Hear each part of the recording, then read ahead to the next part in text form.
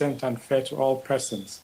As you can imagine, Robert Mugabe attacked him for being too nice and too fair, in his words, to white people, white South Africans.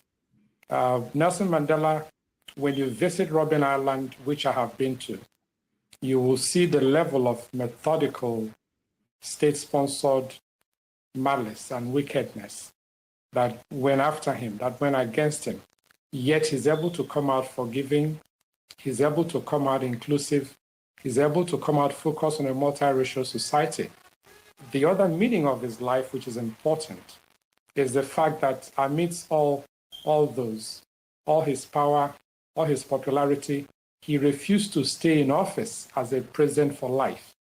He actually, from behind the scenes, put pressure on some of the leaders of various governments in Africa, including Nigeria specifically, for the leaders to retire and leave the office as the Constitution has stipulated.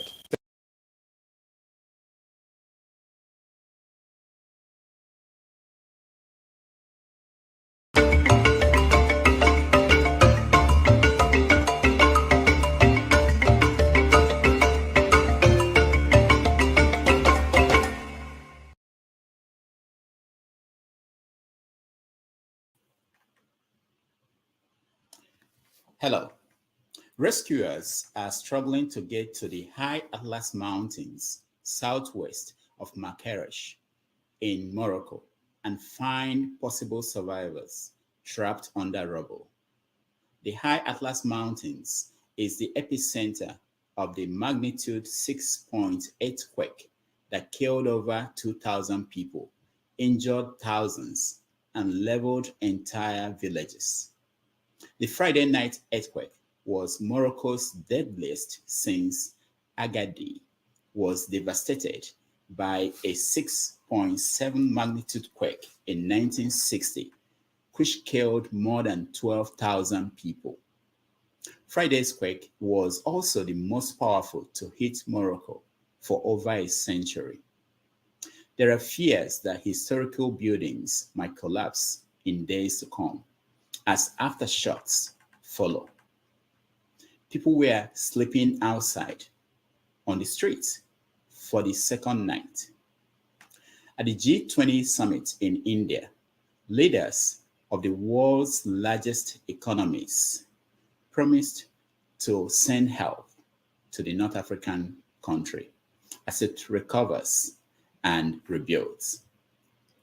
UNESCO has also pleaded to support the rebuilding efforts, especially around the popular tourist city of Marrakech, a world historical and heritage site. It is 4:30 p.m. in Lagos, Nigeria, 11:30 a.m. in New York City, 6:30 p.m. in Kampala, Uganda, and 7:30 p.m. in Kinshasa, Democratic Republic of Congo.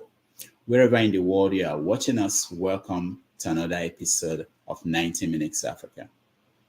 My name is Rodolfo Okonkwo. My co-host, Chido Onoma, is on assignment. On our show today is Dr. Chido Nwangwu. Dr. Nwangwu started his professional journalism career at the Nigerian Television Authority, NTA. He later joined the editorial board of the Daily Times of Nigeria. He currently appears as an analyst on CNN, CNN International, Sky News, and many others. His syndicated column appears on ThisDay, SaharaReporters, Premium Times, and so many other newspapers.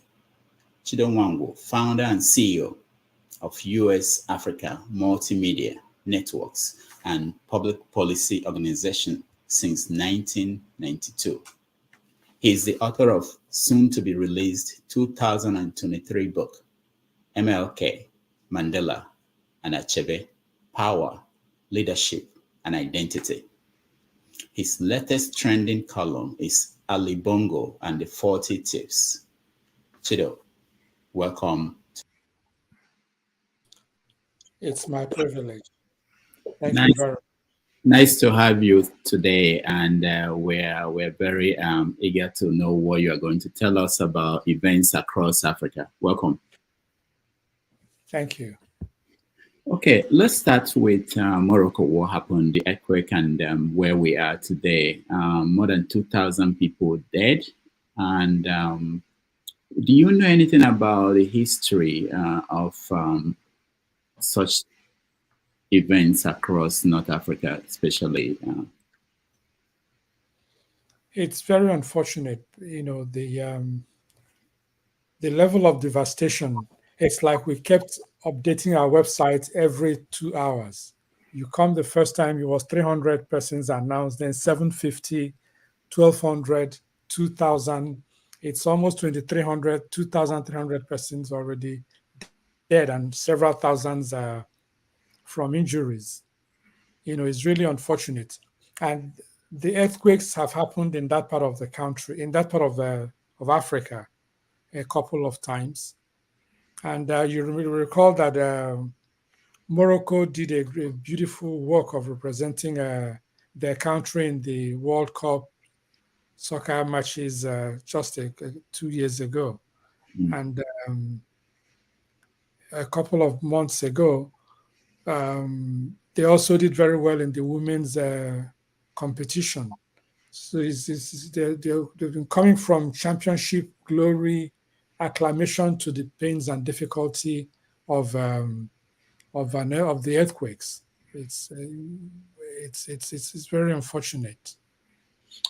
Now, the G20 meeting in India, they reacted. Most of the leaders there, they pleaded to help, including Nigeria's own president, Bola Tinubu.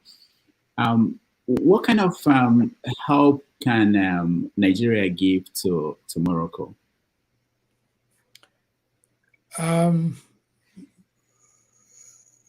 Ordinarily, I'm sure that they can give money. Tinubu believes that money cures all problems and provides all solutions to political and other existential matters. He has a point to an extent, but it's a good move on his part to provide a humanitarian support for those people. Hopefully, he will extend it in an expanded and targeted way to benefit the people in Nigeria who are also suffering all manner of financial earthquake, unemployment earthquake, security earthquake, hostility and ethnocentric bigotry, nepotism earthquakes, in all manner of negative realities. But again, I commend him for reaching out to the people in Morocco. Okay. Let's look at what is happening at GO. I think they've ended now, and he's actually gone. What happened there? He made a case for Nigeria to be a member of the G20, and what the G20 members did was to include Africa as a permanent AU, Africa Union, yes. African Union as a permanent member. But Tinubu said that Nigeria should be a member of the G20. What do you think? Nigeria has what it takes to be a member of the G20, but part of my political science studies and training is regarding what is called semiotics. Semiotics are images, symbolisms that are positioned in politics where they have a meaning and value. You either position it yourself or you're positioned in that direction. Unfortunately for Tinubu, I don't know if you saw a picture. You saw the picture where he was kept, or he kept himself outside the main zone of influence, standing alone, isolated, desolate, and looking confused as to what am I doing here? Why am I here? It's part of the dynamics of power. You have to know how to engage. You have to be part of the epicenter of influence so that other people regard you in terms of what happens. There you go. You have the picture. Yeah. What do you think is going on there? Is it that he was just left alone by everybody, or what do you think? He's wondering, why is he here? What is it? Why? What am I here? What am I doing here? It could It's be it's just for a moment. It could be, it's no? so unusual for the president of Nigeria to be left all to himself in such a public place with all the resources and leverage that Nigeria has in terms of economic, financial, diplomatic, regional. It's more. It's the state of things to come. We saw this picture of Joe Biden with Ngozi Okonjo-Iweala, and there was a place that Joe Biden was taking a selfie with her. And so, is it that we didn't see any picture of Joe Biden with Tinubu? Is it that they didn't meet, or that the media do? First, yeah, is it that they didn't meet, or that the media didn't get a picture of two of them meeting?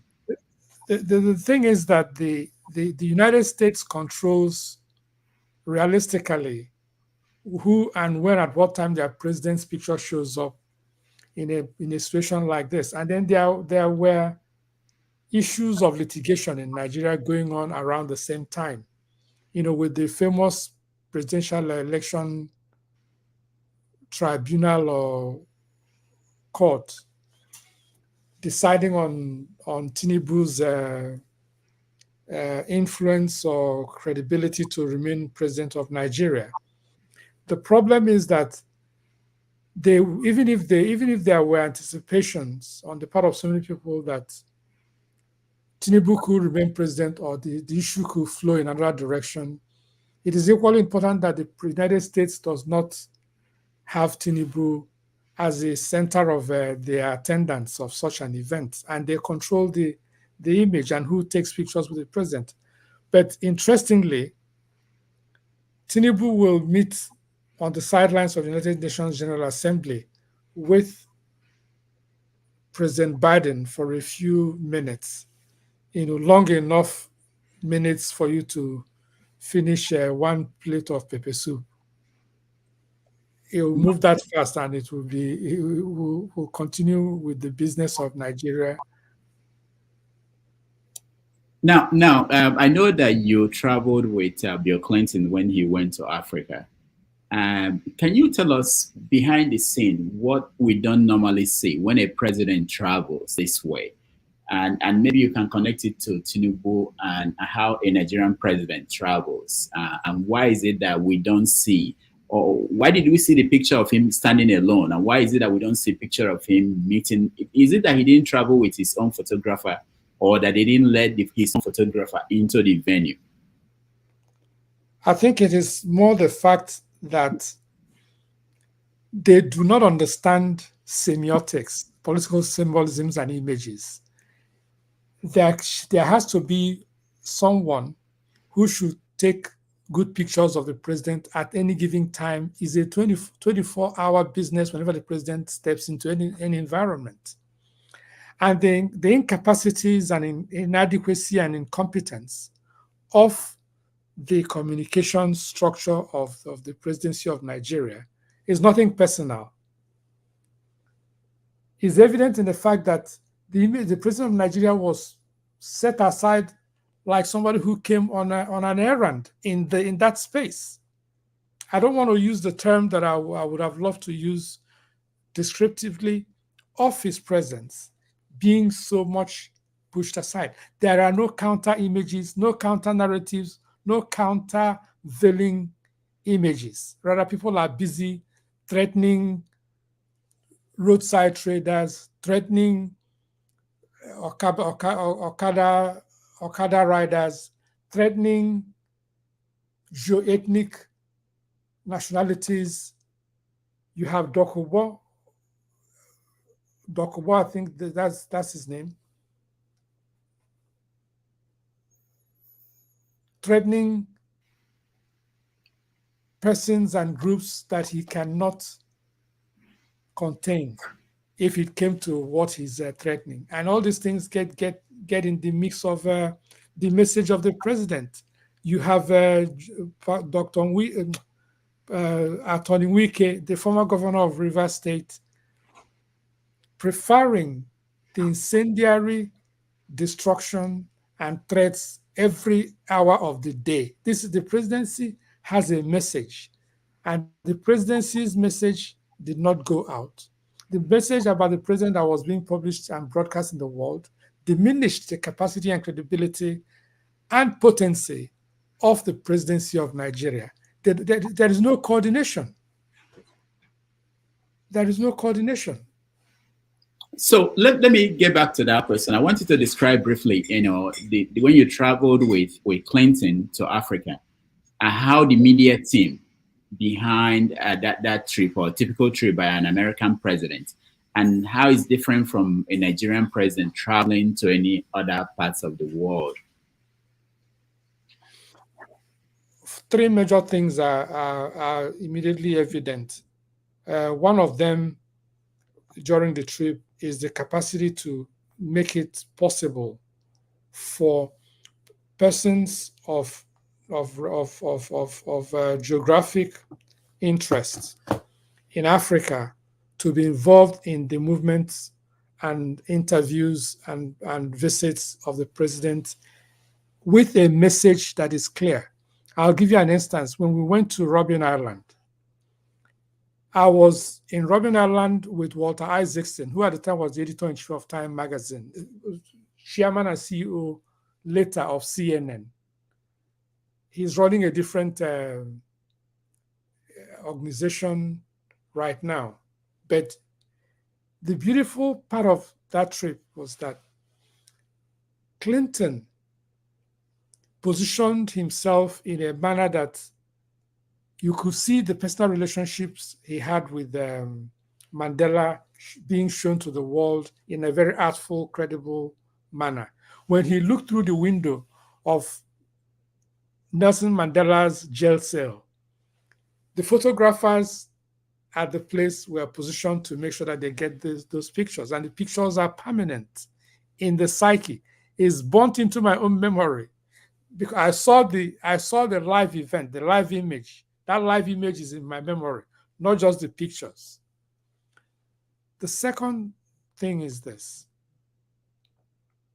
There is a level of access that is enhanced when you travel with the President of the United States in terms of events, in terms of movements. The third one that is very significant is that the logistics are almost flawless. The fourth thing that was also very clear is that the security is there, but it's not in your face. The sixth thing that I could say that I found very interesting was that when I asked the question to the President of the United States at the Turnhouse presidential residence of Nelson Mandela, with Air Force One right behind Mandela and Clinton, why at the time was Bill Clinton's presidency, White House supporting that Abacha could remove his military uniforms and run as the president of Nigeria in civilian uniform? Because that was equivalent of what was happening at the time. There is a duality of influence in the power networks in the United States regarding diplomacy and international relations. The open ones are between the State Department and the White House. The State Department is usually where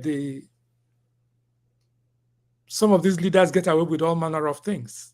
The State Department is where you have people championing interests that are continuation of contracts.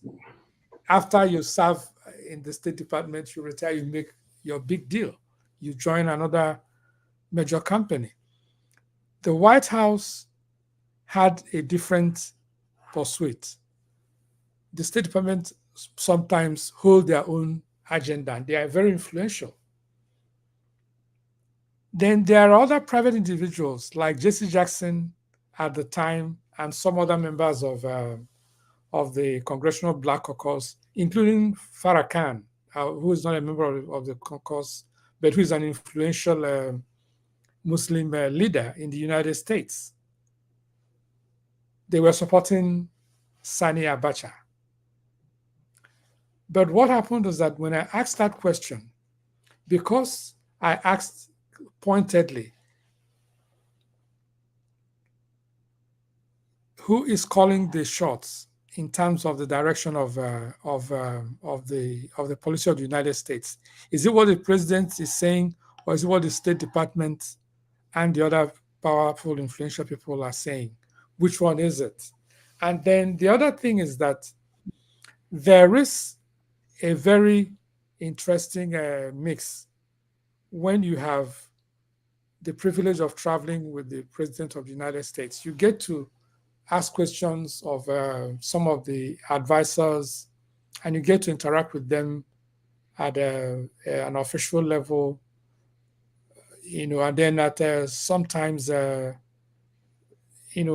there is a lag time or break from a lot of work, you can ask questions or discuss any number of things that are important, public policy interests. All right. Thank you for that. It's part of my book, the Mandela Achebe. MLK. Yeah. All right, we'll get to that. But let's look at last week we also had the judgment of the Presidential Tribunal, Petition Tribunal, looking at what happened during the election. What do you make of that judgment? I think it was an advocacy for Tinubu, for Jagaban, rather than a judgment. A judgment would have meant an even-handed, realistic interpretation of arguments and contention. You have the panel or the tribunal or court, as it were, making arguments that didn't hold credible value or meaning. I'll give you an instance. A few miles from where you are, in Chicago, when Tinubu reportedly was involved in being a bagman, meaning collecting funds on behalf of some persons who were alleged to have been doing narcotics. There is no denying the fact that issue exists, but rather what the court, the tribunal, or the panel, as it were, embarrassingly argued was that Tinubu is still traveling to the United States. He comes and goes, so therefore he wouldn't have had, by any stretch of the imagination, of their imagination, any criminal culpability for anything done for what they called private,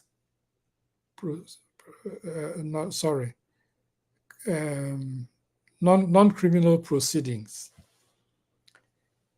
I can go to the more ridiculous length of looking at where they were making arguments about BVS, the equipment for the conduct of the elections, while Mr. Okoye, the commissioner, who is also a lawyer, insisted and insists prior to this court project and ridiculous postulations, extrapolations, fictive imposition of their own facts. They create artificial situations and argue against it, make advocacy against it, then rule against it, and then say that is what the people who are taking them to court are saying. No, we're not dummies. Nigerians are not dummies. Now, it's so embarrassing. C'est dommage. What do you think will happen at the Supreme Court now that Atiku and Obi, they are going to the Supreme Court? Nothing surprises me in Nigeria. Anything can happen. Anything can happen. The thing is that the thinking of the people who control power, the levers of power in Nigeria, is the assumption of certainty of non-removal through the instruments of courts and all that. There are people who have been removed, but at the level of power at which they operate, Tinubu, one thing I respect about Tinubu is that he is assertive and clear in terms of his motion, of his political motion and movement and goals. He said that it is his turn, that it is him that is going to be the next president of Nigeria. And he moves ahead and does it. At least for a change, there is the impunity of imposition of a partisan objective in a manner that we haven't seen in a long time, especially from his own quarters. He wants to be president and he moves ahead and does it. And he said some people to shut up. They shouldn't talk about the case. I saw some video 2 days ago. This is why they were showing his picture like a visitor in a presidential conference. So the level of predictability that the incredible will happen is the proper way to engage the country. Now, People's Gazette is reporting today that in Chicago, the judge handling the case of Atiku is giving the lawyers to Tuesday to appear in court, that he's going to rule this week whether to demand that Tinubu's documents will be released. What do you think that will do if that should happen? If the documents are released, it will show it will expose the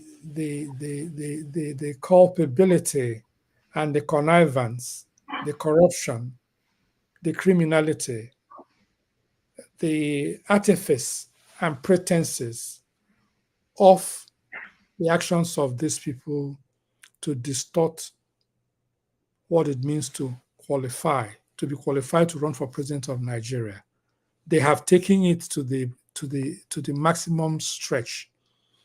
They have taken it to a level where the papers of a man who is governing Nigeria have become like growing up in the East. There is this paper that they used to hawk and wrap granite, kekere. You know granite.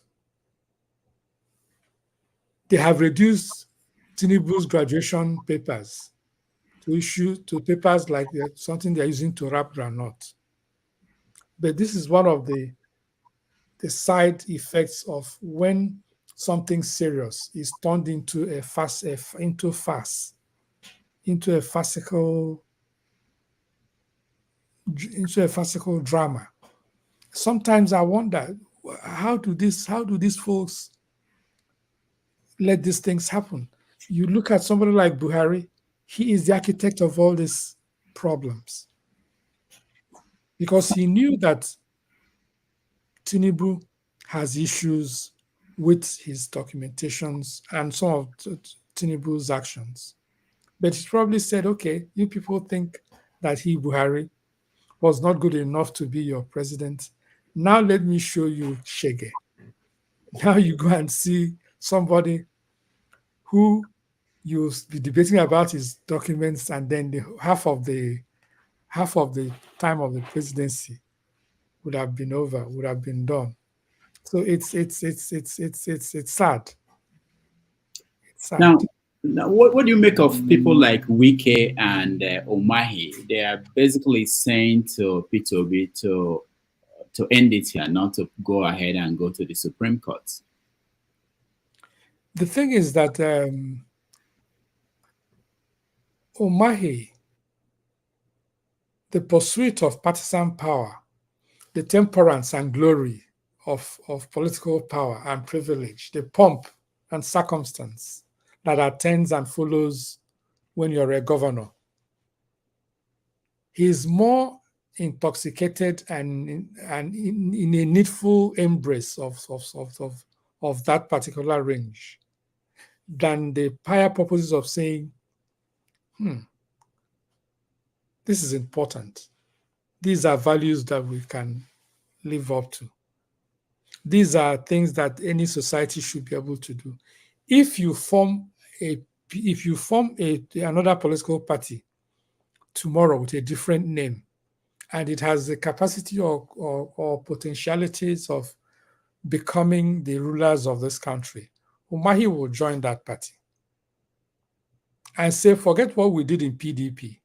Forget that I'm a founding member that he was a founding member of the PDP. Forget that he joined the APC. Forget that he ran for president. And when he was told, enough, you have to stop here, he did. He came to Port Harcourt when they had a meeting with Tinubu, with Wike, masquerading the kabuki dance that they are running for president as Igbo. But once the candlelight of competition, struggle for power, the needs of what it takes to become the president of Nigeria, they were actually seeking to become vice president. And when that was also denied, they said, oh, hallelujah, the man, whoever you bring out as vice president, is the man who will save Nigeria. I've never seen foolishness, lack of self-respect, self-immolation. Do they look themselves I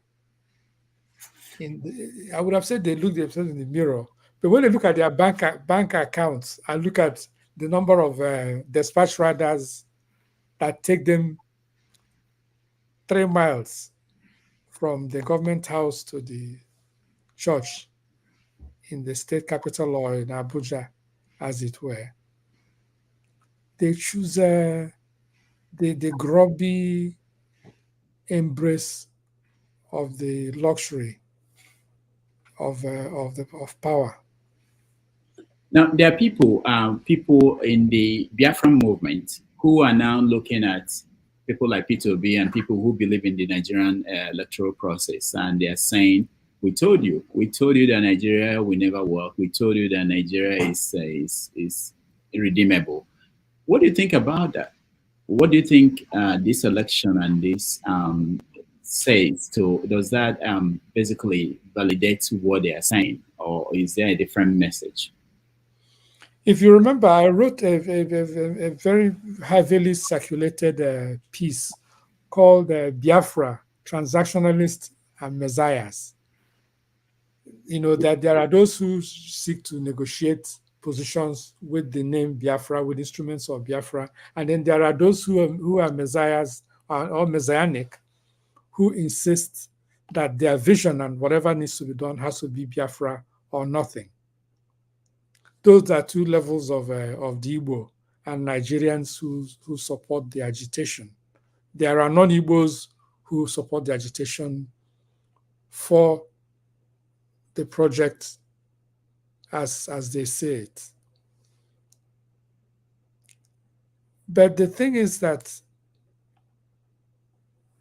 the Igbo needs to have continued efforts, contemplation of their options, of how they can protect their immediate interests, which is their lives.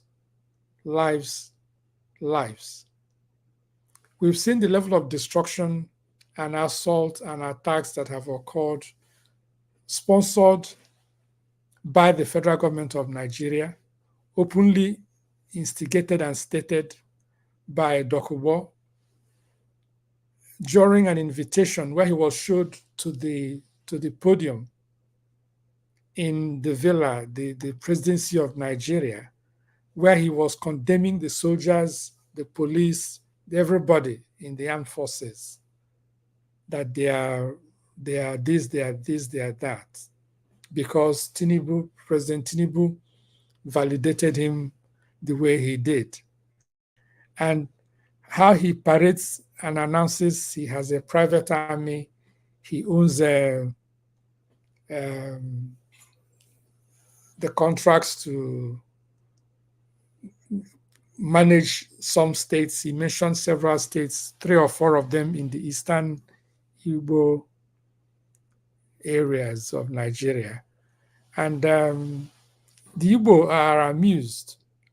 There is a proverb that says that the slave who is laughing when another person that is enslaved is killed with what is called, I have to spell it out to avoid any confusion, HOE. Okay. Which is a farming instrument. Yes. That the same slave who is laughing should know that his time is coming when he will be killed with the same farming instrument. So Igbos are not slaves anyway. But the point is that there is an absolute lacking in the sense of common sense and of history on the part of these fellows who think that the Igbos can be the political football of Nigeria. You can kick them any way you want. But the thing is that you can't hold them down. You can only hold them down for so long. And Igbos are avoiding a head-on conflict with anybody in the country. Peter Obi's successful, Peter Obi did what so many persons in the history of Nigeria have been unable to do: carry the present structure of society with the support and amplification of the youth of the country, from Zaria to Nembe, from Roshogbo to Maiduguri.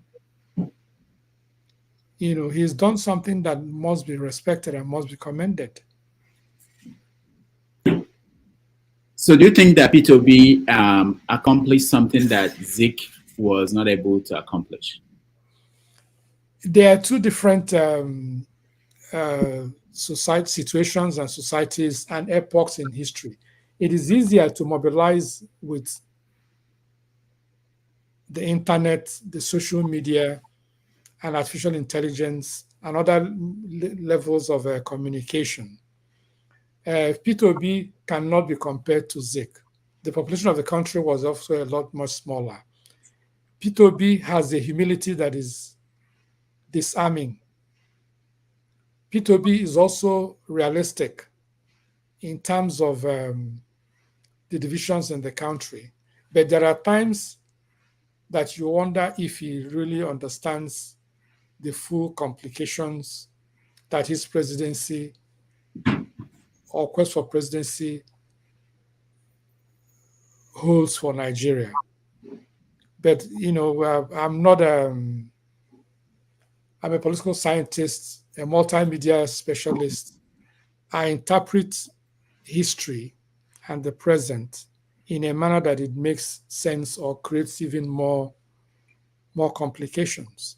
But I think that Peter Obi has complicated the Nigerian society in a very useful way.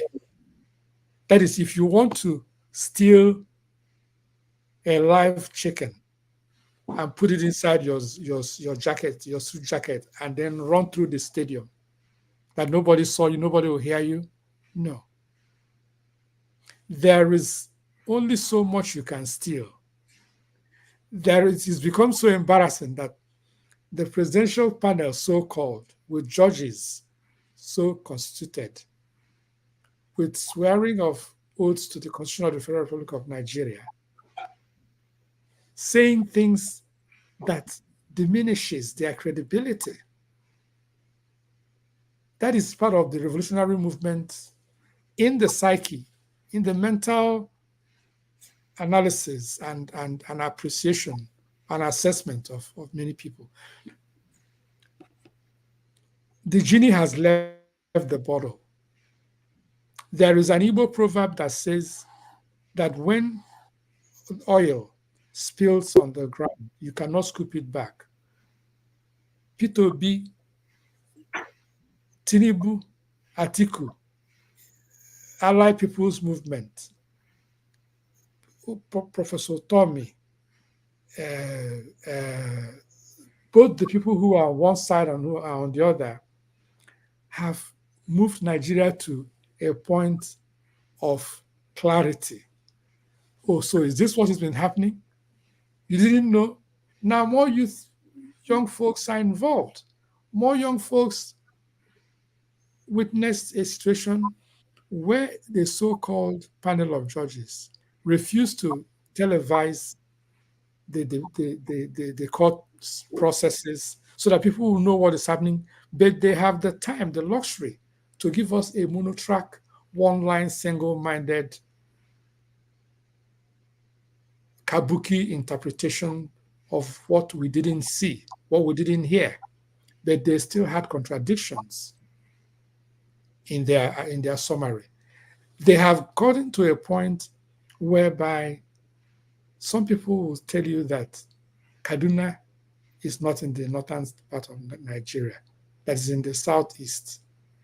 And they say that, yes, because you didn't say that it's not in the southeast, therefore the judges can say it's in the southeast. So we take it that it's the southeast. It is ridiculous. But we are not fooled. All right. I know for the audience, we're going to come to you in a few more minutes, maybe 10. Let me just quickly get to some personal things you do and the work you do. Looking at journalism in Nigeria, I know it's been a while that you left Nigeria and you've been operating out of Houston. What do you think about journalism today as practiced in Nigeria?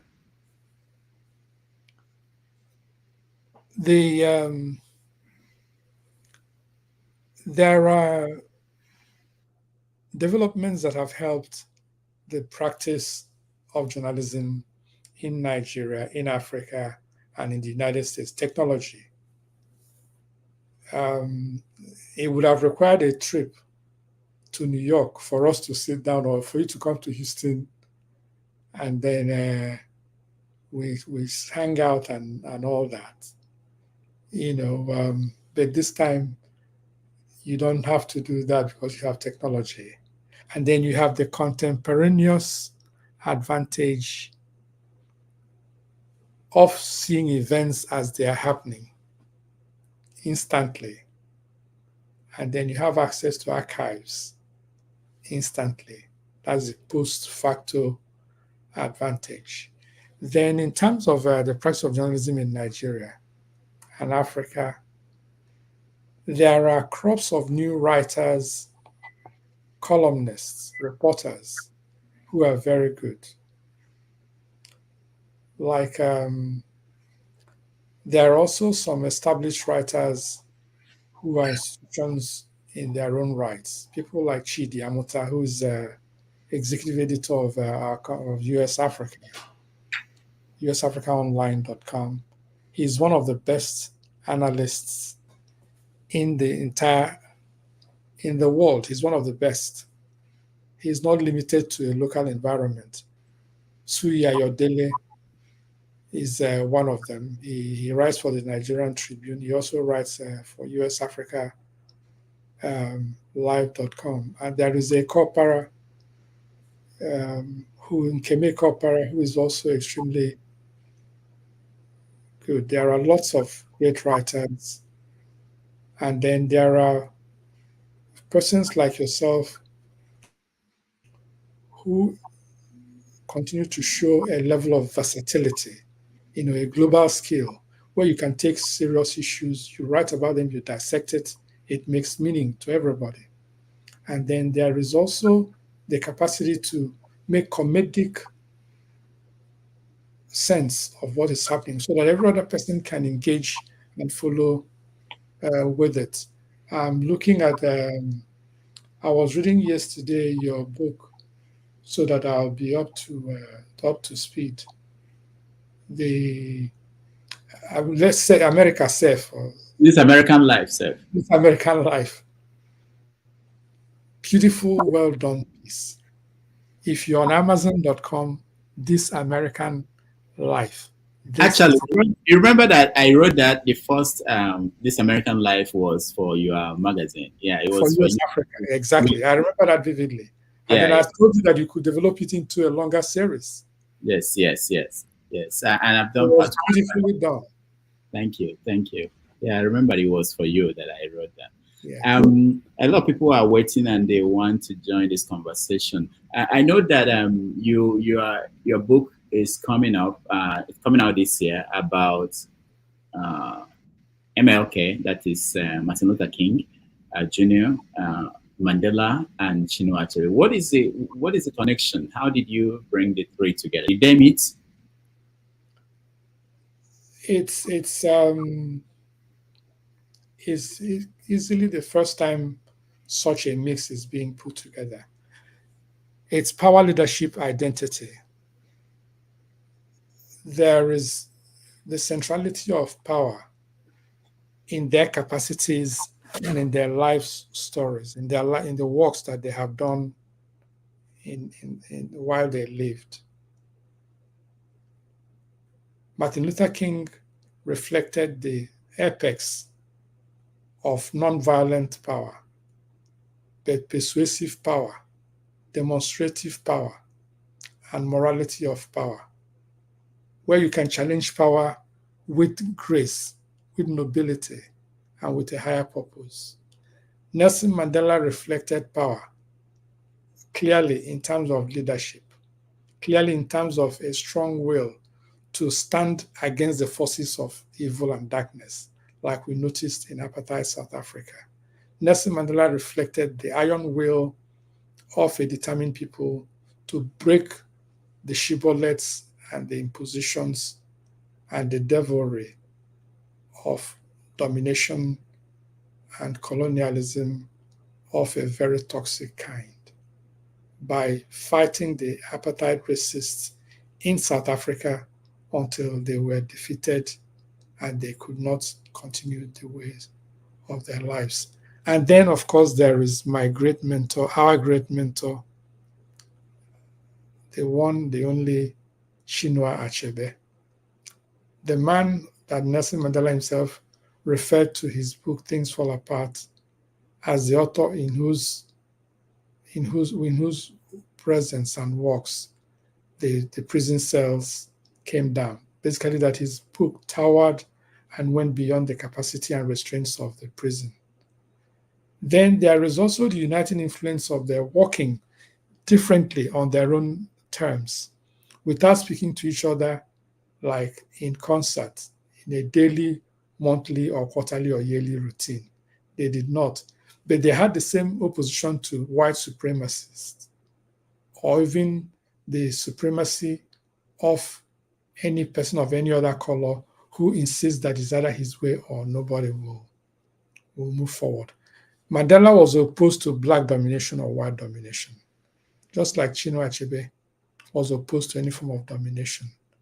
And he showed that the environments of African lives, the environments of African history, the environments and interactions between the colonial powers and the original African societies had consequences and impacts which carry forth to this day, but that we shouldn't let that happen by making sure that we control our own stories. The person who tells the stories, who is more important?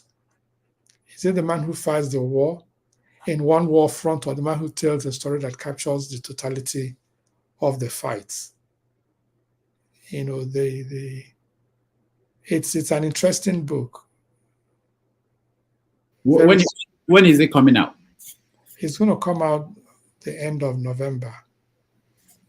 So it's going to be the one Christmas gift across the world. Now, everywhere. Let me ask you, why is it that African leaders did not follow the Mandela example? Whose fault is it? What happened? If you look at somebody like the president of the Cameroons, Paul Biya. Paul Biya has been in power as long as I could ever. When I was still a kid, I heard about Paul Biya. We heard about Bongo and Ali Bongo. Ali Bongo succeeded his father. Combined, they have ruled for at least 55 plus years, almost 56 years. There are so many presidents like that, and it is self-serving. Mandela was considered an idealist by Mugabe. Mugabe said he was too tolerant of white people. You have to show them shege, you have to show them pepper. That's what he believes. You have to fight them till they succumb to the power of Black nationalism. There are some white colonialists, like what the French people have done in Africa, where they set upon the land and they want to dominate everything. They control the money, they control the phone system, they control the gas energy supplies, they control the minerals, the diamonds, they control the travel infrastructure, they control, just name it, cultural arts, artifacts, dances. There is a monolithic thumb on every life, on every activity in most of French Africa. But the dialectics and the interaction of interests sometimes will lead to a confrontation. And this is what is happening. They are losing out in West Africa, Central Africa, Sahelian Africa, and other parts where they had influence. So these things, the dynamism of history sometimes could be unique and unpredictable. We have African writers, and it's been 10 years now. I think there is an event at Princeton coming up on the 29th and 30th to mark the 10th anniversary or memorial of the death of Chido Achebe. What do you think about African writing so far at this point? And is there any sign that there are people who are following the path of Chido Achebe?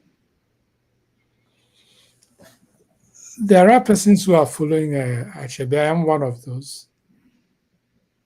You know, the world will see our hand this November, December, in language that shows authenticity and addresses some of the issues that Achebe, Mandela, Martin Luther, and others have addressed. What we don't have, especially, are persons who are writing in our native language, like Ngugi wa Thiong'o did, and says that it allows you a greater clarity.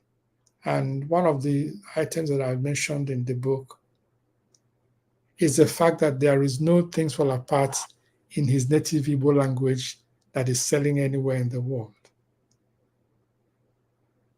As you know, I was very close to the late Professor Achebe, and then I'm still close to the family.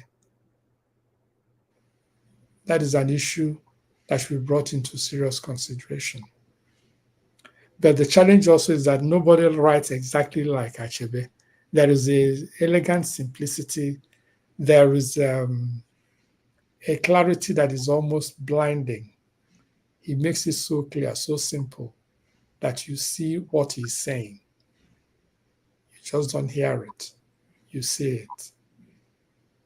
There is a lucidity that is almost perfection. Some people have compared his work, compared the work of someone like Chimamanda Ngozi Adichie to his work. What do you think about Adichie? What is the comparison? In terms of people say that people have been looking for, if you look at reviews of books, written by African writers. Most of the time, international reviews, New York Times, they try to basically name someone as this is the person that is inheriting the Achebe tradition, the Achebe standard. And they've mentioned people like Adichie, people like Okendibe, people like Adichie Okendibe. There's I forgot his name. Chigozie Obioma. What do you think about them? Yeah? You mean Chido Nwangwu or Chigozie? No, people. No, I'm not just talking about people who write fiction, people who have published fictional works. You know. No, I know Obioma. Obioma is very good. Yeah. So, what do you think? There is only one Chinua Achebe. Take for instance Shakespeare. There is only one Shakespeare. We can try to be like or learn the lessons of their work. You know, if you try to be Achebe, you will not exactly turn out to be Achebe. It will be a hybrid. But if you try to be yourself, like Professor Ndibe writes very well, he has his unique style. You know, a certain flourish that is outstanding. Chimamanda also has her own flourish, her own style that is largely her own unique creative energy and reflection. Obioma has great promise. He just stepped into the arena. So to be Achebe is more than just being referenced like Achebe. There is nobody like him. I wrote an article with that caption. There is nobody like Achebe. And that is true because I know him. I've read his work many times. I have spoken to him. I spoke to him several times. But once I call him Mazi, he will say Chido, because that's how my Aro heritage, that's how we refer to our elders. And Chidi, by the way, and Ike, and his wife, his widow, the distinguished Professor Christy Achebe, and the daughter, and the other kids are just doing marvelous work. The Achebe clan doing great work. And there's an event is coming up in Princeton, celebrating 40 years of his small book pamphlet, The Trouble with Nigeria.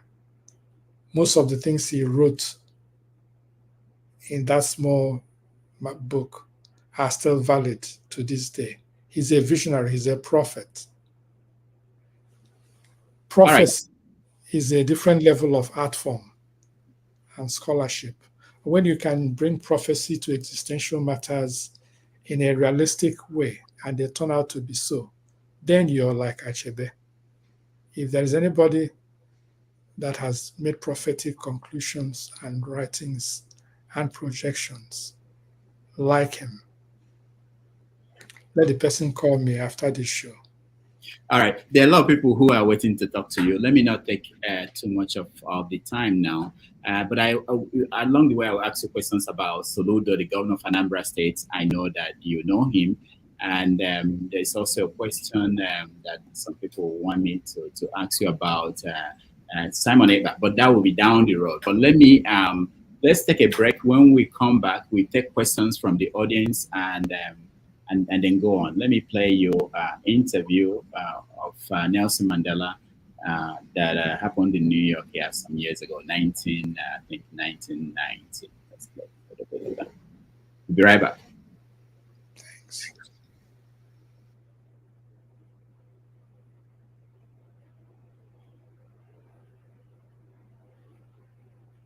To be a future president. See the one with that couple? One of the mistakes which some political analysts make is to think that their enemies should be our enemies.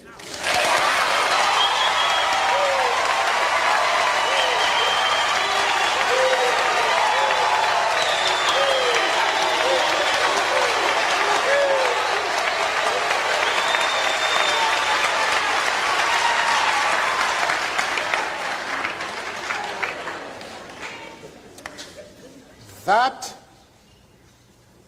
we can and we will never do. We have our own struggle, which we are conducting. We are grateful to the world for supporting our struggle. But nevertheless, we are an independent organization with its own policy.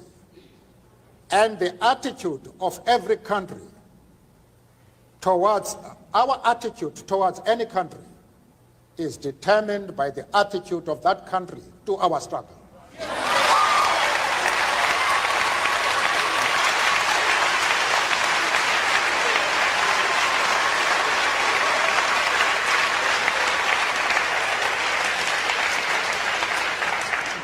Yasser Arafat, Colonel Gaddafi, Fidel Castro support our struggle to the hilt.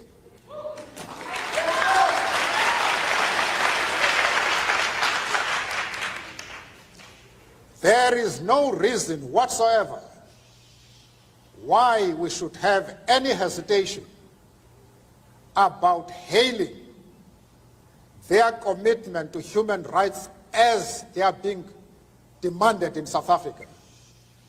Our attitude is based solely on the fact that they fully support the anti-apartheid struggle. They do not support it only in rhetoric. They are placing resources at our disposal for us to win the struggle.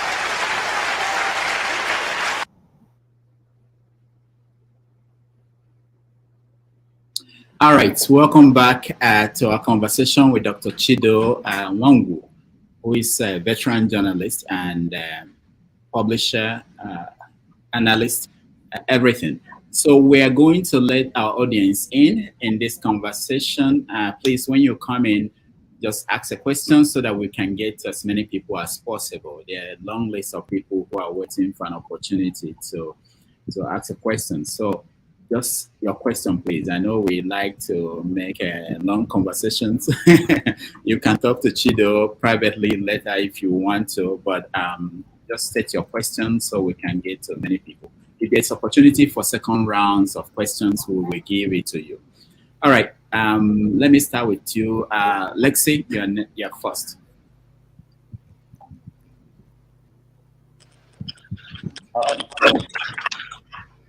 Thank you, Dr. Damages, and I count it an honor to be part of this discussion with this great son of soil coming to be our guest speaker today. You are welcome, Chido. You've done great because some of us have been following your work all along. And until today, that you are here for this kind of discussion. I really don't have much of a question, but a kind of wondering in my mind, maybe, sorry, it's raining a lot around here. If you get thunder, all is well. So, the first area of thought for me is this announcement or the conclusion of the tribunal about the election and the way it was presented. It's so odd. Let's see. Your line is not. Let's see. Your line is not very clear. We can hear. I don't know if Chido can hear you. No, it's a little. Yeah. So what I mean is, can you log out and join again and let's see to that. It's raining and thundering here, so I'll log out and come back later. Is that okay?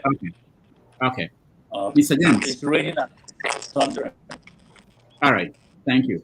Mr. James, you're next. Yes. Can you hear me? Yes. Yes. Good evening from the Gambia, here in West Africa. My question is very short. It's concerning the Igbo, the Biafra question, or more or less the Igbo question. we all know, or let me say, I believe that the country has already collapsed. Nigeria has collapsed compared to what it used to be when I was a young man. Now, this Igbo question, is it possible for the Igbos, there's noise in the background, is it possible for the Igbos to come up with another formula to solve this problem? Because whenever you mention the name Biafra, people are scared. They are associated with bloodshed. And the federal government has successfully demonized the name Biafra. I know there are a lot of intelligent men and women among the Igbos. Is it possible for them to keep this idea of Biafra aside and work out an alternative to tackle this problem headlong? That is the question. Thank you very much. What is the problem?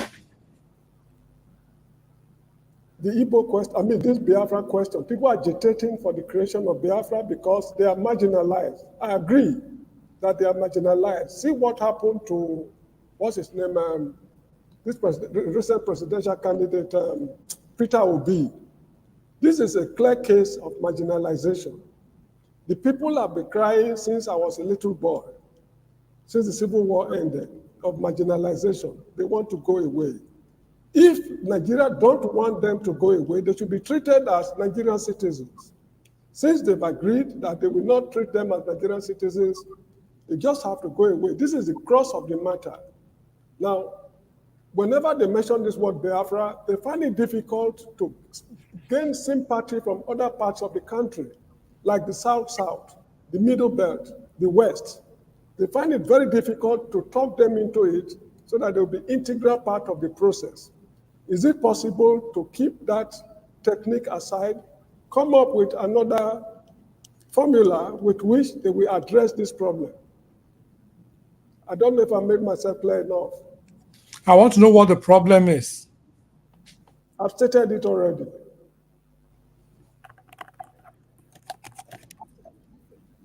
Okay. The problem Chido. is that of or that of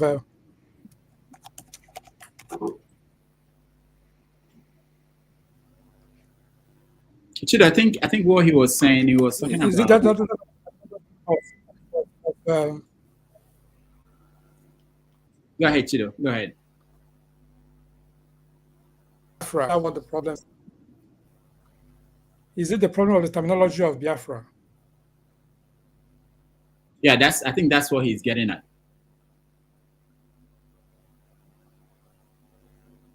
Can you hear us, Chido?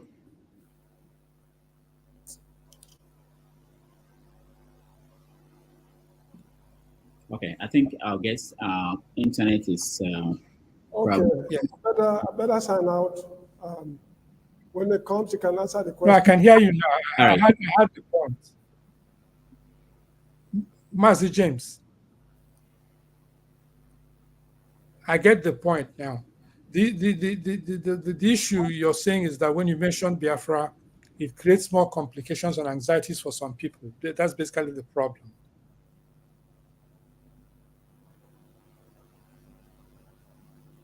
Is that right, sir? James, can you hear him? The line is breaking. It's not very. I said, is the problem in your estimation the position that when you mention Biafra, it unsettles and frightens some people or creates dissonance in terms of their capacity to support even a candidate like Peter Obi? You think that affected Peter Obi's candidacy? Okay, Mr. Damages, thank you so much. You can move on to the fellow. All right. All right. Thank you, James. I think there's a connection problem there. Ikolola, you're next. Hey, good evening, Dr. Nwangwu. It's evening here in the UK, so might be morning or afternoon to you. Okay. My question is this: I think it's in line with what Mr. James is trying to ask, but you've also highlighted it because Peter Obi's candidacy has opened Nigerians' eyes to many things. Some of us are people, when you talk about Biafra, they will tell you it's a no-go. We should just forget it. It's happened, and we should look for ways to integrate. But it looks like the more we really try, the more we are told that we are not needed.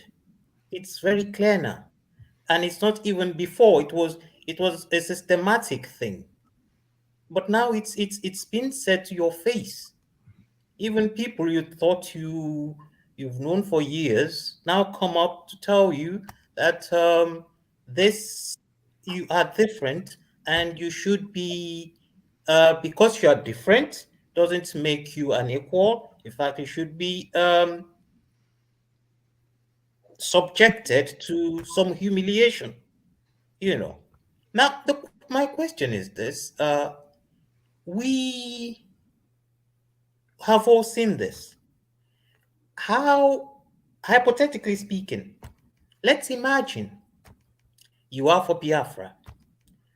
What is the process that the Igbos have to start putting together in order to achieve, if not Biafra as it is, but a level of equality and respect that culture, that ethnicity, that a people deserve?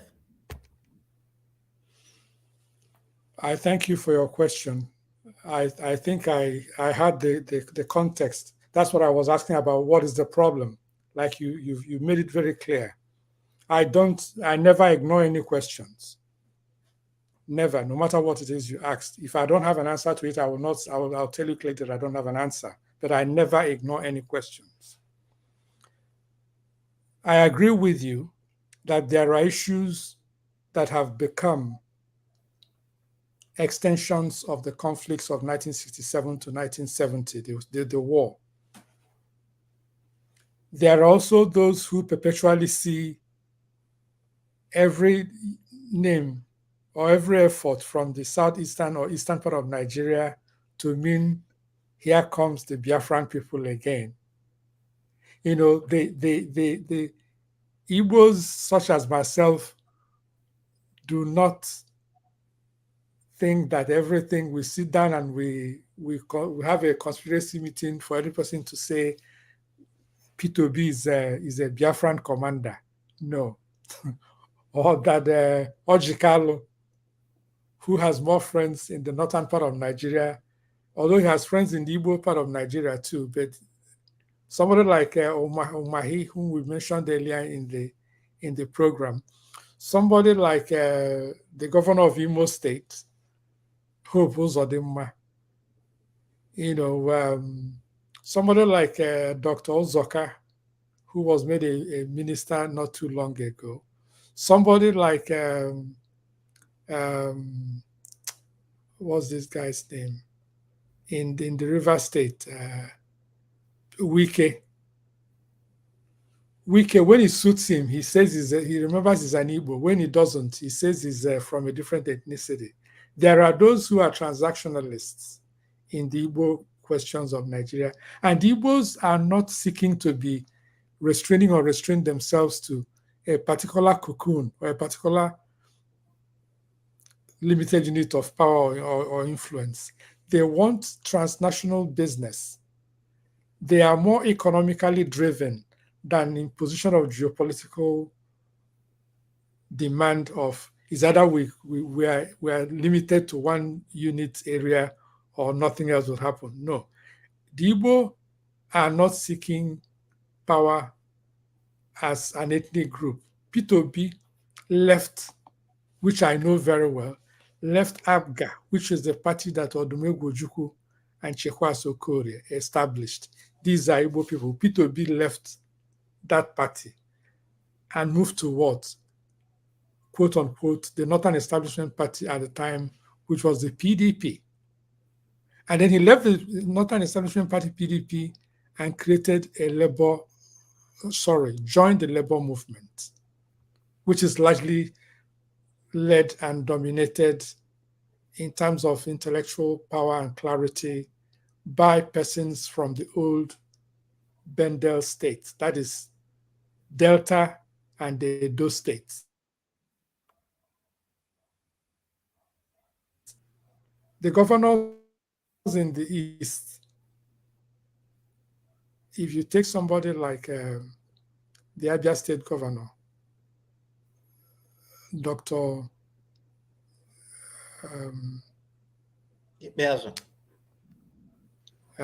Alex Otti, you mean current governor, Alex Otti? No, before Alex Otti. Oh, okay. He means, yes. The former governor, Ibazu. Ibazu's allegiance was more to the PDP. And then he followed Wike to every party, every meeting, every social gathering that Wike says, let's go. It's a matter of how soon am I going to be there? And then you have intellectuals like Alex Otti and the governor of Anambra State, Professor Charles Soludo, who are driven by their interpretations and projection of how they see best that will fit the Igbo agenda, in the context of today's Nigeria. So we can have a discussion that can last for the next 1 hour, and I will show that Igbos don't sit down and say, we are going to do this today because we don't want to be part of Nigeria. Igbos have tried to embrace Nigeria and continue to embrace Nigeria. Even when P2B reportedly was judged by the panel, the tribunal, not to have won the elections, or that Atiku did not win the elections, the Igbos did not say, hey, let's go and form Biafra. The man went to the Supreme Court.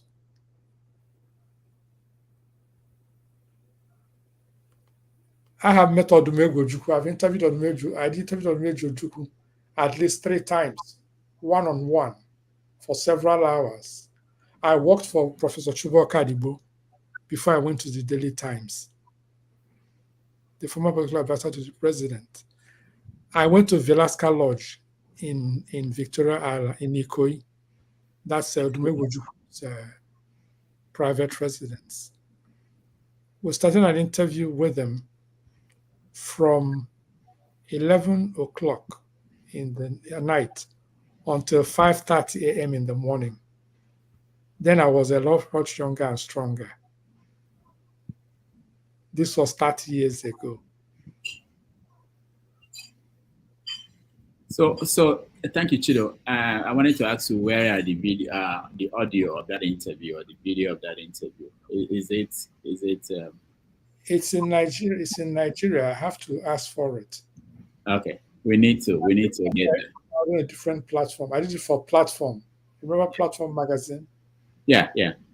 Yes, which was the leading intellectual magazine of news and history at the time. Okay.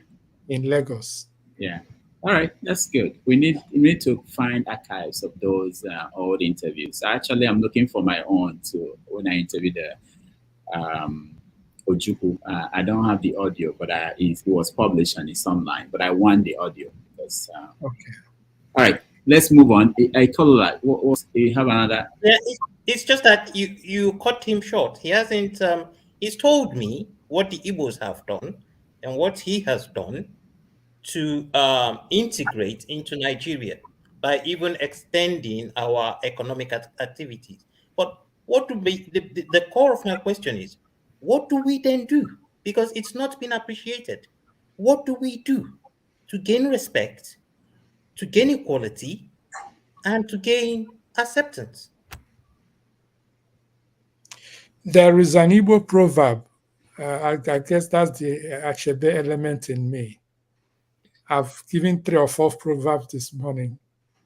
This one is a little not very simple one. The Igbo say that the youth, the young people, carry their wisdom and their immediate reaction in their fists. That the aged and wise carry their wisdom behind the place where the sun don't shine. I don't want to call the name on a Sunday morning show. So that before they go back and reach for it, and you check the process of pulling it from there, you will think twice before you take any action. I hope I'm as clear can be. All right, thank you. Let's move on to the next person. Prince Akwachi, you're next. You do me, Ojoro. I know, it wasn't me. Let me say this for those who are watching. If you're off your camera, I take you out. So until you turn on your camera, I bring you back on. But I think I will let you speak. I know you have to speak soon. But Akwachi, Prince Akwachi, you're next. Yes, good morning, Mr. Rudolph, and good morning, Mr. Chido. First, I believe this one is not particularly a question, but I just want to ask: is your books, are they on digital form? Like you could get it on Kindle? It's going to be on digital form. It's going to be available on all the booksellers in the world globally. Okay. Yes, it's going to have especially Amazon. I think Amazon is much better. Barnes and Noble. Okay. Yeah. Now, my other question is, when people keep talking about P2B's candidacy and linking it to Biafra, that and that, I keep asking myself, this is a candidate that actually came out and said, do not vote for me because I'm from this tribe. Do not vote for me because I am this religion. Do not vote for me, just vote for me for what I will be able to do. So why don't we just take his word and say, okay, this is the man that brought himself out. And for me, I strongly believe that he got votes from everywhere, even in the north. Whatever we're going through right now, I would just suppose it to be corruption, envy, because when I say corruption, I'm talking about that most of our politicians are transactional politicians, and what they do is they just want to get something from the highest bidder. That's what it is. When you talk about envy, sorry that my question is a little long, but I'm getting somewhere. Yeah, but can we talk about? Okay, so pretty much when you talk about envy, I talk about Wike. Wike was the reason why P2B actually left PDP, and now he moved to Labour. And he was just asked the other day, whatever he said, pretty much in as much as I don't want to repeat it, that's what it is. But my question is there a future for anybody from the East to become a president? All right, thank you. Dr. Chido. Yes. Is there a future for who? Anybody from the East becoming president of Nigeria. Like I said earlier this morning, or about an hour ago, anything is possible in Nigeria. But the honest truth is that there are persons who are dedicated and decided on blocking the ascent, the rise of certain candidates or certain persons out of phobia, misunderstanding, miseducation, bigotry, or clear sense of lack of what will move the country forward. The Igbo do not have an exclusive capacity on how to make Nigeria move forward. No. I'm not suggesting in any way that the Yorubas or either have the sole knowledge of how to move the country forward. If you take Buhari, who is Fulani, as an example of the agenda to move Nigeria forward, then the person does not quite know what it means to move a country forward. So there is no ethnic group or association that has an exclusive capacity to move the country forward. Anybody can be the David of tomorrow. Anybody can be the Solomon of tomorrow. But the fact of the matter is that when politicians make alliances, when they settle their problems, the poor people kill themselves. When politicians share money, they don't ask you, are you from Igbo or you're from Ichekiri or Urobo or Birom or whether you speak Fulfulde or French. If you're not part of the network, you ain't getting nothing, as they say in Texas. You dance with those who brung you. So the level of importance to group allegiance is the reason why Umahi will follow the Sese fly to Sokoto than to stay in Ebonyi State and be a king. All right, thank you. Any these problems. Thank you, Chido. Let's go to Ovie. Ovie, you're next. Thank you, Rudolph, for, after you let us down last week, you dropped your stars. So you have made it up today for bringing another Ubunge guest. Thank you for that, Rudolph. And to Mr. Chido, you're welcome. Yeah. You started by touching on what I spent great amount of time and resources trying to study, which is how the power dynamics works. While you are responding to Rudolph on the question regarding your trip with Bill Clinton to Africa, where he was in South Africa with Nelson Mandela, you alluded to the fact that there's a power of the presidency in terms of America. Now, we'll come to Nigeria. There's a power of the presidency and power of the State Department. So you went ahead to say you were actually asking, I'm quoting you now, not directly, but I'm paraphrasing what you said, that you're asking basically the question regarding their support for Abacha going from military dictator to a civilian, potential civilian president. They allow him to contest, that the support is not just coming from the presidency alone, or maybe the State Department alone, every member of the Black Caucus, all to the way the Islamic world, they are supporting him. So my question on that particular one is that, which one is more influential regarding international policy? Is it the states, is it the power of the State Department, or that of the presidency? And does that alluded to Nigeria too?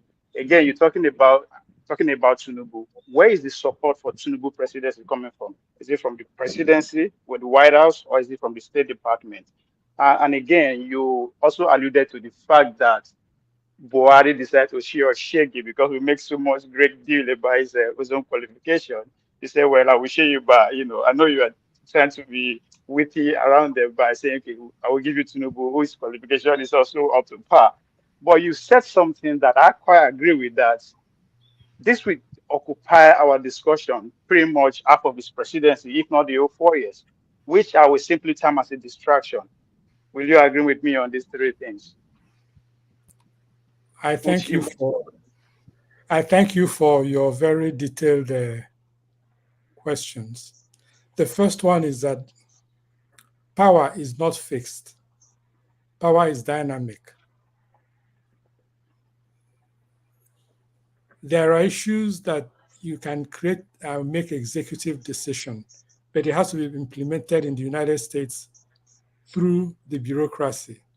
And the agency or the organization that follows through till the last minute is the State Department.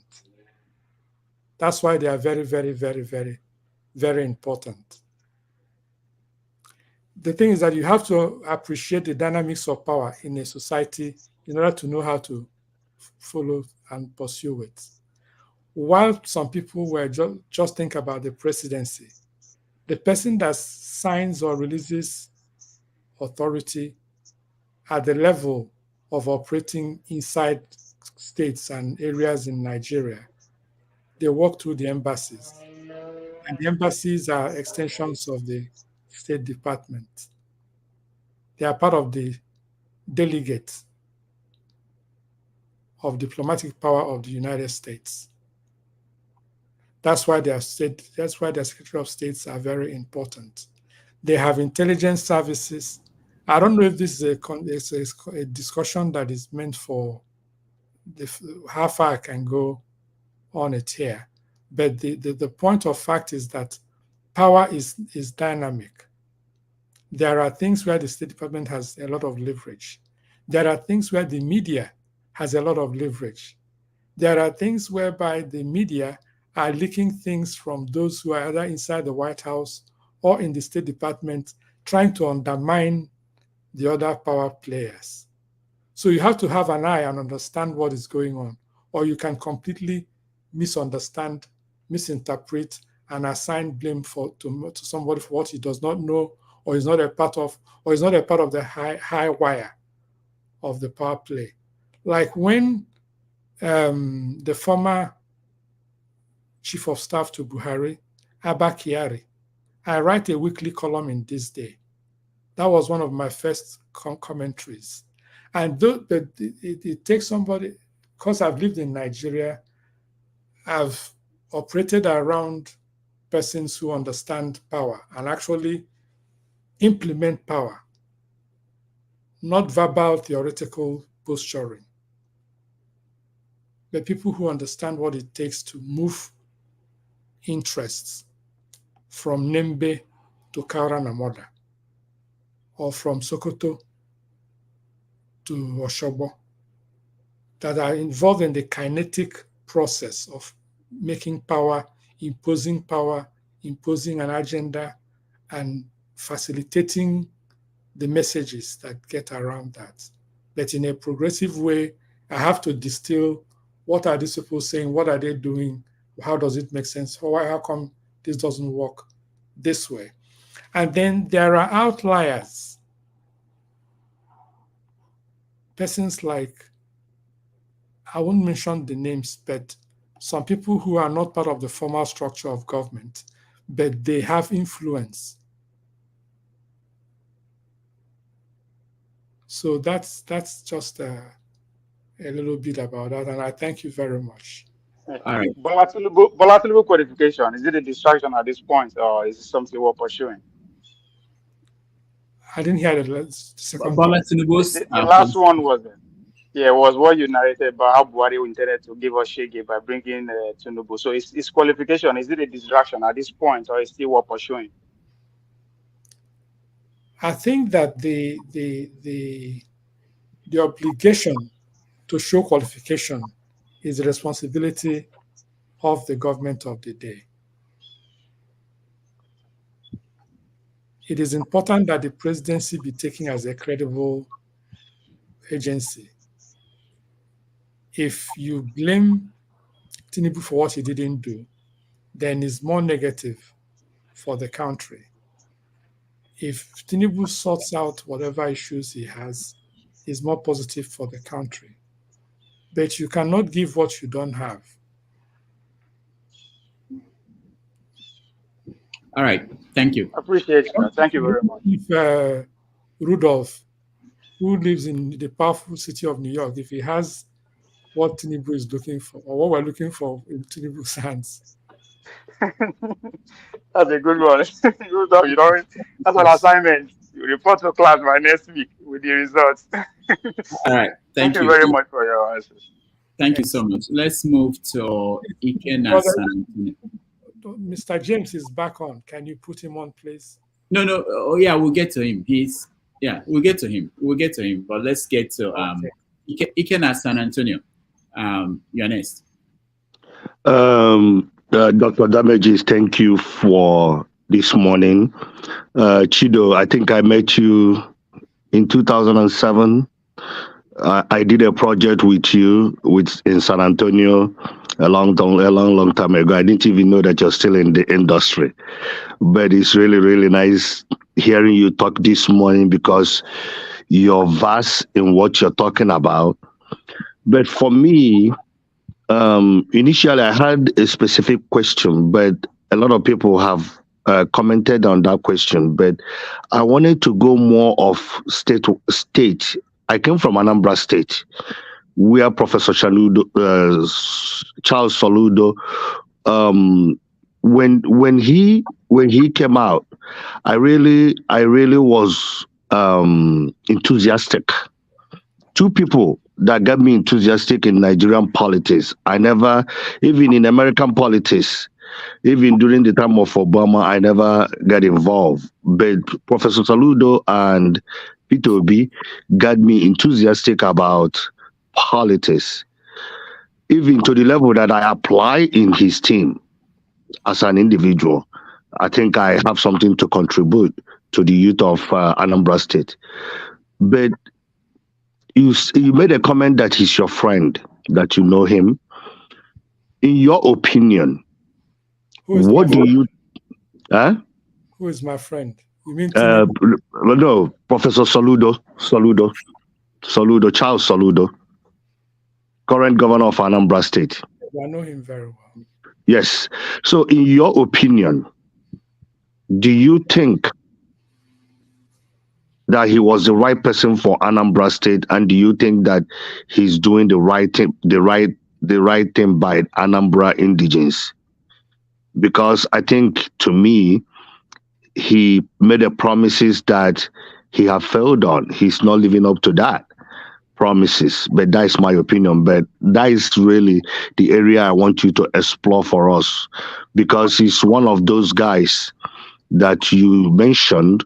You mentioned the current governor of Abia State and him as the people that are looking for the interests of the Igbos. All right, thank you, Ike.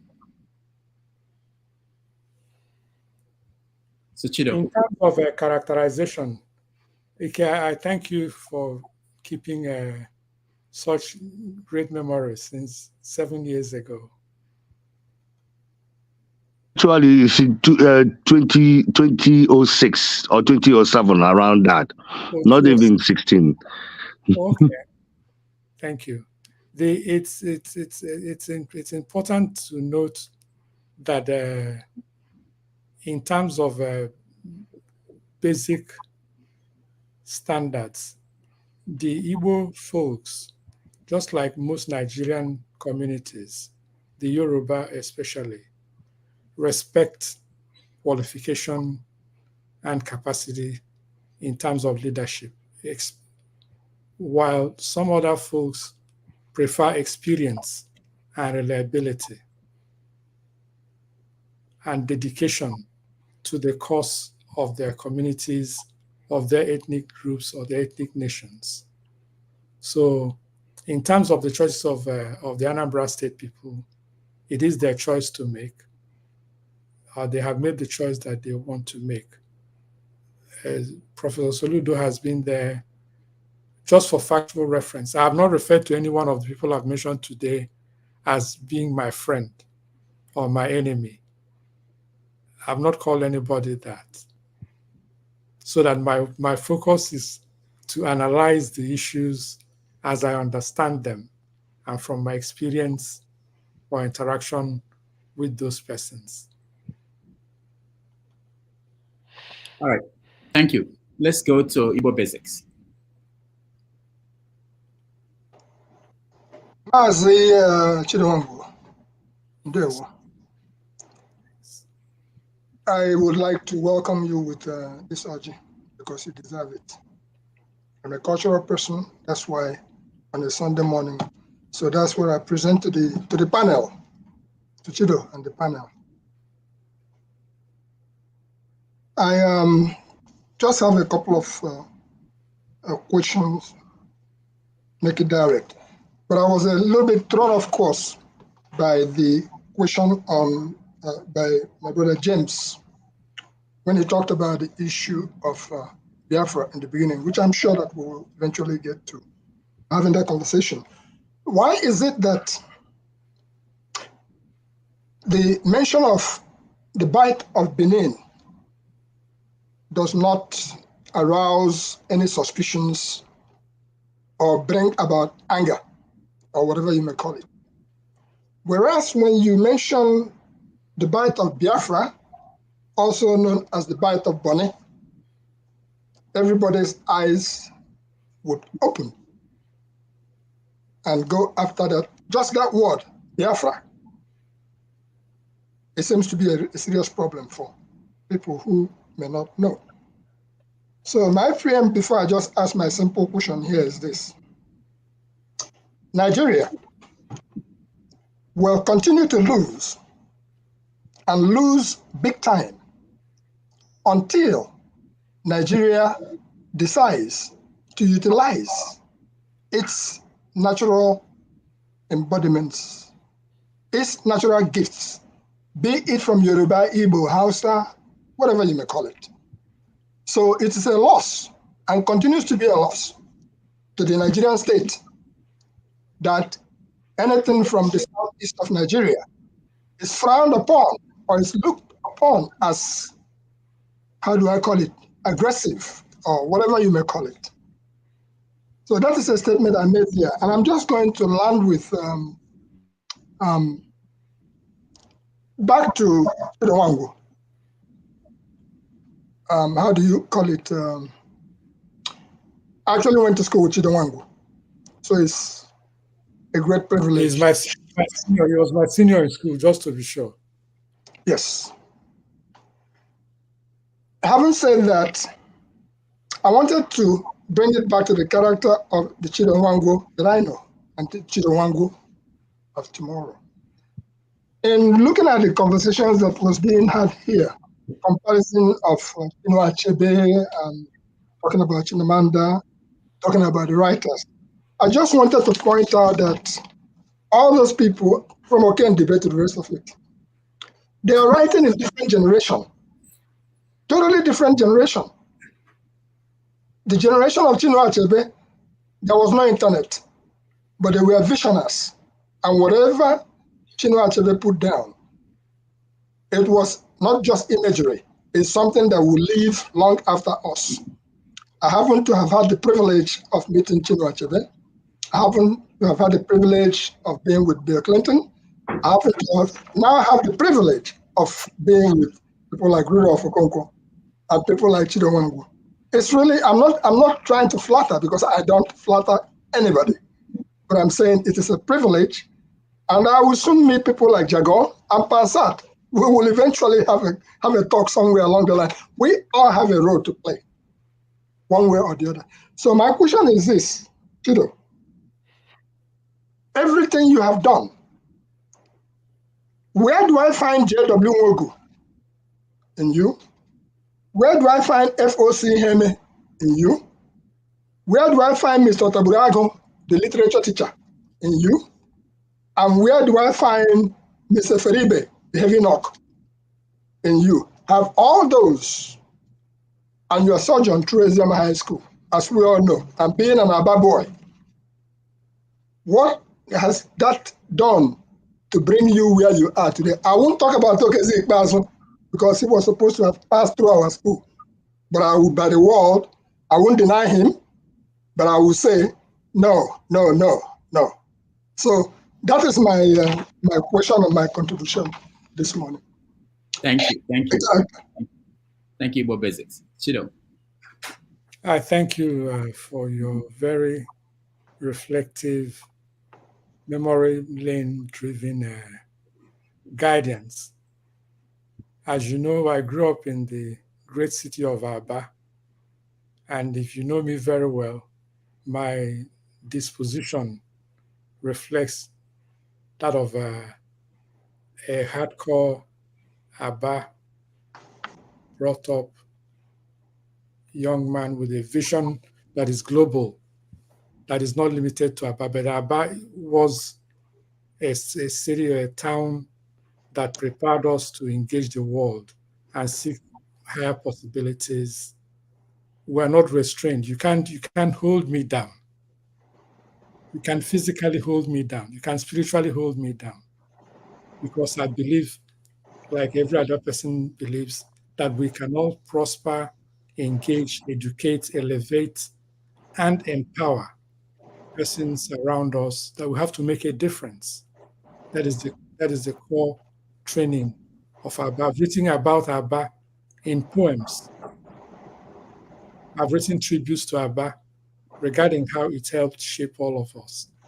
And we went to a great school. I thank you very much. Even at that, just to send you off, Chido, during our time, because we're having a conversation here, you talked about Asari Kobo and all these state captures and things that are going on. You would attest to the fact that during our time, people like Asari Kobo were not there where we work. We are from Aba. And that's a solid statement. You know that to be the truth. So as we are now today, moving forward, can you please enlighten us, because you've had the opportunity of being with Peter Obi one-on-one all the way. Yeah, can you please enlighten us a little bit on where we go as far as the younger ones' Ikolala's question is concerned? Because they were seeking to see what next. Okay, Igbo Basic, let's keep that question. Let's continue because I want to make sure we get to people who are yet to ask a question. So, Chido, just keep it in the cooler. Let's get to Pansat first. Pansat, go ahead.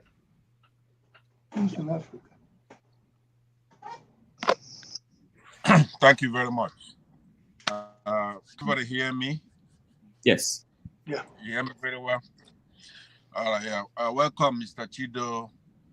I don't know. You say you grew up in Aba. Did you go to Santa Maria? 57 St. Michael's, the epicenter of Aba, the heart of Aba. I was born at General Hospital in Aba. I attended church at the St. Michael's there, and I attended boys' school at St. Michael's Aba also. I worked at NTA Aba also. So it's like I'm Aba one. Okay, that's the story for another day. Did you wear red and white? No, that's a junior school. That's a junior school. That's a Sahako. Okay. Anyway, it's a few hours show, so let me just go to the point I want to make. Sure. It's not gonna be particular to you. It's gonna be general. I appreciate what you all your submissions. I really don't have any qualms with any of them. But it's the run-of-the-mill intellectual problem that we have in Nigeria that's got us in the situation we're in right now. So I don't have the privilege of talking to P2B one-on-one, but I want you to relay my message to him, which is to say that in that country, Nigeria,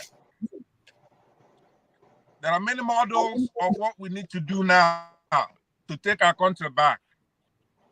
There are two traditions at work, and that is the Western tradition that we embrace from the South, we Christians, and then the Islamic tradition.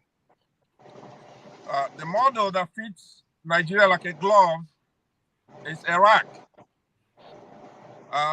In the early 2000s, George Bush emerged as the president of the United States. Coincidentally, Saddam Hussein was in Iraq menacing his people, the population there. The Sunni Muslims in Iraq were a minority, but Saddam Hussein used to get sometimes 100% of the vote when the elections took place. You get like 100%. And he's a Sunni minority with a Shia majority population. And he was so emboldened by people such as John Kerry, who was in the Senate at some point here in the United States, but emerged to become presidential candidate. Americans rejected him. Now, I liked Kerry at the time, but Americans are very savvy. They chose George Bush over him. So eventually he became Secretary of State for Obama, right? So I'm giving you a hodgepodge of what the problem is in Nigeria and how we're going to solve it. It has nothing to do with intellectual talk anymore. We have a problem in the country, and we're going to have to bring peace and we're going to bring justice to Nigeria like the Shias did in their case. They successfully. Now, I want to let you know that Nigeria fits Iraq like a glove. All these people that are tormenting us in Nigeria, we could defeat them, but it's not gonna be done by democracy. They have no respect for technology or democracy. That's the northern Muslims. That's what I'm talking about. This is not gonna be politically correct. That's why I took off my hat, everything, so you could see me and hear me talk. The intellectuals like Rudolph there, you, and virtually every guest that he brings here, you're talking. I hear you use the word kinetic a minute ago. Whether kinetic or potential, we have to have a model. We don't have to reinvent the wheel. We need to do the legwork here in the United States. That's where all our problems emanate from. We need to do what Mr. Shalabi of Iraq once said. It's indelible in my mind. I memorized it because what he said is quite profound. When George Bush emerged and some terrorists, Islamic terrorists, knocked down the buildings in New York, right? So people were saying, oh, it's Osama bin Laden. George Bush didn't have time to figure out Osama bin Laden from Saddam Hussein. He went after Saddam Hussein. That's what we have to do in Nigeria. We have to go after all these people that are setting us back. If you do elections, they're going to get 100% if they want 100%. So trying to catch them doing something, they do it in your face. They stole the election. INEC chairman could announce himself as the winner. What are you going to do about it? Right? So it's not an intellectual exercise. We have to do the legwork here in the United States by tackling John Kerry, who is now a czar in this administration and environment. But he was the Secretary of State under Obama. And that's when they took a military, former dictator, a thug, to overthrow Jonathan, a civilian, a Democrat, albeit naive, a minority, right? Didn't know his ass from his mouth, didn't know where he was, but he was a Democrat. So they orchestrated, and I believe now, Rudolph, just give me one more minute because I'm all over the map on this. But my thing is that we cannot let this stand. I want Peter Obi to hear me very, very well. He's got a mandate. It doesn't belong to him. He's a gentleman, right? But that's not what we need. We have to retrieve that mandate from these guys. So if you go through some articles, pardon? How are you going to do that?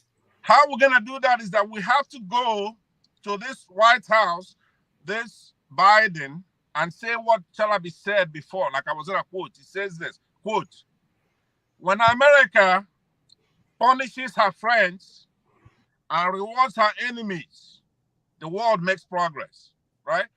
I don't think that Joseph Biden is paying attention to what's happening in Nigeria. He's kind of giving it to John Kerry and all these people who are coming after him, including the president, Secretary of State, and everybody, right?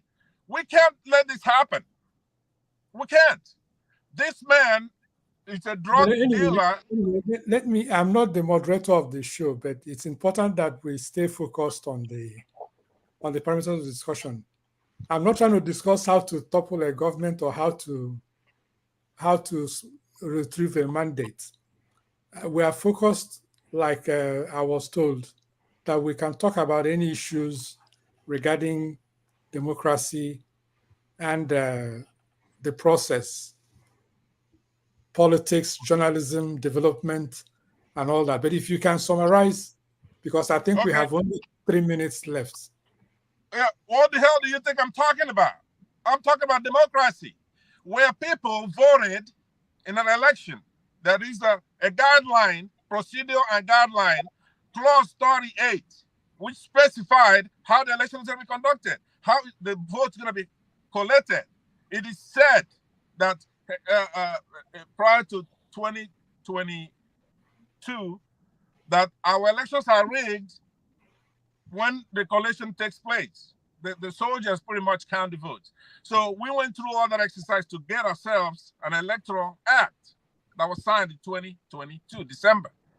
So now, there's still the election, right? They won't count the votes. The courts are nothing but house. Look, what do you, it's like, let me ask you something. If you go to Israel and you put together a panel of Palestinians to judge an Israeli, what do you think the result is going to be out of that? Right? You have a bunch of Boko Haram judges doing our justice, our appeals. How is that going to, what do you expect? Right? So it's beyond politics. What it is everything. We have to take that mandate back. Okay? So when you go, you talk, I know you want a nice setup, moderation, discussion about, I don't know, highfalutin politics, right? That is not where we are. We have a problem in the country. Chido, right? I'm appealing to you wherever you go. When you come to Rudolph, when you talk to him on the phone, this is not, it's not past. We have to do the legwork here in the United States. We have to take justice to Nigeria like the Iraqis did. The Shiites here did exactly what I'm telling you right now. They went home and then they put Saddam Hussein on trial. And that's what you're going to do here. It's not about going and talking politics and academic stuff. What I'm telling you, you don't even see it as politics. It is politics. Politics 101. All right, thank you, Pansi. So when Rudolph assemble all the people here, I come here every weekend, and it's the same thing. It's like a stick. When I talk, it's like a stick. I'm repeating the same thing, right? But watch your ear. Hear me out. Now I could talk to you that way because I'm older than you, sir. Right? I'm trying to tell you. When you write your articles, no milk toast stuff, no academic stuff. We have to concentrate here in the United States by going to this administration and tell them that it's unacceptable, right? And if they don't do anything, we're going to support Trump for this election. Yeah. Pansat, thank you so much. Chido, all right, thank you. I will listen from us. I'll take my leave and I'll listen. Okay. All right. I'm thank sorry, you. Chido. You have my respect. I'm upset. I do want you to pay attention and I want to see that spirit of what we need to do in everybody's face. Thank you. And if you have a minute, go to USAfricalive.com and see my commentary titled, it was written 2 days ago. Tinubu is going to be in New York. It's titled, What will Biden, Pansat? Yes, go ahead. What will Biden tell Tinubu in New York this week? All right, Pansat. Two things. Chido, thank you. Pansat, I've told you before, I'm giving you your contacts, and if you want to have further conversation around this, we do that. Let's go to Jagan. I'll skip Mr. James for now. Let me make sure that at least people have opportunity to talk to our guest once before he goes. Jagan, you're next. Thank you very much, Rudolph. My greetings to all on the panel, and a special welcome to Chido. We are privileged, as said, to have you on board, discussing with us here. I have a little preamble and a hypothetical question for you. My little preamble is, I was delighted with Mr. John's questions because there are things that concern me greatly. They concern me not particularly because I dislike or like the word Biafra. The word Biafra is a contention in Nigeria for the minds of the Nigerians. It's a contention because for me, it's not a word that belongs to anything African. For me, and I've done my research. For me, also, it is an inclusive and exclusive, it's an inclusive and exclusive term. And this inclusiveness and exclusiveness does bring contention. For me, during the time of the Biafran War, it was clear in many terms as to the agitation and the following war. So I understand it in those terms. But after the war and the present insurgence of the Biafran name being recalled, it has a completely malicious, I believe, appreciation of the history of what Biafra was and how it's been changed, how it's just become confusing in anybody. All right, we lost him. I'm not sure why, but let's go to CM. CM, you're next. Okay, yeah, thank you. Thank you very much, Rudolph. I hope I'm coming out fine before this thing gets. I hope I'm clear. Am I? Yes, you are. You're very clear. Okay, thank you very much. Yeah. Good evening from the UK, Dr. Chido Nwangwu. I've read quite a lot of your articles on USAfrica, but in the past. Now, two things so that I do not waste people's time. Because of, you said you interviewed Ojukwu and you worked for Kadibo. Bros, can I come back? The idea can of I complete Biafra, my you must question? have discussed it. After him. So does it worry you, Mr. Chido Nwangwu? Does it worry you that up till now, there is no memorial anywhere in Nigeria, Biafra memorial, given the fact that the most defining event in the life of Nigeria as a nation is Nigeria-Biafra war. There is no memorial anywhere to commemorate Nigeria-Biafra war. You live in the US, you know about memorials all over Washington. That's one. Then the second one is this.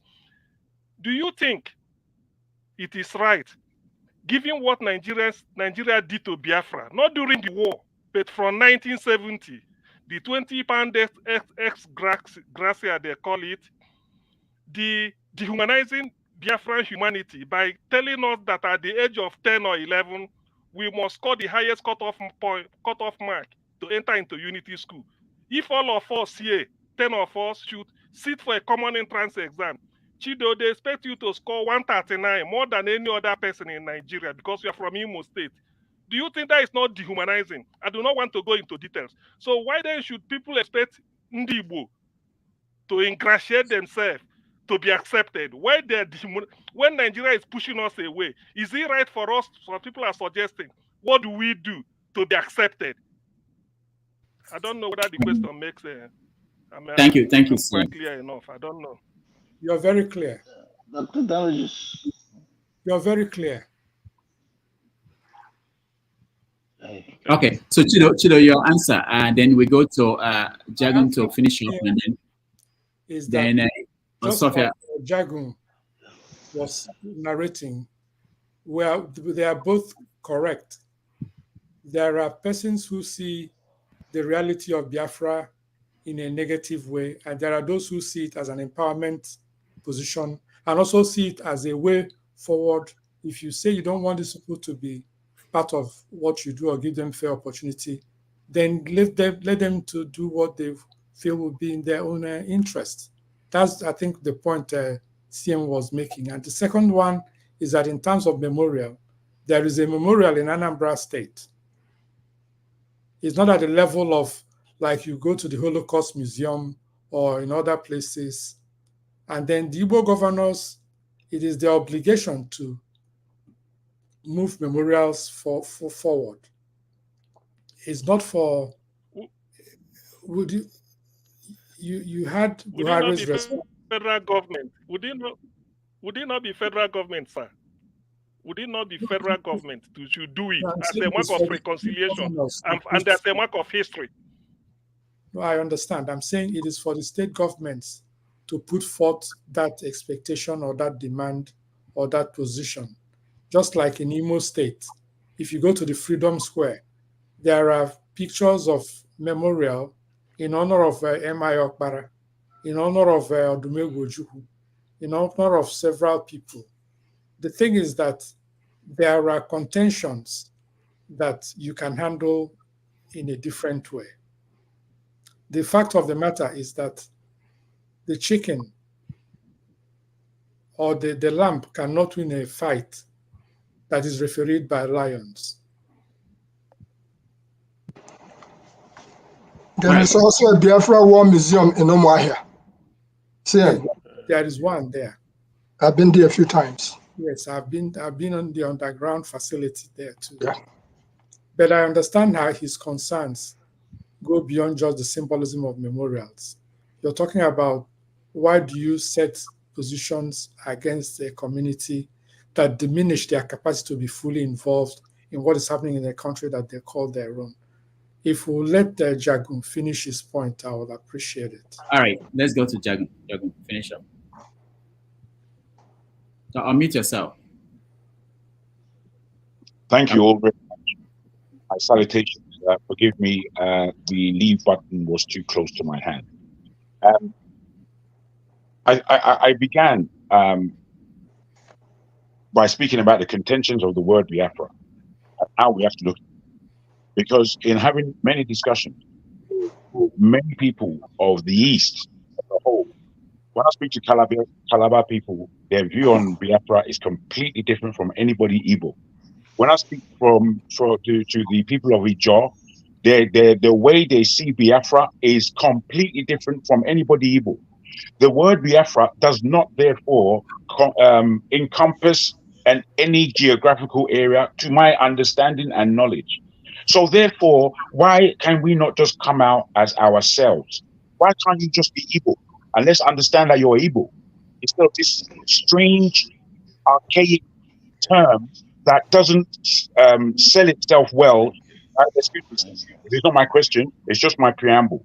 That does not sell itself well to the polity of the whole of Nigeria and indeed the whole of West Africa. I believe that Biafra had a strong point. I believe it had a very strong vision. However, and unfortunately, it died. The resurrection of it is extremely complicated.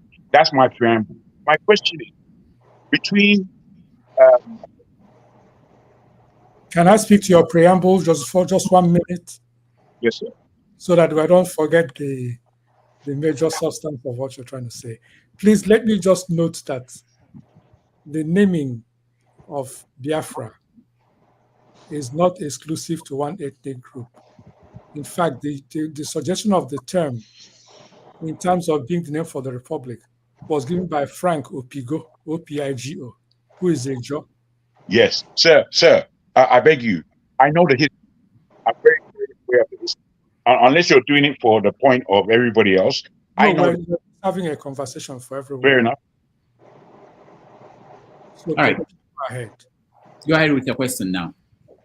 Thank you. My question is,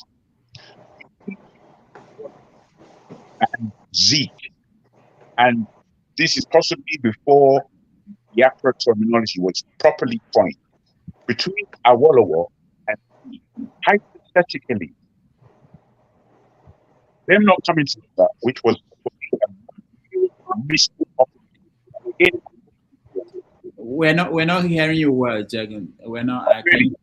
I beg your pardon. I beg your pardon. Is that any better? Okay, yeah. Thank you. Between the greats of Awolowo and Zeke, it was a missed opportunity, in my understanding, for Nigeria, for them not to have come together, no matter their personal issues between each other, and they had them. But for the country, it was very, very important at that time, largely in stabilizing the balance of power in that country.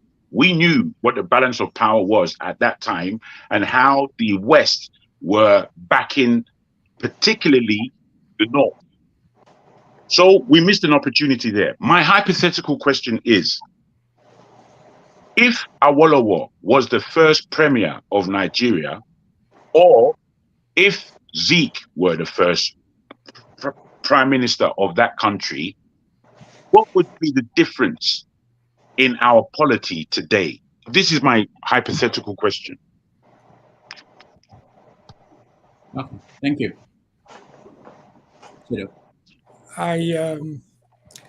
There are several things that affect the destiny, for lack of a better word, or the direction of a country. It could be personalities, it could be structures, it could be the economic forces around the time, it could be sociological forces, it could be contentious issues regarding the geopolitics of the same area. So any number of things could happen. But one thing you have to give Awolowo is that he's been consistent in pursuing the interests of the people that he has to be within his constituency. So he could have handled things slightly differently than um, uh, both the Prime Minister of Nigeria and also differently than Azikiwe would have handled things. So, but there are suppositions. The canvas of reality sometimes cancels out the projections outside those realities until we get to the water. We'll see if it works. Olo could come there and say he has a new epiphany, that he wants a stronger union of a federal union that delineates even more than the initial propositions he made. Anything can happen. All right. Thank you, Chido. We have about 10 more minutes. How many? About 20 more minutes, unless he wants to stay longer. So let me go to your social Sue or hair. Go ahead. Thank you so much. Thank you very much, Rudolph, and thank you, Chido. Finally, a brilliant, smart Igbo, I can say Igbo, guest appeared in this show.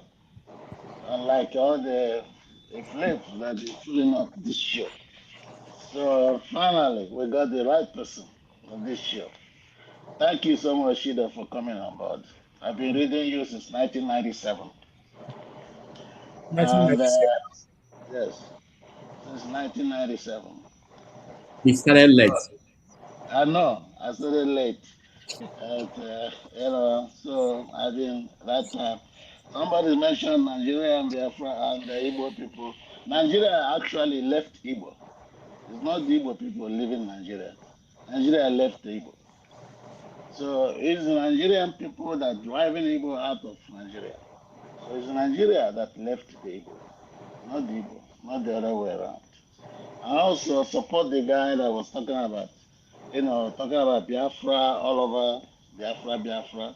I support the guy that's saying, why not we carve out the Igbo and make it, talk about Igbo as a nation, Allah Igbo Republic, bringing all the Igbo and Benue, the ones in the other Igbo, the other states that carved into other states to reduce the population of Igbo.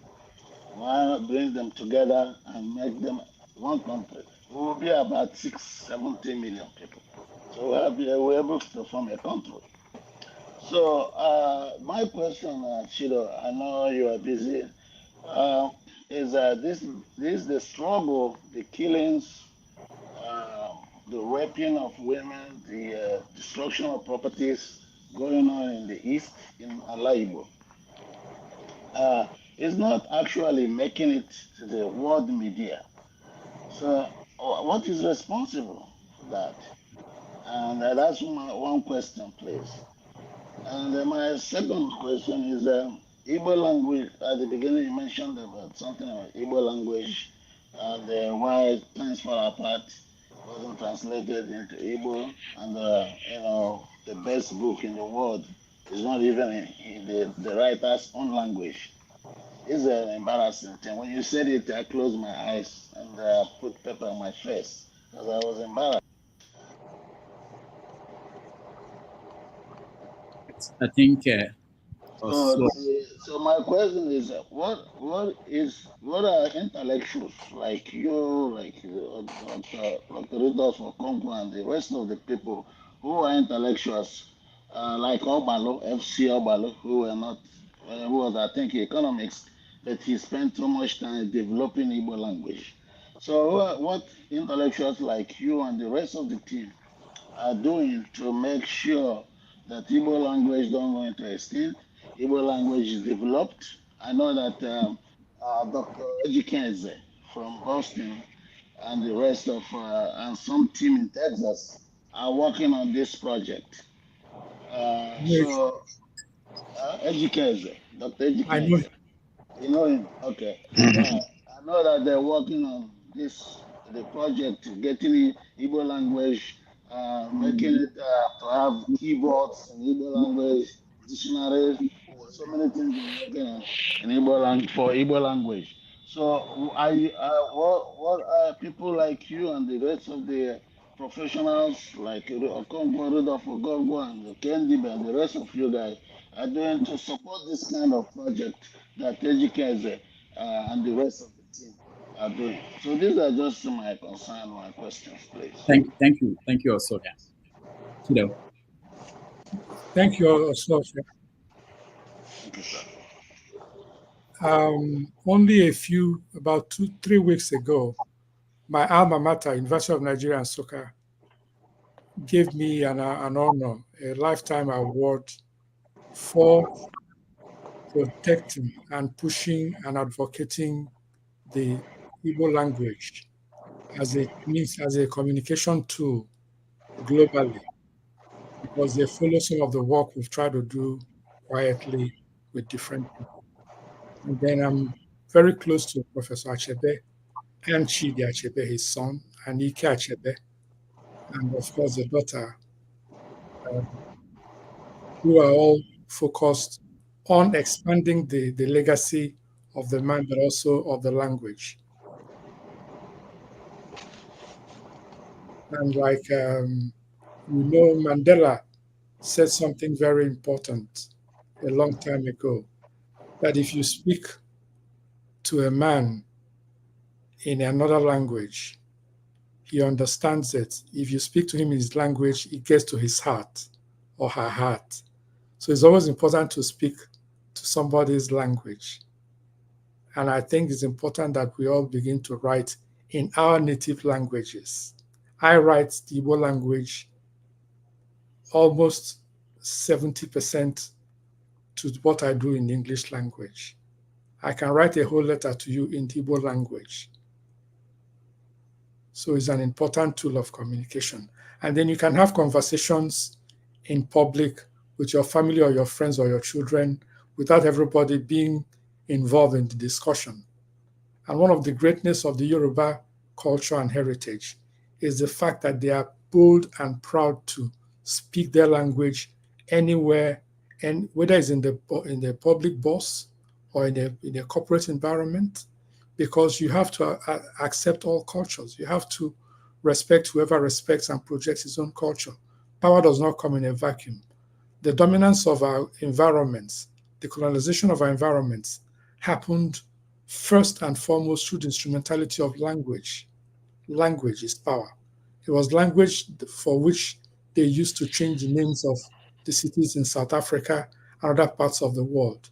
It is language that you take to change the orientation of a man's or a woman's worldview. It is language that persuades people who have done great things to summon the resources and intellects of their communities to those assignments.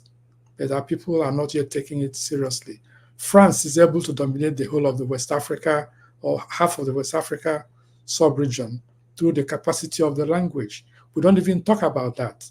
Look at Google. Google controls or dominates and traffics the highest number of information exchange in every language possible, not in the English language, because they know where power lies.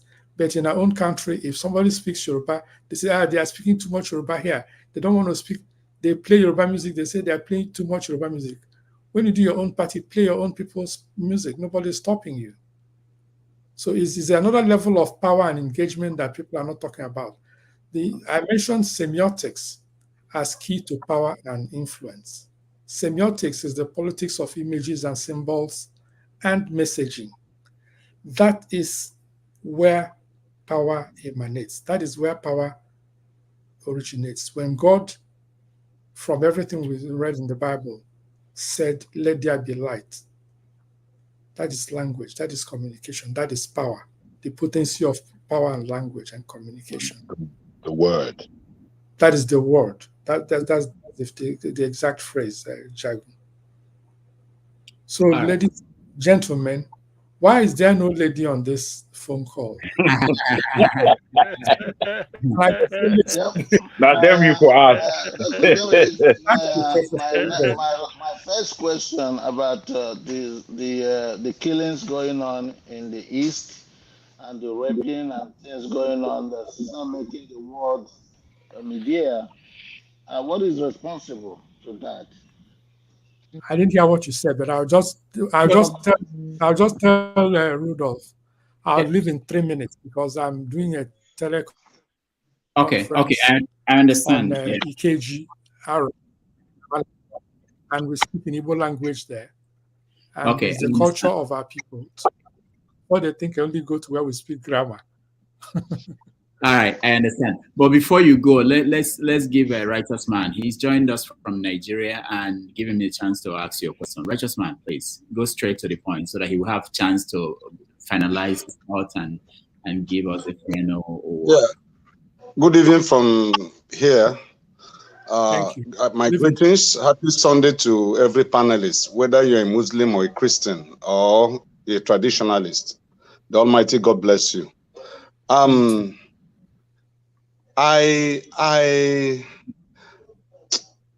don't know. I feel so heavy to talk about the Biafran issue because my father had 9 children.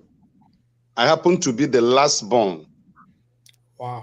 But 8 died. Is it 8? No, 6 died during the war. And after the war, my father lived just few years and he died as a result of the abandoned properties in Port Harcourt. My father used to be a timber trader. He owned houses and so many businesses in Rivers State. So the effect of that war brought about his death at a very early stage. I was a little child. Yeah, right. He has to go in a minute, so please. Yeah, so the question I want to ask, I didn't follow, I just came in.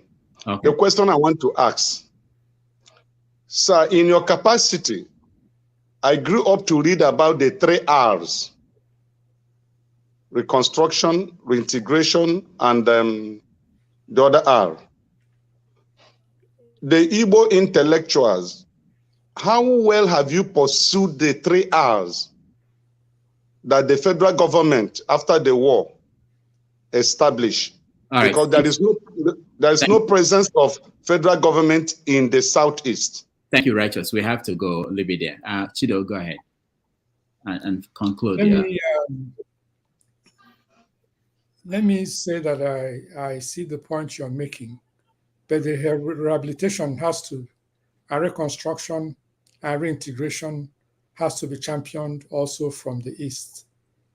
When you have people, gunmen or gunwomen, or known, whether known or unknown, killing Igbo people for no just cause, you're not reintegrating the people. You're not reconstructing the place. The economies of some parts of the East are collapsing at an exponential speed. That is self-inflicted wound. But I'll give you my contact so we can talk additionally on it. I have enjoyed. Please, the Mazi, Mr. J, he came back? Does he have what he wants to say? Mr. James, do you have something? Never mind. You've answered the question directly or indirectly. Because I didn't hear what you asked me the first time, sir. No, never mind. Everything's okay. No, he's good. He's good. Satisfied that I enjoyed the forum myself. All right. Thank you so much. It would be nice to talk to you again. Yeah. We'll bring him back. He will come back. Thank you so much. Can I just greet him before he goes? I'll come with the book. Yeah, he will come with the book. Yeah, exactly. Yeah. I'm going to buy the book first. Your contact is necessary. Can I just greet him before he goes? Okay, greet him, KJ. Chindo, I want to thank you for all the work you've done. I've been listening from the background. I was in church, but I couldn't get in. I just want to thank you. And I pray that people like you will keep the pressure so that the Southeast will be a better place to live. Unfortunately, I can't ask some of the questions that is burning in my heart, but we'll meet again. God bless you for what you have been doing. I salute you. Yeah, Thank you. Thank you so much for joining us. And we are going to take a break. Who has that London T-shirt? Who is that? The what? The Tony? He just joined us. I was waiting. No, I came before KJ. I was waiting. I didn't want to interject. Oh, Tone, I'm sorry. Okay, go ahead. Tone is fine, Tone is one of our regulars. Tone, meet Chido. Right. Thanks very much, sir. It's been very educative. A lot of things, things I never knew and all that. Most of the history that I read today is what we've read from my history books. I would have liked to ask you some questions and pick your brain on certain things. But since you have to go, maybe some other time, I'll save my questions. Maybe it'll be modified and it'll make more sense. My direct personal email is Chido247, CHIDO 247, like round the clock. Chido247 at Gmail or iCloud. Okay, Doctor, have you noted that if you can put that on the private chat, that would be very useful. Chido 24/7. Once you remember 24/7. Okay. At gmail.com. Or even better, chido@chidonwangwu.com. Okay, that's chido@chidonwangwu.com. Okay. Yes. And I want to thank Rudolph for bringing me on this platform. And to all of you, there is a level of honesty, a moral clarity, a focus on what is important rather than running all over the place and not impacting each other. I really enjoyed this discussion, and much fraternal love to all of you. Thank you. Wonderful. Well said. Thank you. Thanks. All right. So we'll take a break. When we come back, we review what we had and what happened, and then we continue the conversation. Thank you, everybody. Thank you, my brother. Yeah. Thank you very much. Dalosa. Thank you, thank you, thank you, thank you.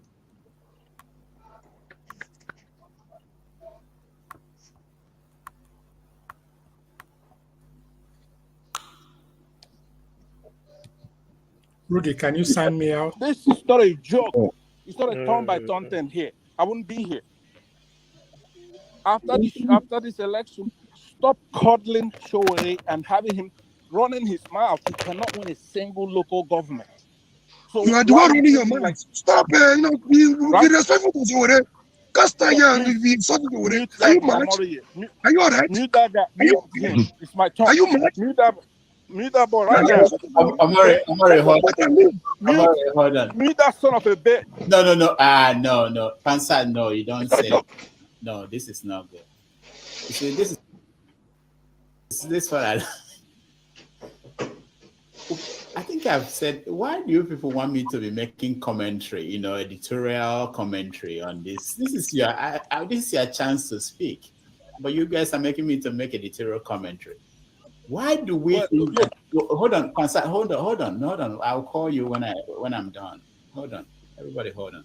Why do all of us think that we are that important? Anybody, whoever you are. Why is this? Do you think this election will I've seen the world. I don't know where you live. I don't know how you study history. I've seen the world. Nothing, this is not the end. This is not the end. We can't allow people to come here and talk this way. It's not good. You can make your point and quietly, and people will get your point. You understand? Nobody. No, not yet. I'm not finished. Maybe I'll start treating this as a classroom. I teach a class. Nobody can speak like this in my class. It's not possible.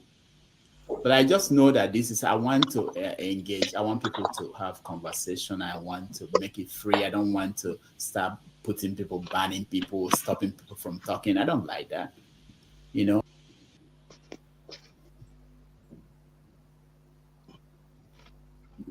You can imagine Robert Mugabe attacked him for being too nice and too fair, in his words, to white people, white South Africans. Nelson Mandela, when you visit Robben Island, which I have been to, you will see the level of methodical, state-sponsored malice and wickedness that went after him, that went against him. Yet he's able to come out forgiving, he's able to come out inclusive, he's able to come out focused on a multiracial society. The other meaning of his life, which is important, is the fact that amidst all those, all his power, all his popularity, he refused to stay in office as a president for life. He actually, from behind the scenes, put pressure on some of the leaders of various governments in Africa, including Nigeria specifically, for the leaders to retire and leave the office as the Constitution has stipulated.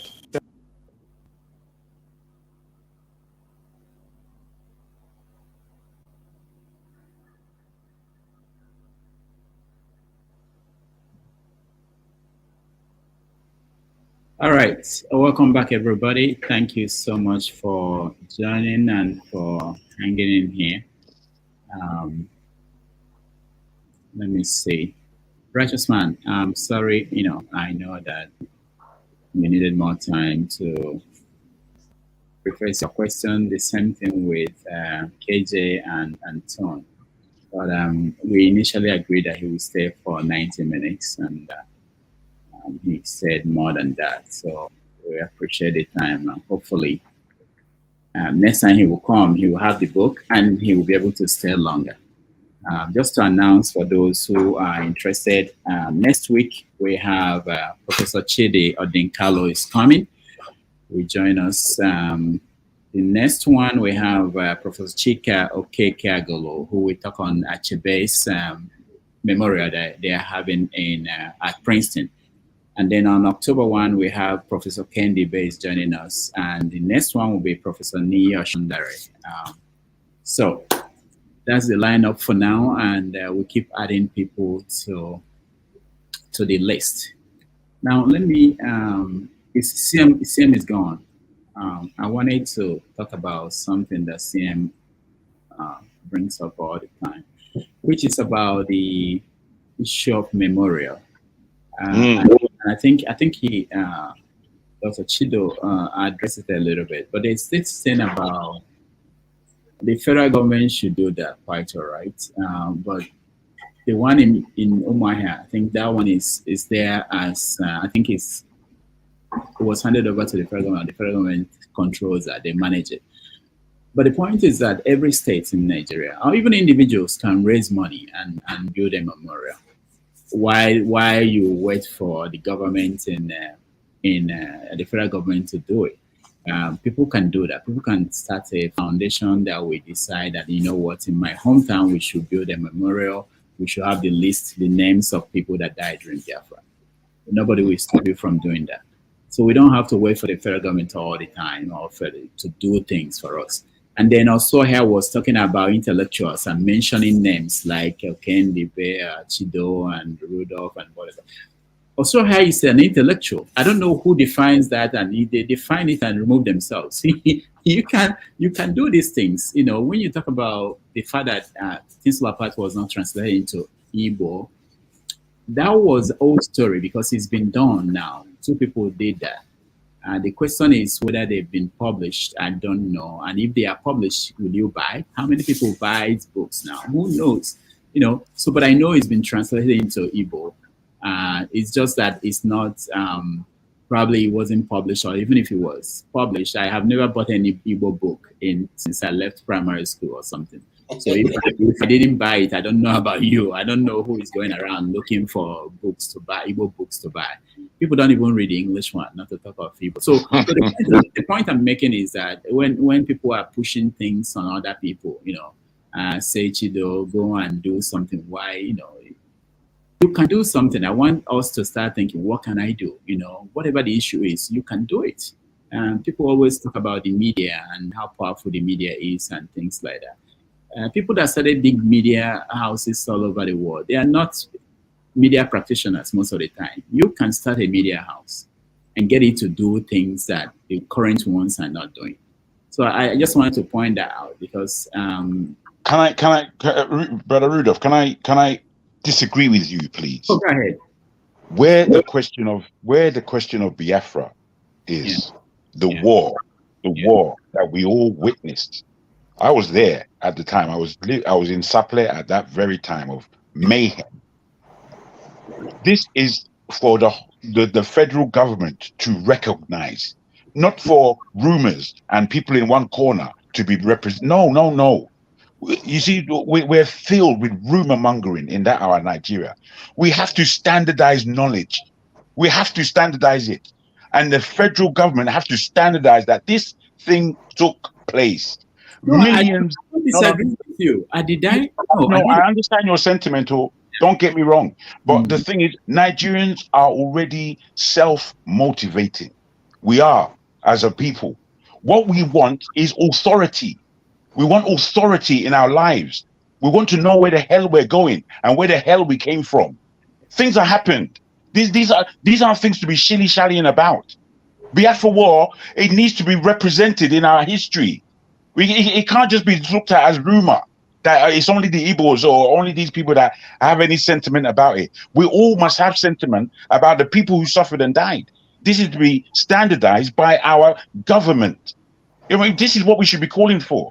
Who in Madaguri, who in Sokoto is going to put up a memorial about Biafra? It has to be standardized. These are things to be joked with. For me, Jago, for a moment, I agree with you in what you've said.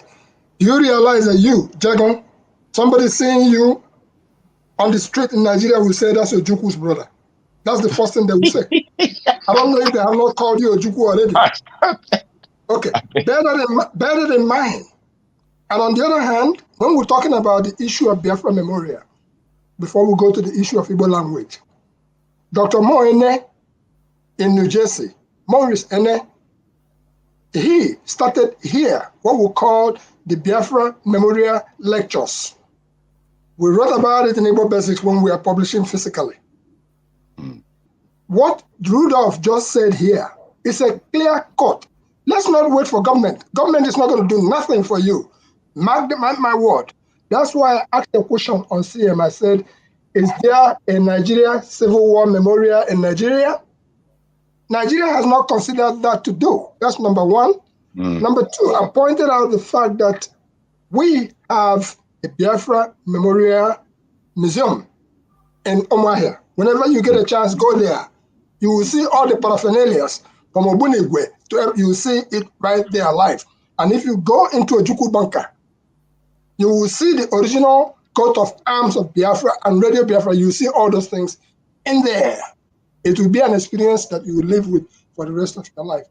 What Rudolph said here is what we really need to do. Why do I say that? There was 9/11 in New York when the Twin Towers came down. After that, what have every county done, including the county where I live in, including the city where I live in? What they did, they went there, they would just cut a little piece of that building in New York.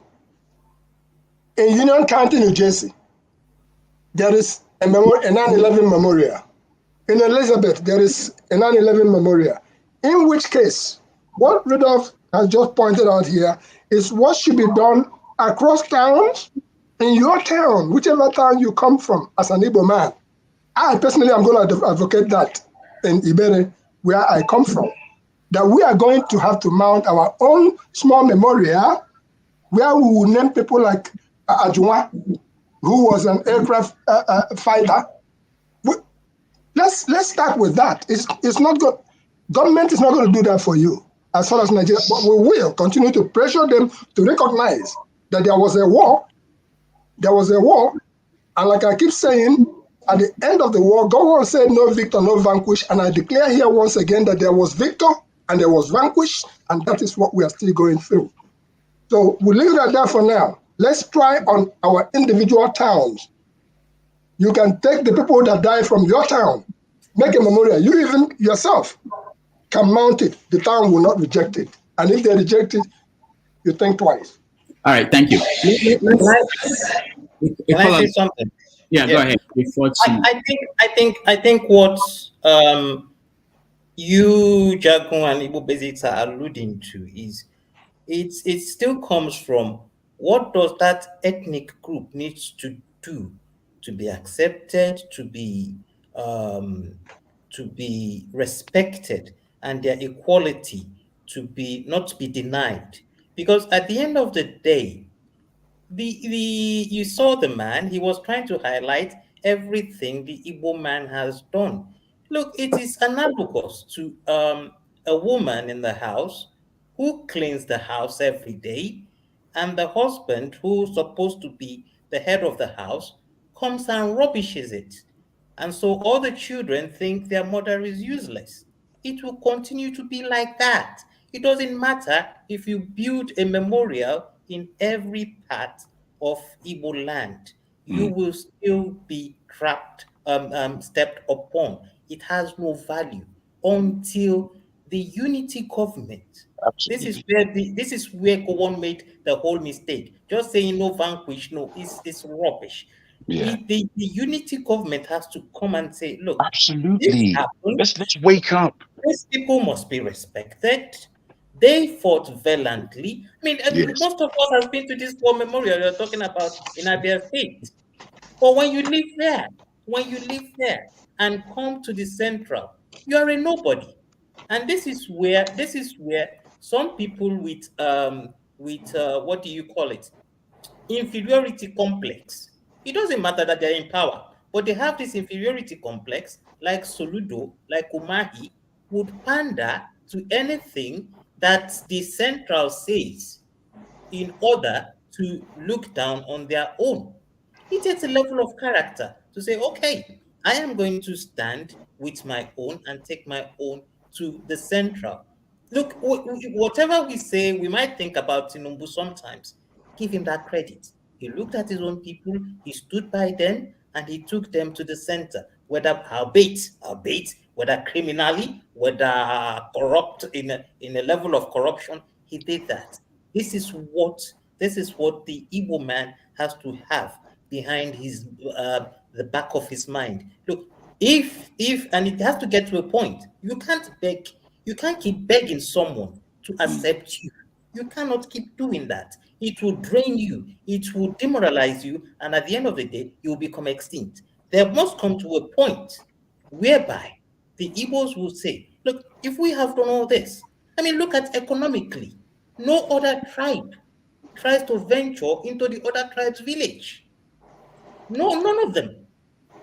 None of them. And still, they would blame it on you. Oh, why did you come to buy a land in my village? I haven't stopped you from coming to buy a land in my village. It's just that you have not ventured.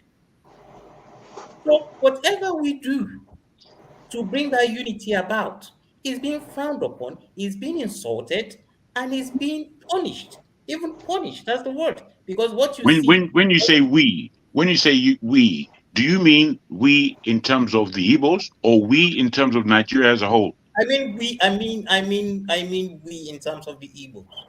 Sorry, I cannot deny myself. So when I say we, I mean we in terms of the Igbos.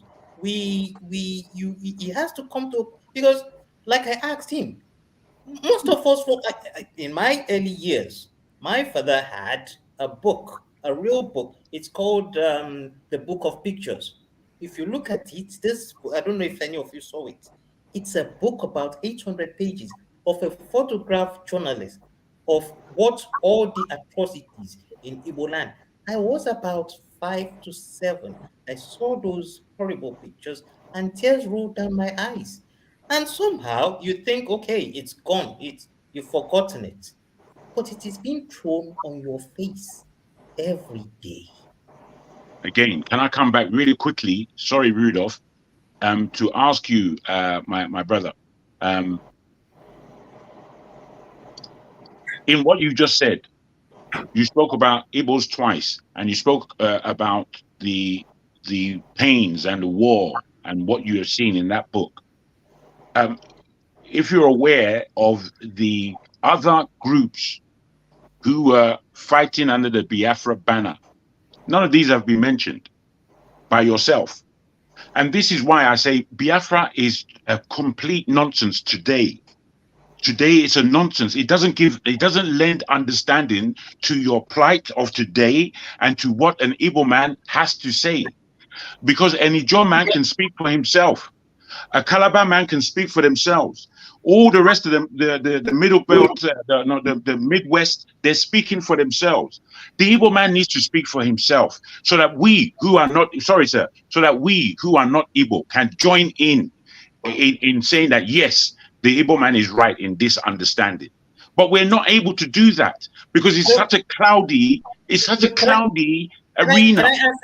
Can I answer your question? Look, you see, the Easterners, when you're talking about the Easterners, you're bringing it to the Cross Rivers, the Efiks, the Igbos, and the Ijaws. Let me tell you one thing I've noticed, but I might be totally wrong. We are in self-denial. You see, to the Hausa and to the Westerners, the Yorubas, you are no different. You are no different. Whether you are Ijaw, whether you are Efik, whether you are Igbo, you are all the same thing. You are people that should be trapped upon and walked upon, and you are just a doormat. Absolutely. So the problem is we are in self-denial, in vain pride. Put it that way. In vain pride that is leading nowhere. I mean, imagine an Igbo man would say, "Oh, I'm not Igbo." But what makes you better than an Igbo man in the front of the Hausa man? Yesterday, nobody. All right, hold on, guys. Let's get some other voices involved in this conversation. Chim, go ahead. Chim.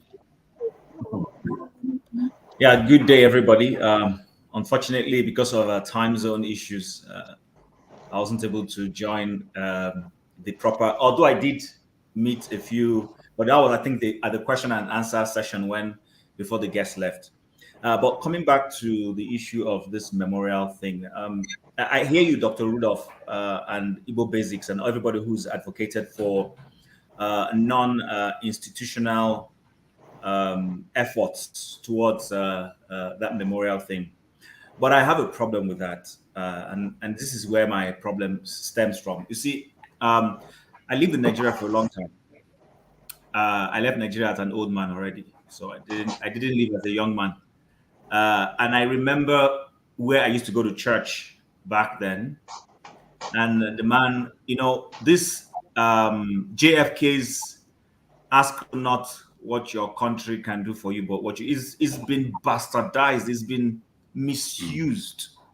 It's been misused, and I think that stems from why Nigerian government doesn't do well, because the responsibilities that should fall into government, individuals now carry on those responsibilities. I even see people saying people should go and tar the roads of their villages, and I ask myself, what's the essence of the tax we pay and all those things? But to stay on the issue of this memorial, you see, the society Nigeria we come from is a society where perpetually is in self-denial. Every society, even when things have gone wrong, people admit this is what happens. There are still Southern Americans who were not born during the American Civil War, but who still feel the South shouldn't have conceded to the larger US and all those slave things. There are still people, they were not born in that era. They don't know anything about it. They didn't experience it, but they've been told this thing. It hasn't stopped the larger America from admitting they fought a bloody civil war, admitting what that civil war means to them, and admitting that they've moved on, and then telling the history accurately the way it should be told, albeit a few changes here and there. Even if you go to India, they will have theirs. If you go to France, they would have theirs.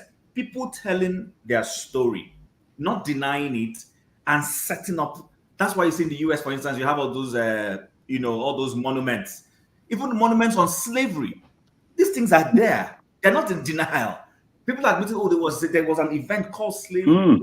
There was an event called this. But when it comes to Nigeria, we tend to always want to deny it ever happened. Pretending. Exactly. So there's no way any individual is going to, especially right now, go and say you're setting up a memorial for Biafra or for people will, the federal government will be the first to go and pull it down. They will see you as another person trying to start something that they can't handle. All because we don't want to admit it. I've told people there's nothing wrong, and I'm happy for those who have said it here. Whether it was said no victor, no vanquished, or it was said there was victor and there was vanquished. The point is, Nigeria does not admit it fought a war. It does not admit that the war was fought based on some principles. And that whether those principles have been corrected or not, that's where we are as a people. And thank you. Simple things. Ikolala, is that how to pronounce it? There's something you said, and I've always said it before. You see, I'm not an what's it called? I'm not an apostle of Tinubu, but at some point I used to agree with him as a person. I will be honest. I said it here yesterday. I voted AD all through 1999 until the last guy who the last governor who did only one term. I still call them AD. I voted because I felt they had a good policy for the state. But you see, when I left Nigeria, my prism changed. I started looking at things from a different perspective. And that's what I expect. I always advocate. Our problem with us Nigerians is that we hold on to certain myopic. ground. We have a myopic psyche. You understand? I regret I voted Buhari. I regret it. Why? Because looking back now, the guy had nothing to offer. But at the time when he was coming, it looked like the government in power then was doing nothing, was failing with kidnap, with Chibok girls, and with all those things. But my perspective changed. If I was voting in 2019, I wouldn't have voted for Buhari. But to sum up my views, what I'm just simply saying is, as beautiful as this individual self-effort is, the push should be, even if it has to start with the state government. I mean, was it Igbo basics? All those examples you gave about what is it called? The memorial about the 9/11. They are still organizational memorials. What it is, the city council is a government. So even if it's our local government that will start it or the state government, it has to be something institutionalized that the government will come. In Canada recently, in the last 2 years, there was this whole thing about reconciliation with the First Nations, and they started instituting some holidays around it and everything, apologizing and everything. There might be different views on how it has been done, but it's still the government that woke up and started doing, and not just government, the federal government and all the provincial governments have fallen in line with them. So until Nigeria's government, national government says, people of Nigeria, we fought a civil war to keep us as one. Yes, we had a division.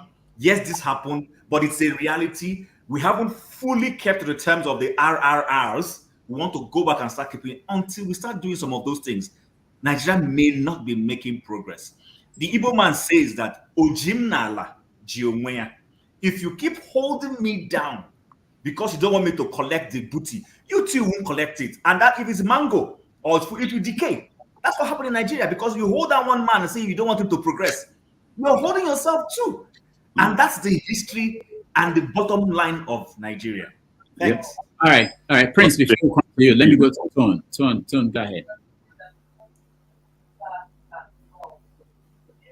Yeah, hello everyone. Fortunately, I couldn't put my question across to our guest today. Right, I just want to make some comments, and this is something I keep hearing. I know people are going to start attacking me from the comment section, from otherwise. Biafra, oh God, Biafra is a concept. It's an ideology. Now, I like the way Peter Obi put it. The issue, when they put the issue of Biafra, and I think they wanted to catch him out. And he said, and why I'm citing this is because I hold the same view. He said we need to ask what brought about the issue of Biafra. If we can deal with what brought about the issue of Biafra, then we can move forward. Now, the issue of Biafra, when we start talking about Biafra, some people that were even born, some people that were born even in 1980, they will come to because everybody has got access to this social network, they will start shouting, hailing, and saying all sort of jargon and talking, this is what Biafra means. See, we need to be very, very factual. My problem with Biafra, and I'm sure a lot of people have that problem as an Igbo man, is the approach. The approach is wrong. We cannot achieve anything. Now, the next question now is, if the issue is dealt with, will you still be asking for Biafra? There are a lot of issues that we need to talk about. Now, CM and some other people are talking about commemorative day, having a memorial. All those things are irrelevant. They're just semantics. What we should be thinking as Igbo people is how to empower ourselves economically. Look at Aba, the hub of the eastern Nigeria. Let me just address the Igbos as Eastern Nigeria. If Aba had been developed over the years by irresponsible governors that they've had over the years, do you know the kind of the kind of resources and the kind of trade and commerce that region of the country will be attracting? So why should we be? I mean, talking about some kind of recognition by the federal government is not relevant. Whether they recognize you or not. There's an unwritten code, even from the military school. They tell you that Igbo man can never hold any sensitive position in the army, in Nigeria. It's an unwritten code that I learned from my time there. It's something that is unwritten. And you need to accept that or find a way of dealing with it. So how do we start? If we empower ourselves economically, then militarily and all that, we'll be able to. I mean, when we speak, people will take notice. So all these things we are talking about, whether Biafra is whether we are from Israel or whether it means this or whether it means that and all that, are all semantics. They are all. It doesn't make more sense to me. This is my opinion. No disrespect to anybody, please, my brothers. So no, we're not taking any disrespect. I just want to ask you a couple of questions. Two very quick questions, I beg you, Rudolph. One, are you the same tone in the comment section? Yes, I am. Okay. I don't change my identity. That's who I am. Mm-hmm. No, cool. You referred to me as being stupid. You may or may not know it was me that was writing. It was me that spoke about Biafra being a word that doesn't mean anything. Now, the concept of Biafra is not my problem. You see, it's what the connotation is. Biafra is the same as Nigeria. Nigeria has no language.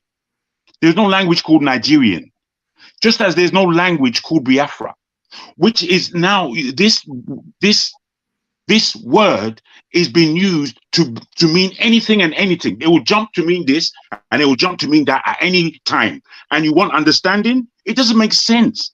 You know, the words have meanings. It's not just that we say something.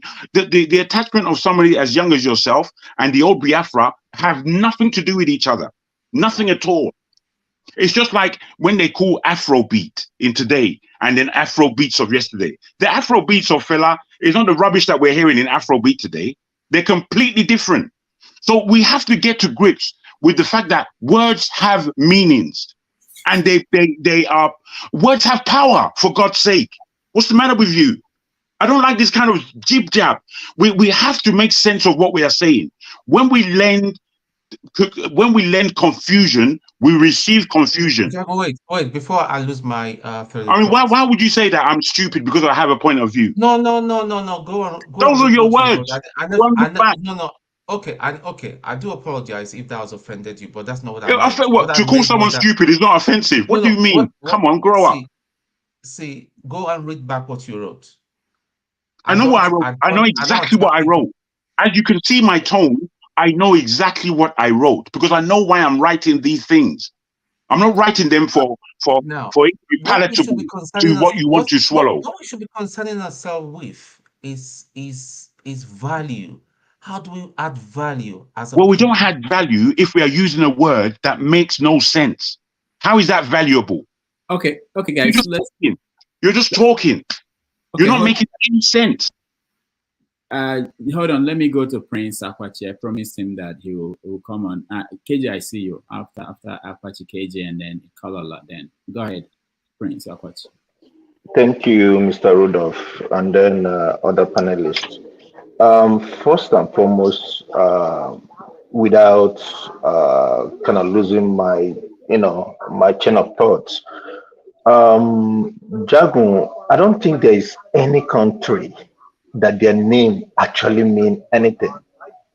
If you think about it, I've tried Switzerland, United States of America, Britain.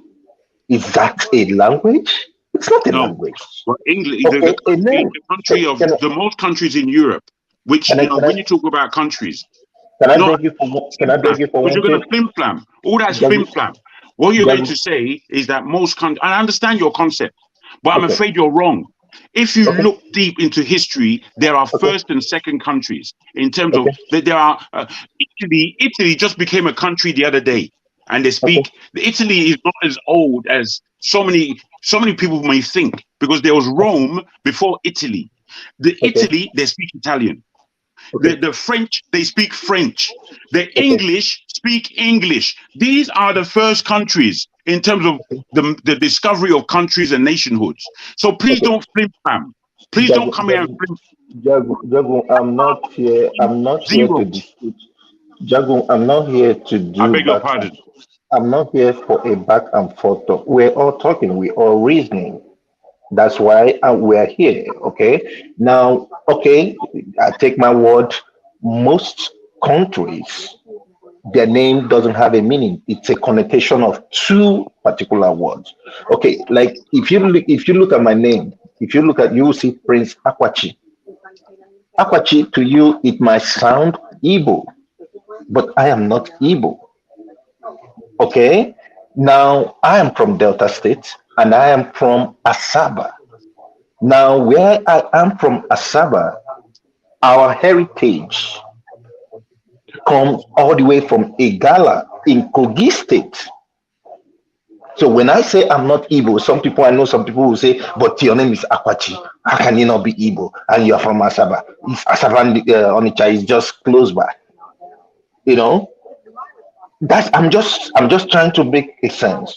And then when we talk about Biafra and in terms of Biafra, do you know that the war actually was held at Onitsha Asaba Head Bridge?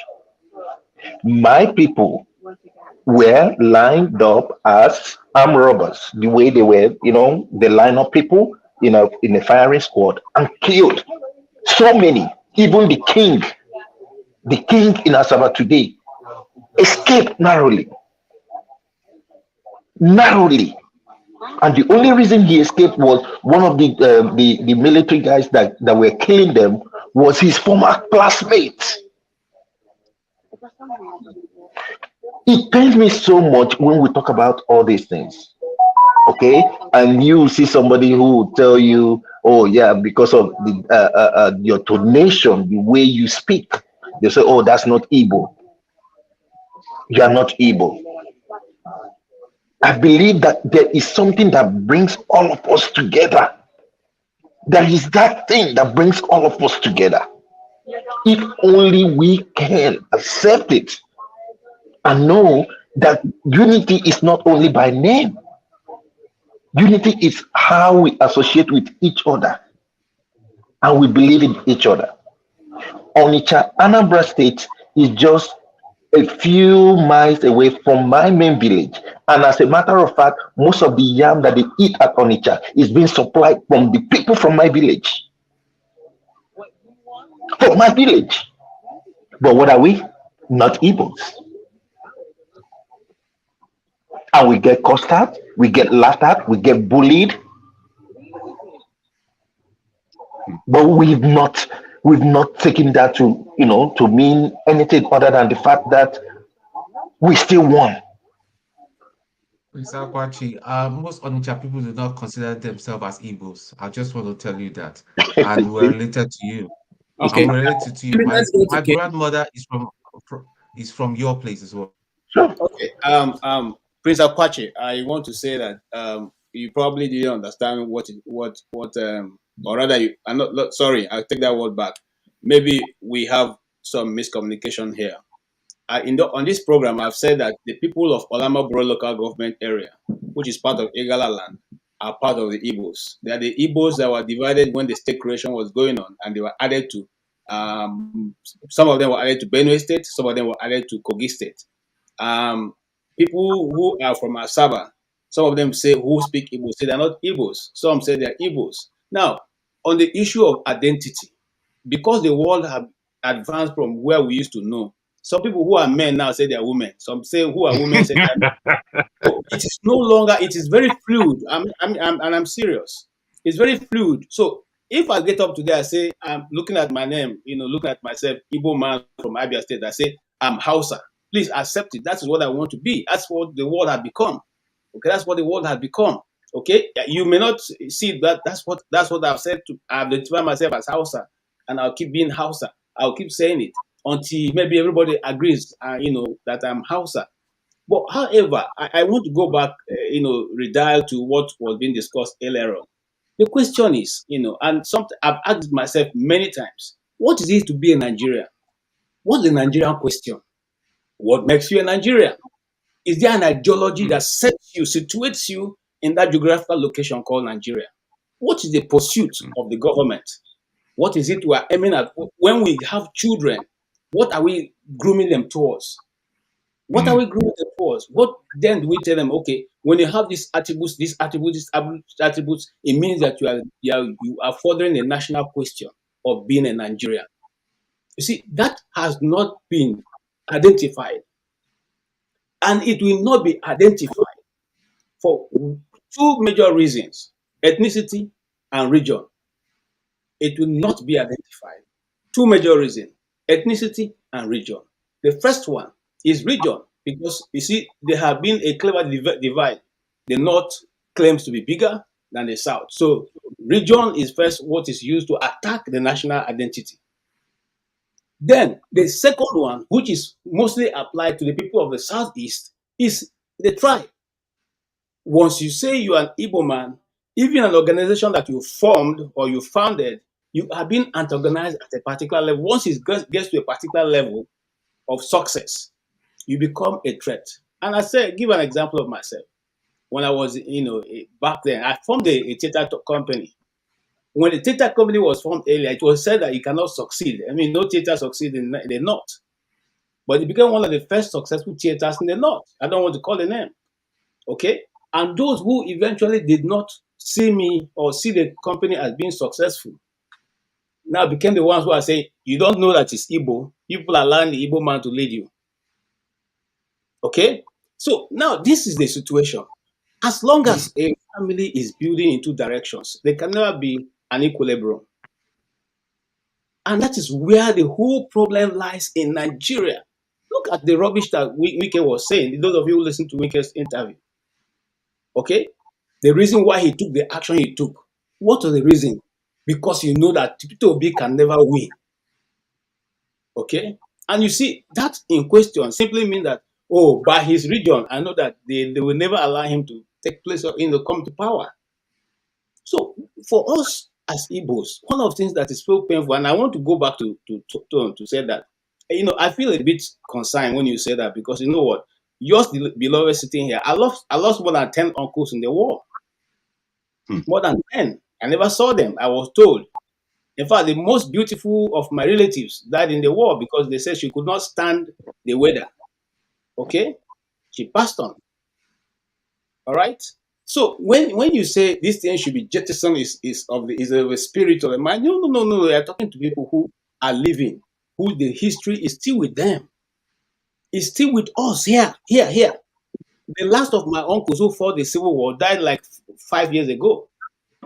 And you see, if he sits down and tells you how people ate lizards, ate frogs, so much that after the war there was no frogs, there was no lizards, there were not even grasshoppers in the East. Listen. You will weep. You will weep. Listen. But once I went to the community, my mother You know showed what me Biafra is? a leaf by the roadside that they used to eat. About They used how to use dare to you? eat. That was how they survived. My mom is still living. And then you want to tell me that it's just a story? No. So what we're saying here is this, and I agree with one of the speakers who said, even if we decide to do these things on our personal level, that's Jagon saying that. If we decide to say, okay, let each community form a monument, it will become a point of a problem with federal government against the East because they don't want to talk about the Civil War. Once you say said that. Then we say, actually, you are now bringing division. They don't want you to talk about it. And if they find that you have a depth knowledge of what happened in the Civil War, you become somebody in a personal non granta. This is the truth. It's the truth. This is the truth, my brother. So if we want to really have a Nigeria where the Igbo man or the German and Prince Akwachi, I know of the story of the massacre of the that happened in Asaba. It was led by Murtala Mohammed, and that is why I will never call that international airport in Lagos after his name. Because you see, when we have people who can line up civilians, more than almost 800 people, and shoot them, children, women, and men, and then you take his name and put in an airport, your gateway, spiritually, what does that mean? What was that? Why do you think that these things will not go away from us? And every time you gather and hold a memorial, a Murtala Muhammad lecture. Come on, guys, let's grow up. So KJ, if I may ask a question, is there anything wrong? Can I Jagon, thank hold KJ? on for a second. Can I just thank KJ for that narrative? Because this kind of narrative needs to be given, and it needs to be given by people like KJ and indeed yourself, Igbo Basics, who have the history. Because all these young ones, they haven't got a clue what they're doing. They haven't got a clue, and so it needs to be underlined. Please, I'm now suggesting and now asking KJ, because Rudolph brought this issue up. Is there anything wrong with you? And in fact, I will talk to him, Umere. In fact, that's the way I go about it. In Uzuakole, if they could put up leprosy colony in Uzuakole, big signboard, and it's there. Is there anything wrong with Uzuakole people putting up tombstone, whatever you may call it, a memorial for those who died? I'm just talking about Uzuakole people. Yeah. Because I'm going to start that in a minute. Igbo Basics. Let the government come and pull it down. Okay, so Igbo Basics, is there a problem if Mpa people claim the place? Because that place is not Uzuakoli. That's another politics altogether. But I get where you're going. But what I was talking about on the comment section, because I referred to the bite of Benin and bite of Biafra or Bonny, somebody had the guts to say, leave Benin people out of your Biafra. That's ignorance. He doesn't know that's ignorance. And such comments, don't even bother yourself. Blight of Benin has nothing to do with Benin. You know why the Ozuakoli people will not put up such? Because you see, it is that same apologist that we have in Igbo leaders and the ones who have few nairas. They want to dance to the tune of the powers that be. They will not want to identify. Look, let me tell you something. My uncle, who is still alive, from maternal side, he said the people that they lost you see the railway in Ozuakoli, he told us a frightening story. All his battalion except him perished in that place. And so even if he's driving to the village now, each time he gets to that place, he will stop, come down, remove his shoes, and kneel down. And kneel down and pray and cry until his eyes are, swollen. Then he gets back into his car and drive. So this is the kind of memories that we grew up seeing. These are the people we are still living with, we are still eating with. We know them. But you see, he tells you a very frightening story. When he sits with his compatriots and they're talking about these things, they don't want him to talk about it. They tell him, Uche, Ibekwana with your stubbornness. That is self-denial. That is What self-denial. And you that has to stop. they are giving us. Leave us, oh, leave us. You go with your wahala. No, Rudolph kicked off something here, and we're going to pursue it. I would, if need be, in Ibere, mark my word, let the federal government or let the politician or let the whoever come and say, want to pull it down. You can't deny yourself. You can't run away from your shadow. You talked about lizards and stuff like that. Do you realize that there are so many species of insects, even trees, ukuko? Do you find ukuko tree anywhere around again? Why don't we own up to? Thank you, Rudolph, for what you have started this morning. We will go at it from that angle. And whoever wants to hear, let them hear.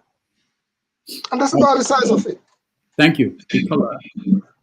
Yeah, I just want to give my opinion to what Tone said about us growing economically, and so that we can then become who we want to be. You see, Tone, I had that notion before. I thought if we work and if our governors do the right thing, we would be powerful enough to the point that, you see, there's a point you get to, things will be handed to you because you don't really need to fight for it anymore, because the sign, like the guest said, there are signatures, there are signs, there are symbols. It then demonstrates who you are. You don't have to go and prove to someone I'm intelligent, because he can see it in what you do. But what you have failed to see, Tone, which I failed to see then, is that there's a systemic agenda amongst that entity called Nigeria to put that tribe down. Because if you ask yourself, Tone, why is Port Harcourt port not an international port? Why is the Niger River haven't been dredged? And why is the fact that some of the most corrupt governors that you have in Igbo land somehow have a string at the central? When you start answering these questions, you would see that your move to become economically independent would not be allowed. As such as you growing individually in any of the institutions, whether in the military, whether in the corporate world, would also not be allowed. It comes to a point whereby the question needs to be asked, and seriously asked, what next? All right, thank you. I just wanted to point out that we didn't do what we traditionally do, which was after a guest leaves, we talk about what happened. Somehow we moved there tangentially. I don't know how we got to where we are. But I'm not saying it's not important, the conversation we're having, it is, but you know, I follow tradition a lot. All right, so maybe let me say, I want to take my leave, everyone. Sorry for cutting you short, Dr. Rudolph. I just want to say thank you to everyone, and it's been a wonderful conversation, and I hope to see you all next week. Thank you all. All right, thank you, my friend. Sure, Ikolala. Dr. Rudolph, I just wanted to, it's a suggestion, okay? I don't know if the House buys it. Is there a possibility that probably, you know, towards the end of every day's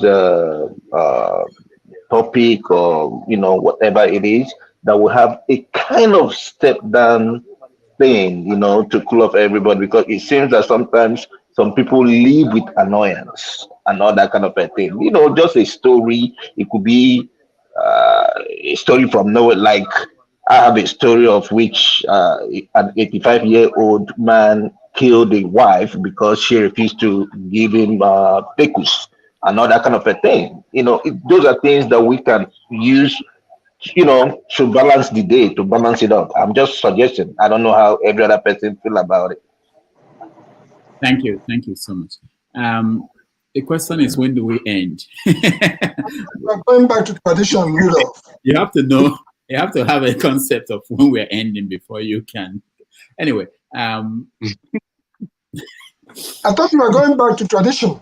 No, I am, but you just said something that made me push us further away. All right, so let's go back to. I want to hear, for instance, the question that Tone wanted to ask him if he had the chance. And this is also important because sometimes our guests will come back to watch and hear what we had to say when they were not there. Because sometimes some people actually say the truth when the guest is no longer there. They come back they want to hear the review of how they did. So I think that. Do you want me to?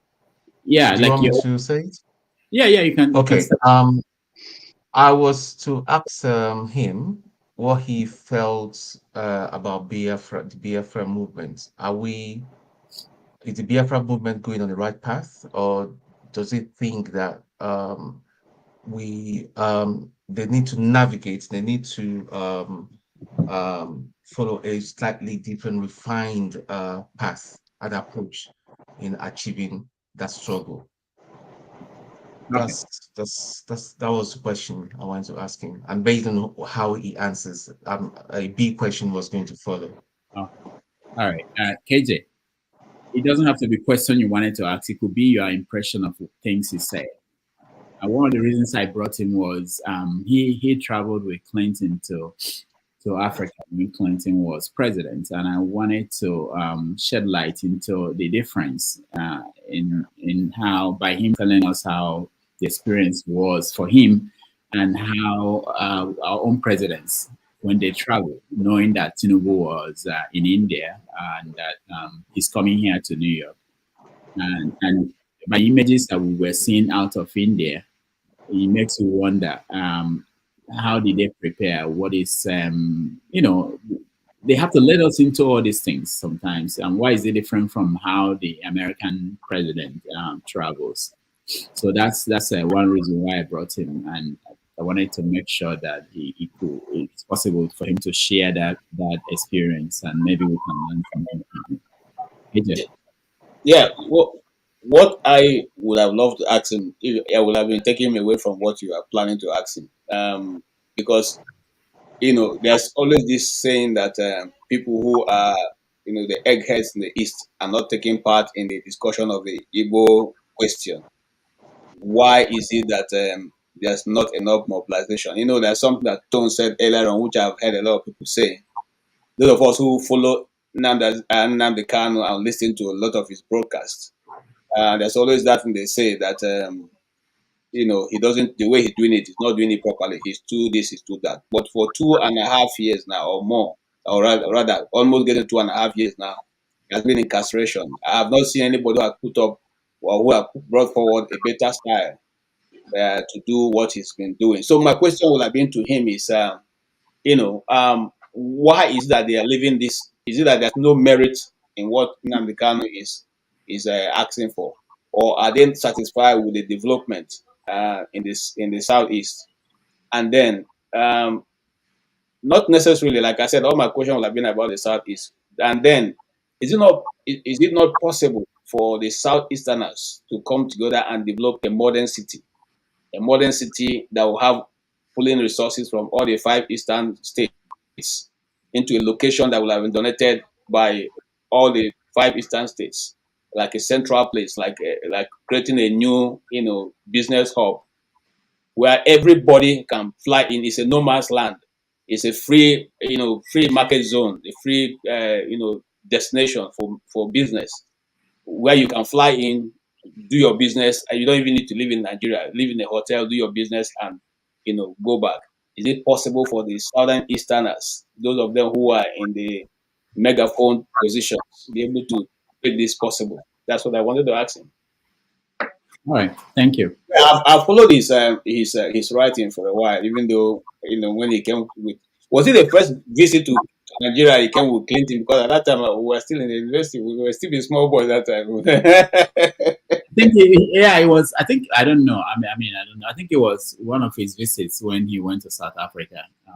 Yeah, I will have asked that because that at that meeting we were drafted to go and listen to the speech, and Clinton said something that have never left my heart, and I've said it here many times. He said to the Nigerian leaders, "We expect Nigeria." I can still quote almost verbatim, to be the leader of the next millennium. So, whatever you're going to do right now. But the world expects Nigeria to lead. This is what Clinton said. The next millennium. And you can see how many years it is. We're still here thinking of how to adjust election results. And all that. So it's I would want to find out if it was in that meeting, Right. All right. Anybody else? Chim. I'm not sure I've asked the question per se, but with the benefit of is it hindsight now? What I would have wanted to know is his views on the election. What's his perspective? Does he believe it was a free and fair election? If yes, why? If no, what are the roles people like him? I don't want to overburden him, but there are people. My view has always been that some of us Nigerians, and this has nothing to do with Igbo Nigerians who don't agree with the last election, who may have a bit of influence into foreign policy, could have easily gotten countries like the United States of America to put some form of subtle pressure to things being done right. But we've lost that opportunity because it looks like the guys in office seem to have penetrated the American government faster to gain recognition. And as a result, the American government is literally going along with them and is not in support of any other thing that happens. So I wouldn't have necessarily asked the question, but given what we have said, I would have wanted to know his take on the last election and how things can progress. Yeah. Okay. Thank you. He actually answered that. I wanted to point out that Pansat, knowing him and who he is and everything, he was pointing at something which I was surprised about that, which was that I think he has this sense that before the election, he was basically boasting about what must happen, must happen. And now after the election, he's thinking about, how do we influence Washington? How do we influence the people who run this country? Which is a surprise. I mean, I thought, but that's also important. And I know that I think someone else asked that question to him about, I think it was, I forgot the person, but about why is it that we can't penetrate the international media? He didn't actually give a very good answer. But on his part, I've seen him several times commenting on CNN, on Sky News and all those other. So people who have access to the international media, they face their own peculiar problems. So they are supposed to go there and give a more nuanced answer to questions that American commentators may not have, in that they know Nigeria. So that question. Yeah, go ahead, KJ. Okay. Concerning the international media, there was a time I had an opportunity of asking that same question. And what I was told was that, you see, the problem they have with African leaders, especially the Nigerian leaders, is that they have 30 seconds of soundbite. And they now ask you a question. You take 30 seconds to clear your voice. They don't have that time because they're losing their audience. So if they have to give more airtime to our leaders also have to learn to be precise on their answers. And that's why you see majority of the international media will give soundbite to the president of the African Bank, who is just has his answers on his fingertips. So most times our leaders take all their time, which is what they do with the Nigerian media. But these people are pressed for time and for audience, because the more you are playing. KJ, I was actually talking of a different thing. I was talking about commentators. Okay. Nigerian commentators, African commentators who have access, like people who write for New York Times who are Nigerians. They write from a perspective of an African compared to when you're reading what Americans or other people are writing about Nigeria. And that's the question that somebody was trying to, because there's a situation that comes up and people will start looking for Nigerians who can write for international media to help explain our position. So, but just like what you are saying, which is important too, about talking to African leaders, that's totally useless in most cases. But you know that the international media, they can talk to you for 6 hours and just show 30 seconds of what you said. But the part that would be more important is when you have time to write an article. But when you try that, I think most people who have done that, they also have that experience that sometimes the editors in Washington or in New York, we want you to write a particular thing, at the end, it shouldn't be what you initially wanted to write. I don't want to mention names here, but I've talked to so many people who have had that experience, I agree totally. I agree. And if it doesn't even have anything to do with mentioning, you have to find a way to weave their own American perspective into it for them to be able to sell it. That's even doing the news, you have to find a way to hook it up with something happening in America and all that for you to be able to sell. Wouldn't that be a case of a template? Because whatever you think you're writing, if it doesn't suit the objective of the government here, just like Pansat was talking about, it's about time we do this, we do this, we do that. That just reminded me, first of all, KJ, on your issue of the hub, there is Akuluno, which is taking place in Igbo land now, Akuluno in Enugu State. By the special grace of God, we hope that will come to stand, whereas Aba is still being rebuilt. So you have that opportunity to make things happen in those areas. But regarding the issue of when we started out with Tinubu standing on a corner on his own, and my response was very simple. All the people, when you see them in an international forum, they don't have time for you. When I mean they don't have time for you, what value is Tinubu bringing to the table? Right now, they are looking at him like a pariah or something, like Onye Benta. They are looking at him like that. If he was somebody who we Nigerians are hailing and stuff like that, they will gravitate towards him.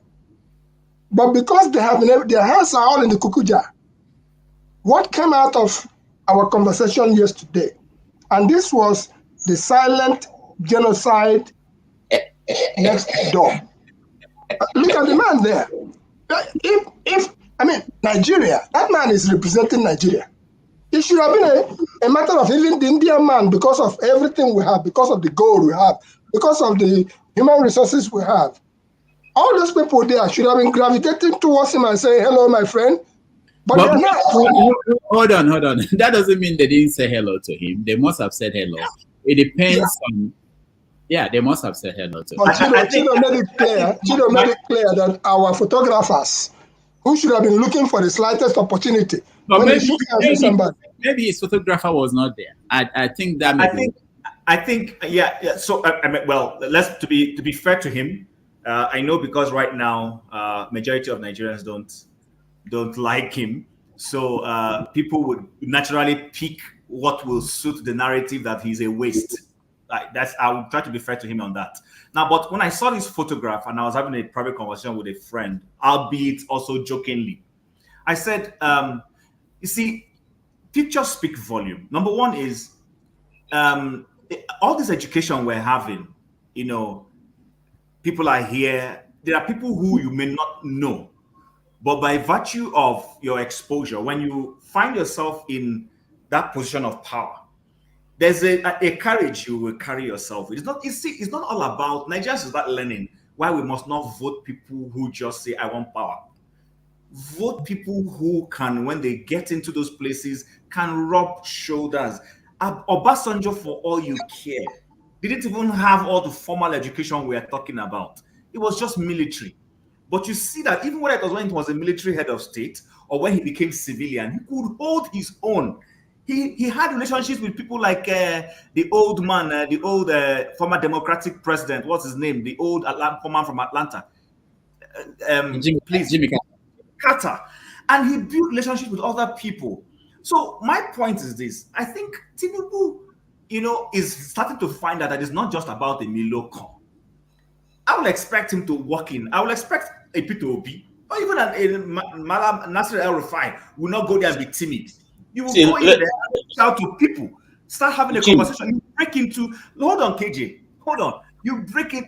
Even here where I am, coming to the Western world, I know when I go into company sessions, I try to reach out to people, stand somewhere, say hello, and then gradually they start, oh, who are you? And you start telling them, before you know it, conversation starts and all that. The man is struggling. It shows that it's one thing to be the landlord of Bodilon, be a dictator and say, hey, come here, go and do this for me. Versus you've gone into a place where these are supposed to be your peers, political peers, and you start having a conversation and start talking about, look, hey, we would like you to come to Nigeria. This is the opportunity. We know we have a new government. We want to do this. And then people start saying, okay, you know what? Let's set up a meeting with our foreign ministry and all that. The man simply didn't even have it. But like I said, I want to give him the benefit of doubt that it's just those of us who want to caricature him that are putting up those photos. Perhaps there's some serious business. I have seen his minister of technology, the young boy. I saw what he was doing. The guy was reaching out to other people, talking at his own level. So I don't know, but it should be a lesson to us as a people that it is not about just gaining power. What are you gaining it to use it for? That photograph speaks volumes. You could have like Biden here. He could have been the photographer, volunteer to be the photographer, and let the exactly. Thank you. That's what I'm saying. Line up and he'll be taking the pictures. No, but entry behaviors. You enter people. What I wanted to say, Jim, is that these things are taught. You see, there's the protocol department is supposed to package you both how to respond when you're in such a meeting. You are supposed to be. You see, you don't wake up and it just comes on you. No, you have to package the person and say, at this point, this is what you're supposed to do, at this point, this is what. If you go back to this conference, you find out that the Indian man had to pull in. The Indian prime minister had to pull him, okay, to come closer because it was like he was far away, stretching his hand to shake him. So the I saw it. You see, it's something he would have been taught by his protocol if they choose the right people, not just going to take anybody and put in your team and say, Miloko. You are supposed to be told how to respond to these things. How come that everybody, presidents and all that are sucking up to Ngozi Okonjo-Iweala? How come they're sucking up to Dr. Adesina, the one of the APP? How come they are even the one pursuing him to have a discussion with him? It's because of the way. Have you spoken to that guy before? I told him that whenever I want to run for presidency, I will campaign for him free of charge. He is so cerebral that you will be wondering, this. But you know who his communication man is. Yes, his communication man was my former boss. Okay, so you can't be surprised about what he's doing. So I work with that guy for almost I won't say it here now. What I'm simply saying is this: these things are taught. Okay, like that guy who's his communication guy, he could have been able to get that guy to brush him up. Okay, when you are coming to the US, it is not the same thing as America. When you are coming to Europe and all that, this is how to comport yourself. This is how to go about. You be the one to reach out. Okay, be the one to reach out. Hello, my name is Bola Tinubu. I represent Nigeria here. Oh, you are the new guy. Congratulations. That's how this things are sparked up. You don't go stand by yourself and be looking at as if you are, one of those people who have come to. And then you see, I want to say something again. You said something about photography. Look, every photographer that is there or a video man that is there has a high security clearance. So they couldn't have entered there it must be his own person that comes from Nigerian listing, not other people. Are you sure it is not somebody from the Indian? No. You can't get in there. It may be somebody sympathetic to obedience that is busy for the no. I'm just kidding. KJ and Chim, did you notice that he's actually leaning on that table? He couldn't even start erect. Yes, he's leaning there because he doesn't have the honey. No, and if he had the honey, all the bees would have been coming to him. I'm one of his biggest critics. I won't even read meaning into his leaning.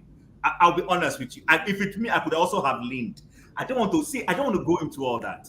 But the point I'm saying now, which KJ has pulled out, is you see, there is a complex issue there. Look, his Agbado people can spin it the way they like. There was a clear, complex matter. He couldn't mingle. Yeah. He couldn't mingle. Yeah, And that's what I'm saying. This is the city boy. This is the city boy. The guy that says, I am a city boy. That is the whole point I wanted to make, that leaning alone, that posture, his body language speaks of inferiority complex. Yeah. You know? Yeah, you see, let me say something again. What most of what Jamo, can you hear me? Yeah, we can hear I hope you. you're not vexing for me still. No. One of the things that African look, if I was an African leader and I have all of you here, when I reach London, I go call, hey guys, I want all the Nigerian eggheads here. I want to see them. Okay, exactly. you deal with economics here. Yeah, you deal with this. Yes, okay. Give me brief. That is how countries work. They use their. I don't have to be your party. Right? I don't even have to support you. We're talking about Nigeria. Okay, you get to London, you find the sharpest brains there, and you interact with them. They brief you up. KJ, Tafawa Balewa was just a teacher. But I have seen Tafawa Balewa's outings when he was. I'm telling you, I'm so proud of the way he carries himself. The way he carried himself, I was proud of him. I'm saying this for people who think it's all about, I'm not an obedient. Yeah, so I'm not here to talk about tribal. He spoke very well. You could tell that you need to see Tafawa Balewa's courage, how he carried himself. You'll be proud. You'll say, wow, and this is supposedly the man from the north that we think, not very powerful. You know. I'm disappointed when I saw Tinubu, and I'm like, this is the city boy they are selling to us. I am a city boy. So this is what city boy looks like. Oh man, this is crazy. For I'm not one of those who's Obasanjo lover.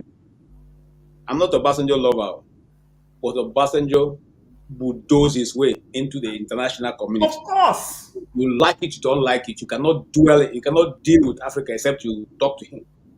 You have to talk to Obasanjo. Yeah, this is what's going on. It became the norm that Obasanjo was synonymous with Africa. Yes. So look, let me tell you guys.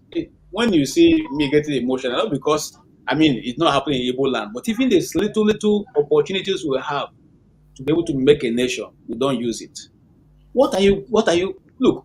Almost every nation you go to, you see Nigerians at the top level of education and economics and commerce. Why not go there and say, assemble our people in Italy? I want to see them. Oh boy, what can we do in this town? What can we get? What is available for us to take? They tell you. They give you, they lay it out for you. Okay? If you like, and let the person be the one who will represent you in doing that, but he will give you the legwork. I don't know how we do it, but I rest my case, my brother. All right. Ovie, what were you getting at with your questioning of No, I think if there's anything I take away from him, two things, him and what we are discussing about Tinubu's in India, but him first.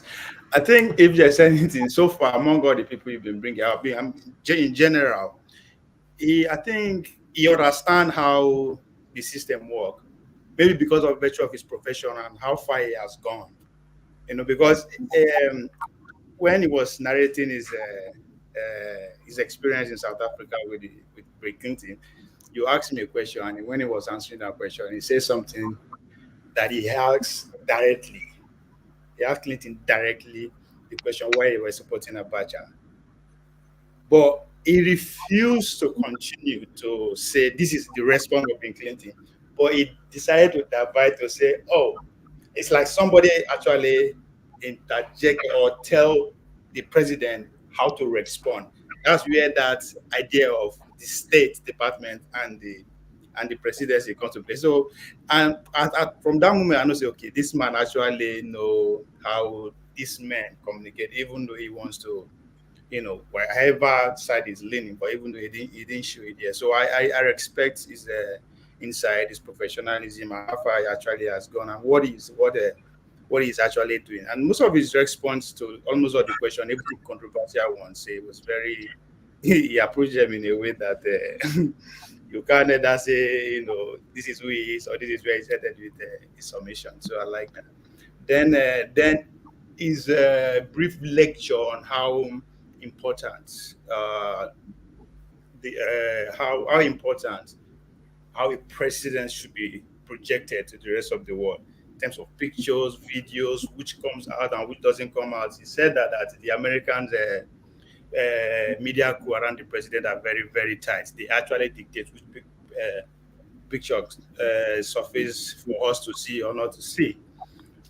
But again, one thing we need to I want us to understand about this Tinubu body posture, the pictures that are coming out. So, I mean, these are propaganda, right? Depends on where it's coming from. Even if it's coming from Tinubu's camp, they'll project a different image and all that. But what I want to understand, I think at this point, in 2023, we are valuing our importance in the Committee of Nations, talking about Nigeria. We are invited, we are not among the G20. So you know that what will be stranger. The president is new. Obie, I'm sorry to interrupt you, but Tinubu said that G20 will not be complete if Nigeria is not included. What do you expect him to say? Come on, man. Why say that? What do you expect him to say? And wow, you guys will have it's not reading meaning. Okay, you have African Union as a bloc that have a representative, and what is in Nigeria that it's not complete? What is in Nigeria? It's an insult in the first place. That's an insult. So yes, that's an insult. If you understand what G20 is, the whole president as a bloc, that's an insult. But that's the convention for another day. Anyway, let me continue on what I was trying to say about it. With the opportunity to actually go with a contingent or represent Nigeria among other committee of nations, you understand that it's not about your excellence, your oratory, what you know, and all that. It's about what you bring to the table. What is Nigeria giving to the world today as we speak that the world cannot afford to do without even a minute? What do we have that other countries, 1, 2, 3 other countries don't have more than us? We talk about how educated we are in the world and all that. There are about 4 million Indians in America. I don't care how many doctors you produce, you are still below them. Just because they point at some things, and Nigerians are the most educated immigrants in America, all those are boo-boo. Those are political statements to keep you where you are, and that's where we are today. We don't have anything to offer the world. Let's face it. Obie, hold on. Are you saying that it was treated according to what he's bringing to the table? Obie, hold on. Can you hear me? Yes. So just imagine that was William Ruto that went there. Yes. Do you think it would be a different experience for William Ruto? The country is not. Yes, it would be a different because it's Kenya, right? See, Rudolph, if I meet you for international engagement, I'll talk to you based on what I'm going to get from you. But this is a power network game. What is Nigeria? Forget about Tinubu as a president. Let's say any other president that represents Nigeria. What are we taking there? What do you think are bargain power? Can I chip in? Can I chip in there? 2023 today. What do we have? Yes, go ahead. Sorry, Chair. Ovie, I disagree with you from a wide perspective. Nigeria came out in 1999 as a far right state, and this same conversation could be had at what was Nigeria? A far right state. We were a leprosy state. It's a new market. It's just like a new. Hold on now, Ovie, hold on. Yeah. We were from 1993 till 1998 into 99. Nigeria went backwards. First June 12, then Abacha came, then all the sanctions, and nobody wanted to do anything with us. We became a problem. That's why I said we were a far right state. And then Obasanjo came. And then Obasanjo had to do this shuttle diplomacy that we remember to go and talk about what Nigeria was coming to offer the world. And when he was going, let's not forget that it wasn't easy getting all those loan releases and all those things, debt repayment. He began to look for ways. When his personal posture was not longer now enough. He began to look for Nigerians in international spaces like the Okonji Iwealas and then the former Minister of Foreign Affairs, Olujimi and co, to come and start helping him repair the nation. They started telling the story of Nigeria. What we are saying, nobody is trying to say that Tinubu has to have it all. And I'm one of those, if you listen to me, I said, I gave room to say maybe it is those obedience who don't like him that are trying to paint that picture, even though it's not correct. But I was trying to show you I was giving room for that. So to say that Nigeria has nothing to offer to the world is wrong. It is how do you sell what Nigeria has to offer. It means Tinubu is not selling enough. It means he didn't know how to go there and sell his new government, sell what we could do, sell how we are going to be useful to them in the world. He didn't have it. But I have made an exception because I watched Bosu, his Minister of Technology, right? I've seen that guy, his own photograph, what he was putting out. It's in total, it is at variance with what his boss is putting out right now. That guy, as minister, has a better presentation of what he's posturing, he's outing. Even if he went and talked nonsense, if you see Bosu's photographs, you will say Bosu went there and represented Nigeria very well. Our president is supposed to be going there and saying, oh, even if you're saying Nigeria is in decay, but I can assure you my government is coming here to clean it up. This is how I want to collaborate with you. This is the kind of help I want from you guys. Those pictures didn't depict that is what Tinubu went there to do. Nigeria has a lot to offer the world. What is lacking is we are not selling what we have to offer the world very well. All right, let me respond to that. You are talking about 1999. Period to 1999, what in Nigeria is a dictatorial country. Nobody wants to come and do business with you or even relate with you. But the atmosphere is not conducive, right? Then, boom, 1999, we get democracy. All of a sudden, we become a bride. We become that fresh babe we just enter market everybody wants, right? And Obasanjo has to be the beneficiary of that. It is a new market that everybody wants to be for. That is what happened in 1999. Obasanjo did not, it is not because of the oratory or the mighty or the skill of Obasanjo that make them forgive Nigerian debt. It is what comes with the idea of forgoing dictatorship that comes with all those forgiveness. That's how the international community works. These guys don't care about how well you speak or how well you dress. What can you offer? You say, well, Nigeria has a lot to offer. You have not convinced me. What do Nigeria have today in 2023 that you cannot point 5 countries that have more or triple than Nigeria, that even Nigeria go off today, the world will not blink in a second. So what is that? Ovie, you're getting it wrong. Even if there are other countries that have things to offer, countries choose.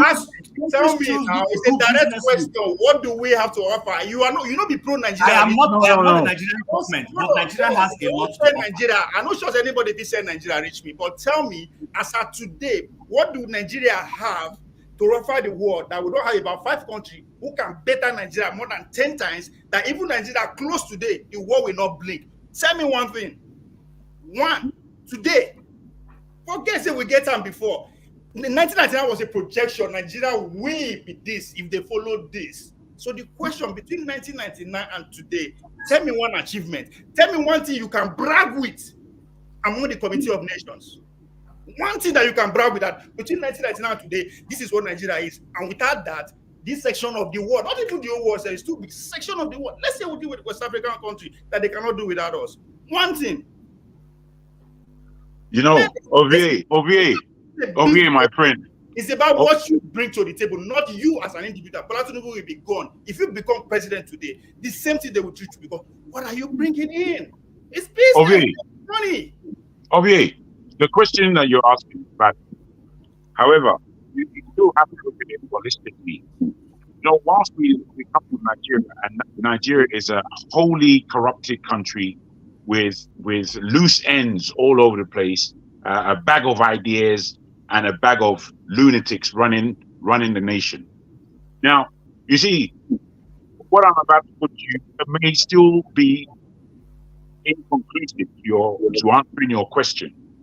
But you see, Nigeria has the greatest potential, if not in Africa, possibly the world. Now, potential is a strange word and you may laugh at it. But unless we organize our potential, therefore there is nothing. Because to speak about what do we have to offer today, ignores the fact that we have this potential. We have no idea of what lays under our ground because we haven't researched what lays under our ground. The most people that come and find things that are under our ground are not even Nigerians. We have no idea. So, you know, we can't just blast the fact that we have nothing to offer because we are so disappointed in ourselves. We are so disappointed in our history since colonialism has been fallen. We are so demoralized as a people. This does not say that we don't have anything to offer. And this does not say that if we are woken, wait, my brother. Yes, you may, but let me just add, if we are awoken as a people, brother, there's no country that can deal with us on the planet, brother. There's not one. But because we don't really have an understanding that we have this thing, us as Nigerians, we're formidable. How is it that we are, if we escape Nigeria, that we can perform anywhere else in the world? Okay. You don't even know where people are performing. You go to the Philippines, you go to the east of Asia, you go to Japan. I went to Japan. The amount of Nigerians I saw doing things there, things that you wouldn't even imagine.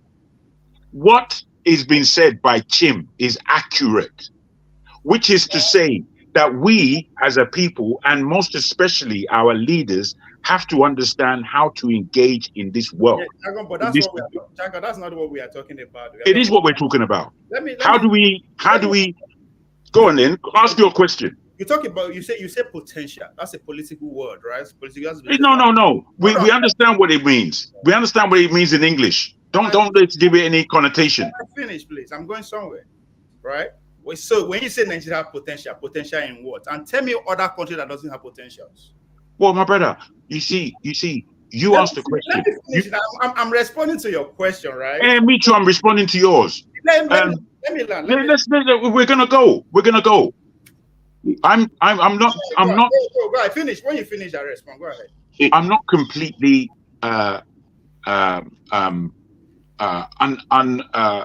in touch with your point of view. I'm in touch with your point of view. I'm saying to you that your point of view castigates our effort as a people, what we do across the world as a people, and what it is that we have to offer as a nation. Now, as a nation, to say that our people, you're almost saying our people are useless. You're almost saying that we as a people have nothing to offer the planet. That's what I'm saying. You are reducing the conversation to. Okay. Hold on, guys. Sorry, Rudolph. Let me put this through. That's not the point. We are talking about this is international politics, right? How the world relates to how we relate to what. It has to do with what you are talking about potential. Potential in what? And show me one country that doesn't have potential. I just give you an example. For the past 4 years, let me finish now. The boo wars. Nigeria are the most educated in America and all that. I am telling you, India has 4 million Indian Americans here. Relative to their population. Relative to their population. Can you just? That's what I'm saying. We are talking. I'm sorry, Ovie. You're running on in circles. You're not making sense. When you speak, I was quiet. I'm not stupid. But I'm telling you, you're not making sense. That doesn't mean just because you don't understand what I'm saying. Well, if you're confusing me, then you're not making sense. You allow me to with my points. Okay. Not an intelligent conversation when you're intelligent. I kept quiet when you are making your point, right? Okay, Ovie, 1 minute. 1 minute. We have to go to other people. No, but they were in touch. See, when are they talk? Everybody see that. Now my problem with that, right? I go just put one word. Everybody go attack. Allow me make my point. You have your time to say, okay, you can't have my point. But you interjected. You also interjected when I was talking. I kept quiet. You interjected. That's not correct. You interjected. I had to stand my ground. You interjected. My words they trigger you says a lot. Nothing they trigger. Not. You're not making sense. I'm being honest. I had to say that. Right, so we have to stop Ovie and Chim. Righteous man is in Nigeria. Another thing that my Bojagon say that we need to come to reality is that if Nigerians go anywhere they defeat him. Of course, what did they train us for? Are we not here speaking English? Are we not supposed to? We are being bred to fit into the outside world, not within. That's why we are having the problem. That's why I question you. What do we have to? What do we have to offer? We cannot produce anything that is indigenous to us. That is a problem. So what are we bragging about? India send their homemade nuclear power plant. Homemade. Only 5 nations in the world are able to achieve that. India did that. What you want they proud of? Tell me. Okay, Ovie, that's okay. Okay, let me say this. Because I have to leave. But let me say this. This is my experience, and I hope it means something to someone. I read about the G20 meeting. I don't know, most of you can read it in other places. I read about it before the presidents got there. So what was going on? They were negotiating. Different countries were negotiating. Their ministers and other people negotiating on the language of the statement they are going to issue. Okay, this is days before the real people got there, and they disagreed on things. Even Russia that Putin was not coming. Their ministers were there making sure that the language is what they wanted. And he told me something. These people, they don't just go to a meeting. They just don't enter the plane and go anywhere. So someone like Tinubu and or Nigerian leaders, if they had advanced team and planned these things, they would have made plans. I'm going to talk to this person on this and make an arrangement that for 5 minutes or 10 minutes, I'm going to talk to this person. But I can tell you that most of these things don't happen with Nigeria.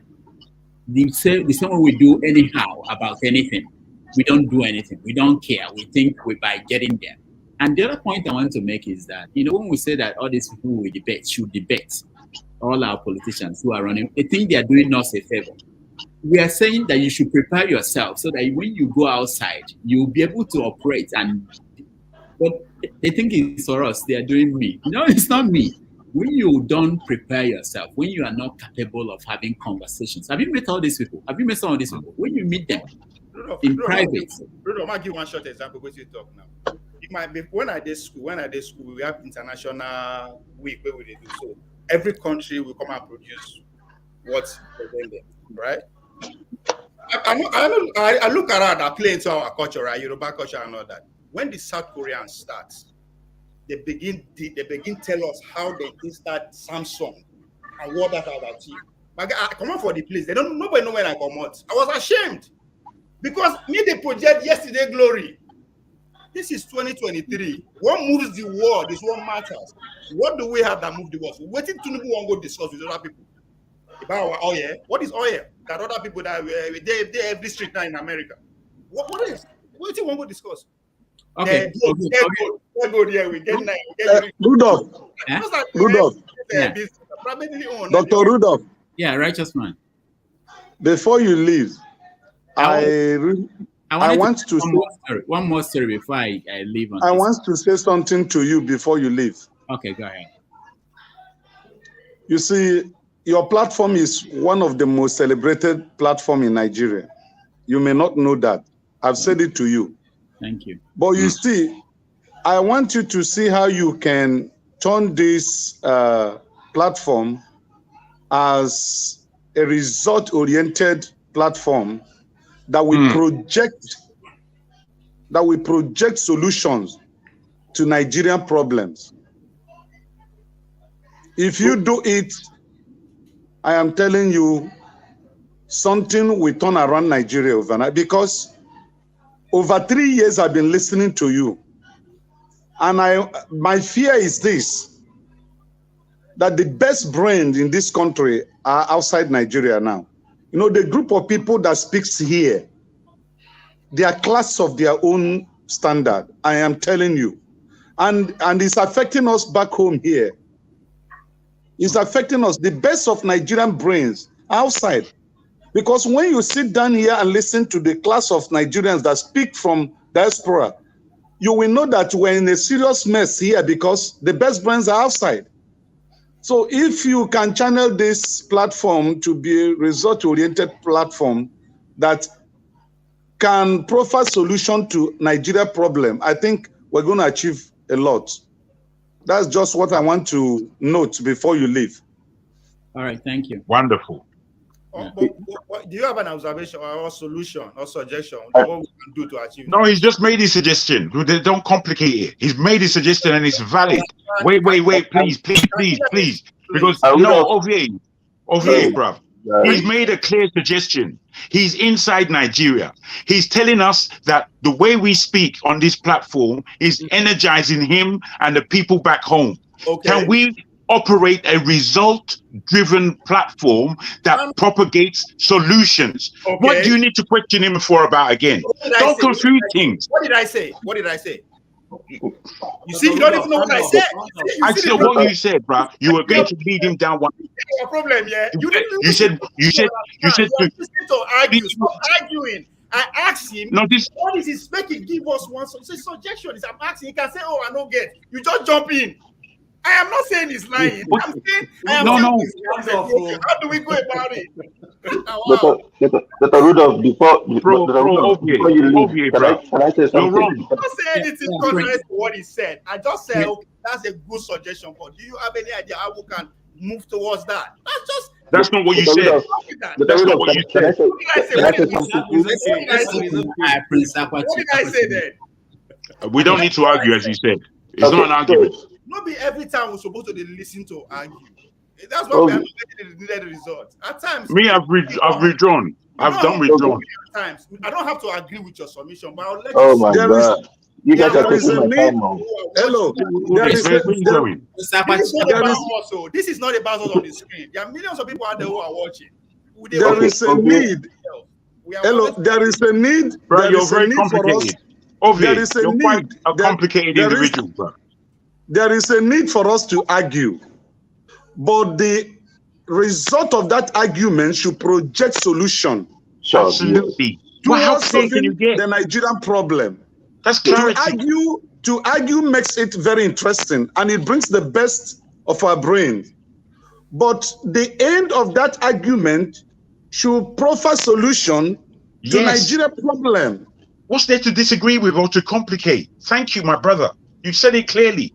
That's his suggestion. His suggestion. Nobody disagree with him, though. Bro, but you're very obvious, bro. You're my brother. Obvious, hold on. Make us speak to Ovie for a second, please. Ovie, your manner is extremely aggressive. And within the aggression that you have, it's very emotive. It conjures an argument. We're not here arguing. But our brother made a suggestion.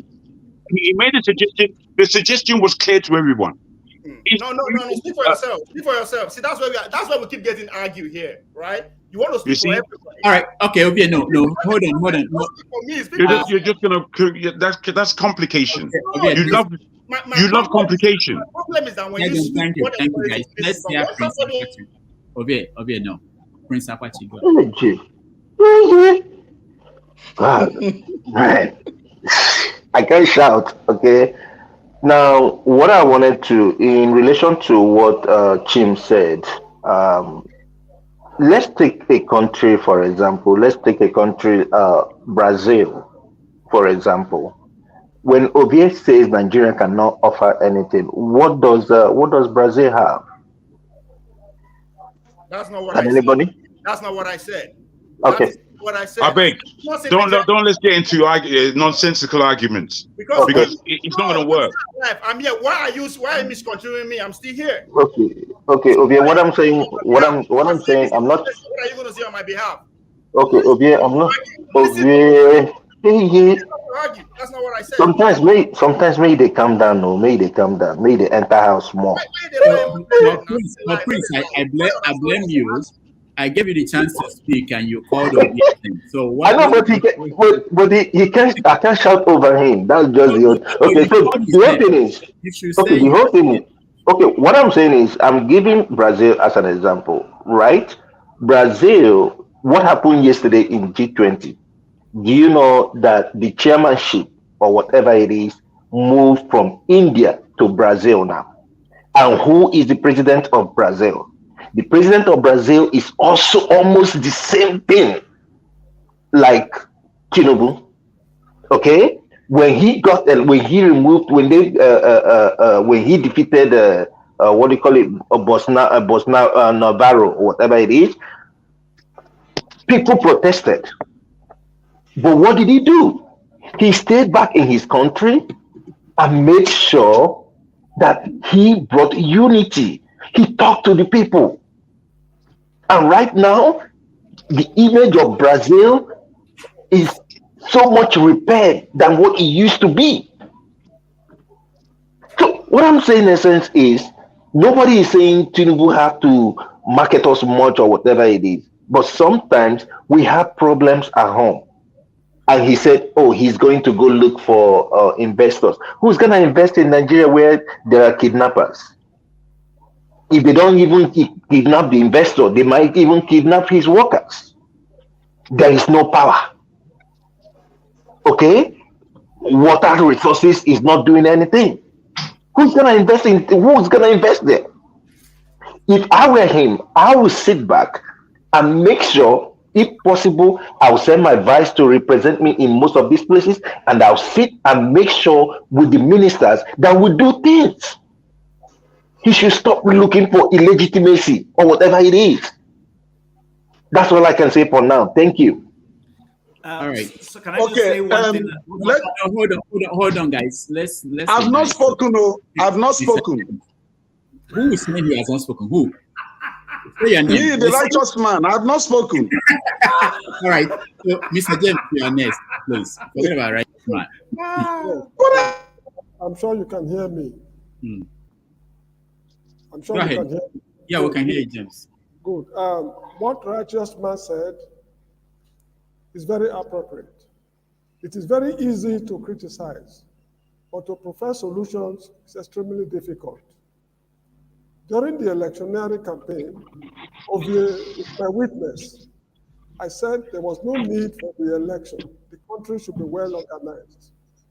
Now, as we rightly pointed out, we are not known for anything. And the gentleman, Prince Aziz Akwachi, asked a question. What is Brazil known for? Brazil is known for aerospace. They produce fighter planes, not passenger planes. They produce warships in Brazil and ballistic missiles. Now, industrialized countries, when they do business with each other, they make more money than when they do business with developing countries. If I were to be the Nigerian president, what I will do, I will use the Awolowo style. I will identify particular areas. I will not ignore the others, but I will concentrate more on particular areas. And one good area is engineering. It's the engineers that are moving the world today, this world we live in today. If you want to go to space, the scientists and the engineers, they must collaborate. If you want to produce ballistic missiles, they must collaborate. Now, West Africa, where I live here, they look up to Nigeria for certain basic things like ceiling fan, refrigerators, motorcycles, and all these basic things like furniture and whatever it is. Whatever we produce in Nigeria, there is ready market in the whole of West Africa to consume everything. So they don't have to go to Japan, China, and what have you, or Bosnia and Herzegovina to get what they want. Tinubu and his team, they should concentrate almost 60–70% of their effort on engineering. In about 5–10 years from now, you start seeing the effects. And to do that, they must fix electricity. Then the judges must be called to perfect order. The judges should be seen to be disciplined whenever they are misbehaving. So this is the little I've got to say. Mr. Righteous man, thank you very much for raising that. Yes. Dr. Rudolph have not been fair to me, and let me just protest. I only made an observation, but I've never made any contribution towards the topic on ground. Yeah, you see, if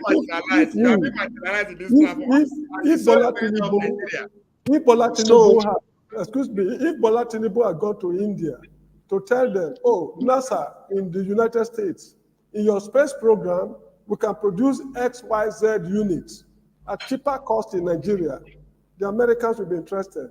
Russia, this ship, this is what's called submarine warship you are producing, XYZ, just leave it to us at economic rate.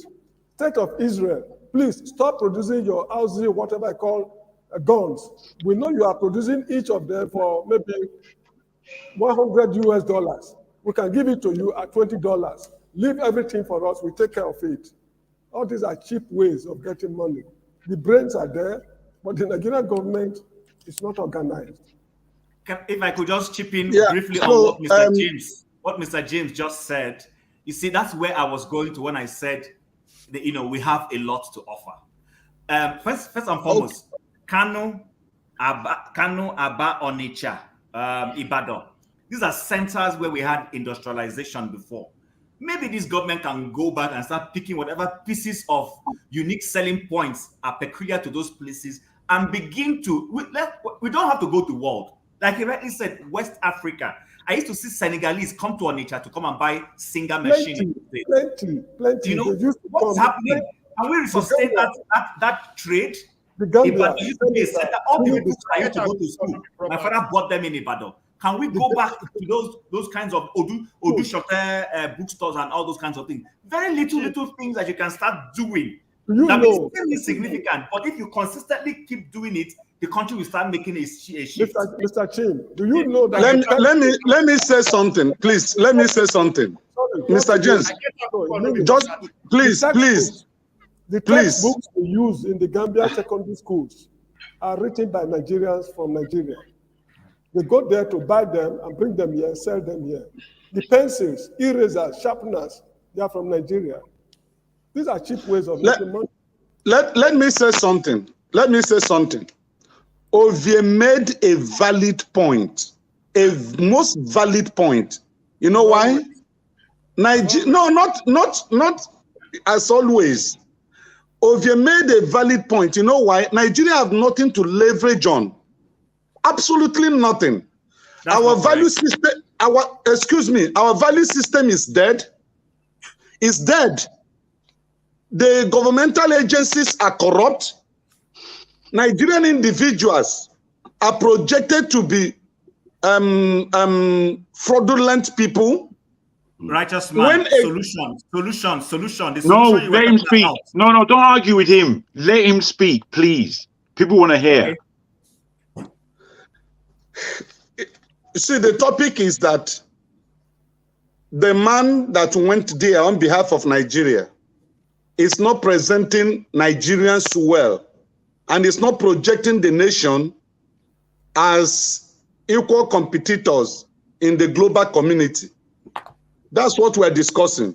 And Ovie said that he is doing it because he has nothing to leverage on, which I said is true. Because the world is a global village now. There is nothing that happens in Nigeria that the rest of the world are not aware of. So what is Tinubu going to present to them? Is it about the judgment that was written with the letter-headed paper of Tinubu Tribune legal team? Is that what he's going to present? That is what is flying in Nigeria today. I'm shocked that Rudolph is not discussing it. Is he presenting about the burning of the seminary school in Kaduna on Saturday, and the seminarian was burnt? Is he presenting about the massacre that is going on in Plateau State and in Kaduna State? Is he presenting about, what are you talking about? Look at Naira today. It's 1,000 Naira per dollar. So what is he leveraging on? Absolutely, Ovie was correct. We have nothing. We have to go back. Now, this is the solution. Are you serious about the dollar? Are you really serious about it? Yeah. Wow. Yeah. Okay, this is the solution. My profile solution is this. We have to go back to the very beginning. Just like my brother said, the Brazilian man had a problem, an internal problem. He settled it first before he began to showcase Brazil to the world. You can't have a divided home, a divided house, a divided community. And then what are you projecting to the world? Nothing, absolutely nothing. It's not as if we don't have what it takes to be a great nation. We have it. But for now, those things are hidden, and we cannot sell them out because we do not have a settled country. Okay, so right. I don't agree, Mr. Chim, before you go, I just want to say thank you to everybody who joined us, joined me, and I will hand it over to our forefathers. Forefathers, thank you so much for being here, and I'll see you. See you guys. Take care, my brother. Thank you. Before we carry on, people, let's go and sign on to Iroko Post TV, and no more conversations. We talked about how we are supposed to actually get what they call it? What did the righteous man say? Result oriented. This is result oriented action. Now we want to take. We have 255 people watching. Can we go to this channel and subscribe to the channel so that Rudolph has a backup channel? In case, sometimes people are cursing and all the rest of it. VA, by the time he finish using all his vocabulary, they might ban us on this channel. So you have a backup channel. So people, please go and subscribe. If you get up to this thing, it's now 218. I'm not asking for a lot. Out of 255, if we just get an extra 7, it's going to be 225. So just 7 people, they will carry on with the conversation. It's not a lot. You're stopping the conversation, You came and stopped the conversation. They will not move. If you keep talking, they will not do anything. Thank you, guys. Thank you very much. I'm out of here. You won't stop the conversation. The conversation was going. You come on board. Your first thing is to break the conversation. Oh, come on, man. Come on, man. You see, you are talking about result oriented. It's not my channel. No. The thing is, my brother. The thing is, what righteous man has put is diligence. This what you're putting is not diligence. It's selling. You're selling the channel. We understand it, but it's not diligence. Do you see the logo here on the top of the screen? I see it clearly. That is the channel I'm selling, and it belongs to Dr. Damages. Yeah, so this needs to happen because he wants to start transitioning people over to that channel too. Which I appreciate. I appreciate that. But so why stop the panel from discussing? What you should do because people need to go and subscribe there. That's why. Yeah, but what you're doing a bacha. You're doing a bacha tactics in order to push us. Because our people don't do stuff. Man. If you keep talking, because you are distracting them, they are not going to go and do it. I'm not distracting them. I'm speaking to you directly about the policy that you come straight. Not you. I meant if you are talking, if you're having conversations, they will be listening to the people that are talking, so they will not go and subscribe. That is why. But if you stop, then you are giving them a break to actually go and do it. And right now, they are doing it. My big brother, I don't want to run. All right. And so, forefather, please, for someone like me, put every day I come here, I like the channel before I even come in. And then I want to be sure that I'm doing the right one. So if you can post it on our private chat, let's have the link. I can go after what I say. I appreciate that. That's good. Beautiful. So that I don't forget my thoughts with respect. For me, I usually come through that channel every day. That's the channel. Even if you watch it, that's where I am right now. All right, that's nice. That's really good. Brother Prince, make you send me that Adidas. So I want that same Adidas, my friend. No problem. No problem. Okay, brother. Okay, so can I go on forefathers? Only 2 people remaining. It's 2:23 now. People, please go now. You see how Jagun is losing it now because I said that people have to be result oriented. We have to be result oriented now. This is how this has to be. If you keep distracting people, they're not going to go and do it. Losing it. It's just looking for excuse to leave. Do you know how many times I posted this link? One person, sometimes not even one person goes and saw this thing. They'll just ignore it and keep listening to the people. But now they are moving.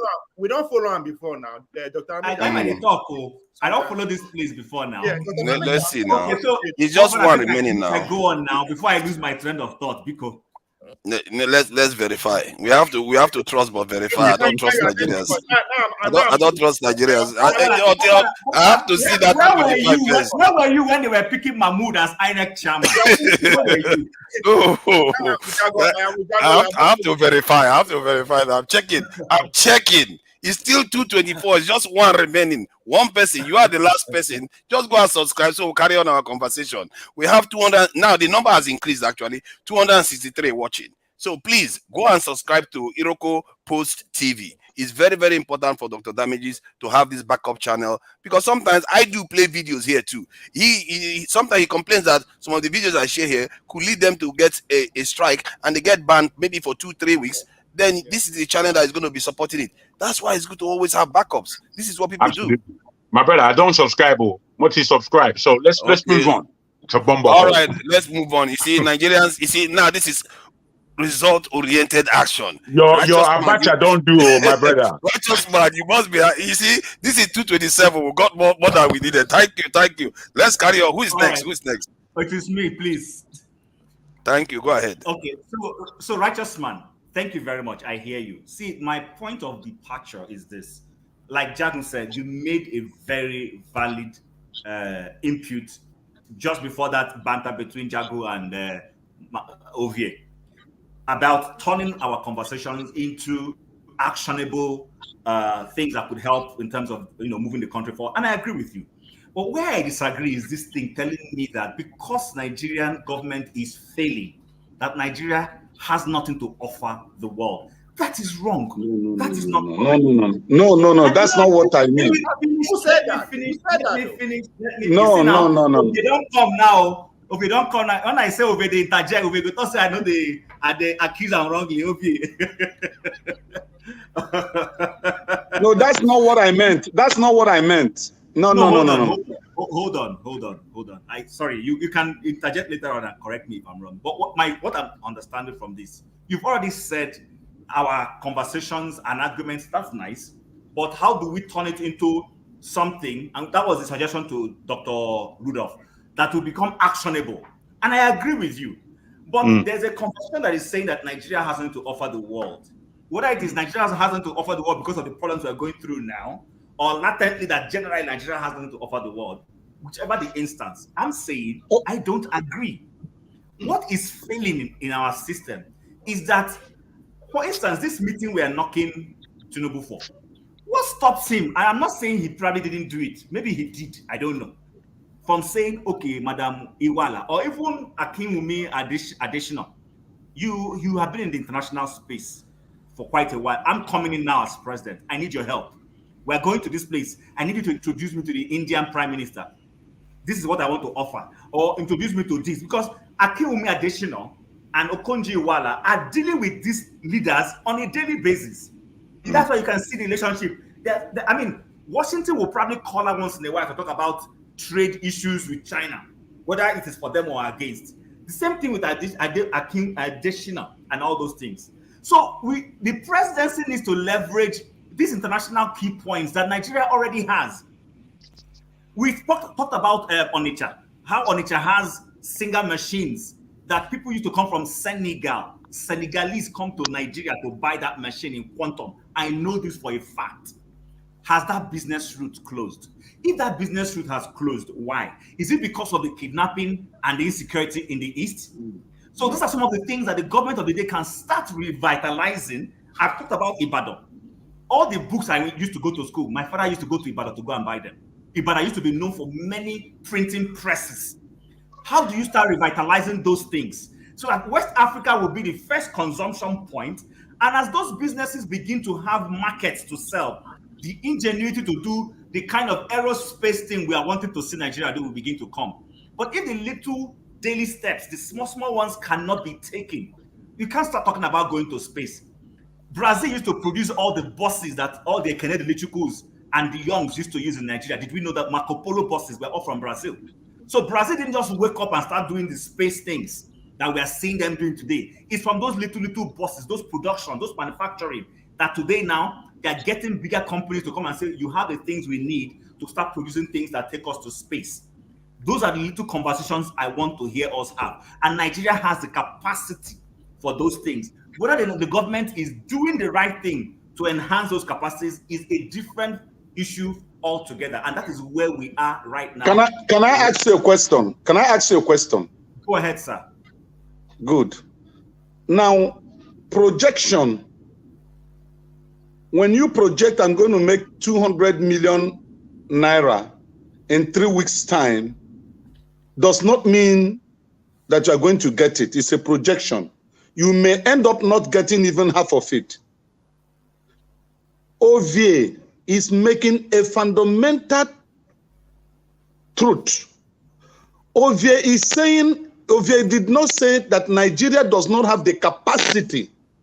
But as of today, we need to put our house in order because there is nothing the Nigerian government... Can I interrupt you? Righteous man. No, wait, let me finish. Real quickly, my brother. Real quick, I do apologize. You see, there is nothing necessarily wrong with what OVA said. It's the way he said it and the connotation it actually suggested to us all. When you now when you now organized what Ovier said, Ovier had no axe to grind, and the rest of the panel also had no axe to grind because you put it in succinct terms that we can all appreciate. Then, so that we move our conversation on and we don't stay stuck. Then Chim now put it in even more beautiful language for us to appreciate that, look, where we are now is where we are now. In order to have some semblance of organization, we know that we have to operate within before we project outside. I think that's where we are. We should have an understanding because we're all quite intellectual in order to move the conversation on. Otherwise, we're going to be stuck talking about Ovier. And Ovier is a shy guy. He doesn't like to be spoken about all the time. So it was, agree with me that it was a mistake for Tinubu to be in India. He would have sent his vice or somebody else to represent him while he settled the home. The homeland is boiling. It's not altogether a mistake. It's not altogether a mistake. I'll tell you why it's a mistake. It's a mistake because he didn't go and meet his counterpart. He went to meet a rogue. Oh, how can a statesman go and meet a rogue? That's rubbish. It's rubbish. All that kind of movement is what we call bombastic. When a man is telling you, because I'm president, I can do what I want. Whilst I'm in court, I'm going to F off out of town and go and meet some rogues in India. That's rubbish. Jago, how can you clap that? There's nothing to clap. Jago, let me say something. All what Chim just said, that is the way to go. Chim said very fantastic stuff right now. I agree with him 100%. Yesterday, I was listening to this program. KJ also said similar thing.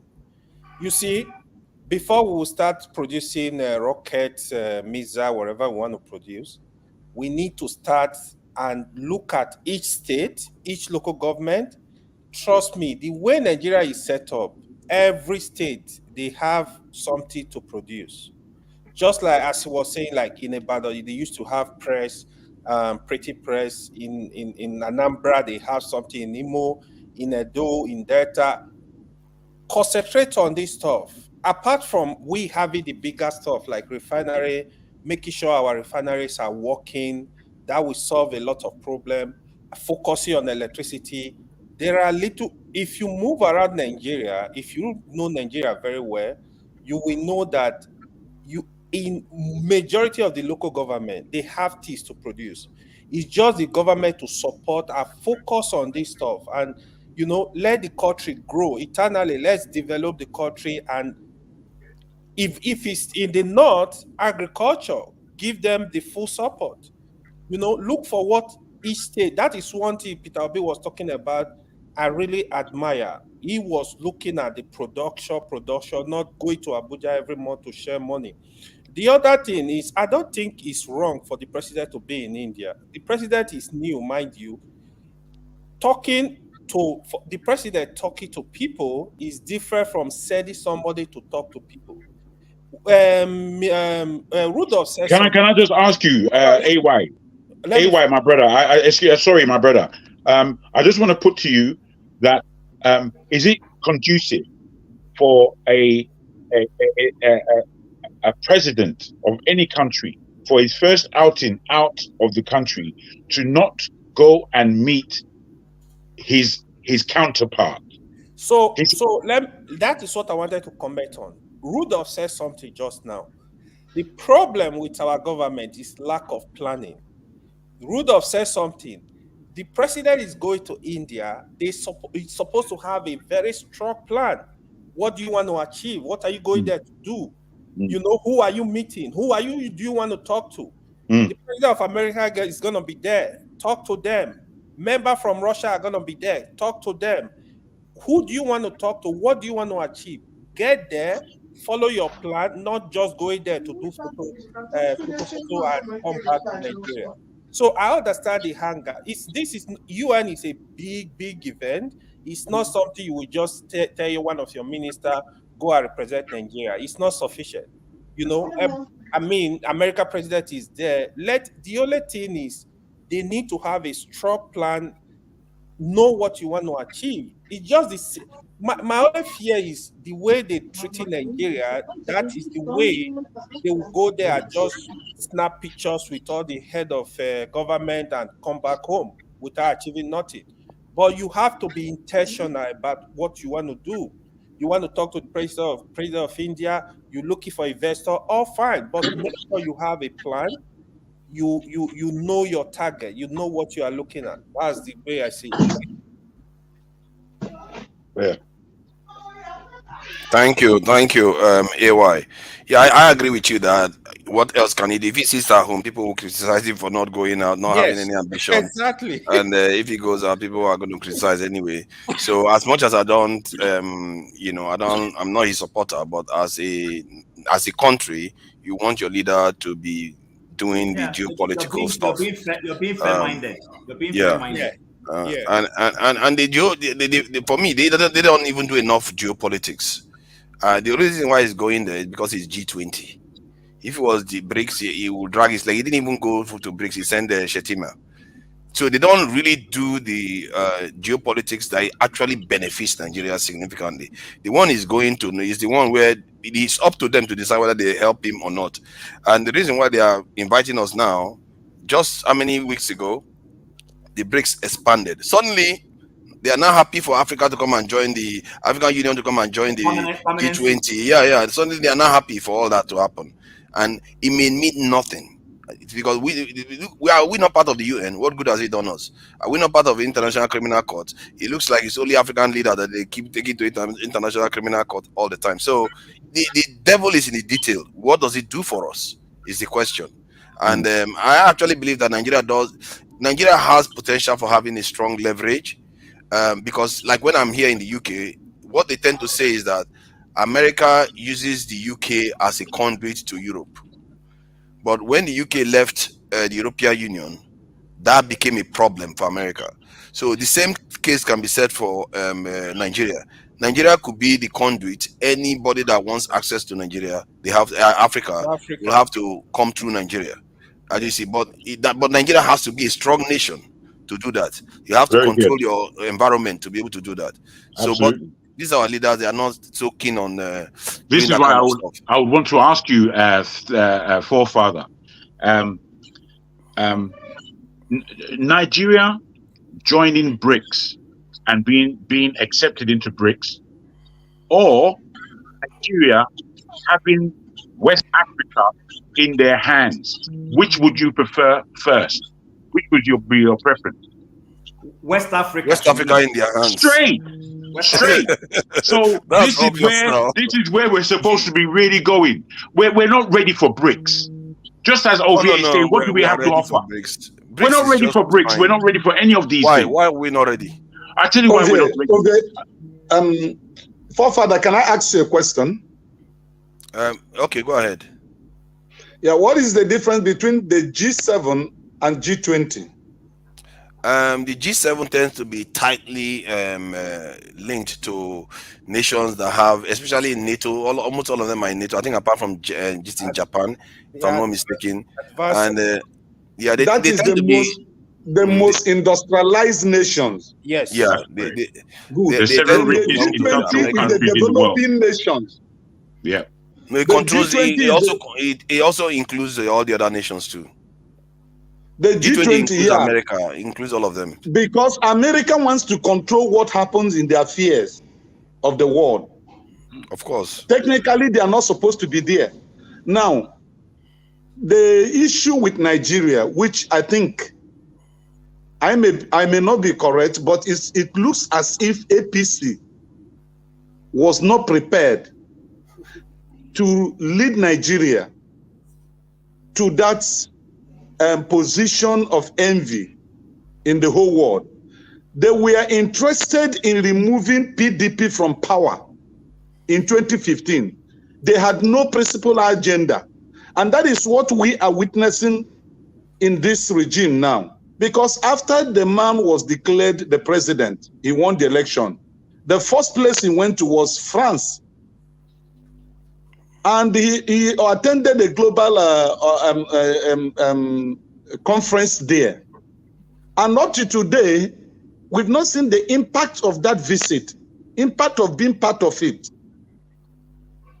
Yeah. Okay, so the president, you see, you guys that are, hold on. Okay. Hold on. You guys that are outside there, you can't tell exactly what is going on in Nigeria. Look, the country is in a mess.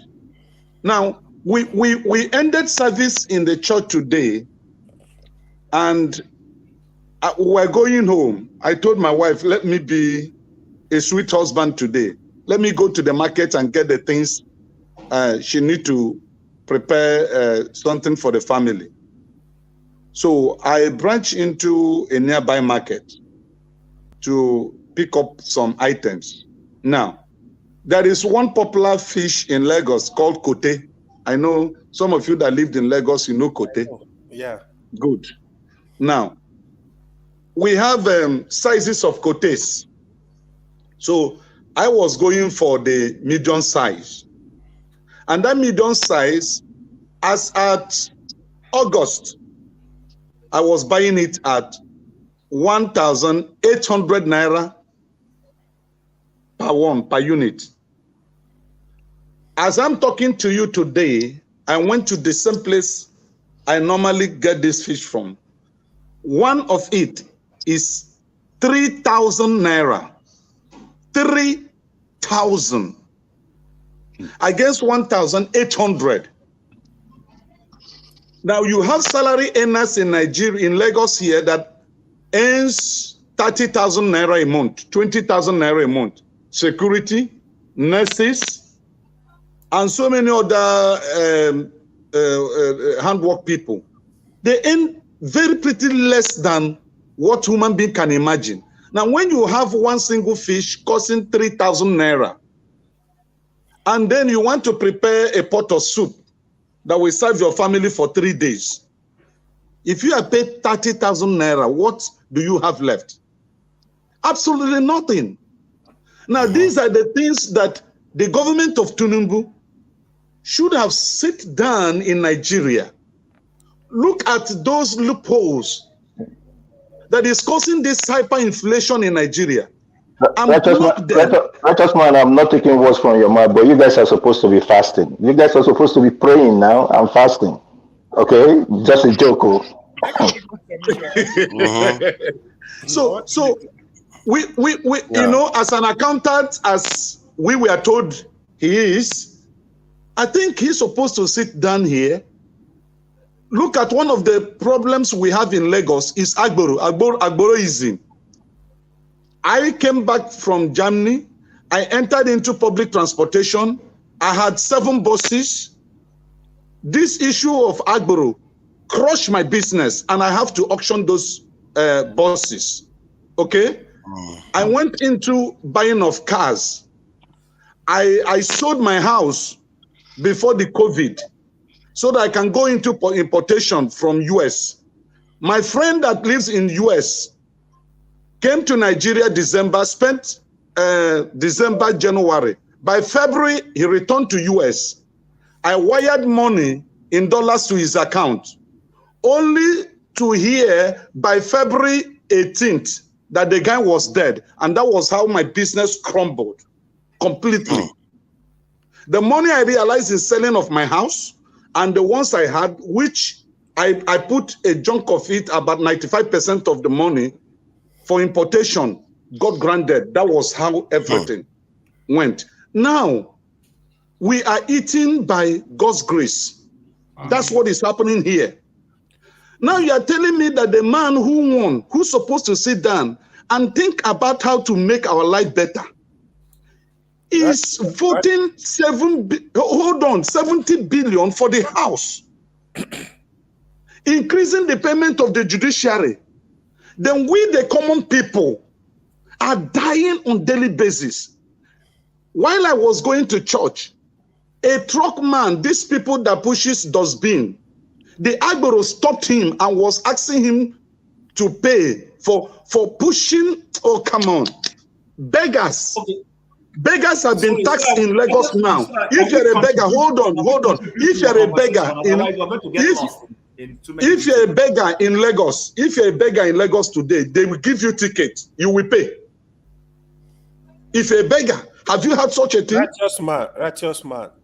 To be honest with you, to be fair to the president, these are state government issue, not the president. The president issue. No.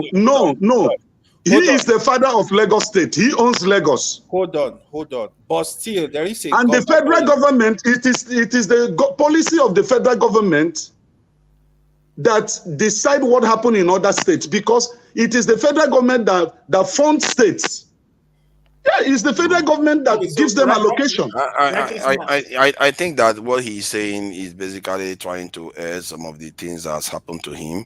That is not good. Yes. Somebody passing when his money is at stake like that, and a very, very important strategic funds that he wanted to use for business. This life, this is why you plan. Man proposes, God disposes. I understand. So, when you tell him that it doesn't have anything to do with the president, that's not the point. He just wants to hear his this thing. I wanted us so that I hear him and righteous man, my sincere empathy towards. Yeah, I really feel this thing for that, because it's just one of those things in life. Yeah, yes, I understand that. I cannot. Their story is the common story of most Nigerians who invest, and due to economic situation, the businesses go south, and that's the end of it. Unfortunately, we don't have a responsive society where the government comes to your aid. I empathize with you. But that being said, our original conversation was whether Tinubu going to G20 right now would have made any sense. Now, I'm a critic of that government. I'm a critic of the man. I'm not a supporter of him. I would have loved him not to be there. But the reality on the ground is that he is there right now. Now, we can only begin to analyze his activities and profile our solutions. Hopefully, somehow, some of these things we say here will get to the right places and they can relook it. Tinubu going to G20 does not have it. It doesn't stop Nigeria from trying to change things, rejig things. His VP could have as well sat down. They're a team. He said, Mr. Man, I'm going for G20. You guys, please, while I'm away, can you be talking about this or whatever? However government runs, I don't know. Going to G20 was to go and look for opportunities for Nigeria. That is what it is. He is new. That is one of his first. In fact, France was not his first outing, to be honest with you, because that one was photo ops. I mean, he just got sworn in, and then the next day he's going to France. There was really nothing he was going to offer or say. They were older African heads of state who, in terms of time spent, had more international clout than him at that point. So that's okay. But this G20 was where he was supposed to go and announce himself. Yes. Meet new people. Talk to, and remember that other one was just France inviting a select number of countries. G20 is, if not the whole world, let's put it that way. It's almost a mini. What are the economic policies of this government? What are the economic policies of this government? I'm coming. I agree with you. But what I'm saying is, in a normal situation, if he did have an economic plan, you'd have had a goal to say, okay, this G20 should be a place for me to go and leverage, whether it is attract investment or tell people of what we are doing, what my government's plan is. We're just starting. We are 1 month old. These are the kind of things we want to do. And those things we want to do, we find China, we find India, we find whoever it is to be a possible partner in those things. And we show them a roadmap. People are going to be working on the roadmap of this is what we want to do. And they say, okay, you know what? Let's take this conversation forward. Now, remember where we started. His photograph standing aloof. Kneeling. That's what has generated all these things. People are saying that posturing does not help Nigeria. And I agree with it. But I will exonerate him from saying that he shouldn't go to G20. No, I don't agree with that. The point is, we know that he's going to G20. He didn't do well. G20 would have been a place for him to go and start beginning to attract people. Have some conversation that when the people he has those conversations will leave there, they'll go back thinking and say, I had a conversation with this new Nigerian president. Doesn't seem like a bad guy, actually. See what he told me. Minister of Foreign Affairs, Minister of Industry, can you set up a meeting with your counterpart? Let's see how we can further these conversations. Maybe he did that. The only person that seemed to had a successful outing based on photo ops was Bosun. the guy who runs communication. I mean, I saw his meetings with his counterparts, and I read a few of the other things, and it seemed that the guy seemed to know where he's going. But I am communications. What is he supposed to be? Digital, sorry, is it digital communication? Technology. Sorry, it's technology. The guy that's going to go into IT. Also, is very good. It's a very So I gather that he is very good. But what is he? What is this in outcomes we are looking at, and what kind of conversation is he having? What is he trying to bring into the country? I haven't read all those things very, but I'll take my time. Don't know yet. I know the president was really looking for investors, but what I'm saying is based on what I saw. The guy seemed to be having a good outing. I saw it. He was having meetings with key people in my problem with Nigeria is that I think, and even some of us we are saying, some of us are even saying he shouldn't even be going there. We are not doing. Who shouldn't go there? No, that some people were saying that maybe Tinubu shouldn't have gone. That he should be focusing on Nigeria.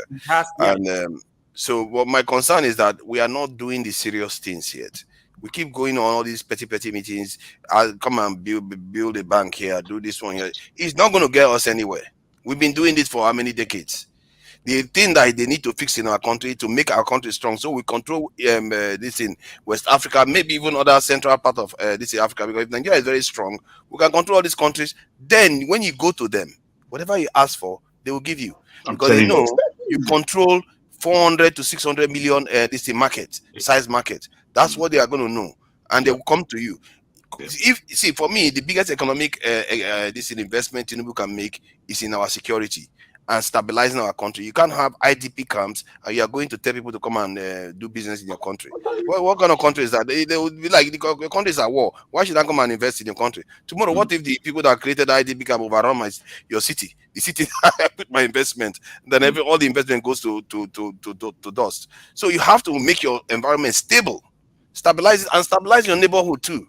Yep. Make sure everything, no trouble is going on around there. Then watch investment start pouring in. Absolutely. Because the market is big. It's a simple businesses logic. Want to make money. Simple logic. Absolutely, forefather. But I agree with you. I agree with you. Security. Forefathers. Hold on. Forefathers. I, with all due respect, you keep banging on this security issue. Okay. In fact, a cousin of mine, she watches this program. She was bashing me the way I went about it with you and all that. But how do you think we can achieve this security stability? It's very simple. Sorry. Let me understand your question. No. Wait. Let me understand. Sorry, guys. Tone. Let me, if I may, understand your question further, because it seems like you. Can you expand? I was saying that the security issue that forefathers keep banging on, because I've been thinking about it some few days, and I think I'm having a change of mind, maybe leaning towards him. How do you think we can actually achieve this security? Okay, it's the simplest thing, because we have the people already. Recruit people into the security institutions. And do you know Tinubu actually said that to come into office? Now he came into office, he's not talking about it again. He's supposed to increase the military size to about 1 million. The police is supposed to double it. He's supposed to include the others. Okay, but he's not doing any of them. Okay, but don't you think that the corrupt ones... Papa, so that you'll be feeding them Agbado, right? So you'll be feeding them Agbado. The corrupt ones within the security infrastructure, don't you think they will infect the new intakes? No, they won't. You see, the larger you tend to your security apparatus is, the more functional they become actually, and it will stabilize the country. Nigeria's GDP right now is being depressed by more than 10%. That is more than $50 billion of this in economic activity Nigeria is losing. Tell me what other investment you can make in Nigeria that is that efficient in terms of providing outcomes. Remember, when you recruit those 2 million people, they need a uniform, they need houses, they need everything. It's going to spill into all the economy. It's going to stimulate growth. And not to mention the fact that the military, they can build. They are civil engineers. They can create, they can dredge. They can build bridges. All those things, you can use them to reconstruct the country. That's the kind of stuff other nations do. But I don't understand it. It's the most efficient way to spend money. I'm just trying to pick up your brain on that so that we'll constructively, we're not here to argue. If, for instance, I hold a psychology degree right now, I say, okay, I'm deciding to go back to Nigeria to join the police, for instance, and they get to know that this guy, they'll say, go sit down. This boy will just come from London. What do you know? Is the problem the mindset of the people that are already there? You see a DPO that's been there for about 35 years or a SAG that's been there for 40 years and all that. Those people will frustrate you because you're coming from the diaspora. They won't And be your able colleagues even on the same, they are going to frustrate you. This was happening. This is just a problem. Like, I'll give you an example. When Ojukwu joined the Nigerian army back then, you know, he came from the UK.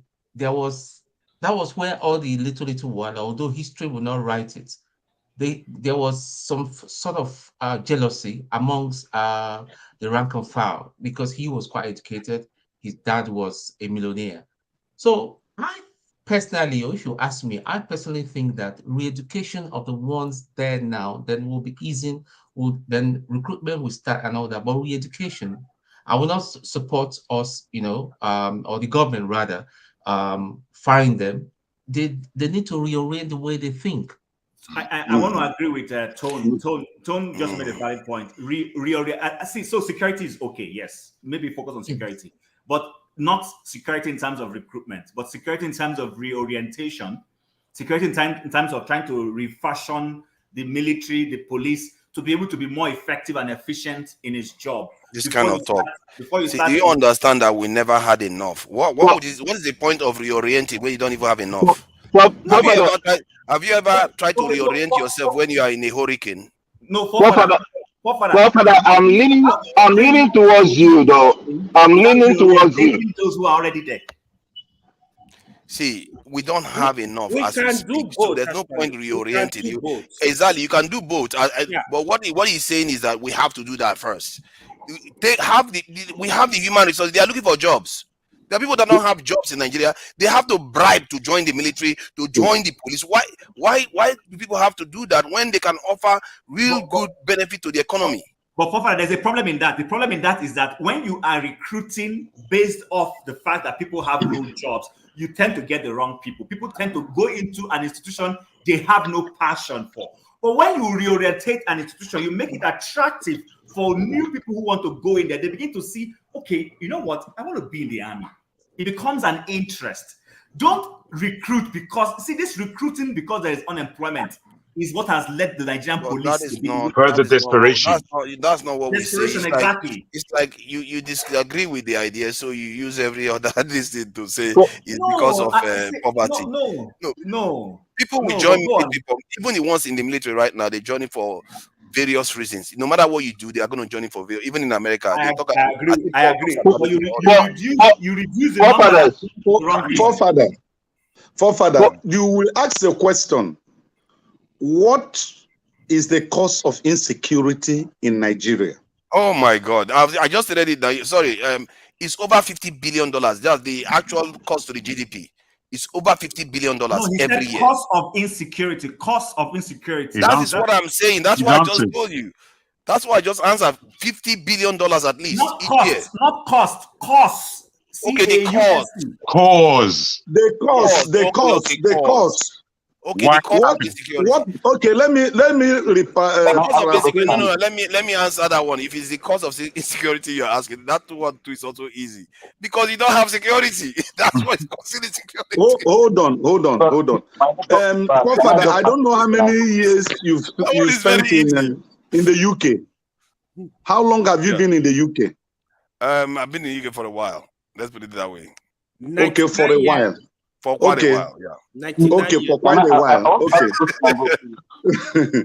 Okay, now listen. I spent 40 years in Lagos. And I can count back the years of Jakonde, where you can walk in the street of Lagos, 1 a.m., nobody harasses you.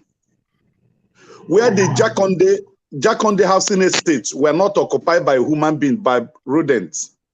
There's so many people who owns Jakonde housing estate units today did not buy it because it was empty. People just move in there and start living there. Before you know it, they started doing the papers and it becomes their own. Now, what brought about insecurity in Nigeria is the government policies. Policies of economic marginalization. Policies that it made every Nigerian to think that you can't survive unless you come to Lagos.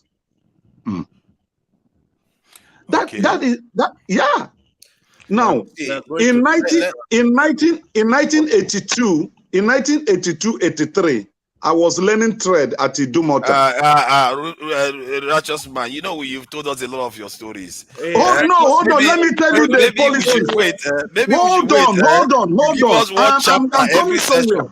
See, you have to give us your whole life story in one section. Hold on. I'm driving towards somewhere. Now, when I was learning the trade of selling butter, we were going to listen. I want to know your history. Listen, we were going to Anambra State. We were going to Onitsha to buy our shoes that we sell at Idumota. There's a kind of vehicle that time they call Awarawa. After we close from markets at Idumota, we enter Awarawa going to Onitsha to buy shoe because the importers then were residing in Onitsha. When the economic policies of the federal government changed, those importers that were residing in Onitsha, building the economy of Anambra State, relocated to Lagos State. How? If you are traveling out of Nigeria and you are from the east, you have to come to Lagos to board international flight. Now, when you calculate what it costs you to board from east to Lagos and from Lagos to Europe or to America to Asia, you now discover that you are making more profit if you relocate down to Lagos here instead of being in Onitsha. You see, so that policy killed the Igbos from being at home and industrialize the Southeast. They have to move where the cost of expenses is cheaper. That was how two of my uncles left Onitsha and relocated to Lagos because they were importers. And then instead of us traveling to Onitsha to buy their goods, we now wait for them when they import and bring to Lagos. We now buy from them and sell. So the insecurity is caused by these economic policies of the federal government that made the Igbos to leave the 5 southeastern states and relocate down to southwest here, because this is where they can make things cheaper and make gain. So this is the insecurity we are talking about. Had it been there was an economic policy to make every part of Nigeria to be equal, give the Southeast International Airport, try to open Warri Seaport, try to make Calabar Seaport workable, make sure that international flights can fly from anywhere in the world and bet in the east or in the south. Can I say something about this? The movement of people will reduce. See, in Nigeria, you see, this thing that we do where we expect Nigeria to be perfect, most nations are not equal. In the UK, where I see, they have what they call the North and South divide. They have the West Lothian question. Their leaders they come from one university. That's the last 6 leaders. Only one didn't go to that university. So if in America, the same thing. You have the coastal nations, these cities and states controlling most of the resources of the country. It's just when we keep expecting everything to be the same all the time. To be fair, I understand those frustrations, but you are backing at the wrong tree. In the end, the economics is what you need to fix for everybody. Forefather, I disagree with you, man. I disagree with you. You see, if I may, equal ever. No, if I may, you see, I think you find the argument that our good man Nigel was giving you. You see, the East, whether we like it or not, there are a industrious group within the Nigerian enclave. Theirs is to get on with it. People accuse the East of not being good politicians. Who needs to be a good politician when you have a way, where you're going? The East need to be given their rightful heritage place in that stupid country. So when now you are insulting the nation again. It just shows the I'm level insulting of the the nation. I can do that. I can, but my brother, no, don't disturb that. me. My brother, don't disturb me. You can cause the government or something. When you cause the government, Wait, my brother. Wait. You see, when I say things, I don't need your permission. I'm saying it. So yeah, I also don't on your end. Well, okay.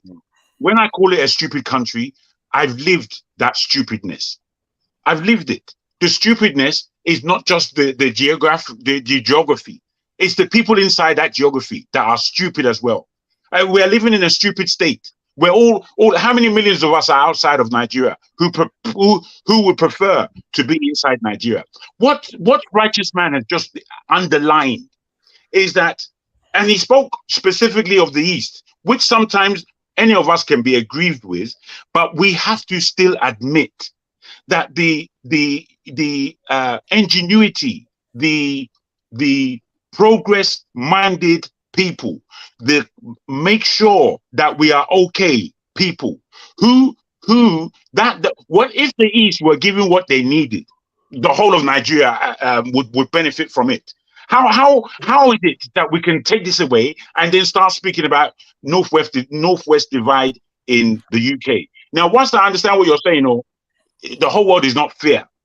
But why would Nigeria cut his nose to spite his face? This is where we are. Let's stop mucking about, singing with language. If we are fixing the country, from there, please. If I may take off from there. So, forefathers, I agree with you. The world is not a fair place. But what nations do, and there's no perfect nation anywhere in the world, not even this United States we're talking about.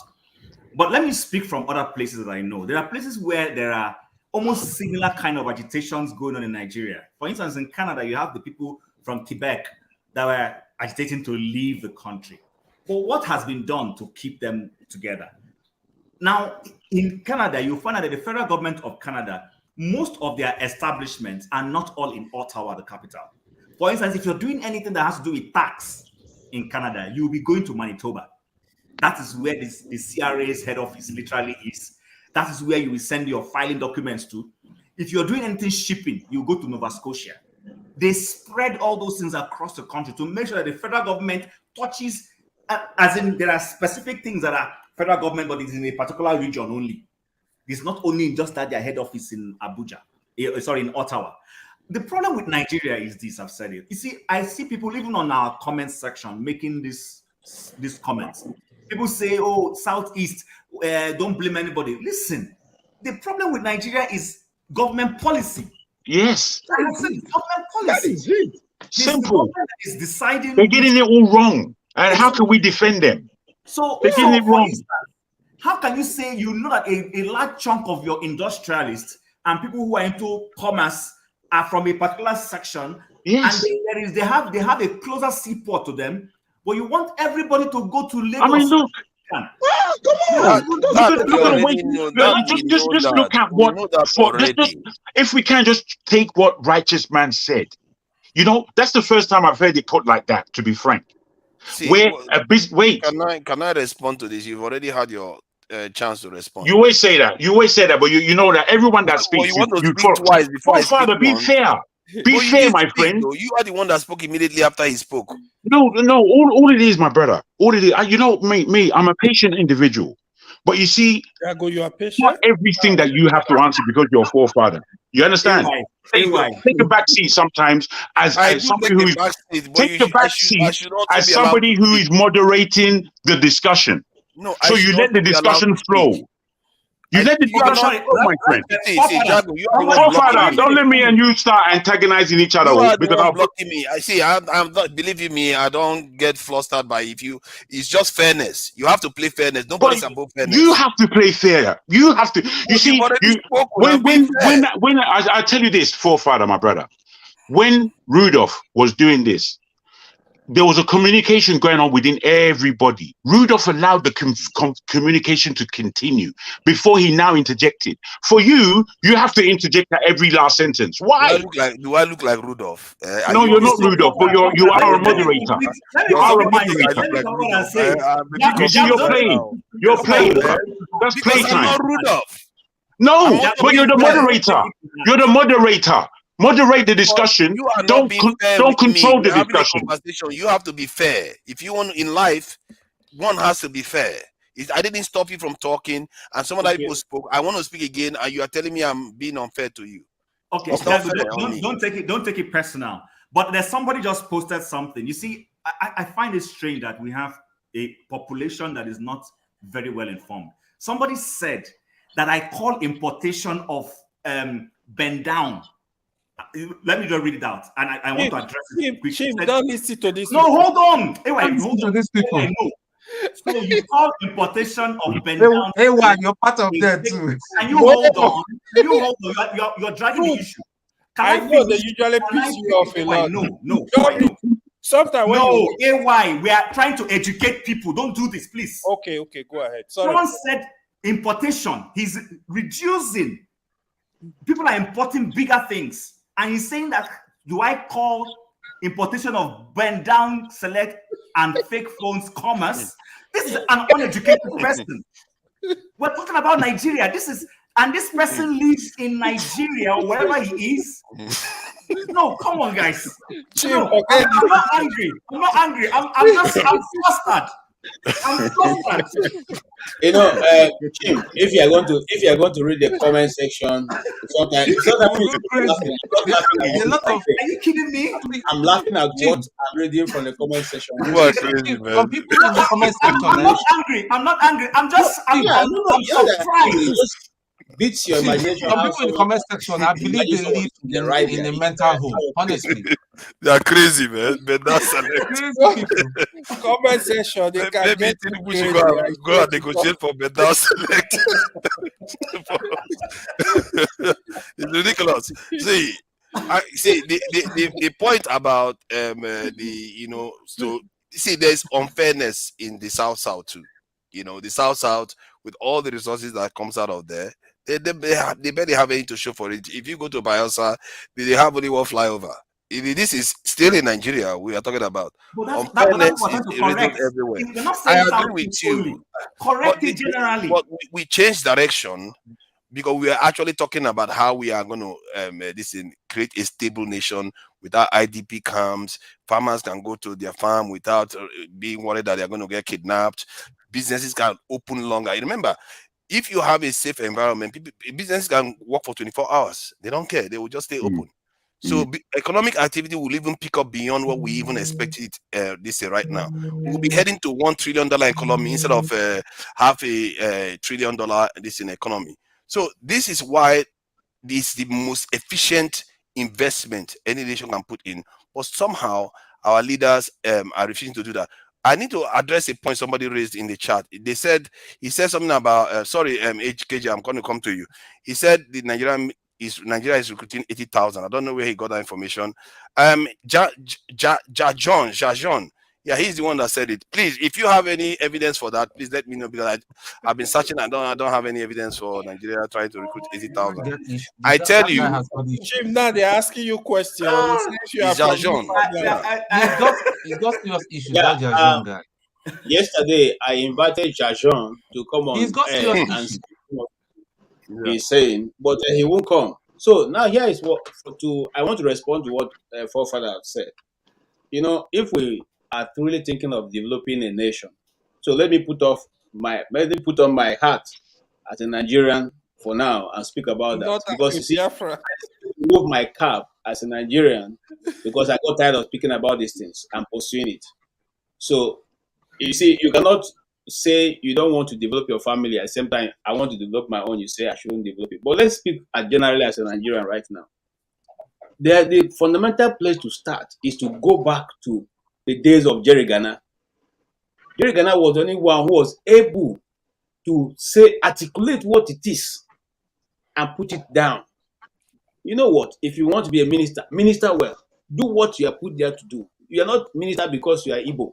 You are a minister because you're a minister of Federal Republic of Nigeria. If you're a teacher, teach well. You didn't go there to go and be discussing politics and chopping granite. You went to teach children, teach them well. In other words, what is the fundamental question to be a Nigerian? What is it that our children should have in our mentality to make you know that this is the way our nation is going? What is the value? What is the ethos? That's the right word that a Nigerian should carry. When we come to that point, then we begin to also come to the point of asking ourselves, why do we have different kinds of approach? Do we choose to approach our development in different directions? In other words, if I go to Thief land, I speak the Thief language. I develop a Thief culture. I do it. I don't want to use the Thief people because they are more in number in Benue over the Idoma people or the Igede people or the other smaller group, Itolu or the other people. Each of us, each of the tribes should be given their unique identity, and don't mess with it. So if you go to for instance, the Jukums who are living by the river, and you want to develop a Jukum community, develop it along the place where they're making their money, they're earning their living. Who say you cannot develop the water side for the Jukum people to live? So they come out in the morning, they go do their fish. When they finish doing their fish in the morning, their children can go to school and come back and do their work. But we are not thinking in this direction. We are thinking of owning the big cities. Everybody converge in Lagos, Abuja, Port Harcourt, Enugu, Kano, and the rural areas are left to waste. Can I ask a quick question of you, KJ? Sorry, can you answer that question? What is it that makes us intrinsically Nigerian? Because it's a great question. That's the big question. I cannot answer it myself because when I was growing up, I thought being in Nigeria is taking holistic approach, that we indeed are the giants of Africa. But since I realized that we're not giants of Africa, I have decided to back my wings and walk like a gentleman so that nobody questions me. See, when we were growing up, and let me reverse back. When we were growing up in Nigeria, we had the things like the Girls Guide, the Boy Scout, the Boys Brigade, all those in the Red Cross. You go there and they teach you leadership, how to care for your neighbor.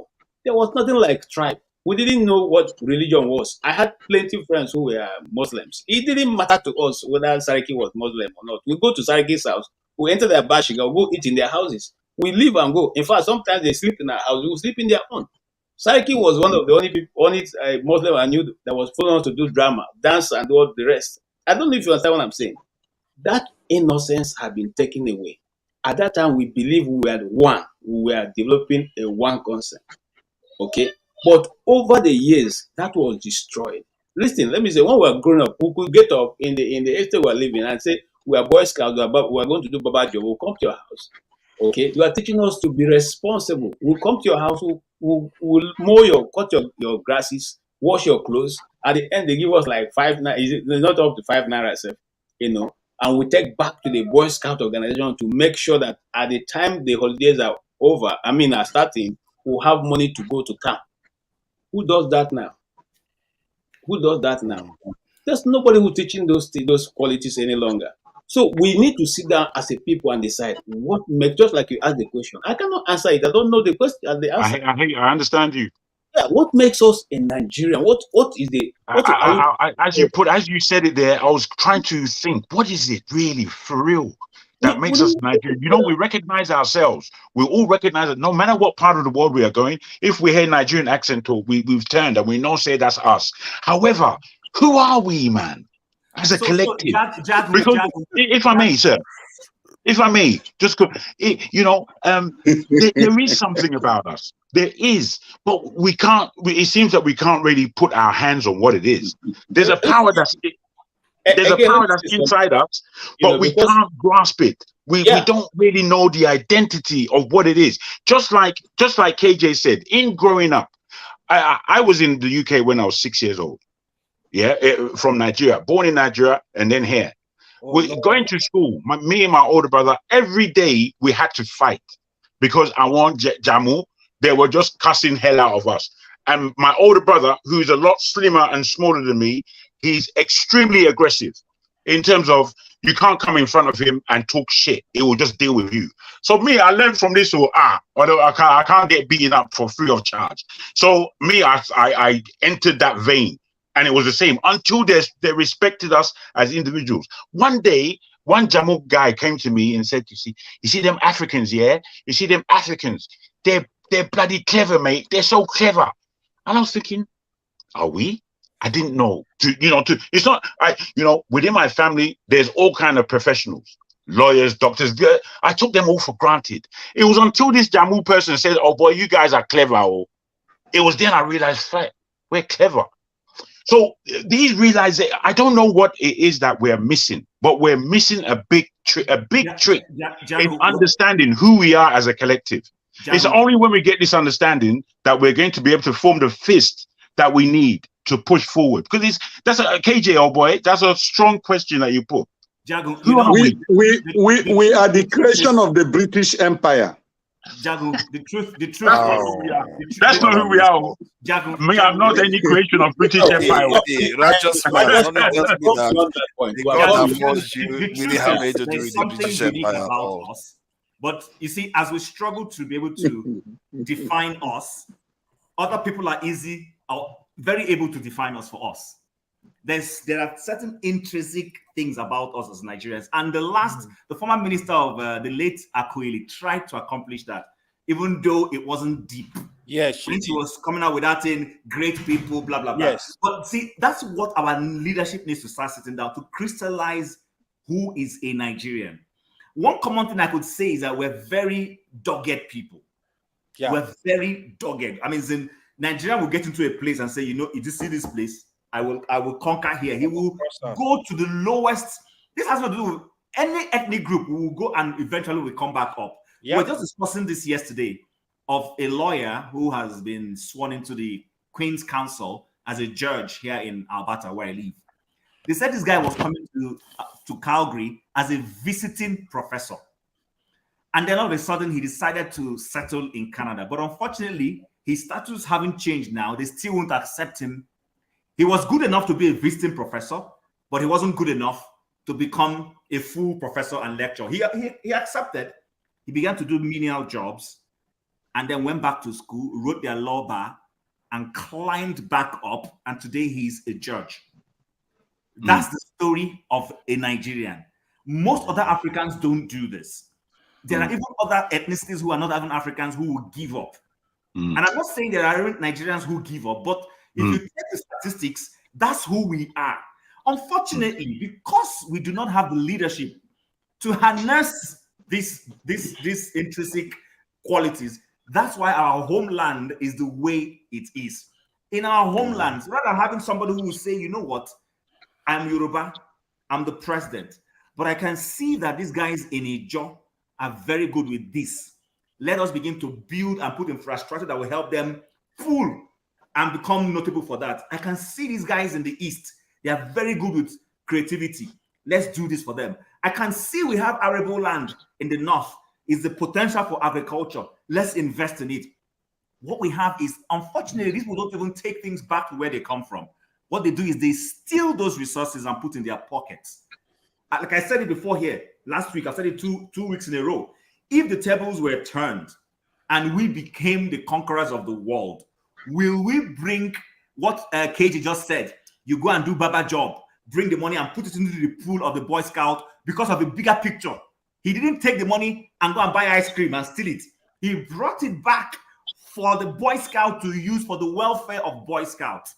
That is what we are lacking. We've lost those values. Along the line somewhere, we started raising people who everybody is for their pocket. Grab what you can. And that grab what you can is what is destroying Nigeria. Can I make a contribution? I'm about to leave. Guys, I really thank you all for a wonderful discussion. If I've been overly aggressive for those in the comment section, please try and forgive. No. I would like to salute the fashion of the prince who wore Adidas, and forefather. Every blessing your way, my brother. I'm out of here. Thank you for coming in. Thank you. Okay, bye, Jago. Always welcome. Always welcome. Thank you, bros. Jago. Thank you. Thank So you. the last speaker said something, and my memory just cast by. Do you remember that when a seed is sown, it takes time for that seed to germinate? And when it germinates and you do not give it direction, it will grow wild.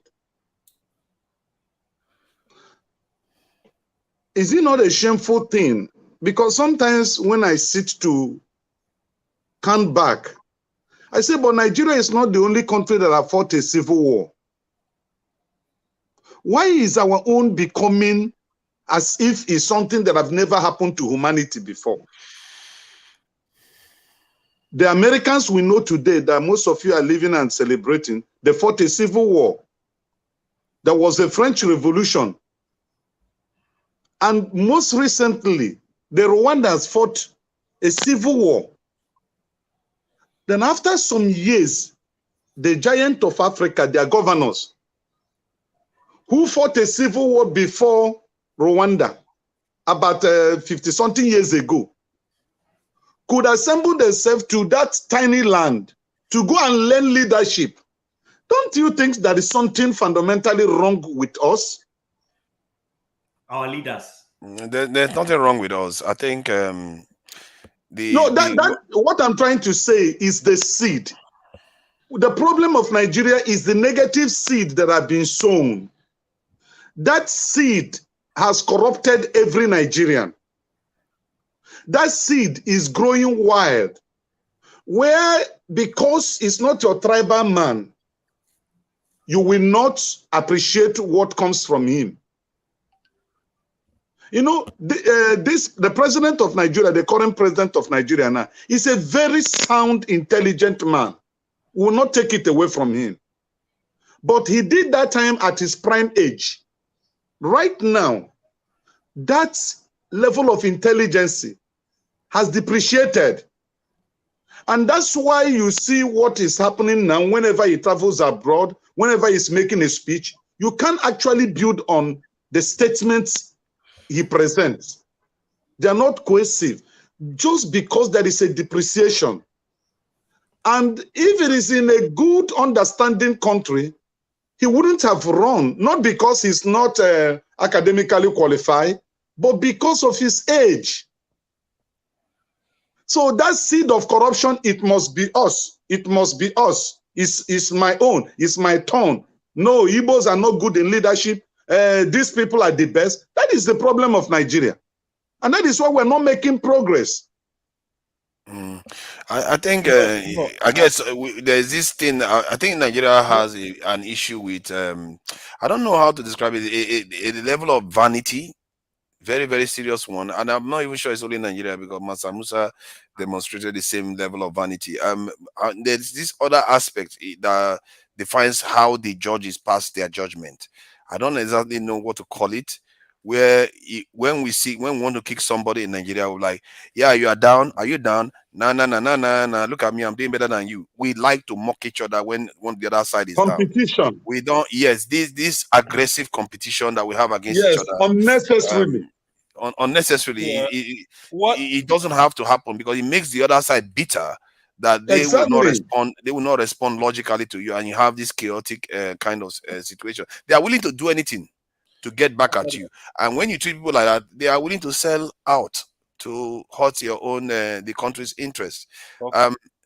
Let me just say something quickly. If I'm to be a little bit forgiving about all the mess we are going through, I would the only reason that I would say that Nigeria is not our fault is because of, if I look at it from a macro level, some of the experiences we've had. From what I look at what happened to other countries, it's not enough to push us to a point whereby we decide to create a great nation, like the Chinese or the Indians or even North Korea did, or Japanese. It's not enough. We've not experienced some of the experiences they've had.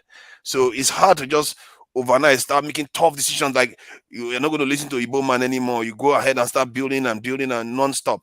It's very, very hard because we still feel like, oh, Igbo man is Igbo man. We have not gotten to a point where we said, you know what, Forget about Igbo man, forget about Hausa man, forget Christian, forget Muslim. We have a big problem here. We need to deal with it and band together. When you get to that point, that's what creates strong nations. All these nations you see emerging, they all had that experience. What did the experience the Chinese had, the experience the Japanese had, we all know, 2 nukes, North Korea completely destroyed, South Korea, the same thing. All of them, you can't believe all the countries that lost or won the wars, they are all doing better than us. We didn't even get involved in any major war. We have, how many years were we sanctioned? Only through during the time of Abacha. And yeah, look at our country.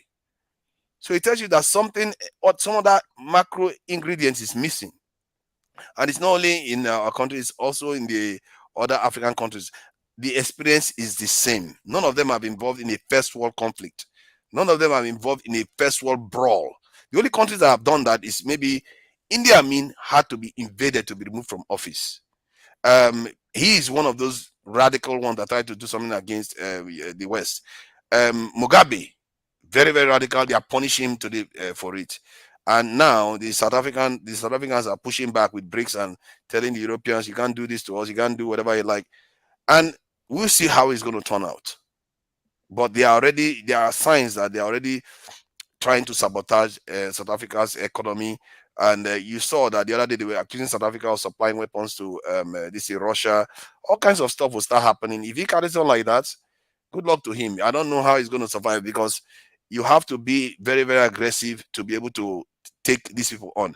And South Africa is lucky. They have a big white population there.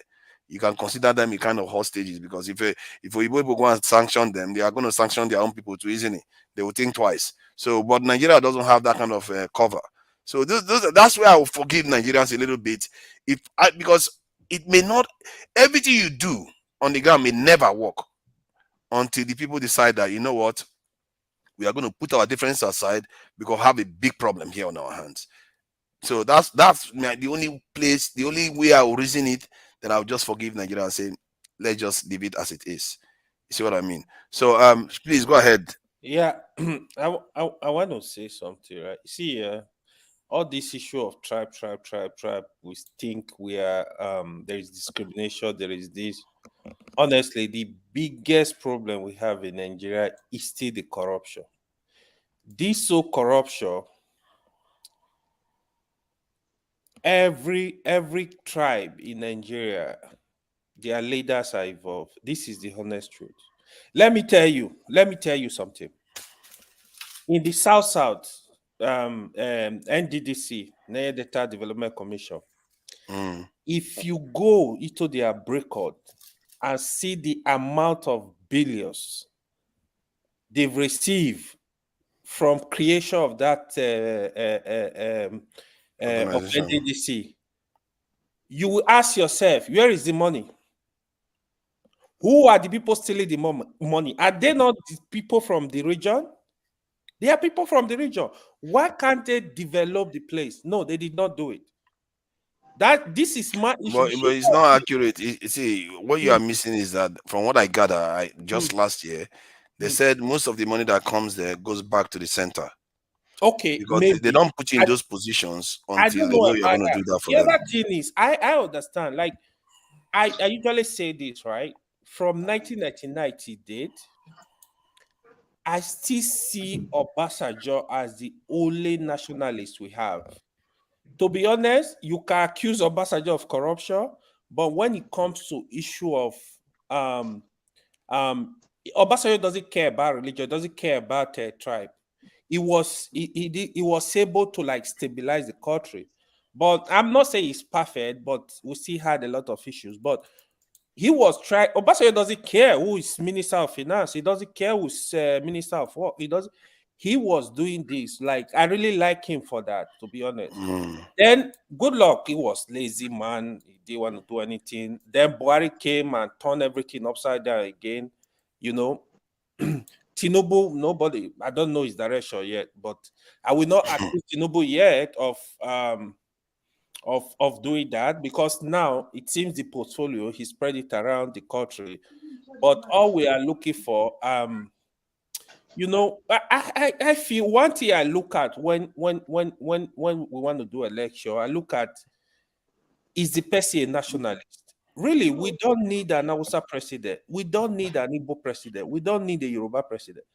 We need a Nigeria president. For me, as long as the person is coming is not a nationalist, get him out, because it's going to divide the country. It's going to create more problem. You know, if you don't have peace, a country cannot develop. If people are not seeing that, like, you are doing justice to every region, to every tribe, you will have problem. You will run into more trouble. But when you are doing justice, there is a problem somewhere, you can easily tackle that problem and say, hey, guys, that's what Obasanjo was doing. And if you're not a nationalist, Yeah. you miss opportunities that You miss a would have lot. seen, because you are not looking at the nation objectively. Yes. You just Yes. miss development that you could have achieved. Okay, look at what Buhari did. When the issue of IPOB was very severe, right? Buhari came into power and he was saying, like, yeah, the Igbo did not vote for him. It's not gonna. You can't make such statement. You can't even do that. Exactly. That's not okay. I criticize that point. The moment I don't know why you see that's exactly what I'm talking about. That's why the judges are behaving the way they behave. That thing where if you're not on my side, you're not in the country. It's like crazy. So look at it. The moment Buhari said that, the Easterners, IPOB, everybody was like, oh, it's more like they're telling you there is problem in the country. You are putting it on their face. Then they were really like, it got them aggressive. Oh, yeah. But, like, why are you are a Nigeria president. Why are you saying that? Every region belongs to you. You can't say that. You can't even do that. People see you discriminating against them because of their tribe. That is so wrong. That is why I still give Obasanjo some credit. And going forward still, I expect anyone that is in that office, you should be a nationalist. Nigeria is too big for one person to come and say, oh, I'm from the north, I will only face the north. Or I'm from the southeast, I will only face the south. No, we need to work together. Like, just like what KJ said, right? Look at every region, look at every corner of Nigeria. What can they produce? What are they good at? Pool resources, develop that stuff. You know, develop it. Work with everybody, work with the governor, work with the leader, work with everybody across the country. That is the only way Nigeria can move forward. If you want to discriminate against anybody, I'm not in support of that. That is so wrong. Nigeria, you will have more trouble. You will have more trouble. You can't kill the whole tribe. You're not gonna kill everybody. They're gonna like stand and say, "Oh yeah, if I know you are fighting me, why should I be scared of you?" You know. And one thing I noticed with our politicians now, if they sense that the whole country is against something, if they sense the build-up that the entire country is against something, they back off. It doesn't take very long for them, and people people keep missing it every time that happens. Like with this palliatives they were talking about. The moment they said that everybody was against it, they pull it back. If the people behave like that in terms of power supply, if the people behave like that in terms of security, you'll be surprised how quickly they move. It's just that we don't talk to each other. And some people are so angry in some region that they don't want to countenance interacting with other people at all. When the power of your argument is also on the other side, but you don't want to reach out to them. If everybody reach out to each other, you'll be surprised how quickly the leaders move, because they are scared of Nigerians. They are scared of Nigeria. That is why the politicians, they love that division. Yes. You see, Nigeria, we have a lot of capacity. We have capacity. Nigeria is we are strong people, just like what Chim said. I can tell you this. We are strong people. Individually, Nigeria as a country, we do it very well. The problem of Nigeria, that is why they try to always divide us. Election is coming, they will tell you, oh, you are Igbo, oh, you are Yoruba, you are Hausa, you are from here. And then they use money too on top of it. Yeah, that's the game they play. It is a game. They tell you, oh, you are a Muslim, you are a Christian, you are this. You know, when you look at it now, many African countries are very weak. The people can make them do whatever they want, basically. But the people don't realize their power. Many African countries, they are, how many soldiers do they have? How many police do they have? You can make them do whatever you want. But the people will just sit there and because they don't understand their power. And often No, they are divided amongst themselves. Father, let me interject. It's not as if Nigerians do not understand the power they have. It's not. If you can remember what happened during the NSAS protests, Yeah. the Nigerian youth came out in their thousands, hundreds of thousands, and they wanted a change. And it was happening only in the south. The one that was about to take up in Abuja, they organized the northern youth and then crushed it. And then what was happening? Sorry, Yeah. I need to come in there. You said the right thing, right? Because the president was from the north. This is exactly what I was telling Tone. We were discussing the other day. That's the problem. Now, I can tell you for sure, if there is a protest today, it will not happen in Lagos, because now you have a president from Yoruba. This is how Nigeria are divided. Even the labor now, the labor group, they wanted to go to strike the other day. They were divided. Some states said, no, we are not going. This is what happened. Is the politics. Then how do we make progress as a nation? Guys, hold it there. See, I don't like our sensationalism. When we talk, let's talk with facts. I mean, Russia's man just said they organized the northern youth. It's not everybody in the north are that bad. Let's not forget, there's some still good people. Okay. Yeah. So by let's just be careful in making blacker statements. That's what creates that kind of division, even. So when they hear this sort of thing, we cannot go forward. Let me refrain from that. Let me refrain from that word. Let me refrain from that word. Then I was addressing the panel. What I'm trying to say is this. When the NSAS protest started, it started from Warri, moved to Edo, moved to Onitsha, to Enugu, to Aba, to Port Harcourt, to Ibadan, to Lagos.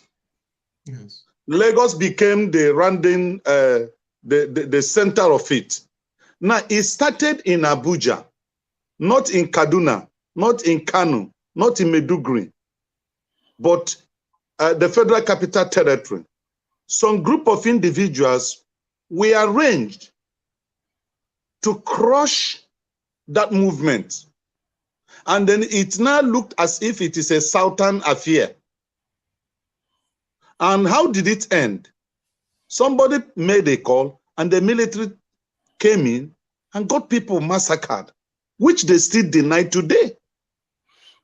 And so when you're saying that Nigerians are not ready, Nigerians are ready, but look, who is ready there to put his life on the line? And when you are killed, let me say something you may be the breadwinner of your family. The moment you are murdered, the entire family go on extinction.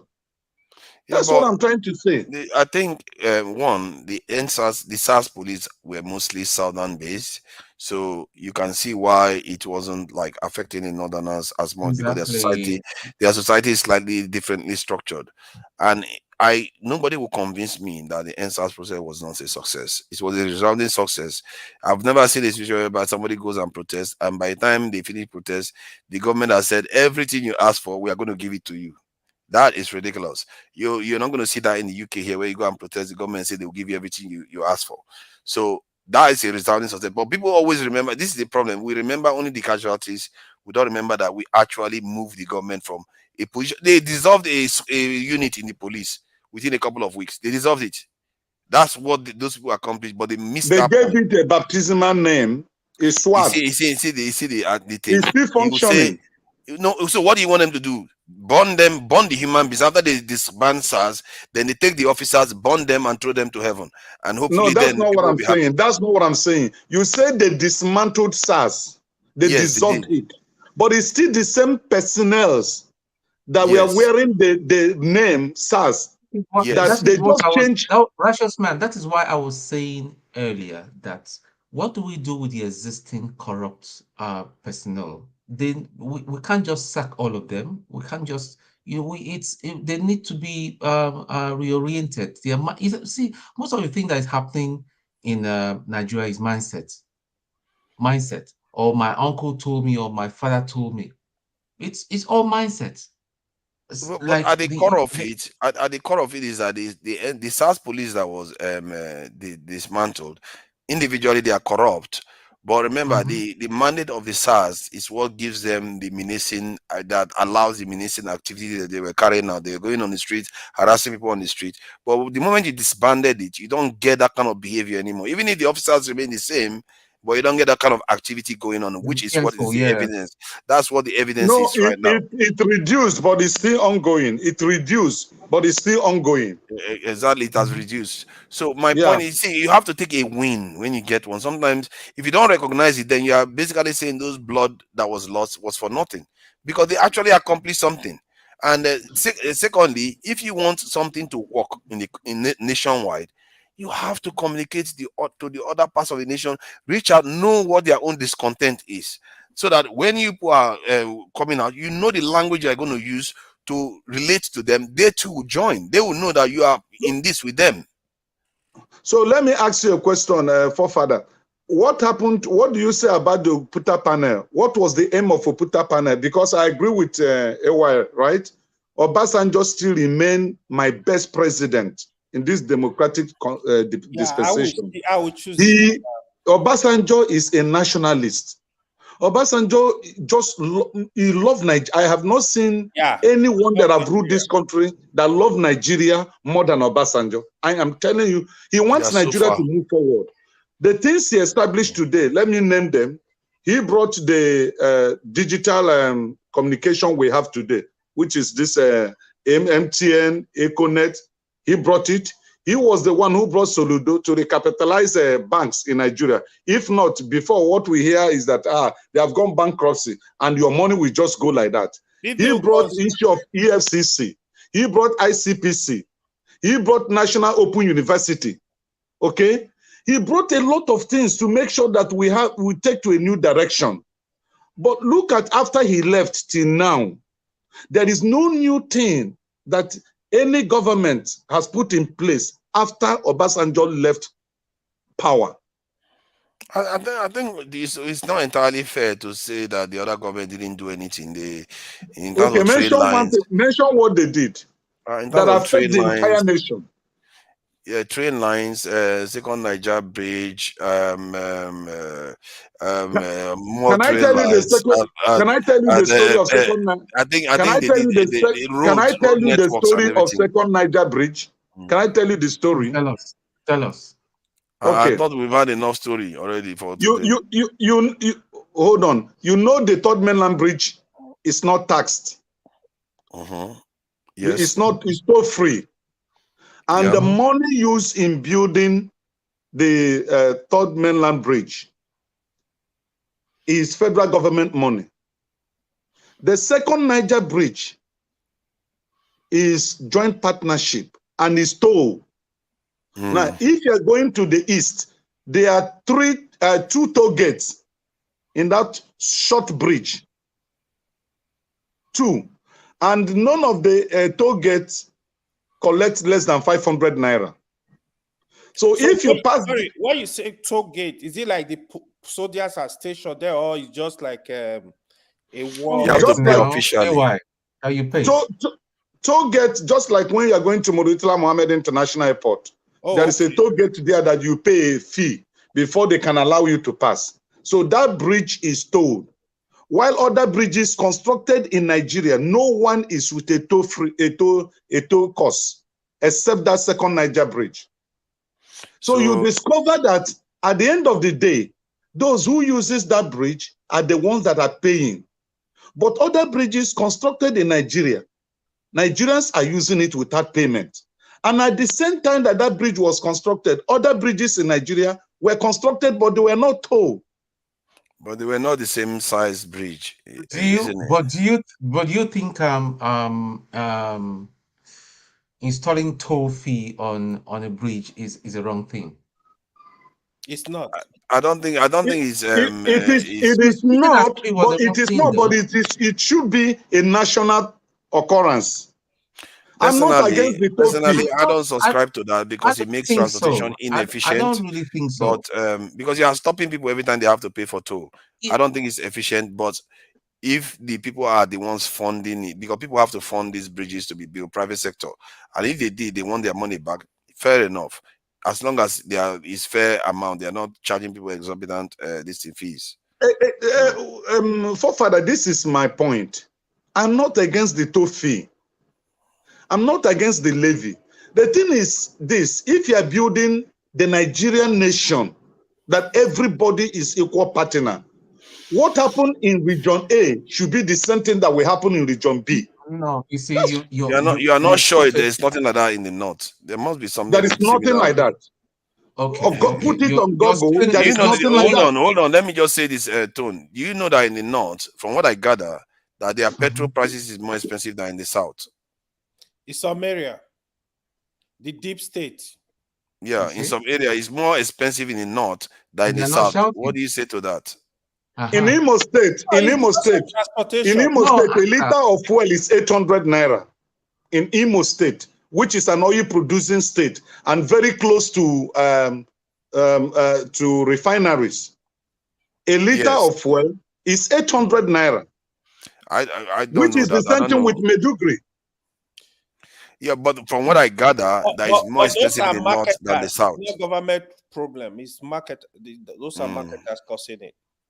Yeah, that's what I gather, because it costs more to take it to the north. Are the problem, not the government. So it looks like Righteous Man is struggling to understand the concept that maybe they not sometimes they get to pay more for stuff. No. Forefather, you are the one that do not understand what I'm trying to say. I understand what you say. Let me say this. Yesterday, I was listening to some discussion they were having here. Tune was actually coming against them. You know, some people, this idea of anything that happen, you think, some people are against you, right? It's just like racism, right? I will tell you my experience with racism. Usually when people talk to me about racism, I said, I'm the wrong person to ask about racism, because I'm not saying it's not happening, right? So when I used to work in Canada, right? So I was working with all my colleagues were white, right? One day I was not having this, we were having discussion. They were discussing how they are going to the US, they are stopped at the border, search for 5 hours. Oh, I'm like, one of them even said, he's not going to the US again. It's too much trouble. Then me, a black man, then I used to use Nigeria passport, right? I never had problem at the border. I was like, ordinarily, if they were blacks, they would think because they are blacks. But here is the truth. US border, the moment you lie to them, they discover that lie, or they will put you on a red list, red flag for you. So anytime you are coming, they double check you, they will delay you, all kind of stuff. Then if you are black, you not think, because I'm a black man. Sometimes I think we just overreact to this stuff. It's just like, I understand what Righteous Man is saying. Like sometimes because something happened to you, I would say, because I'm an Igbo man, because I'm a Yoruba man, that's why they treat. No. You see these SARS they're talking about. If I tell you what SARS did to me in Benin in 2019, we were coming from Lagos. They stopped us. I'm like, these guys were from Edo. One was even speaking my local language. I was like, guys, they're like, you got to open your phone. They need to say, I'm like, search my phone? How? I said, for what? But with their behavior, I'm not going to say, all of them were from my state. I don't think maybe one person was. But the thing is, the struggle Nigeria are passing through, we need to understand is everybody. Here is my whole belief. It's just a matter of these corrupt leaders and the ordinary people. The ordinary man, they just pass through. Even in the north we're talking about. If class they war. tell you, I tell people it's a class war, but they yeah, don't it seem is. to realize that It is a it's class. just a class war. Tune. If I But, tell but you, don't you think that the South is even more stubborn in terms of engaging with the North than the North engaging with the South? I don't know because I've never seen the North resisting engaging with the South. But I see Southerners that a lot of them don't want to engage with the North in any way. They just like see them as foreign No, entities. what do you say about our value system? I don't know it's not I don't value what is system. value You system. just have Don't to they want to be respect. alive? Don't they want to eat? That's our value system. We just have to respect everybody. We are kind of different. I've listened to Tune because I don't know if because he grew up in Lagos, right? How he take the country. I literally respect that about him. When he is speaking, he will tell you, "Oh, I had Muslim friend, I have a Yoruba friend, I have." Who? You need to look at it as who? Look at human being. I don't like for me. I don't look at where you come from. I don't care. I look at you as a person. Yeah. He's asking you who. He says who. Who is asking who? He's asking you. You were making reference to somebody. I said, who is the person you were referring to? Tone. Oh, me? Yeah. See, don't mind me. So Listen. sometimes we need to liberalize our mind and not see others as threats. Oh, sorry, my brother. I thank God I spent some of my life in Lagos. I went to secondary school in Lagos anyway. And I see things differently from what an average Igbo man will see things. Obviously. You know, there are some people it was from their village they went to the US. From their village they went to United Kingdom. That bias is still ingrained in them. You know, so I understand Yoruba man. I can understand where the Igbo man is coming from, and I made a statement before even forefathers came. Let me just clarify that when Dr. Rudolph was here, I said my people do not see themselves as Igbo people. In fact, they call other Igbo people Ndi Igbo. That is how racist my people are. I laugh at that, but it's not funny. I laugh now. I know better, but I don't subscribe to that. My people are one of the most arrogant people. I know that. I'm from Onitsha. Okay. Onitsha. Oh, seriously? So you are from Onitsha. Your own Onitsha Igbo people are saying the other people are in Igbo. No, I'm telling you. Go and ask them. And God. if you encounter any Onitsha person, just confirm what I've just told you. Very arrogant people. You are 100% correct. 100%. But I'm not like that. I'm not like that at all. I don't subscribe to that nonsense. But why are they calling other people Igbo? Are they not Igbo themselves, Onisha? No, let me tell you this. Sorry, I want to understand this new dimension. No, it's not a new dimension. It's not a new dimension. It has been there from the beginning. You know, the Onitsha's migrated from history from Benin. You know, there is a lot of history about Benin Empire that the Nigerian history have not allowed us. My grandfather used to be the Obi of Onitsha. Okay, so we have a history. My maternal grandmother too is a princess. So we believe we migrated, and that's account why we have all these small town on the Chaibo, Guashioku. They will not just form there. I thank God. I'm happy that righteous man understands this. Very few people understand this history. And then finally, Asaba. We all have relatives across the river in Asaba. You know, we are just the same people. Then it was Onitsha. They finally settled. So even the way we do things, like our traditional thing and all that, the people from Imo states over the years have started copying and all that, which is fine.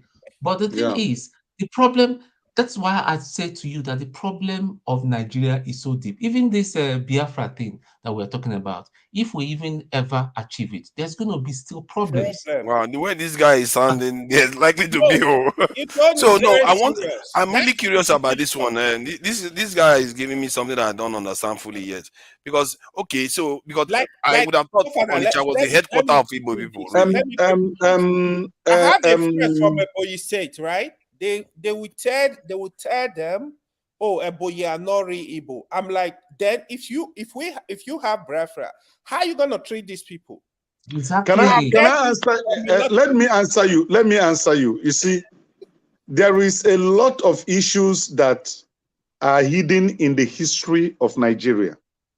And those who manage the affairs of this country deliberately destroyed or removed or deleted history in our curriculum so that we cannot understand who we are. And that's why there is confusions everywhere. Okay? If in Anambra State, they have a section of Igala people in Anambra State. Anambra State is not made of 100% Igbo speaking. They have Igalas as indigenes of Anambra State. Just like in River State, you have Igbo speaking in River State. You see? So it is a history that had it been they harmonized this thing and allowed everybody to read it, we won't have this confusion. It is because it's hidden and people now trying to search out, okay, so I am not from here, I'm not this. Then it creates a lot of dichotomy. And it shouldn't be so.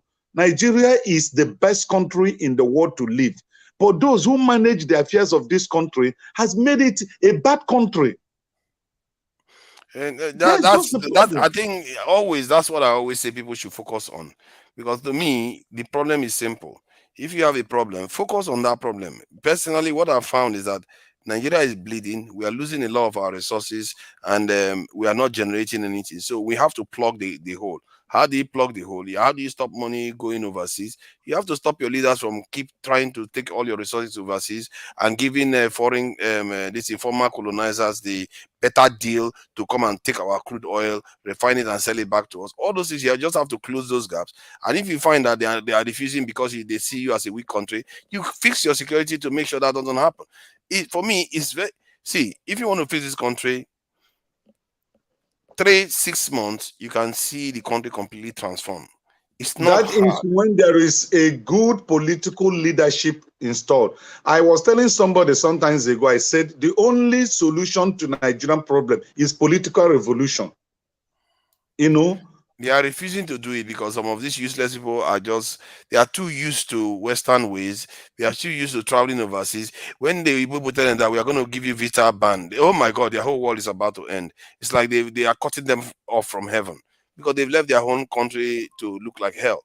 So if you remove those type of mindset, if it doesn't change, then they have to be removed from the political class. Father, let me ask you a question. Can you come back to Nigeria to lead a political revolution?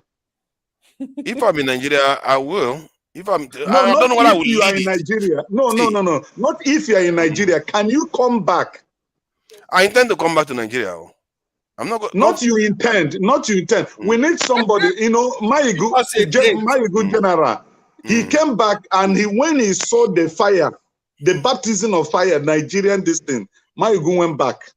Yeah, because he wasn't ready now. He wasn't ready. See, for me, it's very simple. I'm going to pass anyway. So what is the point of hearing it? Once I take care of my affairs here, there's no reason why I'm not going to be in Nigeria. I'm not there to just go and start chopping people's heads off. I'm going to be contributing as much as I am right now. I would even rather remain under in the background. Because if people forget that I remain in the background, thank God you are in England. When John Fashion returned back to Nigeria in order to give a facelift to Nigerian football, how did it end? John Fashion, what happened? Yes, he came back to Nigeria. He wanted to make a contribution to change our football based on his experiences in England. He played football. He lived there. He has westernized his thinking. Precious man, aside even from John Fashion, that's about 15, 20 years now. Even the ones that have played in England and are retired now in the last 10 years can contribute. But they'll never ever give them the opportunity. Because that's what I'm saying. Because when you're coming from over there, they see you even as an enemy, you know, as a threat. As a threat. You know, when my dad said that during his own time, they studied here, and when you finish the day you finish writing your exam, maximum you'll be here will be about a month. they all gotten jobs and all that. They went back. My dad didn't bother to be, although I was born here and all that. We went back. We went back. And that was when people were proud to be Nigerians, you know. So Nigeria is not for, if you come with a different idea and all that, they feel threatened and they will fight everything. During the Civil War, my dad was locked up by Gowon. He's lucky he wasn't killed, because they saw him as he was accused, because he's an engineer. They accused him that he was working for Juku and all that kind of thing. But he was in house arrest throughout that period, you know. So the thing is that Nigerian problem, nobody today It's is not that. hard. It's not hard to fix. I think let me say this. I think what people fall for all the time is they will see a problem and they fall for the complexities and start talking about the minutia that doesn't get you anywhere. And I understand, because even I fall for that. But that's why when I talk all the time, I go back to that one point, because I've seen all these conversations when I was growing up.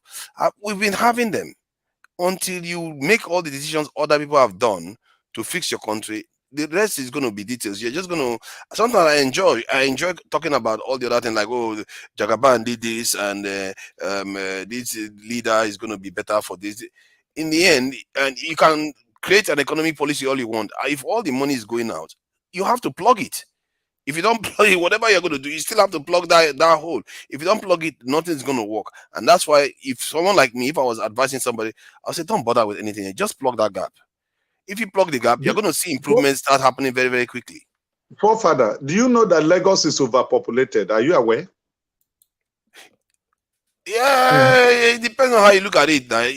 23 million people. Yeah. 23 million people without no good road network, no good transport network.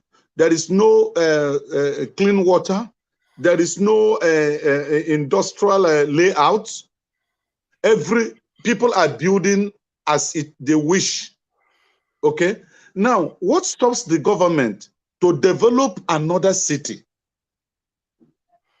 Since the inception of Nigeria, it's only Abuja is the new city that the government have created. Since the inception of Nigeria. But the River State, see, when you say government should develop, with what money? They are spending 97% of their income on debt servicing. With what money? When 97% of what Nigeria earns is going to service debt. You are done. Those money that were collected, what did they use it for? To pay for debt. Come on. That's what I just told you. The money they borrowed, the money they are paying. Now they are borrowing again. When they borrow, the reason why when they borrow, they go and build a bridge like River Niger to be able to claw the money back. And righteous man, you are not very happy with it. So this is the problem. you're not very happy with it. So by the time they start saying train station, everything you want to drink water, you have to pay for everything. You are not going to be very happy with it. And this is why things are slow. We can get more money. The problem is that they are not doing all the things that are going to give us more money. That is the problem. And all Tinubu is doing now is trying to paper over the cracks, saying to say bring business, you bring money coming, and he talks about security, say synergy. That synergy talk, if I hear it one more time, I'm going to throw a fit. And then when he talks about the economy, that the people suffering, you go and give them rice. We are going to create buses. You know what? The cars, let's change it to CNG. All this stuff it's like you are trying to fix the refineries, and you're encouraging people to shift to gas. So what does that tell you? It's telling you that they don't plan to get the refineries fixed. What is that? If you listen to Obasanjo a few days ago, he said it that Nigerian refineries can never work. You heard him say it. And if he says that, it's because leaders are not doing chai. I'm telling you, man. I'm telling you, if a lot of people are going to hate me. It's someone like me. If I was the one advising a leader, or I'm the one, somebody make mistake and put me in office. Hey God, they will be shocked, man. See, when I give you something to go and do, and you come back to me and give me an excuse, hey, the result is not going to end well, though. The next person, the next person is going to be shaking. It's not going to, because see, the way I look at it is that you are killing people. So your own life should be forfeit. When people are suffering, they are dying. That's how I look at it. People are going to dismantle suffering all the time, and you're just using your incompetence to kill people. So you have to do forefather, your job. To dismantle this system, like Obi described it, you know what Obi suffered in the hand of like our Nigerians. It was not ruling the whole Nigeria. It was not managing the affairs of the Yoruba nation or the Ijaw or the Hausas or the Fulanis. He was managing just about 8 million people that lives in Anambra State. And because he refused to do what they had been doing, they impeached him. They impeached him. That's Peter Obi, you mean?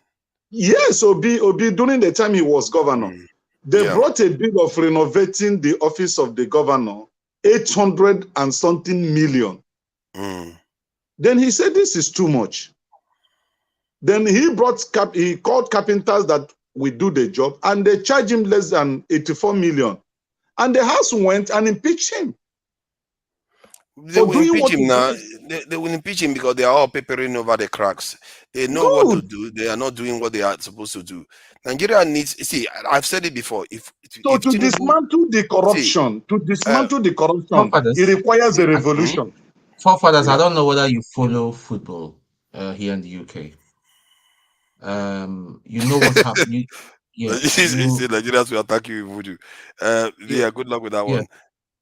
You know, you can see what is happening in Saudi Arabia League. Have you thought why they are investing heavily on football right now? Why? Because they know that their fuel is going to depreciate in the next 10 to 15 years. And the price of fuel, the demand for fuel will go down.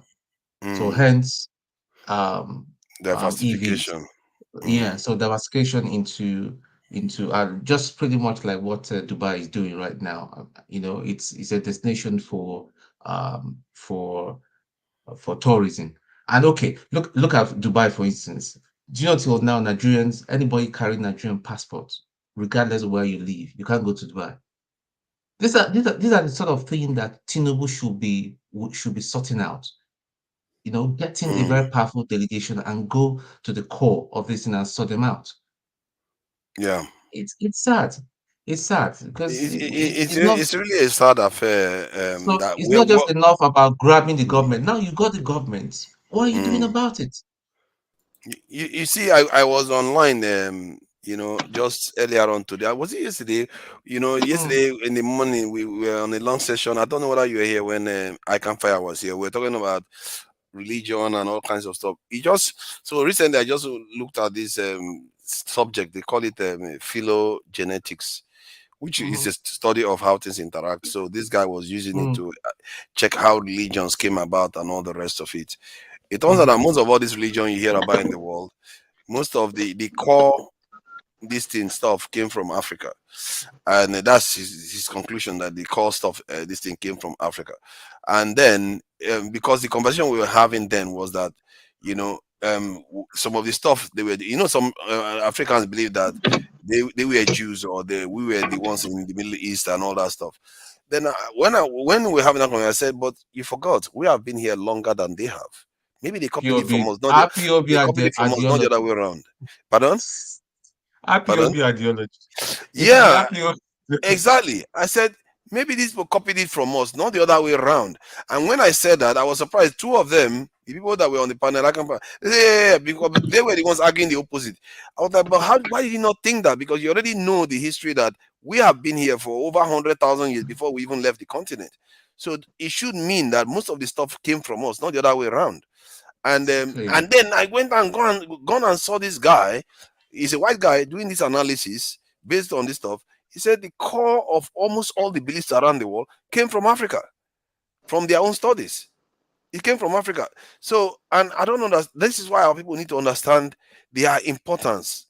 Our age should tell us that we should be confident that whatever belongs to us is ours. Don't go and copy other people's religion and use it to kill your own brothers. What kind of juju is that one? You know, the people are talking about voodoo. These guys say they're going to do people in Nigeria. That's what they've done to the whole country, where Hausa man will kill his own fellow Nigerian man, or kill his own fellow. Sometimes they even kill a fellow Muslim because he says the wrong thing. Why?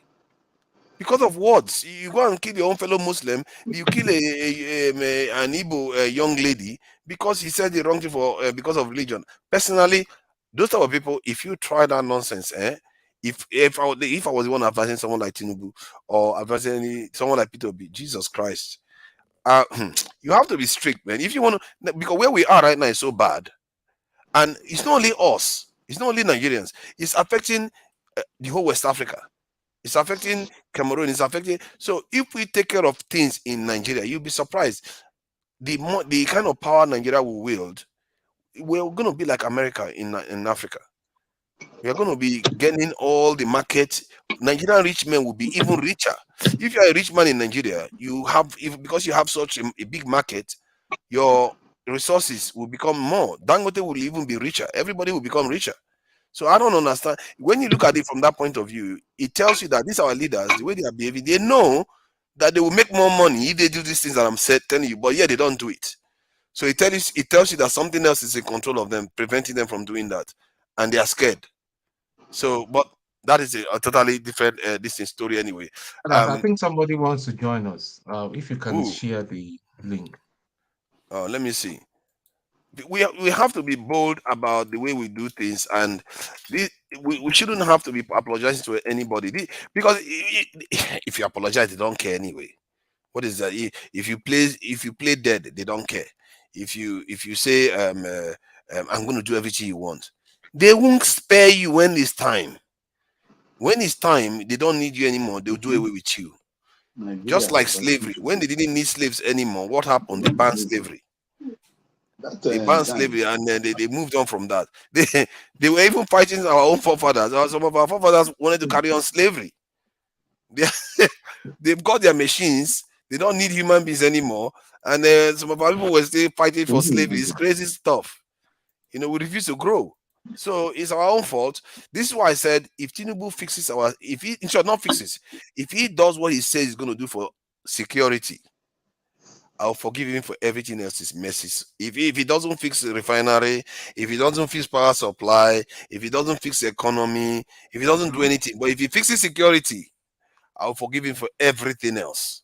But is there any signs that he will fix the security issues? There's no, I can't see. He's not said one word since he got into office. See, when he was at Chatham House, it was El-Rufai that argued for the security posture. But El-Rufai went on to do the stuff he did with Buhari when he challenged Buhari for currency. Then he went on to make that racially sensitive statements. So I don't know whether because of those things he said is why he's not in office right now, or it's because of his security posture. That some people said, you know what, don't bring that guy in, because if you try that nonsense with that security posture, it's not going to favor us. So make sure that guy doesn't make it into office. Maybe that's why El-Rufai is not there. There's a chance that could be the single reason why it's not there, because there are some crazy leaders we have in Nigeria that are also very divisive. They all get put into office. Why is it that El-Rufai suddenly is a different guy that cannot make it into office? So, God, that's just a conspiracy theory on my side anyway. I have to admit that one. Maska, welcome. What do you think about what you're hearing so far? Your mic, no KJ here today. So there's no KJ here today. Something else is off, man. Yeah, they're telling you welcome. We can't hear you, Maska. It's not coming on at all. Let's see. Your connection seems solid. I think it's his device. His microphone is playing up sometimes. So, Maska, get this thing right so that we can be hearing from you. Your voice is very, very important. You are one of the few northerners that come in here to talk, and you have to represent. It's very try to get your mic sorted out. I think it's the device, because it can't be the internet. The internet looks fine to me. Is it connecting from Nigeria? Yeah, it's connected from Nigeria. The internet looks solid. It's just his hand device.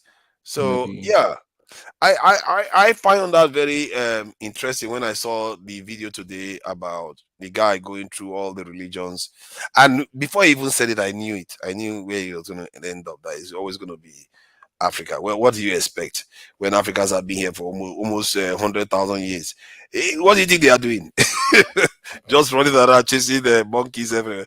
They are there evolving and building stuff. Then when they build enough, they decided to venture out of Africa and start even conquering the whole world. So in the end, it still ended up in Africa. See, the world has tried their best to say most of things didn't start in Africa, but they can't find anywhere else. It's always been here. And how did we become so lost that we don't even know that? Most of our people just think they think everything comes from the outside. Most of the stuff they know, they copied it from us. Then they start selling it back to us like they sell our, oh, I see now. That's why they sell petrol back to us. We give them crude oil. They sell our own petrol back to us. That's basically what is happening. So yeah, that's just that anyway. Let me see the main bits of this topic. I think the guest that came, he was talking. What did he say about Mandela that was quite this thing? Mandela, I don't know.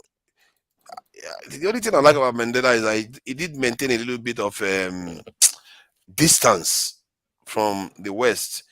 He's not like Nigerian leaders that just like hook, line, and sinker follow the West. Hey, welcome.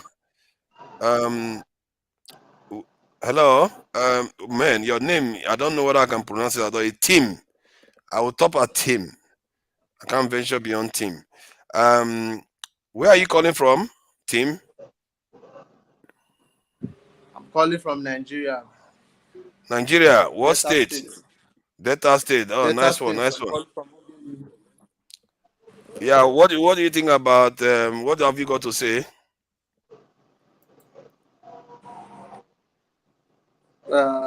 There's a lot of topics from the head topic, so I know Yeah, just pick where anyone you actually to like. start from.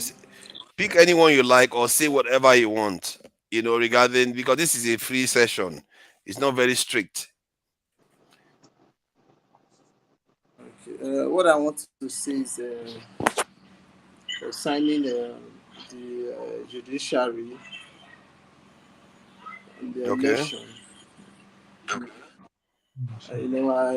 When I watched the video, when I heard Peter Obi, who said he would be going to the Supreme Court because he was unable to get favor on the tribunal during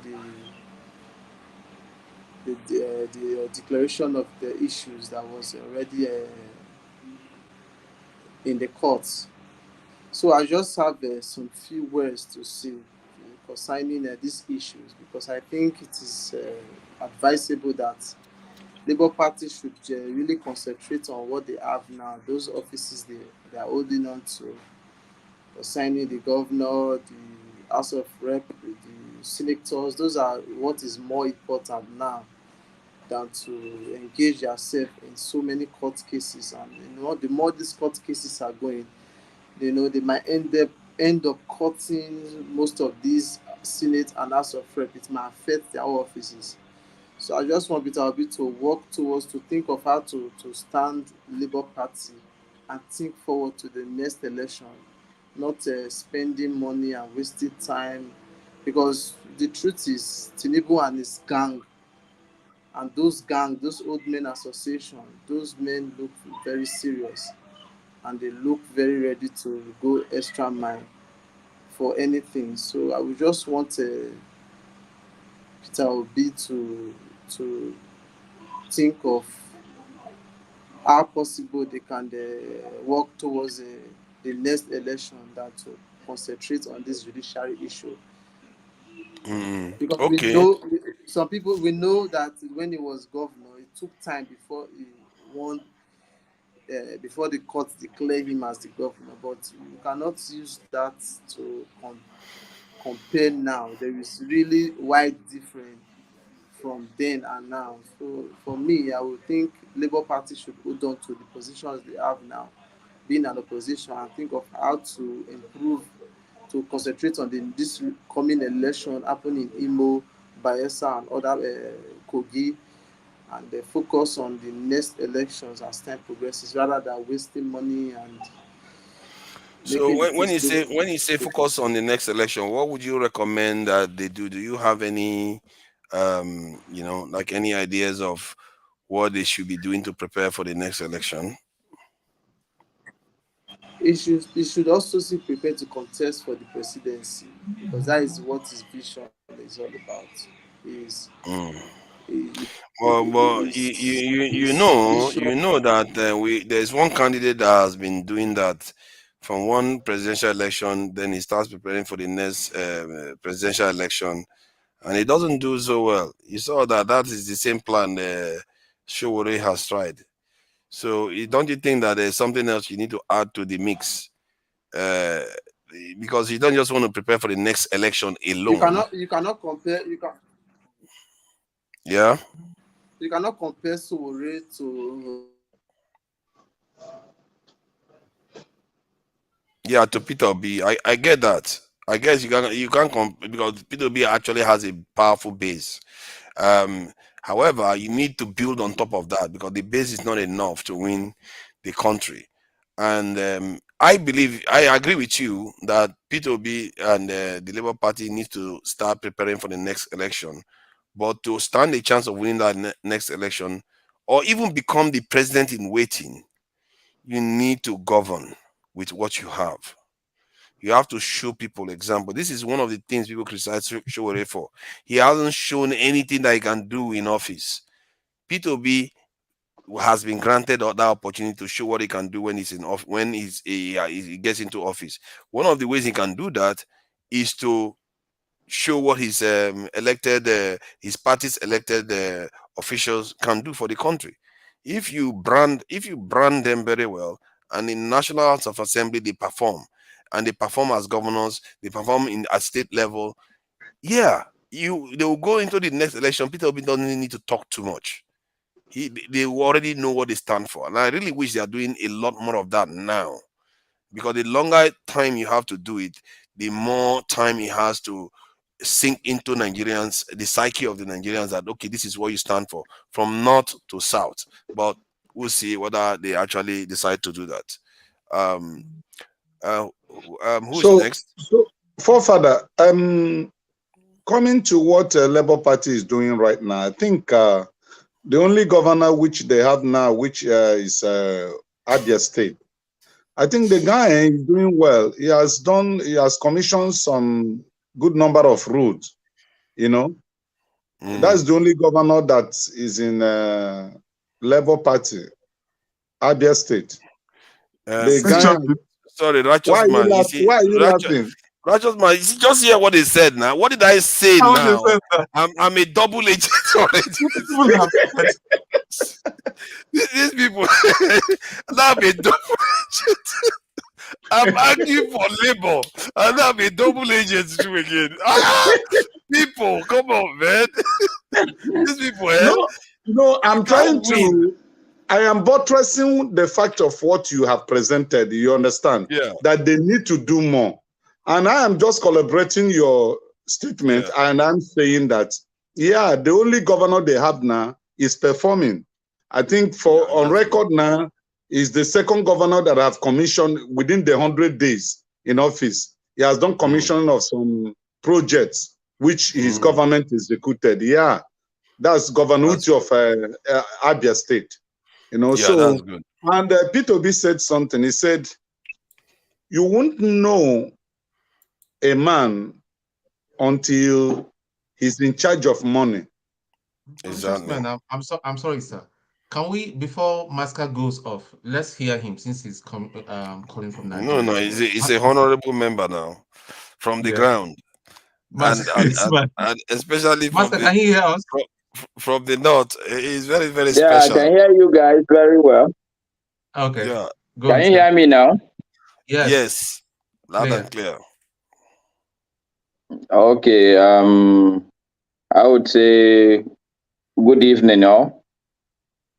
Evening. I'd been listening a while back, but I had to leave where I was. So the current conversations, I don't have a hang of it, but I was there when forefather became the moderator. I was there when Jagun was trying to drag with him and all the issues. You know, my position is a bit constant. I always try to at least address my Igbo brothers, particularly people like KJ, and I could see Righteous Man is also begin to take the same position where, or the position I call this victim position. The Igbo brothers, they keep talking about being, they keep taking a victim position, like it's only Igbo people that are suffering in Nigeria. I think that is part of the problem we have as a country. Because when you only isolate yourself and start talking about your own problem, then inadvertently, it's almost telling every other person that, look, you care only about yourself. They should go and worry about their own problems.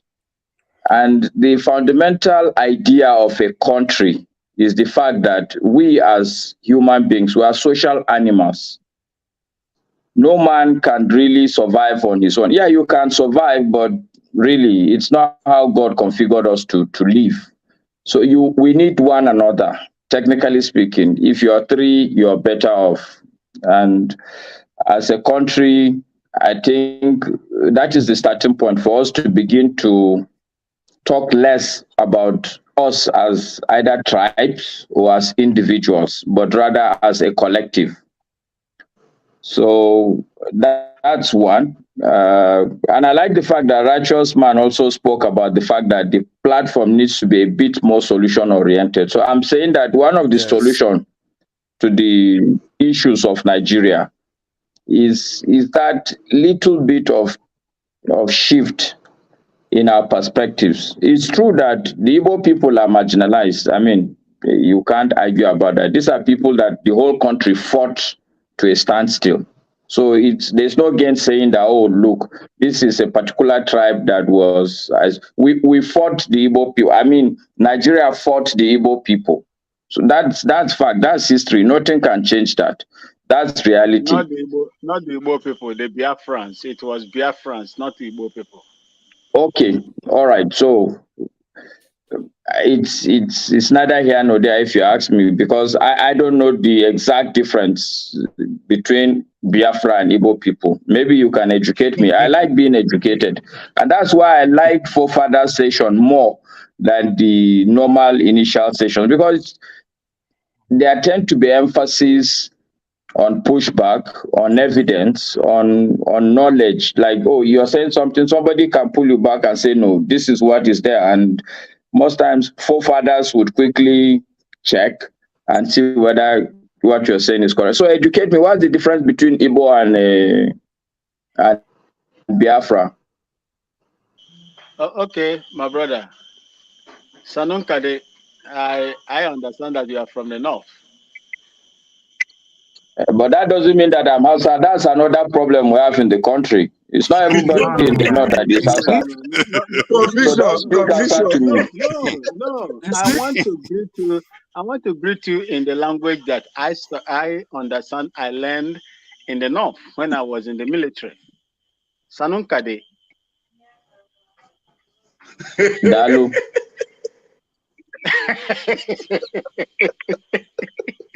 Max, they say why your light there, though, whether you there someplace. I know. You get red light. We're not seeing you now. Open up. We're not seeing you.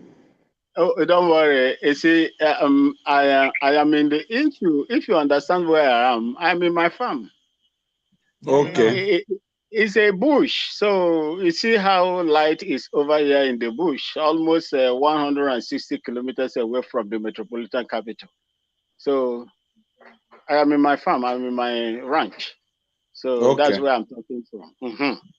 You see, the reason why I said that it is not Igbo, you see, this is some of the things that we isolate a group of people or a tribe, and make our comment about them. And that is exactly what happened in the January 1966 coup. Till today, they call it Igbo coup. It wasn't an Igbo coup. If Nigerians cannot call the subsequent coups that happened in Nigeria Fulani coup, Hausa coup, Benue coup, and the rest of them, I don't see the reason why anybody will call the 1966 coup Igbo coup. If you look at what happened to the Igbos, you said that the Igbos, the whole Nigeria fought the Igbo people to a standstill. If you remember, there was nothing like Igbo that time. It was Eastern region. And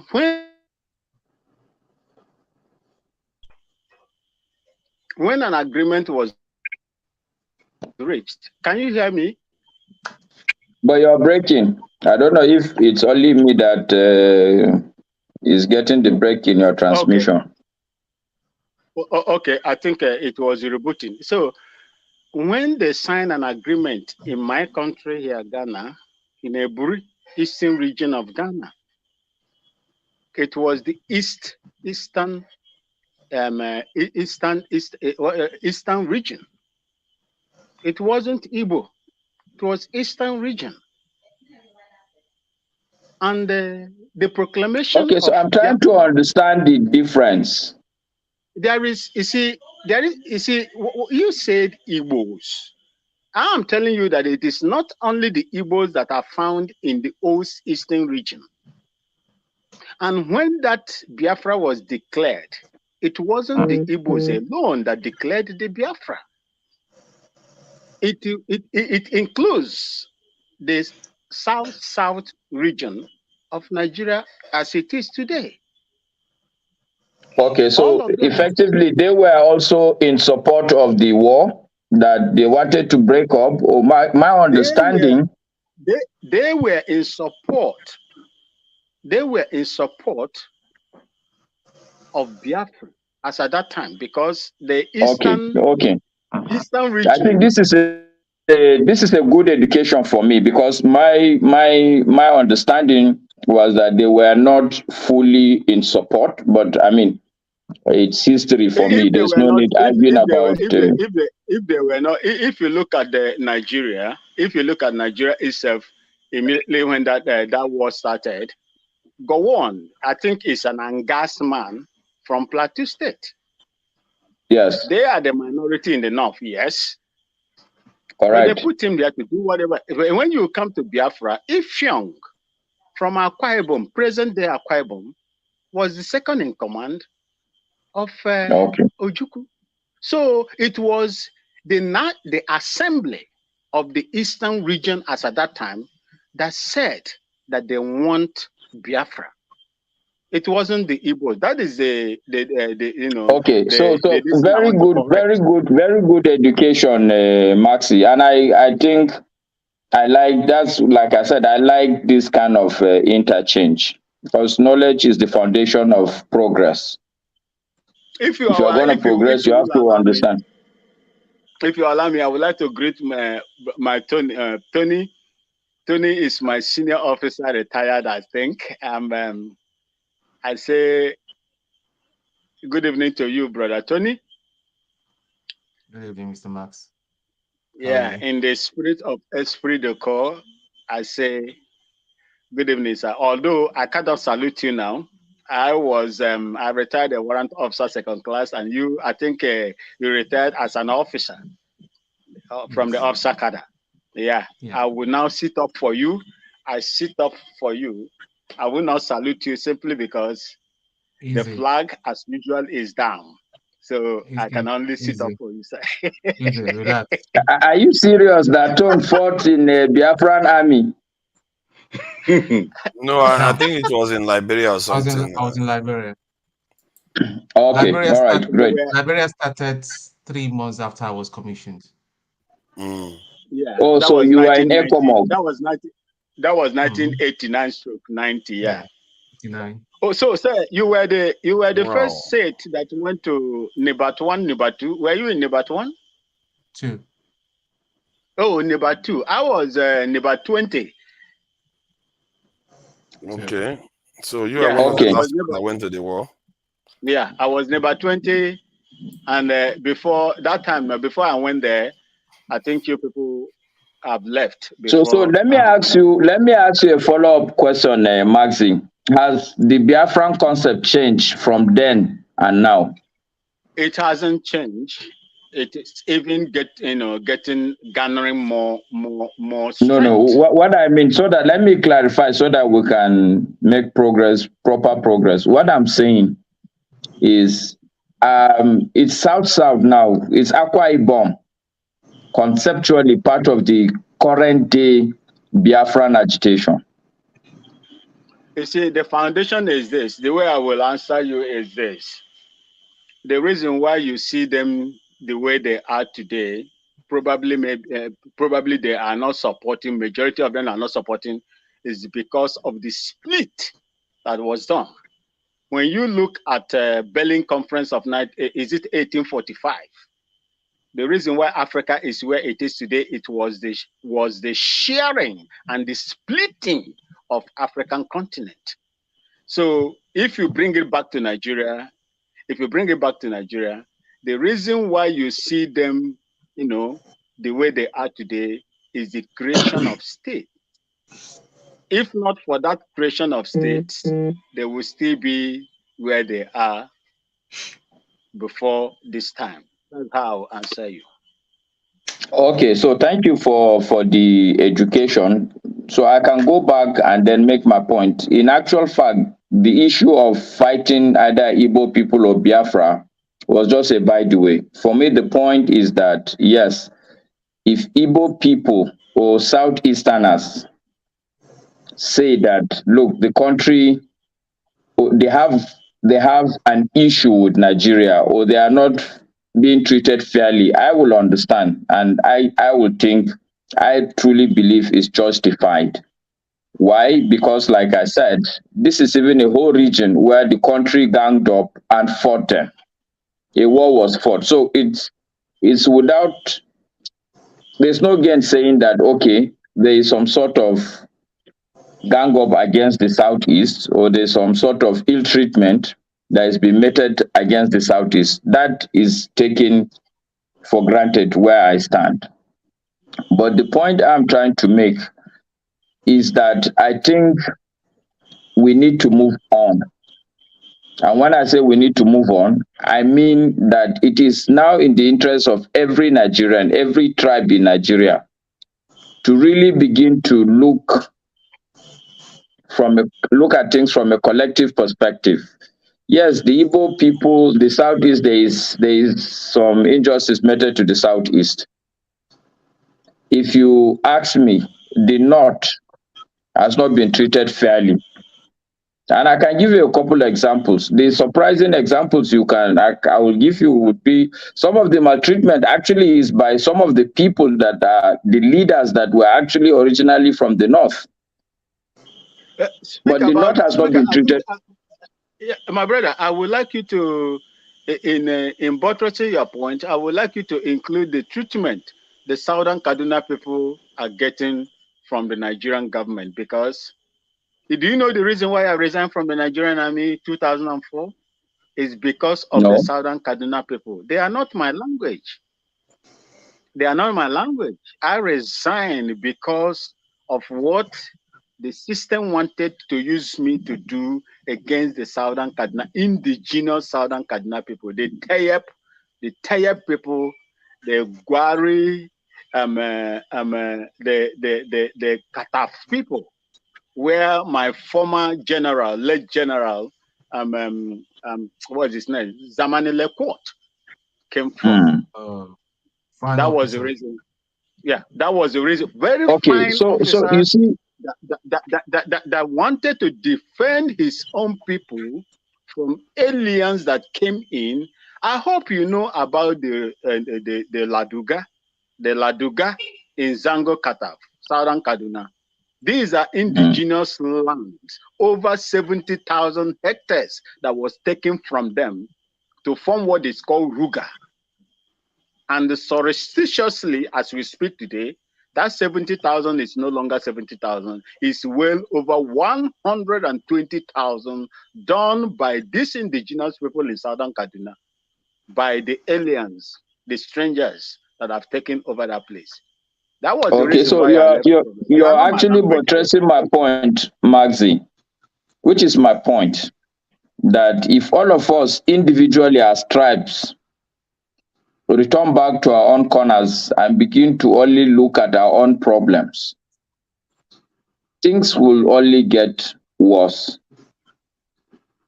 The reality is that the Nigerian state is actually not in the interest of any single tribe. People will tell you before today, people will tell you that it's the Hausa Fulani. But I just watched the video of the people around Tinubu when he was jubilating after the election tribunal. I couldn't see any Hausa man there. So the truth is that today, the affairs of the country are no longer in the hands of Fulani or Hausa people.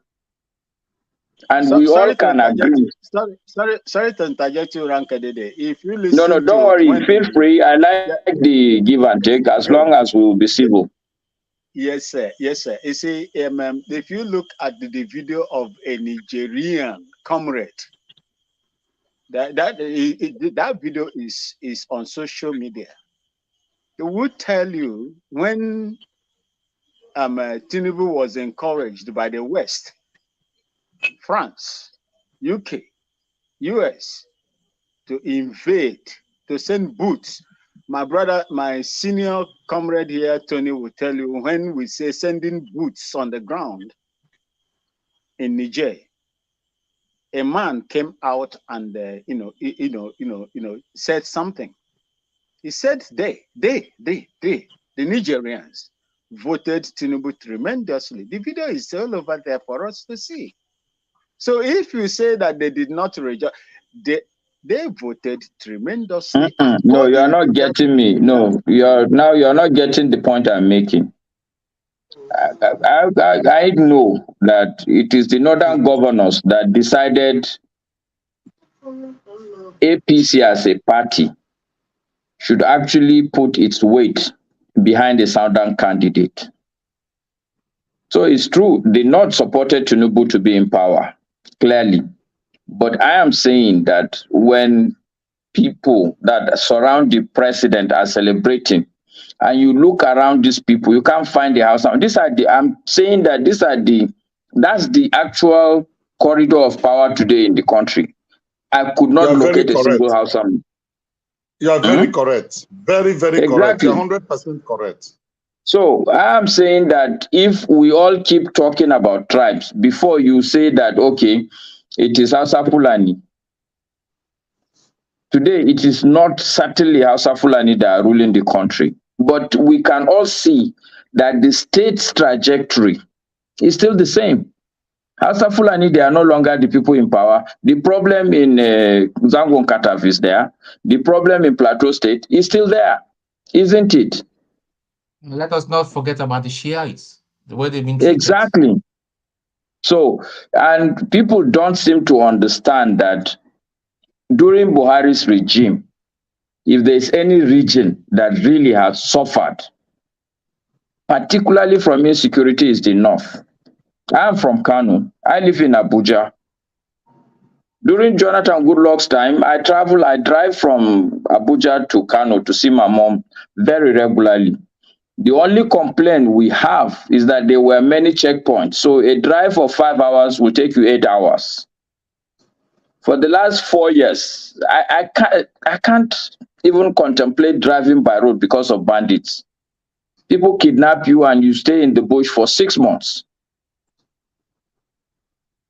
As we speak, there's so much kidnapping still going on, so much banditry still going in the north. So it's not only the southeast that has problem, even the north has problem. So my point, to summarize, is that each and every tribe in Nigeria has received an unfair treatment by the state.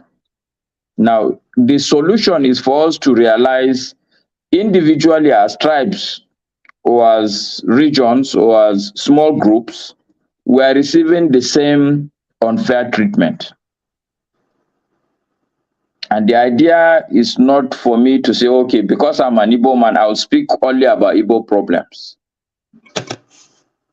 Or because I'm Zangon Kataf person, I will speak and rise up only about Kataf problems.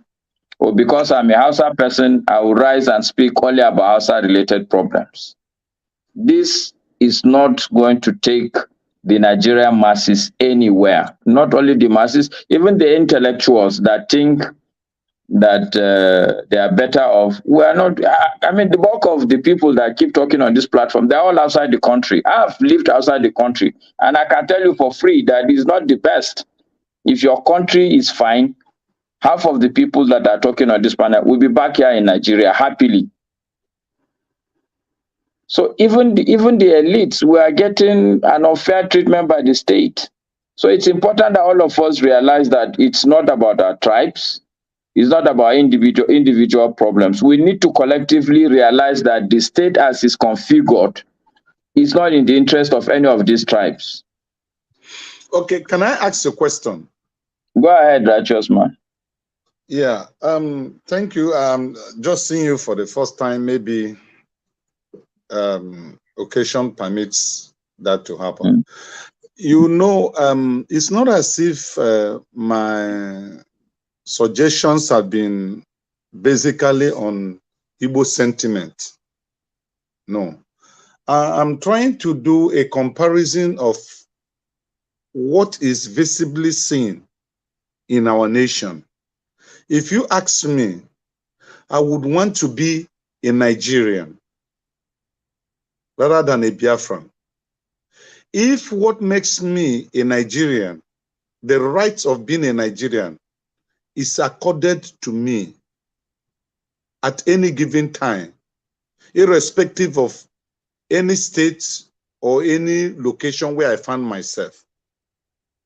But if that right is denied from me because I am from a certain place, then I have a question to ask.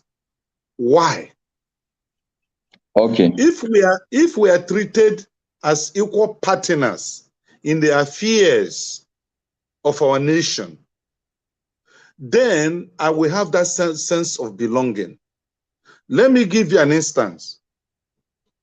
I've lived in the Southwest here for 40 years. All my life I've been here, apart from the one I spent a little in abroad.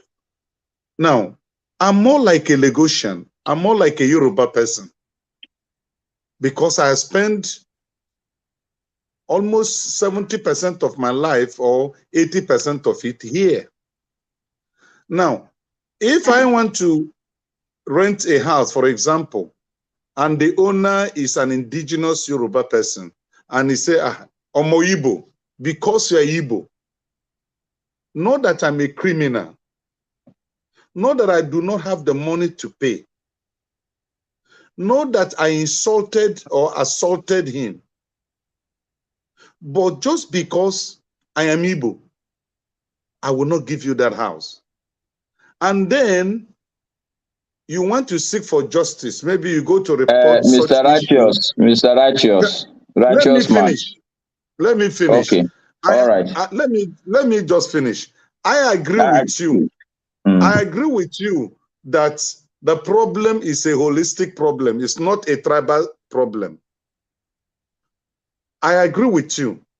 But why it looks as if Igbos are the one pushing out this thing is that when we go out to seek for justice for maltreatment, we don't get justice.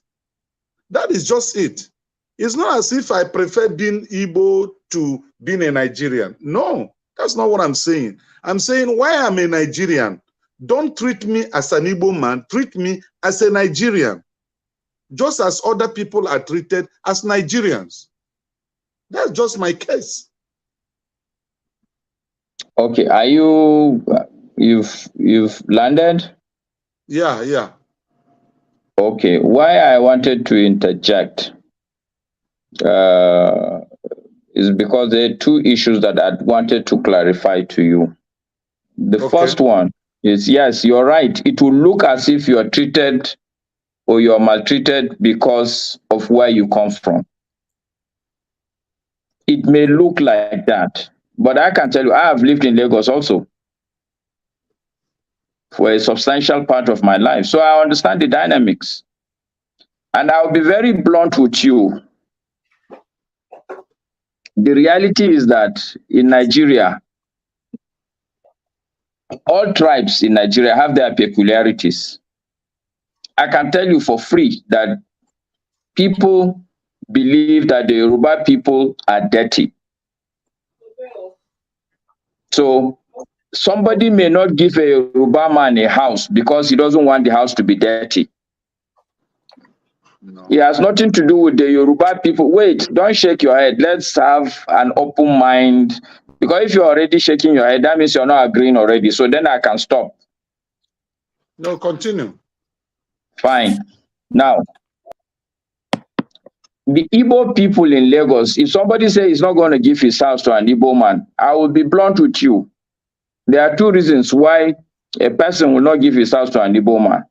The first reason, and it's an open secret, unless we want to deceive ourselves. The first reason is that chances are that people will think, okay, the Igbo man, you have issues with him paying you rent. So the point I'm trying to drive at is that as a people, as Nigerians, we need to also acknowledge that we are a different set of people. And it's not far-fetched why we are different. I have people who are Yoruba people that were born and bred in Kano among us. You will never know that they are Yoruba people until somebody tell you. Their mannerisms, their attitude is a Hausa man's attitude. Because we as human beings also, we tend to copy the people around you. If today I'm speaking with a Hausa accent, it's simply because I grew up within Hausa people. If I grew up in the South, there are Hausa people who, when they speak Hausa or they speak English, their accent is a Southern Nigeria accent. So I'm saying that I'm not putting down any tribe, or I'm not saying that there's a problem with any tribe, but I'm saying that as a group of people, we have characteristics that are different. Everybody knows that it's an open secret that an Igbo man likes money. If you say that an Igbo man likes money, it doesn't mean that he's a good man, he's a bad man. This is just a perception that people have. You can't help it. You behave the way you want to behave, and you cannot say people cannot have the perception that they have about you. People say Hausa man, they'll say Mala. Some people will go to the extra point of saying Malu, referring to the fact that the Hausa man is almost like a cow. And I tell my friends, look, yes, we can be angry, people refer to us like that, but partly it's because of the way we behave, the way we present ourselves. Things that we see that are not okay, sometimes we keep quiet, probably because of our upbringing. You are not brought up to be very vocal and be very antagonistic. Can I Go ahead. Sure. Sure. Back then in Kaduna, when I was in Kaduna for 2.5 years training, a lot of people did not understand what path of the North I was, because my name does not bear, it's not something that is not a very common Nigerian name. So a lot of people thought I was Fulani, right? Because I was tall, I was slim. All right. You're handsome also. Oh no. Let's leave that for another day. No, you're handsome. That's true. I'm an Igbo man. I don't think like an Igbo man. I'm not smart like an Igbo man until now in my 40s, late 40s. I've started to develop the attribute to make money. Now, so that's part of the problem we have in Nigeria, profiling and wrong profiling, if I dare say that, wrong profiling, very, very wrong profiling. So if we begin to deal with those sort of things, and people like you that have lived outside the country and you've interacted with people. Sorry, I take offense to all this handsome talk. What is all this handsome talk they are talking? I really take offense. He's a righteous man, not handsome. It's because he has some of us people. Ask him now. Ask righteous man. You can see, forefathers. There's no point. You can ask all of us. Do you think you are handsome or not? Yeah, our response. I think Senior comrade Tony. Senior comrade Tony. Is it what they like? It because he's got because he's got European pictures. They were like, oh, he's handsome. Yeah. To Niger, please. My senior comrade and my brother from Kano. I served in 3 brigade, Bukavu barracks in Kano. Yes. Who in Nigeria? Tell me, is there anybody in this world that doesn't like money? Anybody? Okay, so very good, very Maxi. Okay, so Tom, let me respond to you. Okay. Even the richest man, the richest black man, as we know today in the world, is a Fulani man. Yes. The Hausa people, we like money also. Wait, is Dangote Hausa or Fulani? Profile the Igbo people who struggle Dangote Hausa or Fulani? To make. Okay. No, allow Tom, Maxi, let's allow Tom to land. Let's allow Tom to land so that we can make. So what I'm trying to say is that back then in the academy, there was nothing like Hausa or Igbo or Yoruba. It was we all saw ourselves as brothers. Even Matthew can tell you. Even Matthew, I wasn't very good with my Hausa, but back then I could understand. I could understand pretty much and all that. But again, it's something, in language, if you don't speak it and all that, you lose it and all that. And one of my best big brother, I could regard him as my big brother and friend, is a proper Hausa man and all that, So this thing, the core, I believe that the core problem we have in Nigeria is tribal. It is tribal. Yes. As long as we can deal with tribe and religion, those two things, and if you can tribalize yourself and remove yourself from the hold of religion, we'll start making progress as a nation. That's my take, Okay, so let me make a couple of clarifications, Tone. Yes, you're right. It's all about profiling. Okay.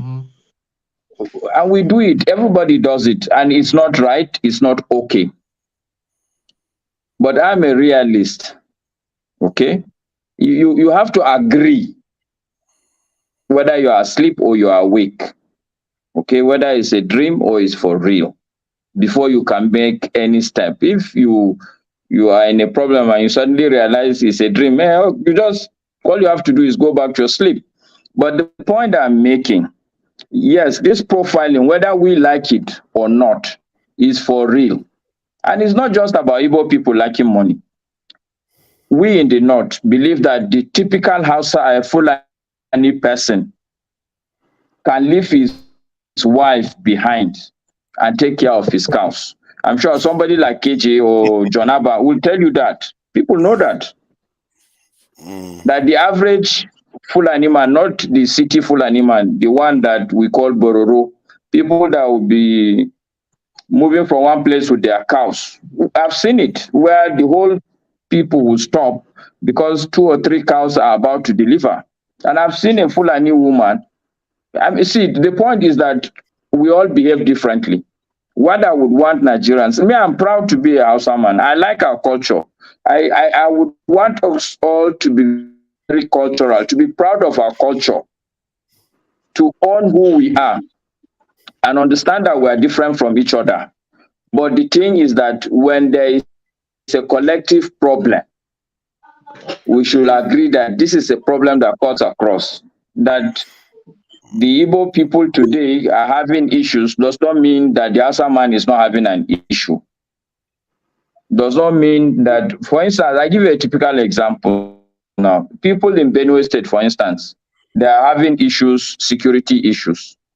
Is it not the same security issues we had in Borno State, for instance?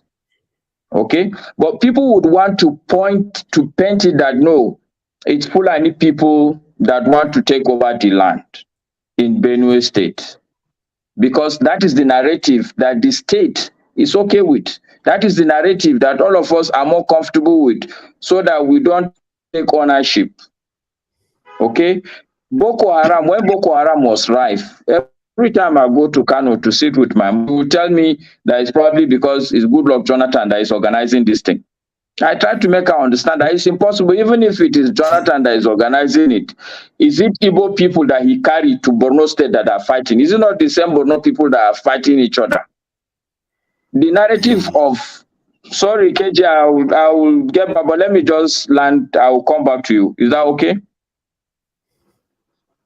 All right, go ahead, KJ. I see many hands up. KJ, go ahead. Okay. You were saying something. Just don't take my mic. Just don't take my mic. We had all damages. You were saying But you have been here. You've been talking. That one. You've been talking for so long. You mentioned that last. He's a PhD holder. He lives in Maxi Kulunkuna Magana. Okay, now here's what I'm saying. You were saying all the right things until you mentioned the last part. The last part is that the narrative that many people will like to give. No, totally, I don't agree with that. The people killing people in Benue or people doing the destruction there are Fulani herdsmen. If you want me, you can give me your email. They are criminals. They are not Fulani herdsmen. Excuse me. If you can give your private email address, I will send you documentaries short on it. So yeah, I'm not here to try to to maybe persuade you or something. That is already made up. We know that some of those places have been renamed to have Fulani names right now. So let's not go there. Because when you said that you actually abuse KJ, I see. Okay, you've made your point. Can I do a rebuttal on that point? Go ahead, and I'm here. Please go ahead. Because, like I said, if you want now, have you ever been to lately? Have you been to Zamfara State lately? Listen. When you said that, listen. The people of Benue, I'm talking right now for, are not saying that people who are causing problem there are not other people. We are talking about the one happening in a locality where we know, Nguma local government, in Konshisha local government, in Igumale, after Otupo. Those ones, we are talking about the one happening in Nguma. We are talking about the one happening in Konshisha, in what is Guna's village name now? Okay, they were talking about those ones. We know them, we see them, the people see them. So when the people come out of let me ask you a question, KJ. What in your interpretation, what do you see happen? What do you see happening there? I'm very conversant with Benue State also. I lived substantial part of my life in Otupo. We still have a house in Otupo. So I know the area from Aledi, Taraku, Otupo, everywhere I know it also. So let's talk about it. What do you see happening?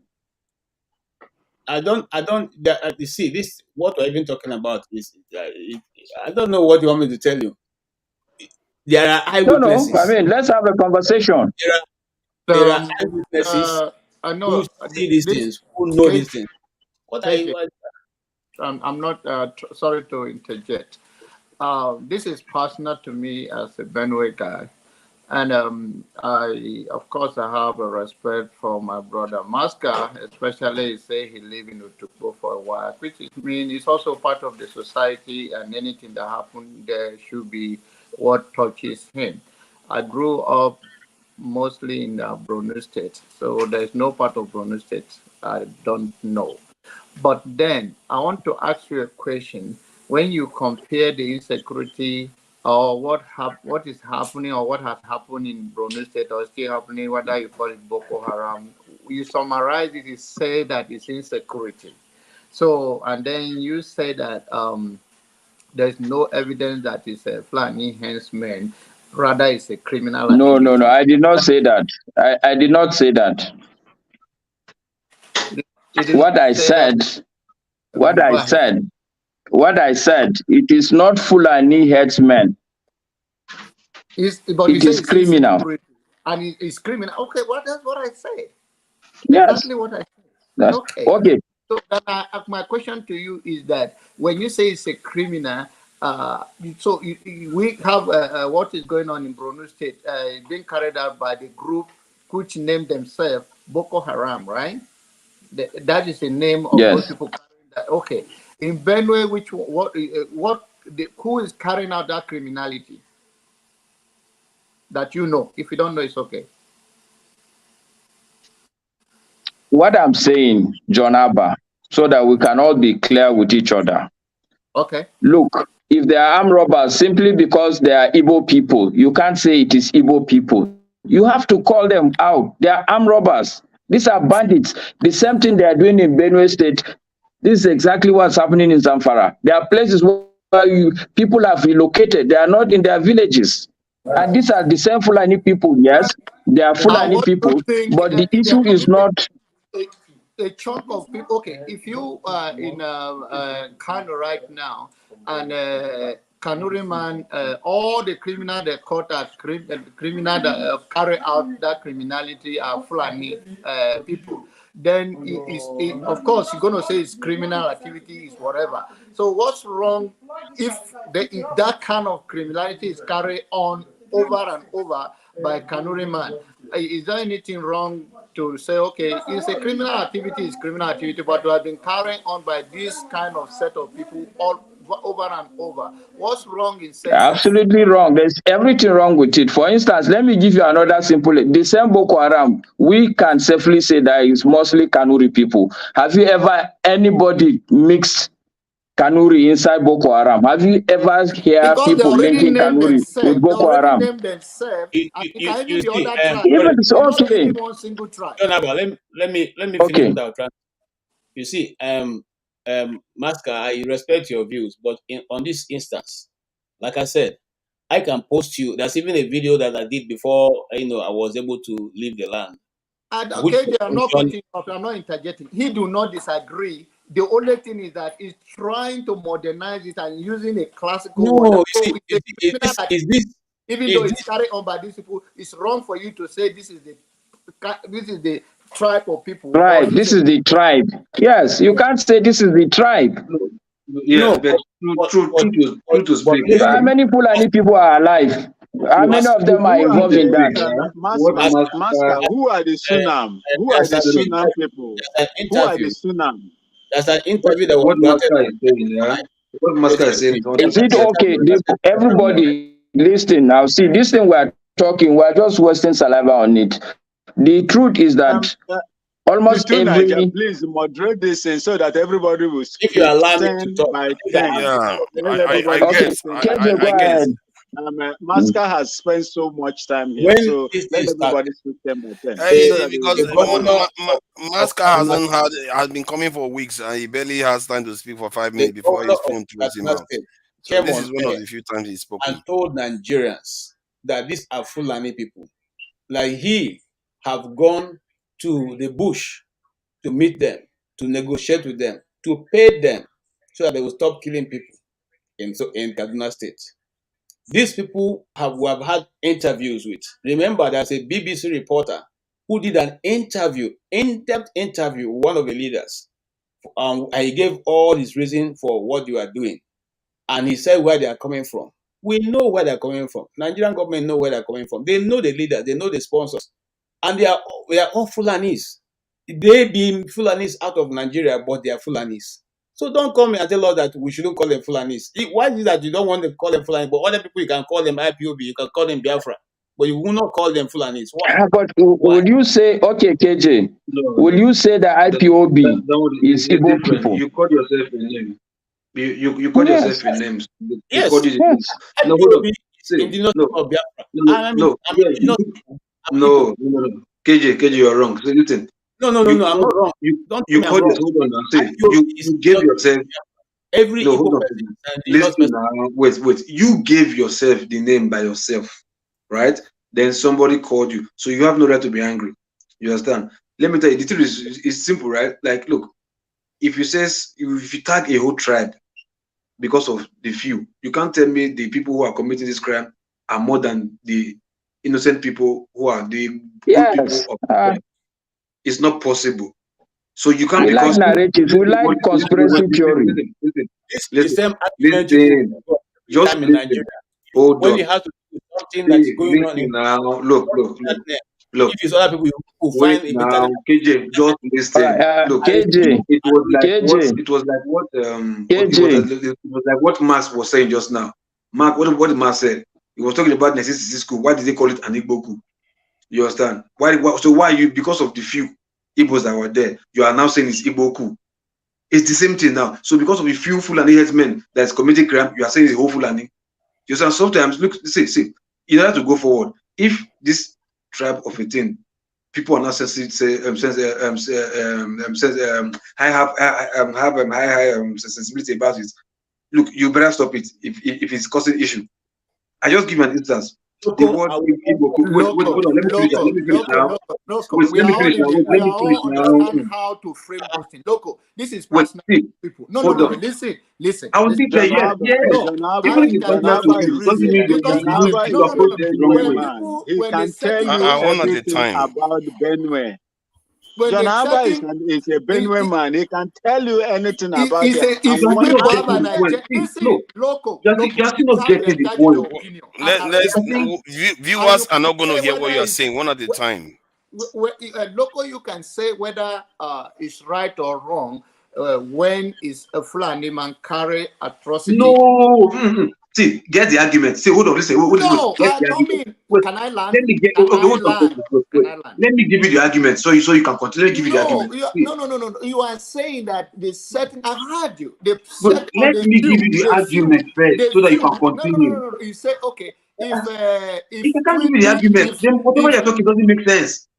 Let me give you the argument so you can Local, continue. you just wake up? This is personal to me. Don't tell me when people come out and have agenda and they have the agenda map out and they are taking cities and they are relocating themselves. Are you going to come here and come and tell me that it should not be saying after if Igbo people go to Onusha or it just happened in Lagos right now, right? When there was a comment that Lagos does not belong to anybody, that it's a no man's land, whether it's on political ground or not. What happened in Lagos? So don't say when people come out in the was wrong. Then correct. Say the truth out. Correct the narrative. Exactly. Correct the narrative. Don't say Local. Okay. So we have run three sides. Sorry, John Abba. John Abba.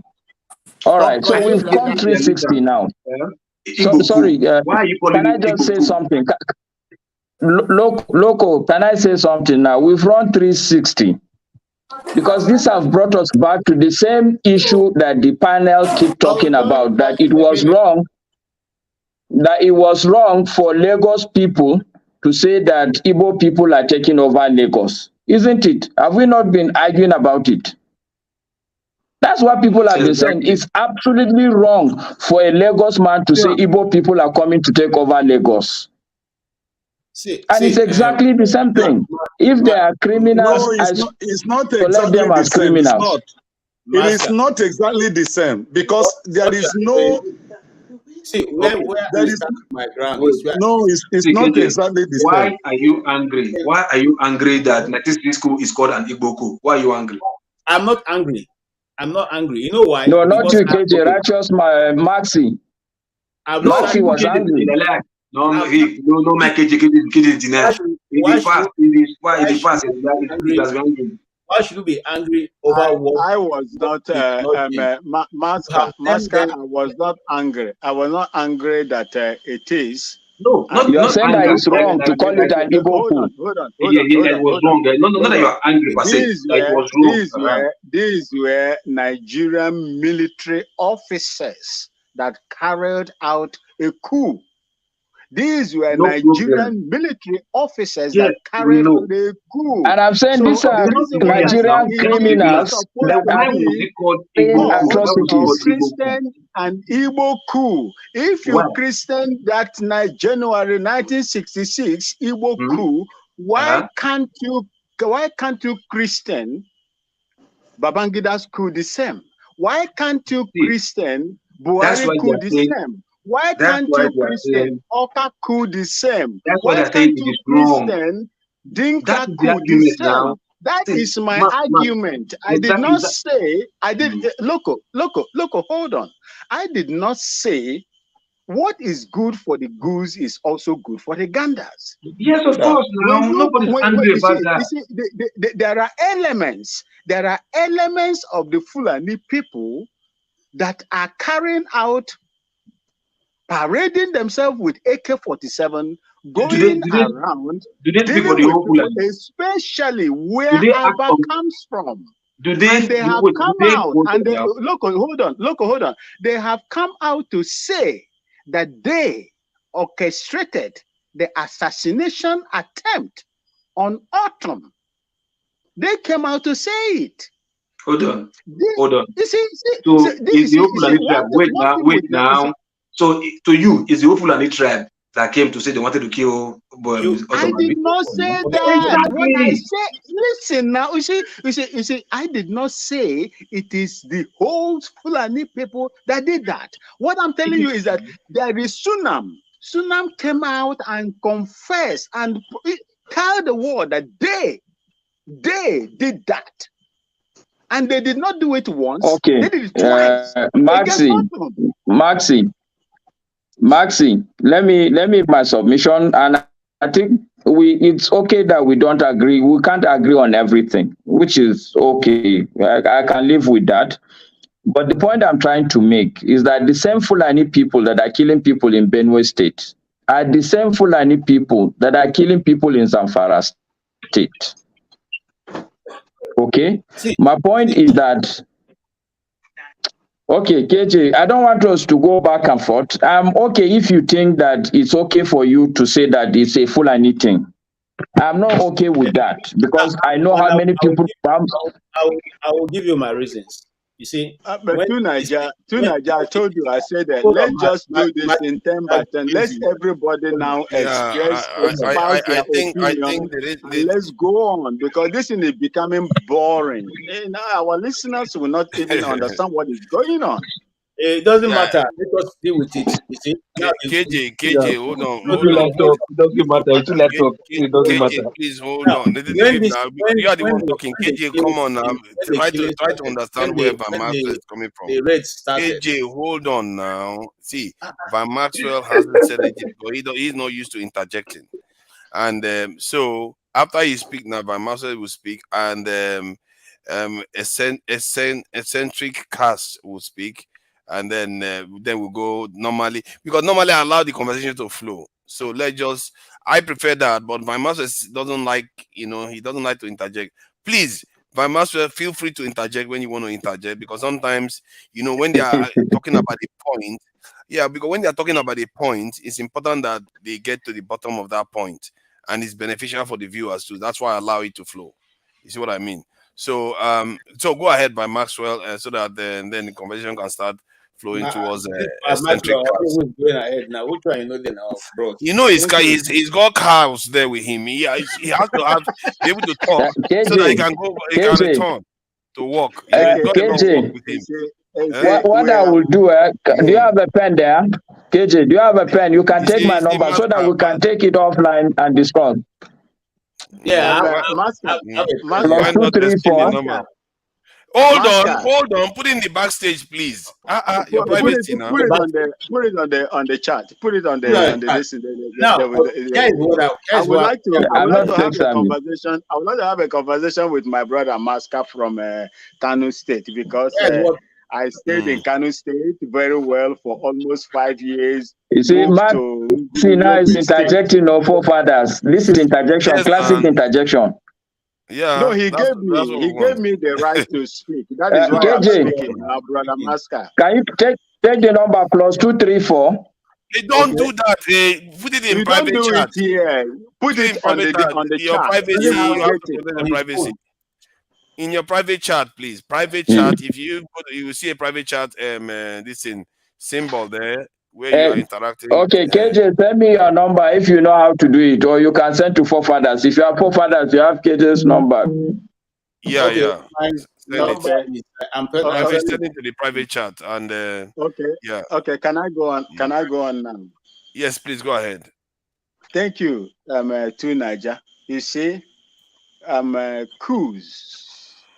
I personally, like my senior comrade there, Comrade Tony.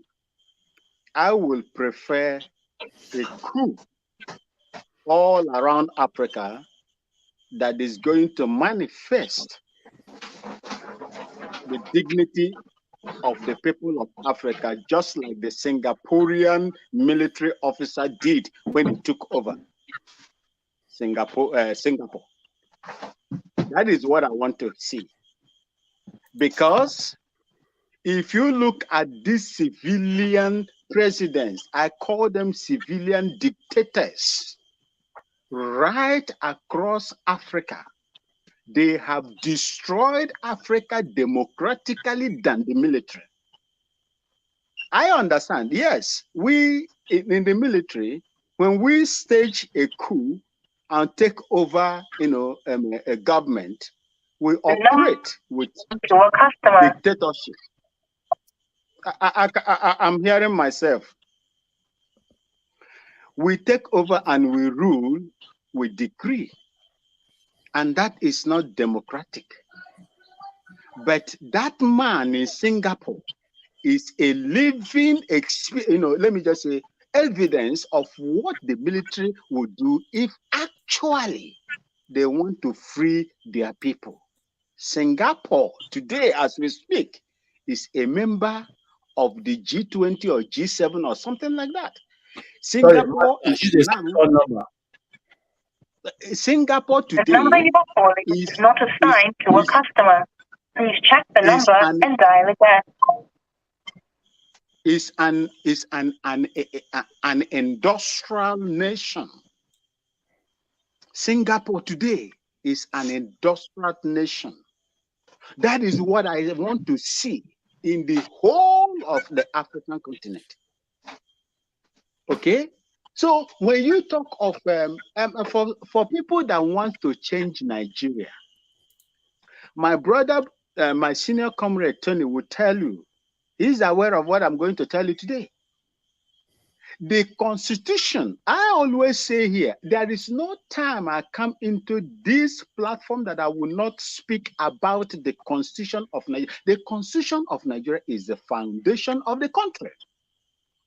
1999, when Obasanjo was pulled out of prison in Kotangora prison to be the president of Nigeria, election was conducted and he became the president of Nigeria. He refused. I was in Aso Rock at that time as a member of Strike Force. He refused to work with the 1999 Constitution. But Abu Salami said, go ahead. We don't have time to waste. The world is against us. Everybody is against us. Go ahead. When you get in there, you can now, tinker with the 1999 Constitution. The people will now, the House of Representatives, the National Assembly will now decide on what to do. But that was bad. That 1999 Constitution is a military decree form constitution that has made Nigeria what it is today. Nigeria don't supposed to be there. Where a child is crying, pointing finger, the mother, if the mother is not there, the father is there. The reason why your vote cannot count today is because of the enormous power the president willed when voted as a president. He appoints the judiciary, the judges, name them. He appoints the police chiefs, name them. He appoints virtually everything that has to do with those functions that controls the democracy. He has the power of hire and fire. You cannot make progress in such a system. That is my own issue. I was among of the people that brought the mayhem Nigerians are going through today as a member of the Nigerian army. As at that time, I am involved. Although I didn't have the power to make changes or contribute unless the senior officers, I cannot even speak when, as another rank, when my senior comrade, Tony, is speaking, because they give the commands and the other rank carries the orders. So we could not do anything. The problem Nigeria is having today is that 1999 constitution that willed so much powers to the president. If you remember when they asked Obasanjo, I think a BBC journalist asked Obasanjo, why do he say it is the constitution that, gave him that power? Why will you have such system and expect so that what's the system solution? to work What's for the you? solution? The solution is this. The solution is this. Nigerians are fighting, what I call a different war. Instead of Nigerians to fight or go and get your PVC, knowing fully well that your votes don't count. Tell me a time in Nigeria that your votes counted, even at this particular one that happens today. What I would like you to do is this: campaign on the abolition of that 1999 constitution. Let the people come, North and the South, come together and now deliberate, decide on the way forward and the system of democracy that is going to suit you. If the people are not called upon and someone imposes a rule that disenfranchises most of you, just like the election that just passed, you will not get it right. People with money will buy it. It is evidently proven today that the man with the biggest pocket will buy everything when it comes to election in Nigeria. Campaign on how to destroy that 1999 constitution. Let the people the Nigerian people in diaspora, what is their agenda towards rebuilding Nigeria? What is the contribution of the Nigerian people in diaspora? You see, you cannot rebuild, you cannot build on a fraudulent foundation. You can't build on a fraudulent foundation. The reason why all of us are benefiting, enjoying in all the places in diaspora where we live today is because of the sound system they have there. If you have a sound system, even if you bring in a criminal, the sound system, the structures will whip that person into line. That is the solution to Nigerian problem. But as long as Nigeria operates with this fraudulent foundation, Nigeria will continue to retrogress instead of going forward. Thank you. Thank you. Let me hold on. Pastor, don't jump the queue now. Let me just interject. You are jumping the queue. No, hold on. I only have one. I want to interject on what he just said. Okay, I make that little correction. Then I'm gonna 30 seconds or 1 minute. That's it. Okay, thank you. Let me say thank you. Hello again to everybody on the panel and those listening to us. Now, I think that was Mr. Maxwell that just spoke, right? They the Pansat. They the Pansat. It's me. Good evening. They was No, totally. Now, other man Namoche. Good. Now, you just said that the person with the biggest deep pocket, the biggest money, buy the election in Nigeria. That I don't even know when that is the case. That is not the problem we have in the country. It's not a deep pocket wouldn't have bought this election. What happened in this election is the northern Muslims trying to determine who is the president of Nigeria at all costs. They don't want to go to school. They don't want to have any patents, any inventions. They want to pick who is the president of Nigeria, and they were boxing. Hold on, please let me land. Hold on. It's if you don't know it, it's not Tinubu's genius that made him president. It's Buhari. Okay, you have to understand that what we have in Nigeria, we're at an intersection of two traditions. You have the Western tradition and you have the Islamic tradition, right? So what's been going on, and it's quite funny because the people that they're against, the West, these people in the North, Boko Haram, they don't like Western education. But interestingly, they love and respect those people, and those people use them to colonize us. If you don't know it, no matter how much anybody had, if this election was just plain old election without the Nigerian intelligence, the soldiers, former military dictator Buhari being on the side of Tinubu, he wouldn't have won. This election would have been easy because Tinubu didn't even win a single state. Now, let me say one thing, and to Nigeria, I want you to listen to me. It's not how long somebody talks here. It's what they're saying. You're going over your time, but just make the point. Yeah, here's the point.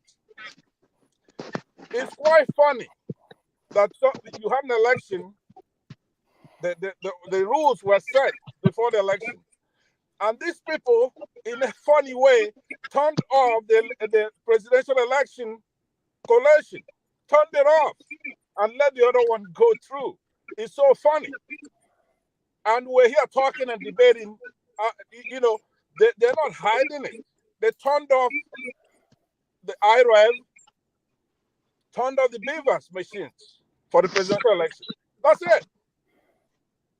So, what we use, all of you sit here. If Northern Muslims drive a cattle through a city, hundreds of cattle, maybe one or two people, I don't know how they quite do it, and there's nothing we can do about that. You're going to turn off that IREV machine, and then you're going to be here talking. Uncle Pansat, I've got to interject here with all due respect. Sir. You know I respect you. I know that's only for brothers to show. I agree. Pansat, come. You go ahead. Eccentric. Let him interject. No, I think it's his turn to speak. Can I come in now? Pascal, you made your point. Yeah, no, all right, thank you. No. Wait, if he's going to interject, fine. I'll ask you a question. Let eccentric class. No, you are not landing, please. Eccentric class, please go ahead. Why are we doing this now? We want order, but we don't want to follow order. Come on. Eccentric class, please go ahead. Because his time is also valuable. Yeah. Okay. Well, it's not as valuable as mine. Maxi, you just this guy just a pain in the ass, man. This guy just too selfish and pain in the ass, man. Come on, man, stop. We have an holiday. Yo, Maxi made great points, man. Maxi made valuable points. I like Maxi's contribution. The problem we have, of course, he tied it to the Constitution, and I agree with that, right? Our system of government is, it's a Western system of government. Like, Pascal say something about, Boko Haram hating Western education. I agree with that, right? But if you do the history, it was when Libya was toppled by NATO. That was when the arms went to Boko Haram, all these groups like the Tuaregs that are fighting in Mali. All the arms that came to these groups came from when Libya was toppled. When Gaddafi was toppled, that's when all the arms went to this group, these Iskrans, causing problem in the West, in our continent, right? The Western world benefits from this problem because if there's a problem, hold on, if there's a problem in Africa, in Western Africa, where there are all the resources, they will send their military. They will send you, right? If I sell caskets, right? The only way I can sell casket is if there's a problem in the community. You know what I'm saying?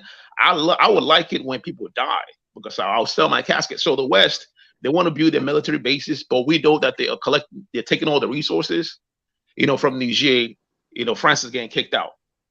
The reason why we have problem we have in West Africa is because of NATO. The problem they created in Libya. Go read about that. Read on that.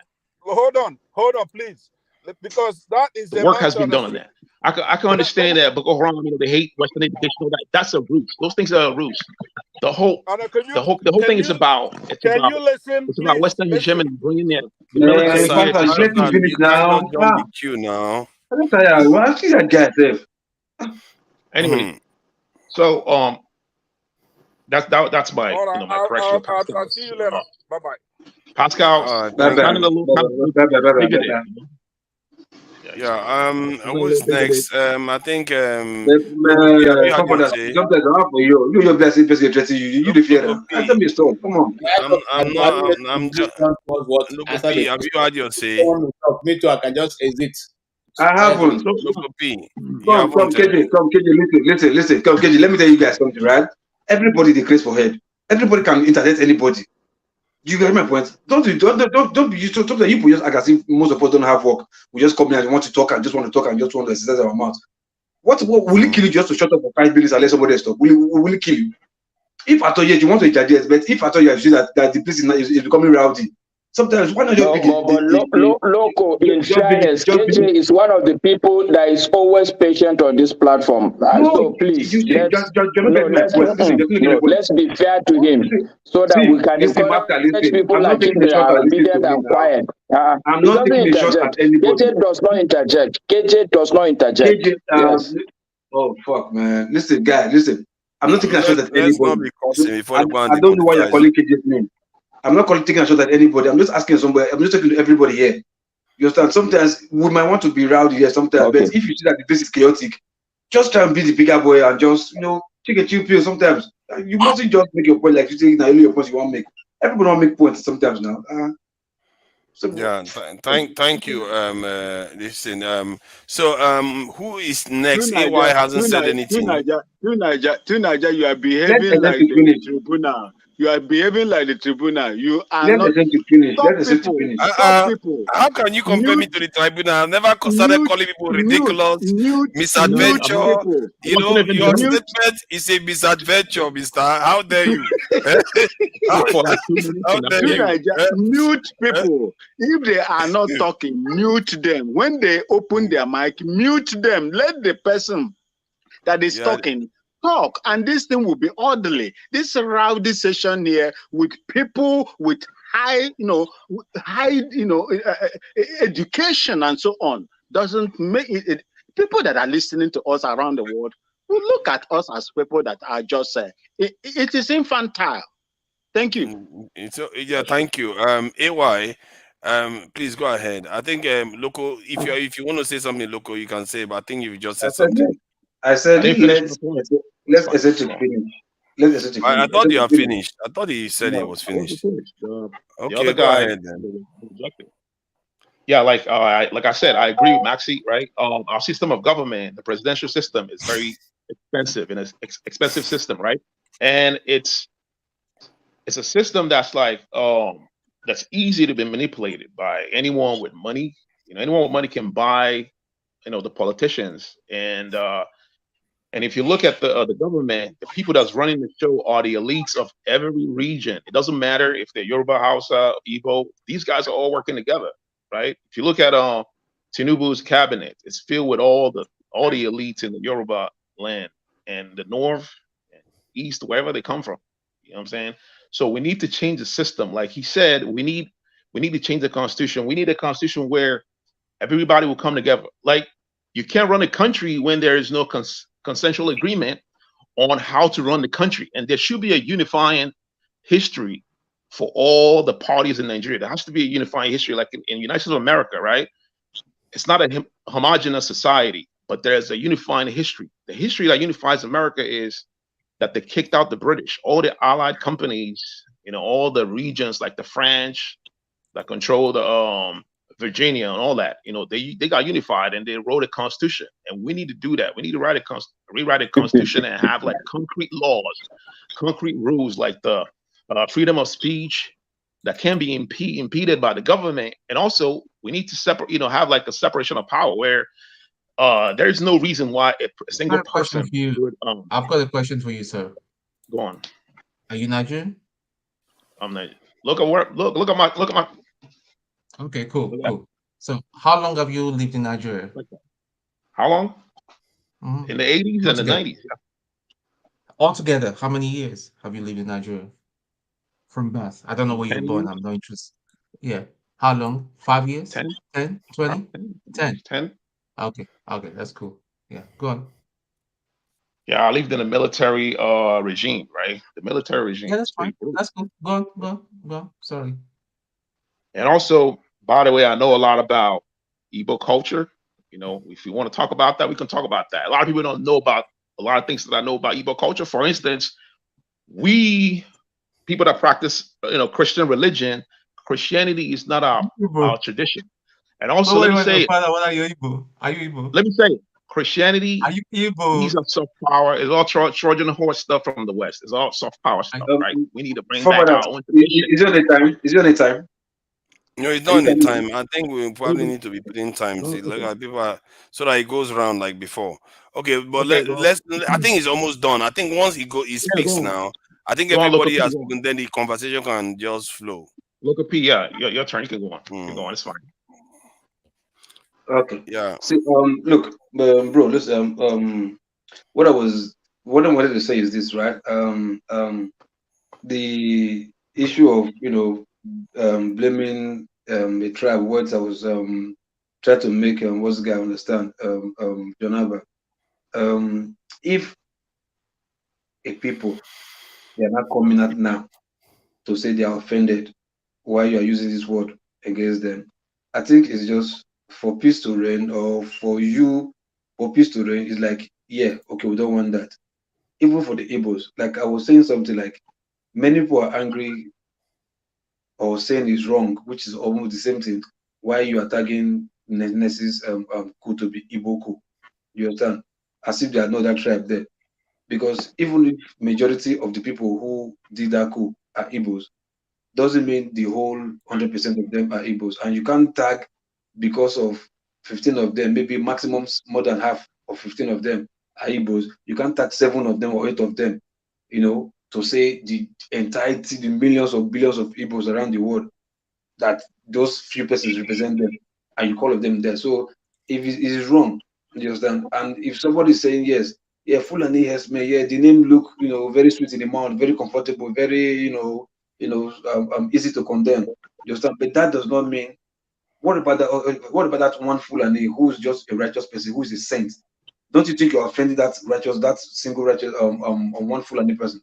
Don't you think righteous man? You're tagging him, putting a robe on him that it doesn't fit him. You understand? Probably he's trying his best to. It may just help an Igbo man yesterday here. You understand? Because his mentality is different. But yet, because he's a Fulani man, you're just tagging him. I just look at them. And that Fulani man who is infuriated, who is angry, or who some other Fulani men have offended, they might just mob this Fulani man, kill him for nothing. Yes, they might just mob him and kill him for nothing, which is wrong. So we should be careful the way we say things because we feel comfortable saying it. You understand? Just the way, like what's it called? Righteous man said the right time that this thing Yoruba man landlord don't want to rent house to Igbo man. I think that narration is also wrong. You understand? Because you can't tell me for a fact that you know that all 100% of Yoruba landlord has never rented or is not renting their house to a Yoruba person. You don't have that fact to even say it, because that Yoruba landlord elsewhere who is not, who doesn't go with this way, who has a set on top of his shoulders, who thinks very well, that rents his house to a person, it's like you are still taking a swipe at him for even doing the right thing. But because it's a Yoruba man and you say all your balance are not giving house to Igbo people, he feels offended too. So we should be careful about this, general stigmatization. Just put the stigma on the people. You get it, but look, if it's causing insecurity, if it's dangerous, don't tread on it anymore. Don't continue because you feel it's comfortable for you, because you are offended. What about if you are the receiving end? What about if you are your other side? Put yourself in that shoe. Will you be happy? So at least we should be careful sometimes, because you feel comfortable about saying it. It's sweet for your mouth. It's the raving thing. Other people are even happy with it or saying the same thing. Then you feel it's good. You understand? Sometimes we should stop reporting only negative news. If we see that European landlord that also gives his house to an Igbo man, spread this too, so that people will know that, oh, it's not only this negative side that's happening, this positive side is also still trending, so that people will balance. Because the more you are putting it on one side, people shape their mind with what they see and what they hear. You get my point? So by the time you say it all the time, you send people joining you for just nonsense, foolishly joining you, supporting you for what they don't even know, because they hear people say it over and over and over and over again. Then so that they believe it's the truth, not knowing that there are other people out there who are just doing opposite of what these so-called people are doing. But nobody's telling that story. Just like you say, Nigerians are criminals. Yeah, we are criminals, we are 419. Everybody are 419 for Nigeria. If somebody's even angry that Nigerian passports, if you take the passports to embassy, they wouldn't treat them because as if they're criminals. They were other criminals. Sorry, local. You see my face now. See, there are other criminals that are part that airport. I think his time is up. Yeah, please. Okay, let me round up with this, right? There are other people, Nigerian criminals, who have used their passports to pass that embassy, maybe like Indonesia or Malaysia or whatever. You understand? Who they've caught, they're like criminals. But if I go there tomorrow and I pass and they treat me there, I will feel offended. You understand? Why do I feel offended? Because of you are stigmatizing me for the sins of other people that they did. None of us will be happy. So calling people generally, just put a name on them because they know it's not for me. It's a no for me, right? That's just what I want to say. Okay, please let me respond to. Wait, Mr. Rashasman, wait. Yeah, some of the things he said, you've already dealt with it, and we've gone past that. No. He made a reference of my statement. Yeah, we've already dealt with it earlier. I want to clarify that statement. Wait, Mr. Rashasman, wait. It's going to cause confusion now. Let Maska speak, please. Yeah, Maska, please. No, but it's not supposed to be you, Tone. You're not supposed to be the next person to speak. It's not your turn. No, Maska. I said Maska. Hey, but it's not even Maska's turn, man. Why you guys throwing me up and down? Eh? Okay. KJ, let KJ go, because to be fair, KJ was about to say something more than two. And Righteous Man has been quiet for quite a while too. And I just wanted you to start this thing. Since you all prefer turn by turn, we'll go turn by turn. All I'm trying to say is that I will not go back to that Fulani story, because I don't think we're getting anywhere with it.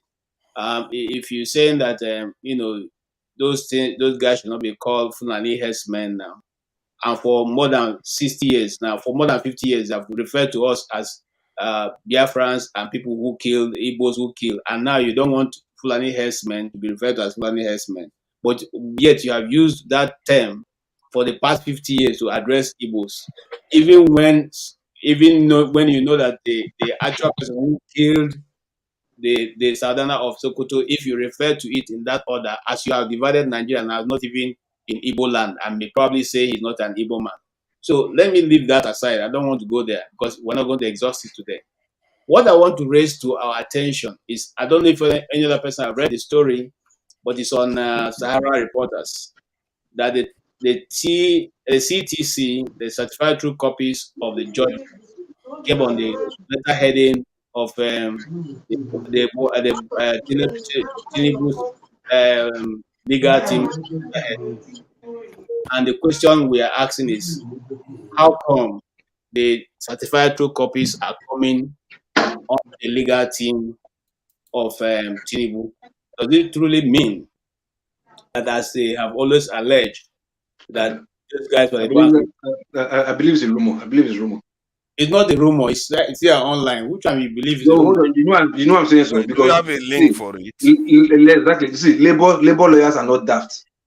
Labor lawyers are not daft not to see that thing and keep quiet, not to say this about It's it. not labor lawyer that are talking about it. It is Atiku's lawyers that are asking the question now to Okay, clarify. like I said, all the legal people, all the let's leave the okay, all the people engaged in Tinubu, whether it's I think there are three parties. Yeah, I think Labour, PDP, and one other party. The three of them lawyers must have come out by now and be holding press conference concerning that thing. That's why I said I believe Please, it's can rumor. you check for Sahara Reporters and check if there's any press release on that? Because Exactly. yeah, you should check. So when you want to say those things that you are believing, it's better you just run a quick background check to be sure that. I saw it. I saw it today. I saw it. I saw the same thing. I saw it. Not what you is saying I'm talking about, not the report of Sahara Reporters. Like if what Sahara Reporters is reporting, if it's true, that's what I'm saying. Not I don't mean KJ get his line.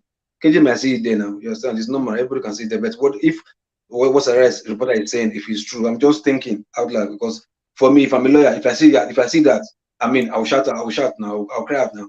You understand? So that's what I'm saying. If the lawyers of Tinubu, Atiku, sorry, what's Atiku, Obi, and the other party, if they give them the copy, I think yesterday, somebody said yesterday, I think it was this Stone, say yesterday by now the copy was they've handed over the copy to them, whatever. So if that is being stated there, I think by now, before Sahara Reporters is shouting, all the three lawyers, the party lawyers must have they will have been holding press conference here and there, TV interviews and all that stuff.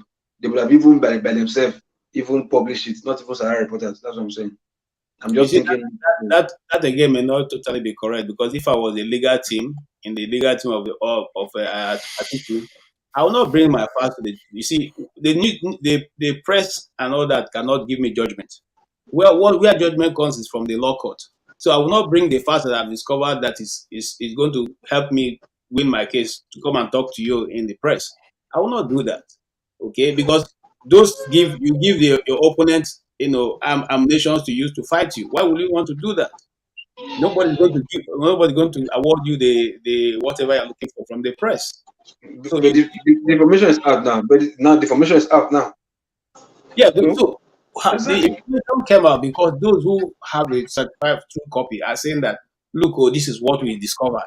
It wasn't because it came out, it just came out that way. It must have been a slip somewhere and it came out. Time will tell anyway. Time will tell. Okay. So yeah, who is next? I think Masca. Please go I've ahead. been raising my hand now. Yeah, please go ahead. Sorry about that. It took a Okay. while. I raised my hand because Loco took us to a point where I felt it's a good point for me to continue my trend of points. I started by saying that I liked what Righteous Man said, that most of the discussion should be tailored towards solutions.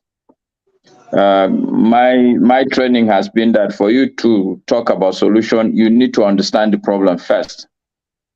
And I would say I'd spent a while thinking about Nigeria as a country, which was why I said one of the problem I see is the fact that most of us, when we talk, we tend to talk about our own individual tribal problems.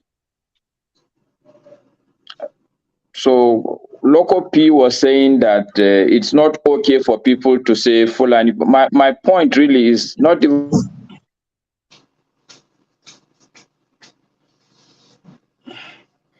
Your audio has there's an issue with the audio again. You are losing him. We've lost him, Edwin. Yeah, it's playing up again. Righteous Man hasn't said anything for a while he sorts his stuff out. Righteous Man, please go ahead. As you can see, that the way he talked about that solution-oriented stuff seems to be quite a powerful this is submission. So I personally, to do that, you need vehicles to do it. And I've been talking about, I talked about it some time ago about the kind of people we need to do some of all these things. We need lawyers, we need accountants, We need people that are good in technology, especially software development, to come together and put some systems together to allow this to happen, especially from the point of view of the diaspora, to be able to do something on the continent. So sooner or later, we're going to start, when we start putting heads together with Dr. Dameji, maybe something will start happening. Masca is not here. Righteous Man, please go ahead. Yeah, going forward, we want a better nation. And like I have always been saying in this panel, I wish that Nigerians in diaspora should come together, because you guys are the bedrock. You guys. Hello? Yeah, we can hear you. We can hear you. We can hear you, sir. I say you guys, and somebody was re-echoing it. Okay, you men, since there is no woman there.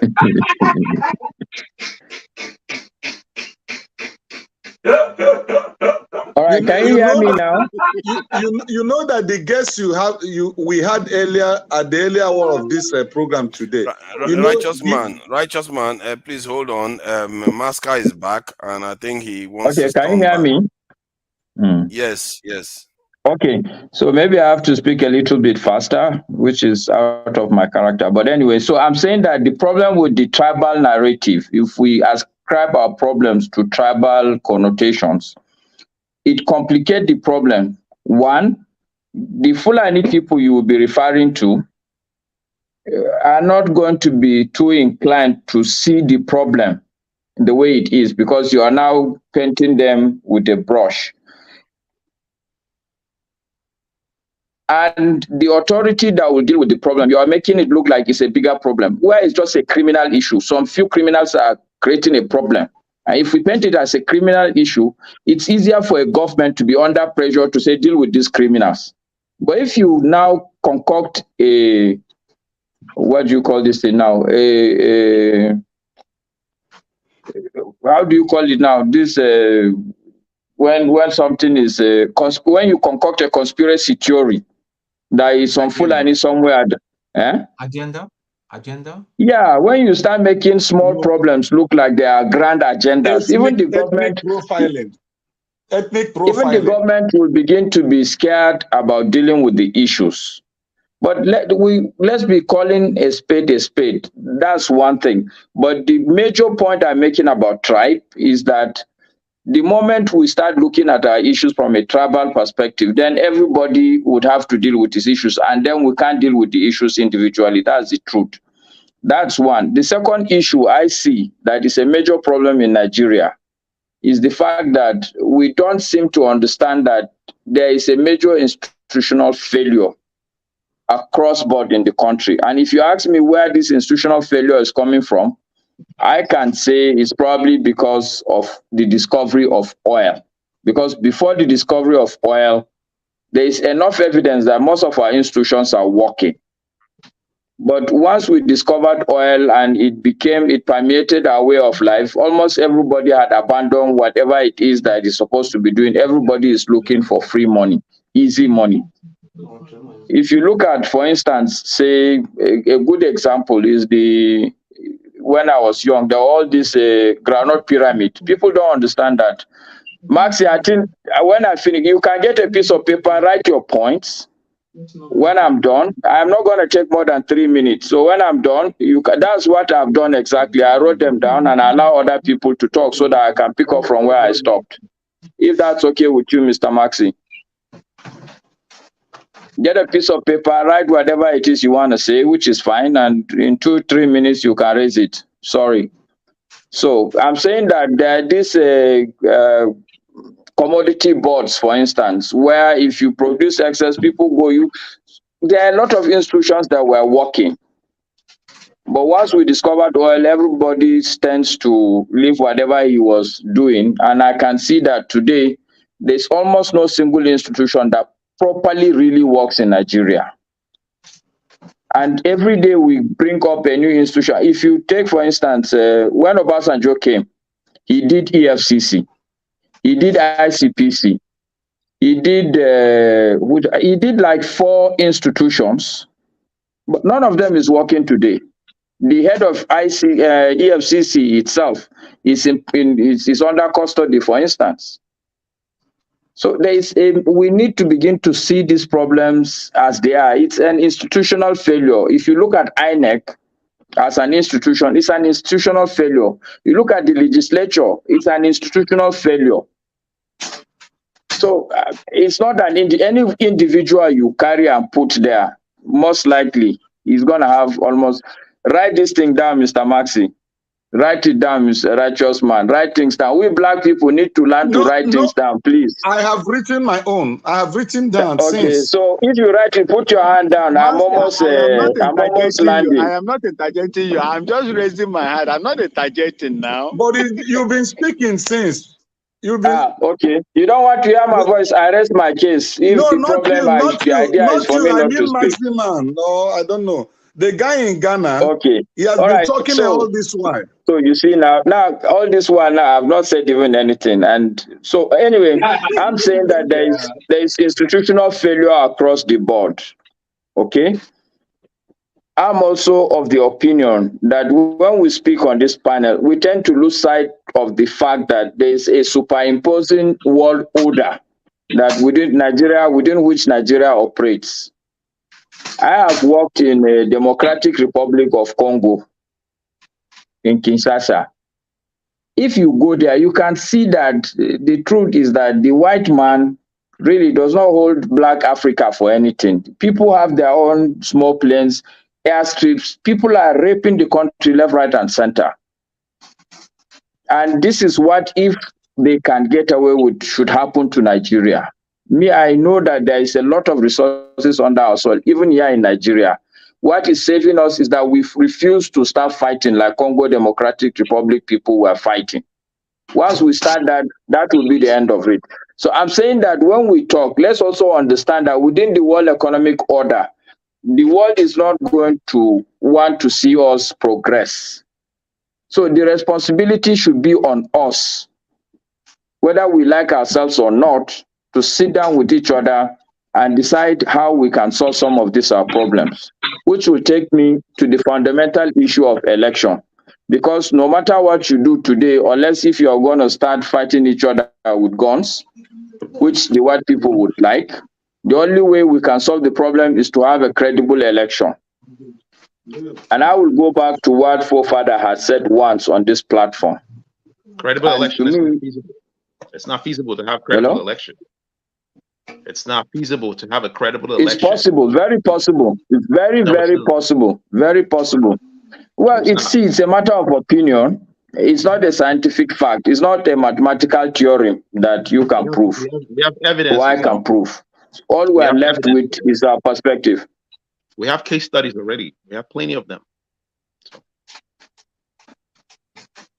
All right. So what's your solution then? Let's stop here. And if the solution is revolution. Revolution. We need to get the elites and get them. So where has a revolution happened? Huh? Where is the evidence that revolution works? It works. It works. Look at what's going on in Nigeria now. Look at Nigeria. They're kicking out the French. That's a coup. It's a coup. What do you mean a coup? The people are behind it. It's not a coup. That's what they call it in the West. It's not a coup. It's the people taking back their own country. They kicked out the president who's the stooge of the West, and now they're kicking out France. If that's what you're saying, this Nigeria has had several revolutions. No, we haven't had any successful revolution. No.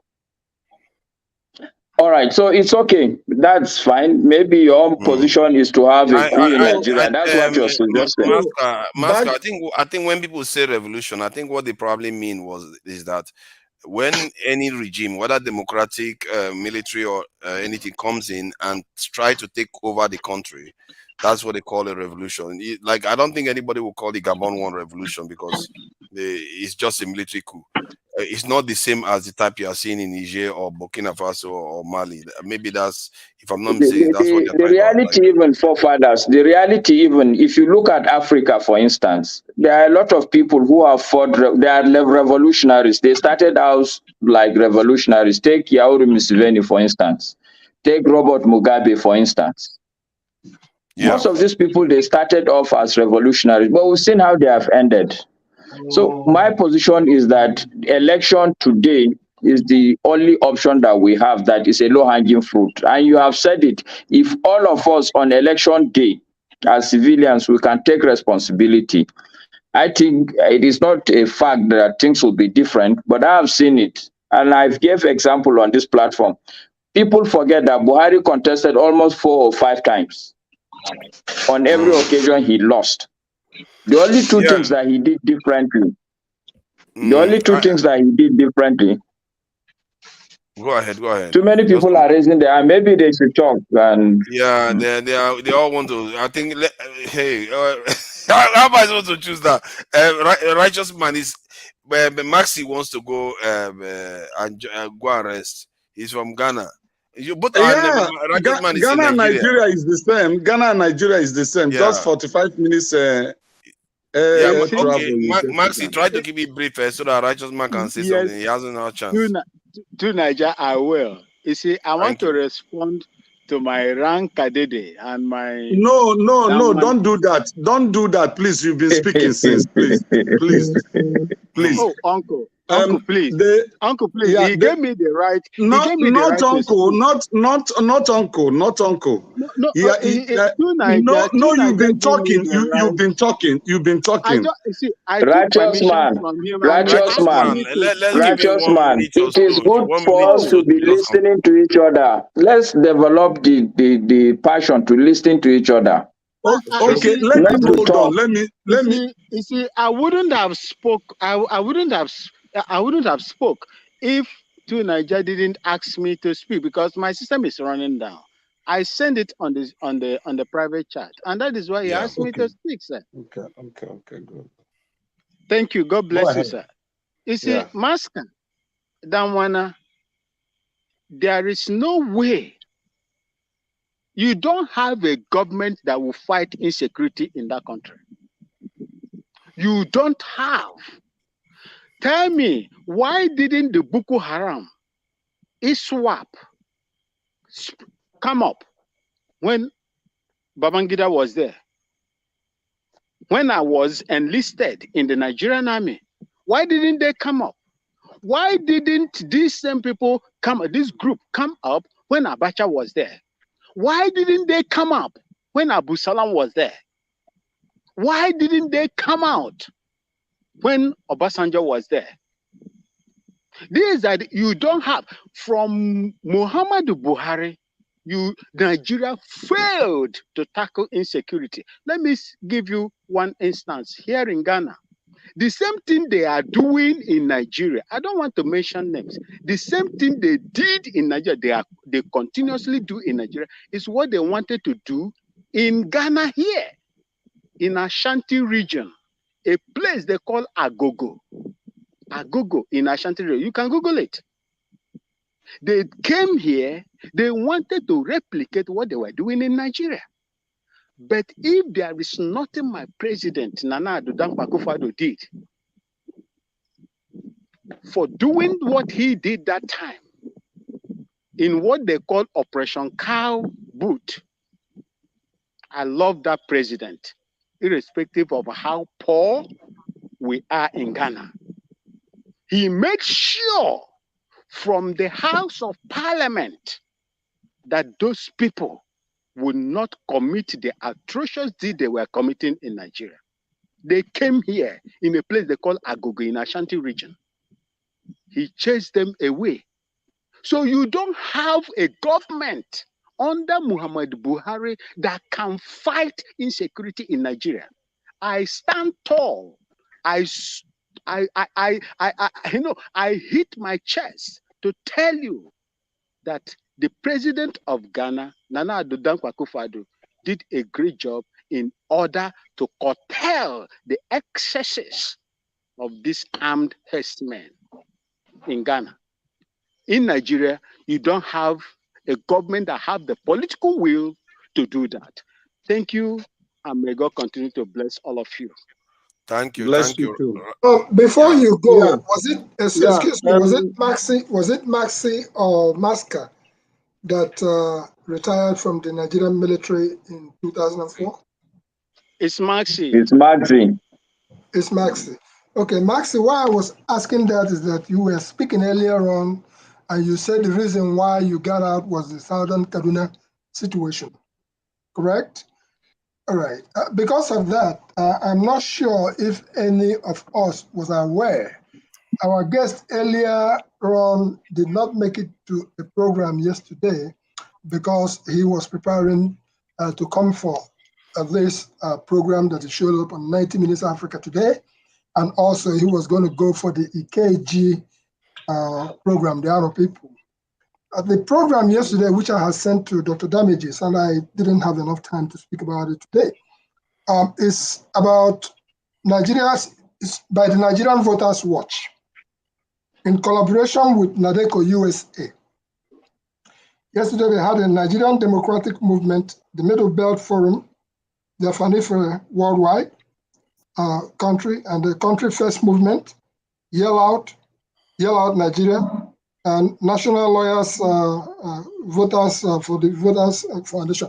They had an international conference yesterday, and this was on Benue Plateau and Southern Kaduna genocide by the Nigerian government and the securities agencies.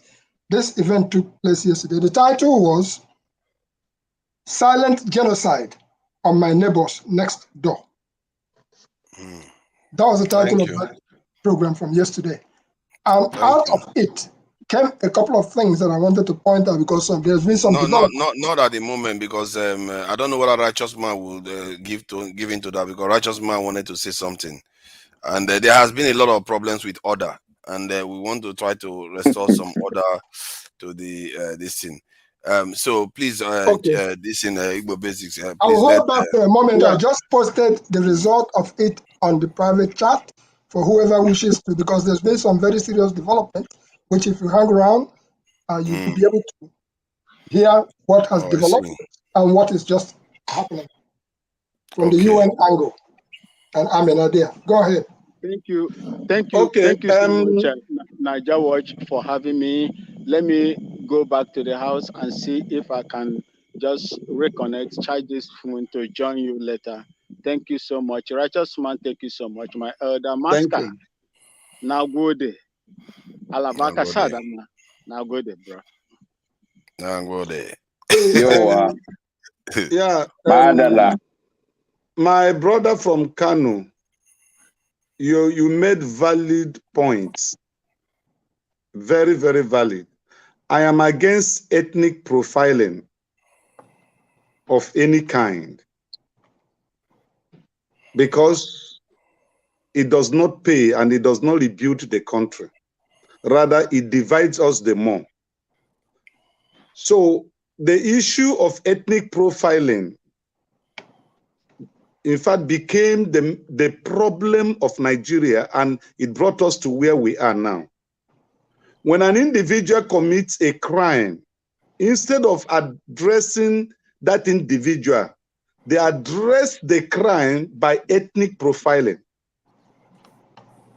And it is a big problem. So I allude to what the statements you made.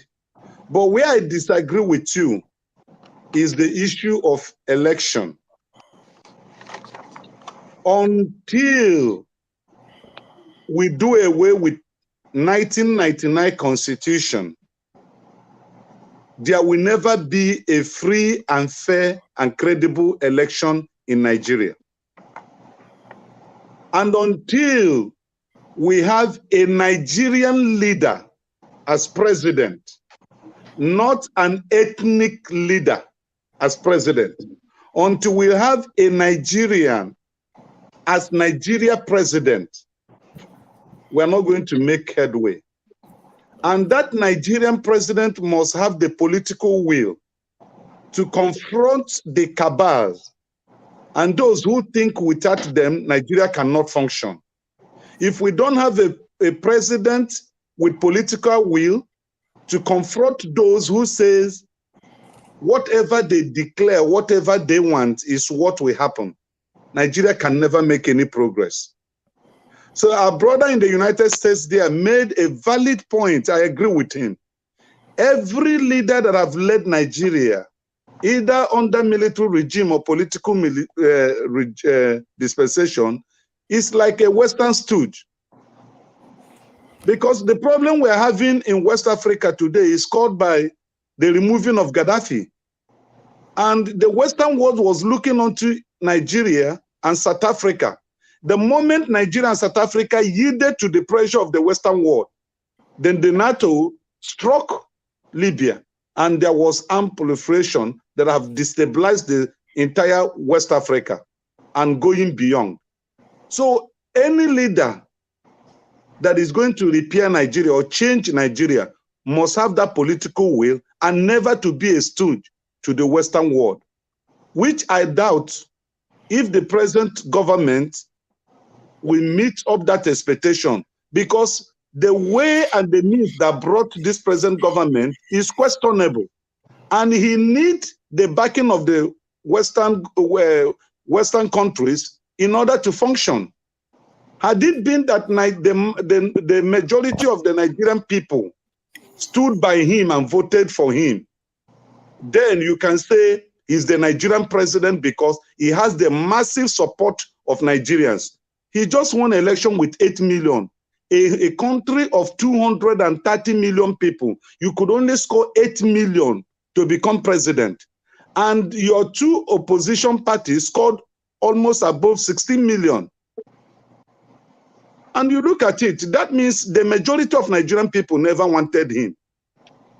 So the political will is lacking. That is why I believe, and I said, that saying that we can change this nation through democratic means, or I mean through our election, is not possible until we go back to the Nigerian Constitution of 1999 and do away with it, have the people's constitution that will be subjected to a referendum. Then the people will vote and said, this is what we want. This is how Nigeria should be governed.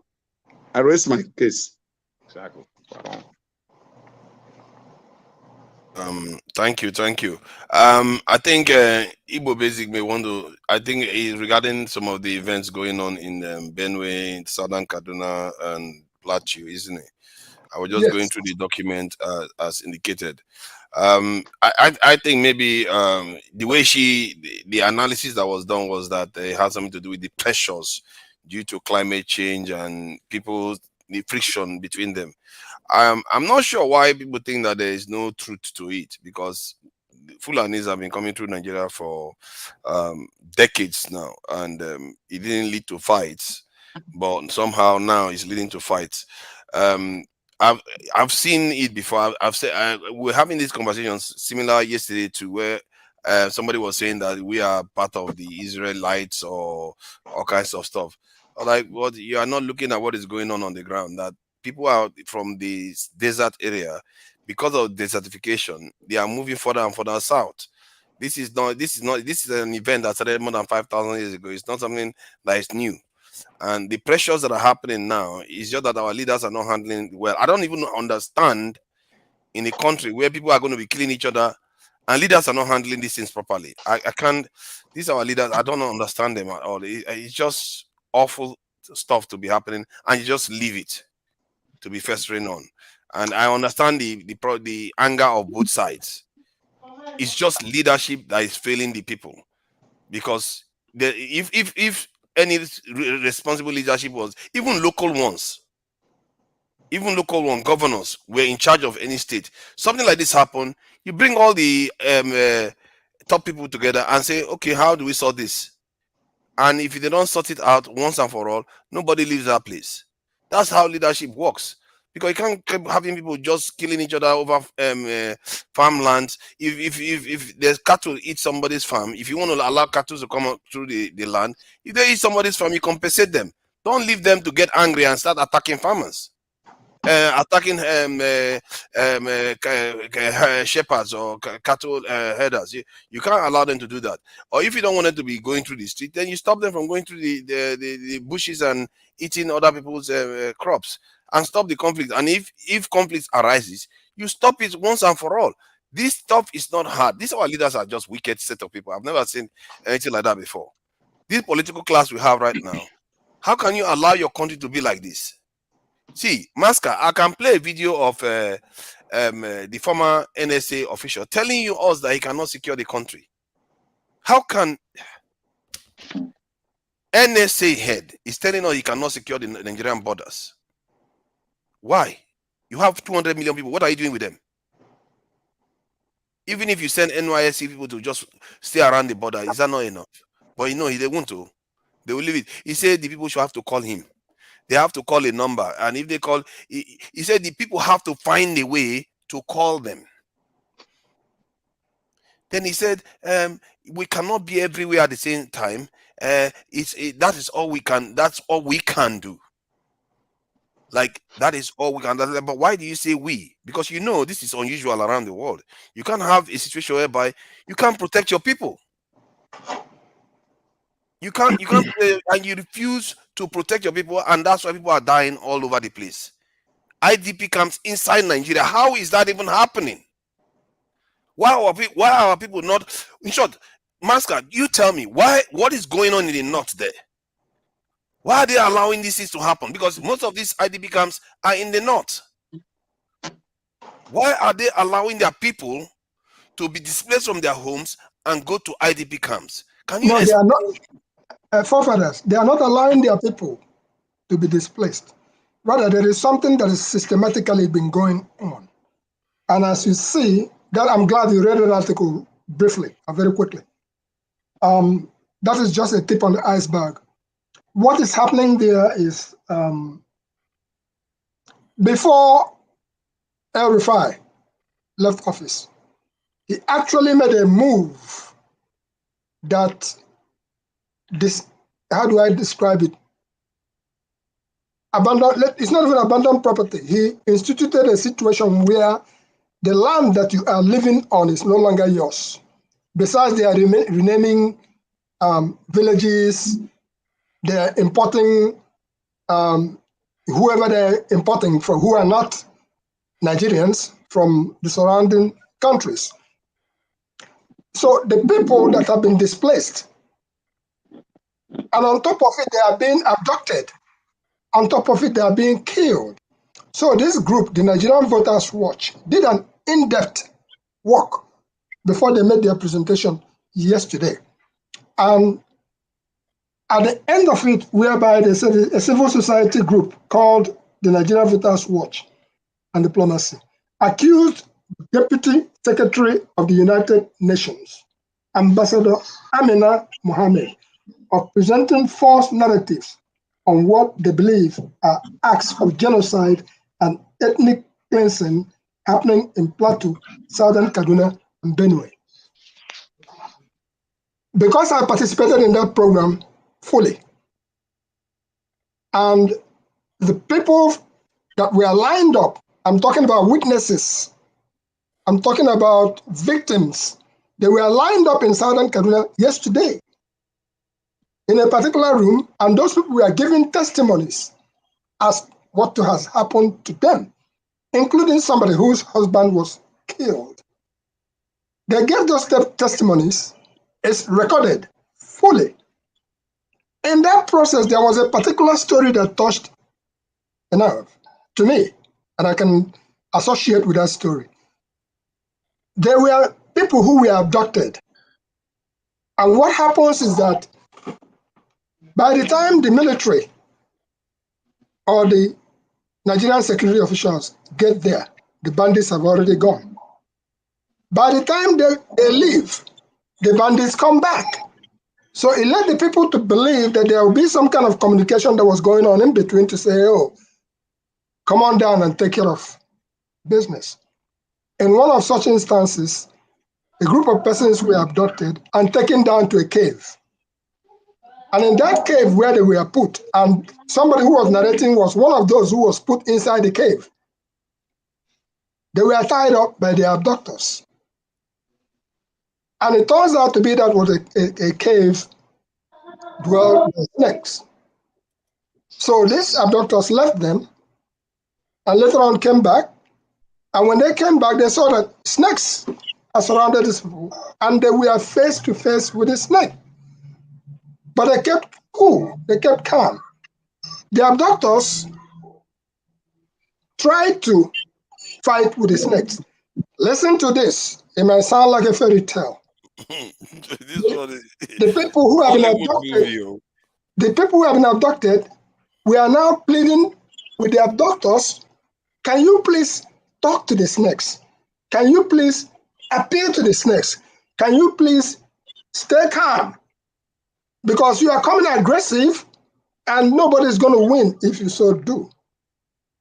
In that case, the abductors now calm down.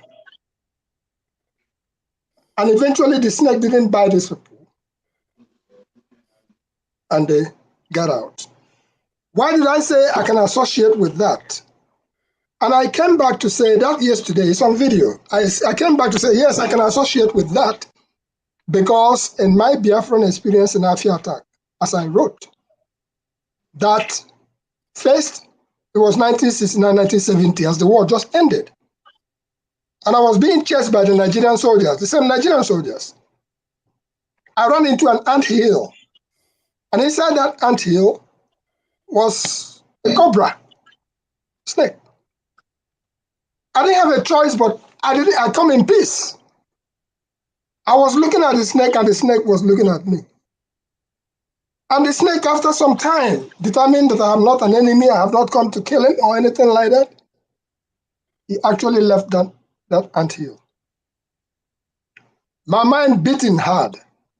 The Nigerian soldiers could not find me. I'm not telling you I was told. I'm saying what I went through as the war just ended.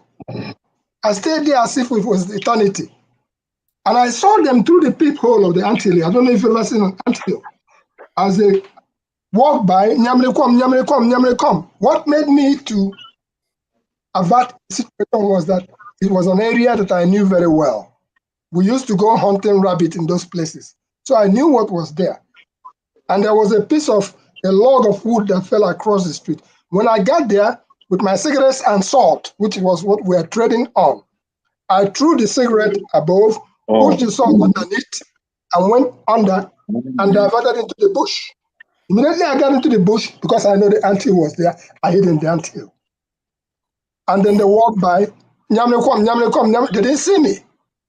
I stayed there for maybe 30 minutes or more than almost an hour before I could gather myself after the snake left. Instead of continuing the journey, I crossed the track road and went back to Item. The war had just ended, and that was when they came and burnt down the Item. AJ will know where Item is.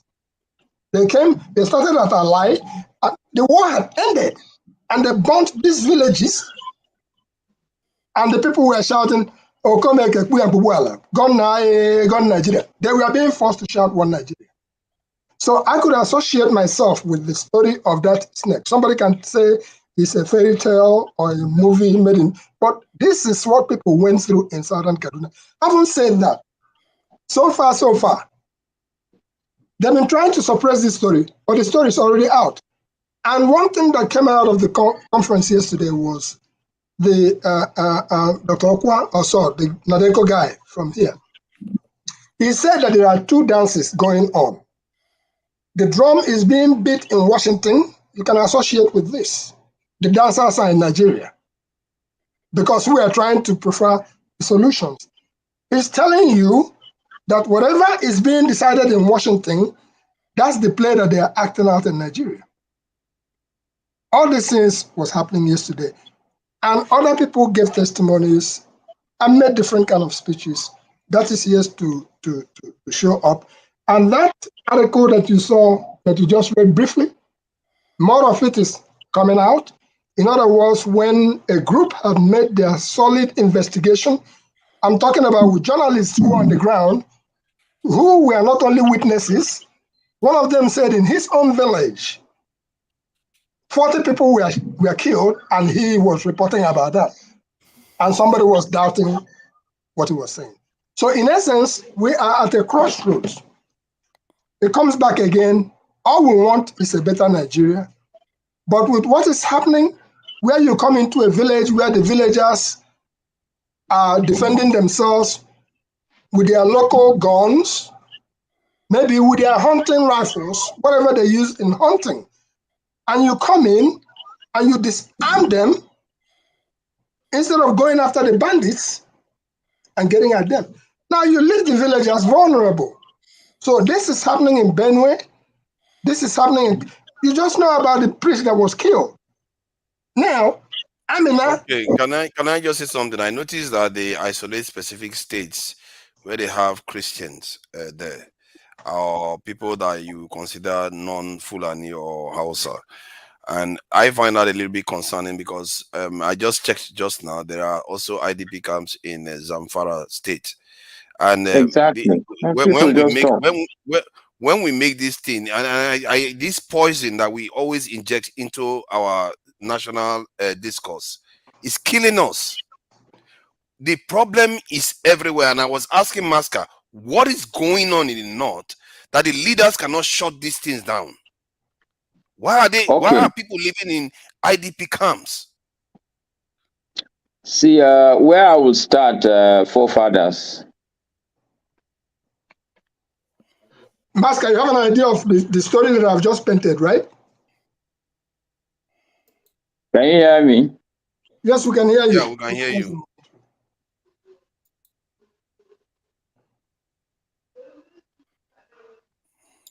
Okay, why he's can you hear me? Yes, we can hear you loud and clear. Can you hear me? Yes. Okay, Yes. very good. All right. So there are more like 3 issues all intertwined into one. Okay. But where I will start with is to say that even in Abuja here, there's an IDP camp. Oh my God. Yeah. So this is the point I was making earlier on. If a Southeasterner is saying that Nigeria didn't treat him well, equally a Northerner is not getting a fair deal from the government. It started from Borno State. Most of the people in the ID camps here in Abuja, they are from Borno State. You can call anybody, he can go and verify for you. And these are Kanuri people, these are Muslims. Okay, so it has nothing to do with a religious issue. The second issue also that people don't understand, but they jump into the river midway and start talking about things, is the fact that during during Ahmadu Bello's time in the north, there is no issue of this is your tribe, this is my tribe. As long as you are a northerner, you are a northerner. If you know Sunday Awoni, do you know Sunday Awoni? Yeah. Yes. Yeah. Certainly he's not a Hausa man, but he was very prominent during that regime. The Sadana of Sokoto makes sure that there is no issue of tribalism. But unfortunately for us, especially this is something that started from the South. Southerners started making people believe that, oh no, why is they not being hegemonic? Look, these people are not your people, they are not giving you a fair. So the same poison was sent into people. If you go to Plateau State today, what I can tell you, and I can tell Igbo basics, this same thing that he's talking about, that there's ethnic cleansing. Go and ask anybody. KJ maybe will know. KJ, do you know Haipang in Plateau State? Very well. Where the airport is? Very well. You know Haipang very well. Sorry, Very well. KJ, is there nowhere you have not been in Nigeria? I was working. I was working. Everywhere, he knows everywhere. I've been to Haipang many times. In fact, I've been all right, so let me make this point, forefathers. Let me quickly make this point, because these are some of the fundamental things that we as Nigerians need to understand how serious the issues are and how poisonous these religious and tribal issues can be. KJ, you know Haipang. Do you know that today in Haipang there is no single Hausa or a Muslim? There was a day all the Muslims and Hausa people in Hausa, they were all killed. Yes. Which year? Why? Which year? Because, hello? Which year? This should be, when was this now? Yeah, because I want to call my friend Hypam to find out. Yeah, please call. There is no single Hausa man in Hypang today. This should be. Which year? I'm trying to recollect. I'm trying to recollect because it's quite some time now. Let me see. Where was I? Before Maybe the that's Civil the War, best way. after the Civil War. No. This is even within the political. It was during after pre-1999. It's after 1999. Okay. It's So after during 1999. democracy. It's during democracy. It was during democracy. After Haipang, there is a place where you call Kuru. Maybe KJ will know Kuru also. You know Kuru. If you go to Kuru, there's no single Hausa man or a Muslim in Kuru today. If you start going back, you go to Kasa. There's no single Hausa man. All of them were. These are towns that were initially created by Hausa people in Plateau State. So this is a fundamental, long-standing issue. Now, where it became complicated is because people don't understand that there's a fundamental difference between a Hausa man and a Fulani man. For an average person, the Hausa and the Fulani, they are one and the same. Yeah. But the thing is that the attitude of a Hausa man is different from the attitude of a Fulani man. There's a joke. We among ourselves, Hausa people and some what we call Kwasi Fulani, we joke that we say that the Fulani person is such venomous that he saw his father falling into a well. He didn't say that. If he didn't tell the father, he's just shouting that something is about to happen, something is about to happen. Until when the father fell into the well, they say, it don't happen. It's a joke, but what I'm saying is that the Fulani man is a warrior. You cannot go, sincerely speaking, and begin to fiddle. If you go to all these places, the truth that we don't tell ourselves, even in Zamfara, I will send you forefathers the video of the Fulani man, the bandit, who was saying that, look, they are bandits, they are killing people, but they are killing people because their people have been killed and the government did not do anything.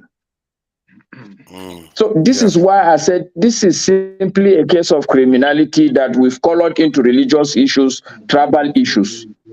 And then it's just like the case of between Israelis and Palestine. Once you allow this thing to be tribal or religious, it has no ending. People in Plateau State will tell you that. It's a long-standing battle. The local people will kill Fulani people. Fulani people in the night will come back and take revenge. Fulani But the people will wipe out problem the whole is village. that why are the leaders not taking charge and stopping this once and for all? Because in the southern region, Okay. So let me give you. Let me tell you. So let me answer that question. You take the Plateau State instance, Plateau case for instance. Okay. Clearly, the governor then, I think his name was Darie. Now I can remember. If you can check when Darie was the governor, this was when it really started getting into a head. Because most of these political people, they don't have value. It's not like on themselves. They are quality people that can present. The only basis they will use is tribalism. Even the man looking for a local government chairman will tell you that you should vote him because he's the indigene. Okay, so this is part of the problem. So as far as they are concerned, people in Plateau State can kill Hausa people. That is okay, because you can't say no, don't kill these people. Stay with them. We are together. We've been together for a long while. You lose your votes. The one person that has done something different is Kwankwaso in Kanu. And any Igbo man in Kano will tell you that during Kwankwaso's time, he was very clear. You touch any Igbo man under my regime, you will pay for it dearly. So the answer to your question is because our political leaders really do not have any other interest but to just maintain power. So even if they are, for instance, people talk about El-Rufai and all that, what do you expect? People are only looking for votes, sincerely speaking. So, why are the northern Talakawas and the people that are feeling some of all this? Why are they not questioning their leaders and said, "What is this? The whole place is full of IDP camps. Why are they not questioning their leaders about these things?" No, this thing you're saying that the whole place is filled with IDP camps is not true. It's not that every village you It's go what there. if it's in Abuja? If it's in Abuja, it's in Plateau, it's in every. If even one is a lot, but it's in so many different All right. states. So, what I will tell you, forefathers, what you may not understand also is that, sincerely speaking, the life between the person in the IDP camp and an average northerner is not different. There's so much poverty in the north. I had to set up a foundation 2010 because why? When I was working outside the country, I came back home to see my mom. 3 people were waiting for me since like 4 a.m. because they heard I was around. And when I came out to do my early morning prayer, how much were they asking for? 200 naira, 300 naira. I was so moved that I had to set up a foundation as far back as 2010. Today, things are worse. Almost the level of poverty, people don't understand. But that's why I keep... Now. But that's my point. Because when you say just now, very much. Thank you for echoing it. Because when I say it, they say I'm presenting my problem. Let me just say something here, because what you said just now about the life in IDP camps, yes, it may be qualitatively similar to what every other poor person is going through in the north. However, they've been displaced from their homes. That shouldn't be happening to Nigerians at a time of peace. We are not under any sanction. What? How did we get to this point? And how is it that they are allowing these people to get? Because when you are displaced from your home, you are leaving your ancestors that you buried. You are being displaced completely and going to somewhere else. This is not right, and people are not questioning leaders that are allowing this nonsense to happen within the country. And I feel like somewhere in the north. See, you are missing the point, forefathers. Sorry, Eccentric, just a minute. Let me respond to forefathers so that I can clarify this issue. I have a question. You said something about a foundation. Don't worry. See, let me answer forefathers first so that we should be a bit organized. I beg, please. Okay. See, forefathers, the fundamental issue really, so that you can really understand what is happening, it is cut across the whole of Nigeria. The government has failed. Nigeria, technically speaking, is a failed state. I tell people, a failed state is like a tree. A tree will die, it will still be standing. It will stand there. Don't expect that because the tree is there, it will fall down on the ground. It will stand there. It will be standing with all its branches. But you see that it's dry. I live in my own house here in Abuja. One has to provide water for his house. I had to spend so much money to put solar, because the electricity is epileptic. My question is that why are the people not reacting?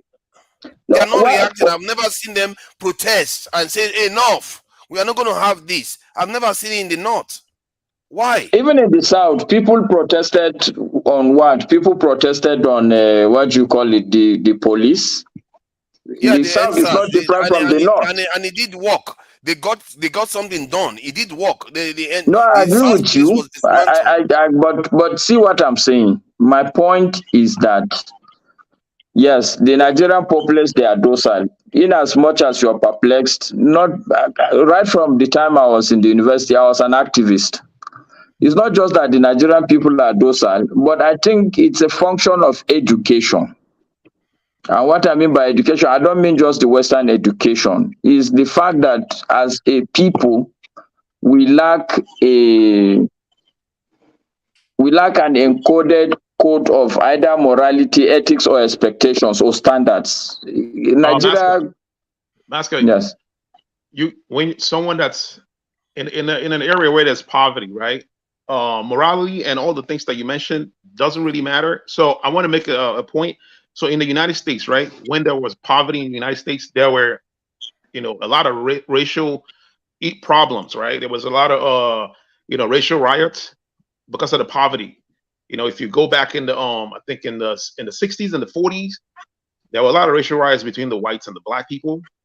Those things happen mostly when there are poverty in the land, right? So there's a connection between poverty and what's going on in the north. If the only way the government can address that is to address the issue of poverty. Okay, it's like a class problem. If they address the class issue, this will solve the problem. Well, you guys keep talking, but there's no government. Sincerely, there's no government. Okay. Then So why to are the say people why not are making leaders noise that well, my concern is that even if there are no government, the people are not complaining that we don't have government. You don't see them really coming out and say enough of this. This stuff ahead is too much. We need this to No, stop. So you know, it's almost as if forefathers, they are quietly accepting it for some reason. I this don't thing you're understand. saying, forefathers, forefather, it requires forefathers, organization. And what I forefathers. can tell Yes. you, the challenge the northern person has had, and a lot of southerners don't understand, don't appreciate the hopelessness that today an average northerner is going through. This Buhari that had ruled for 8 years, he was the single hope of the poor person in the north. Almost everybody in the north believed that Buhari will solve the problem. That was why they were voting him consistently. So it's not like, well, some people would come out on the street, but some people would decide, okay, we'll vote these people out. And they did voted the other people they thought were the problem and voted in Buhari. But like I was saying in my earlier submissions, the problem with Nigeria is institutional failure. If they put you forefathers today as president, you will not deliver. Go and write it down. No, you You can will write it not down. deliver. You know what? I'm going to tell you that I'm wrong. You are wrong. Sorry, Yeah, sorry, I'm going to sorry, tell you are sorry, wrong. sorry, Master. You don't know. You don't know who you are talking to. Forefathers, because I have to. I may not last 2 months. So I may not last 2 months in office. But you are wrong. Forefathers, sorry, because I have to do something very quick. Masker, Okay. Yes. Masker, does your Yes. number end in 1944? Hold on for a second. In short, are you Mohammed Masker? Well, I'm Masker. Yeah, my number ends with 944, but it's only for WhatsApp. You call me, I don't take it. I don't take calls on that line. I know that. I know that. Yeah. Because it's a very small world. Yes. I was just about to leave and I kept on saying Masker, Masker, Masker. No issues. We can talk. You know, Dr. Sally Okogu had tried to put me and you together. Yes. During the electionary times. And I think I spoke to you one time. It was on Foundation Democracy Initiative, which, by the way, is online. Yes. I just realized that you are the Masker that somebody tried to introduce me to during the electionary time. So I just wanted to make sure that I'm talking to the same person. It's a very small world. I'm sure you know Sally Okogu in Lagos. I'm not too sure, but you are right on one thing, especially in Nigeria. The cycle is very, very small. All right. Yeah, yes. Your name and your number was given to me, and I believe I spoke to you one time. I just realized that. That's why I had. Okay. But all right, thank you, Ibo Bezi. But see, forefathers, the reality is that the institutional failure is so huge that, and this is, okay, so let me put it this way, forefathers. It's eccentric. This in cars talking. Yeah. You're muted. Okay, yeah, I can hear you now. No, he's not muted. He's not muted. Let me put it this way, forefathers. What we need to turn Nigeria around is more fundamental than the way we talk on this panel.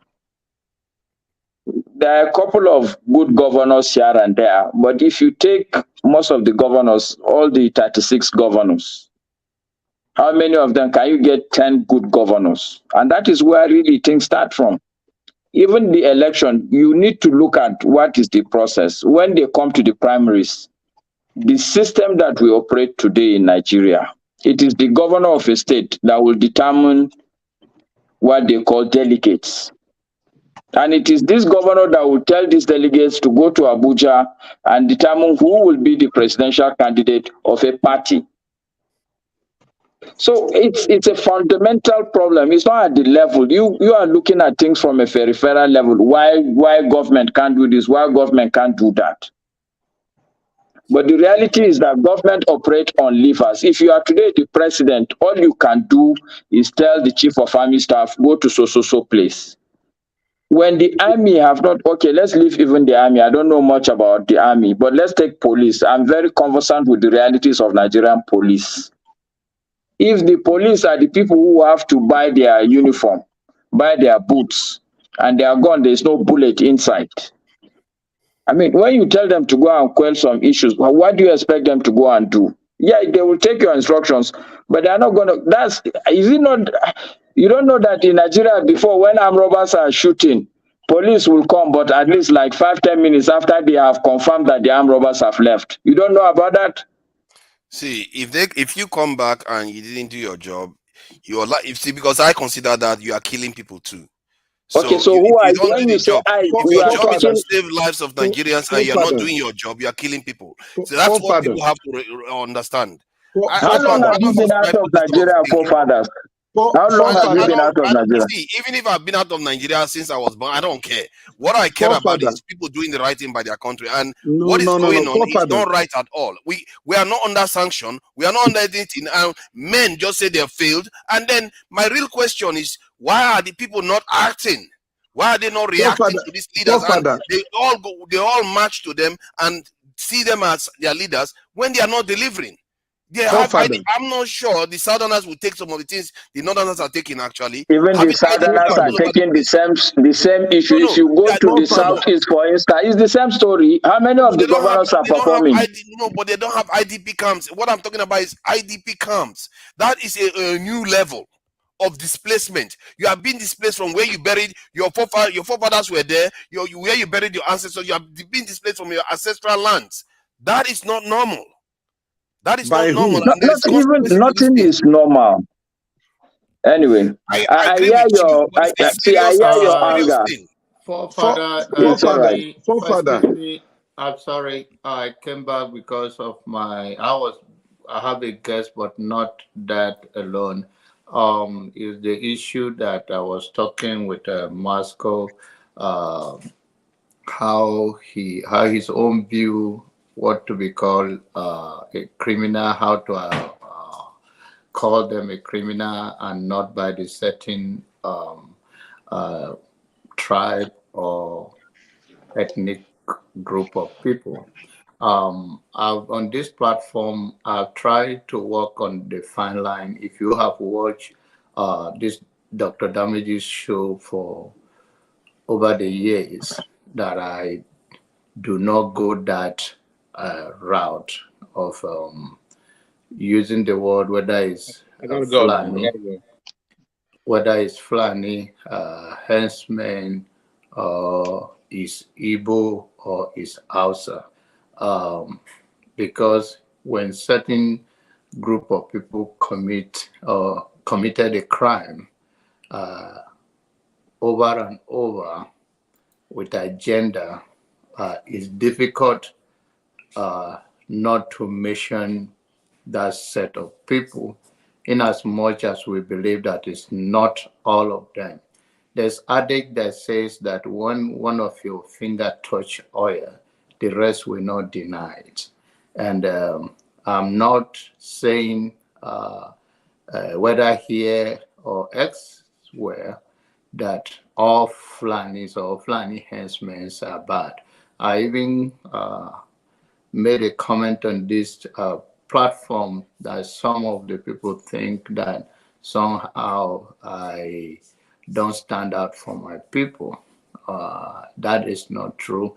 We are one Nigeria and in a broader perspective, but sometimes we have to localize our pain. We have to localize issues. And we don't say that to create divisiveness in the society or in the community, but somehow we want Nigerian to work for all of us, and we should have open mind to say things, call it the way it is sometimes, and understand the political ramification of it sometimes, and how to be political correct. And sometimes working on that fine line is very difficult. I'm not even saying that what you say is wrong, but you cannot tell people when they are going through some certain pain, I want to be political correct. I don't want you to use the word Fulani henchman committing this crime. I just want you to use the word criminal, because it's a criminal element and they are criminal. But the criminal come from a certain group of people, and then that ongoing become a way of life, up to the extent of turning some village displaced. Just like forefather was saying about where you bury your forefathers, or yourself even plan to be buried, you've been displaced from that place.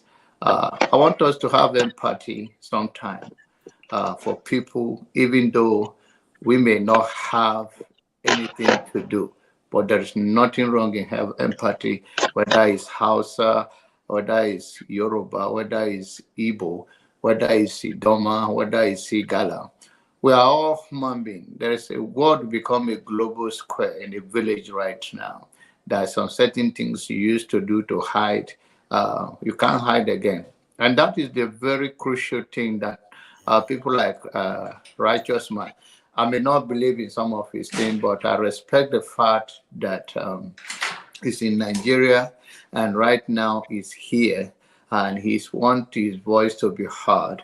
And I believe that we all continue to channel a proper course how to address Nigeria issue, have a suggestion on solution, and not to cry, and let all of us get involved. Some of the issues earlier on that I wanted to talk about, when he mentions that when you go to places, I'm talking about Righteous Man, they say it's Omo Igbo, it's all of that. I think Masca addressed it some ways, and other and several others. It's a common sentiment. We say we endorses it or it's a right thing, but those things will not go away cheaply like that. There are things that are associated with all, even individual and some villages, as we all come, even from the same state or speaking the same tribe, we still have such sentiment. We are not saying it's the right thing, and this is where we are in 21st century, trying to use social media as a tools also to speak truth and to engage and to also bring attention to what is going on in our community. We can show light on it, put those people on notice by measuring their name. If anybody did anything wrong, if it is any politician, the governor of the state house of rep, so that there will be more accountability and more responsibility in the community, and so people can deliver. It's a choose. You don't want your face to be out there. Even people that went to rob are robbing right now. They don't want to be identified as a robber because they want to hide. And some of them even wear masks to go and do those commit that crime. Why? Because they don't want to be known for what they do. But we, the public, we have the responsibility, the media have the responsibility to show light on them. And I understand also that we are fighting these people, that we're also going to fight you. If you do not if you are not aware or if you don't know that, then I think you don't have enough knowledge or you are naive in some ways. You cannot fight a corrupt person and you don't think the corrupt person will just run away. Some of them are very patient. They're going to fight you back. But we cannot live by fear. If you live by fear, there are many reasons. You can give yourself 1,000+ excuses to stay in your bed, and that does not stop whatever is going to happen. So let us have empathy for those that are going through changes, whether it's a certain community, whether it's a act of crime, whether it's a natural disaster, whether it's a poverty, whatever it is. Let's use social media like this platform to speak to it, and hopefully we will begin to push back on those criminals among us, whether a politician and even ordinary Nigeria. We call this thing, but I believe that change starts from each and every one of us. When we can look at the mirror and say, okay, what can I do today to put a smile on somebody's face? What can I do today? I'm a little more privileged than the other, can be a good neighbor to someone else. What can I do in my little way? And those things can be little as you can. If every individual in the society think that way, we can make a significant progress in our dealing with each other. But we cannot just turn blind eyes on those things and then trying to be political correct or find a way to justify it. A criminal or no criminal, the notion that if it's a criminal and it's from your own village or close to you, a guy defined it yesterday here. Say if you have a politician friend corrupt, you don't call it corruption, you call it connection. And that is the truth. We all have, because sometimes human nature is when you are benefiting from something, then you decided to take that, which is the selfish approach, which has been the biggest problem we have in Africa. We do not fight together as a brother to eradicate poverty, disease, and all of those things that is tearing down our community. And I hope we use this place and we continue to do so in order to change the narrative. And I believe that is what some of us and many of us are, but sometimes we get passionate and get overwhelmed with issue, and we don't we don't construct or conduct ourselves well. So that's my submission for now. Thank you for the time, man. Thank you. I want to go. Please, I want to go. Yeah, yes. Please go ahead, righteous man. Yeah, thank you. I just want to appeal to every one of us. Particularly, I'm appealing to Nigerians that are in diaspora. Please, we are looking onto you.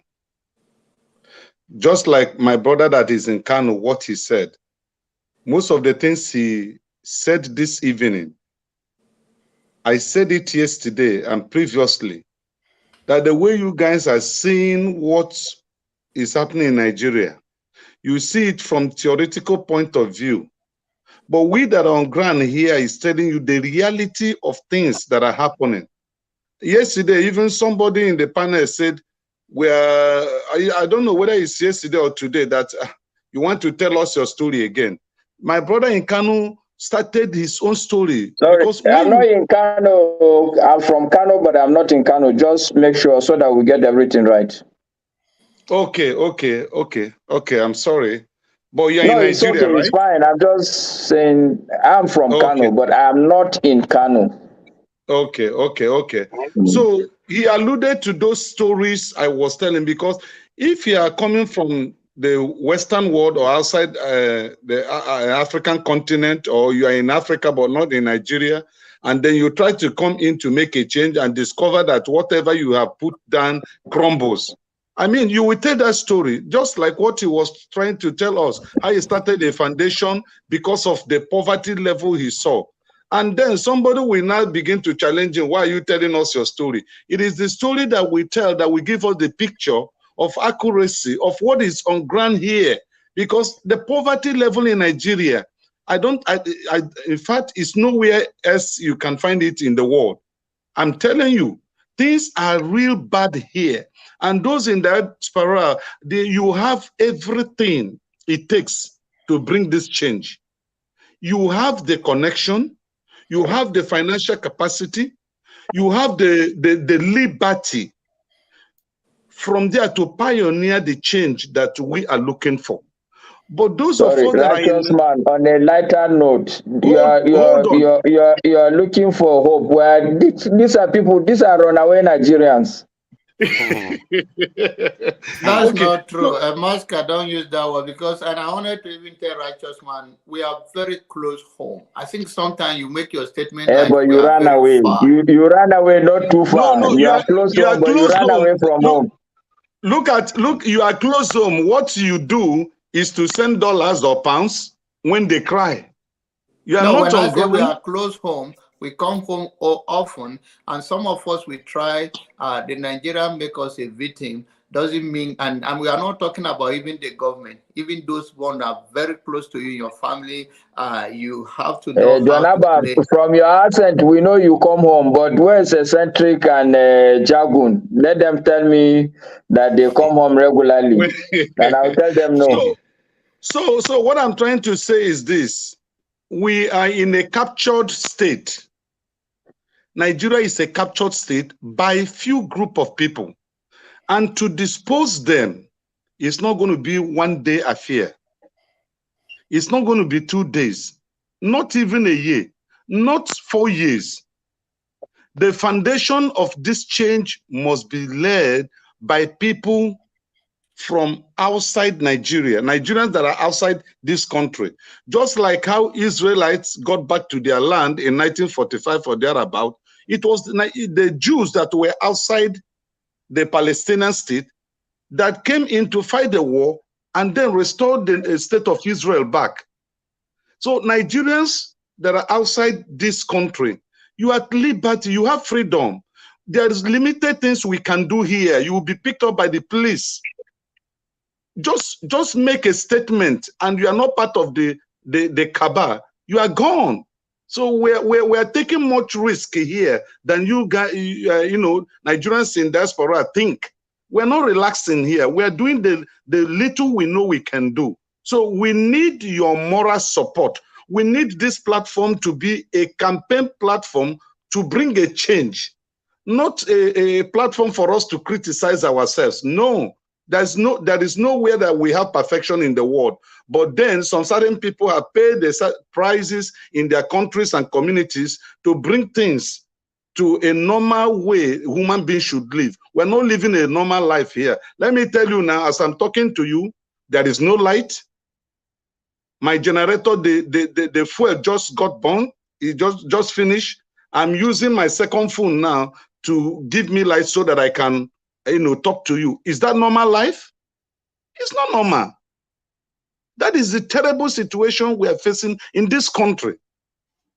So we need a change, and this change must come from people from outside this country that are not living here right now. So that's my submission, and I want to go. I think let Mazi talk.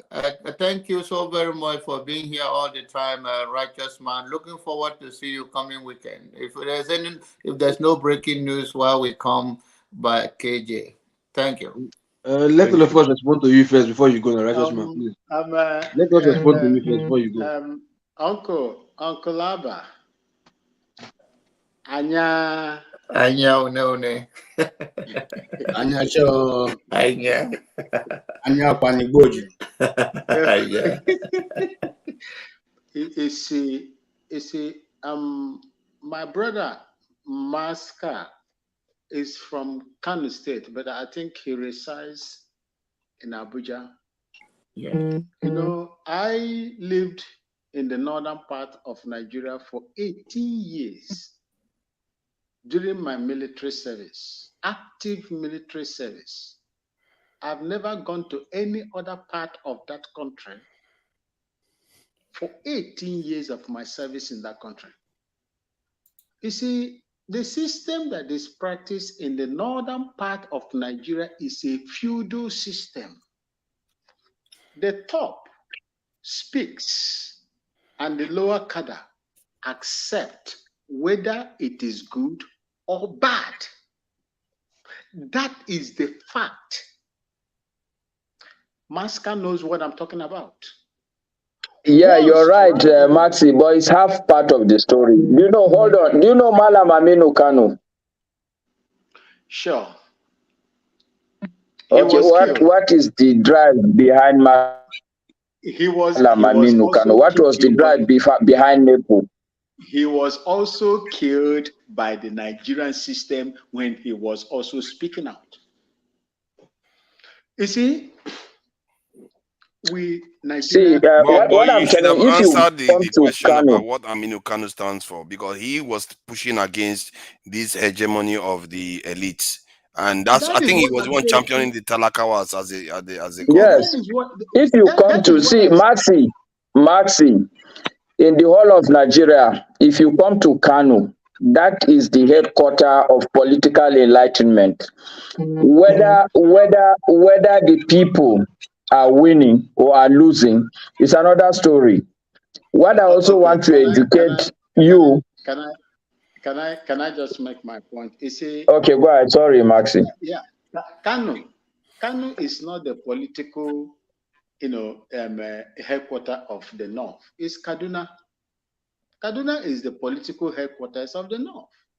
No, not political headquarters as in designation. I'm saying enlightenment, political enlightenment. Kano is the headquarters of political enlightenment.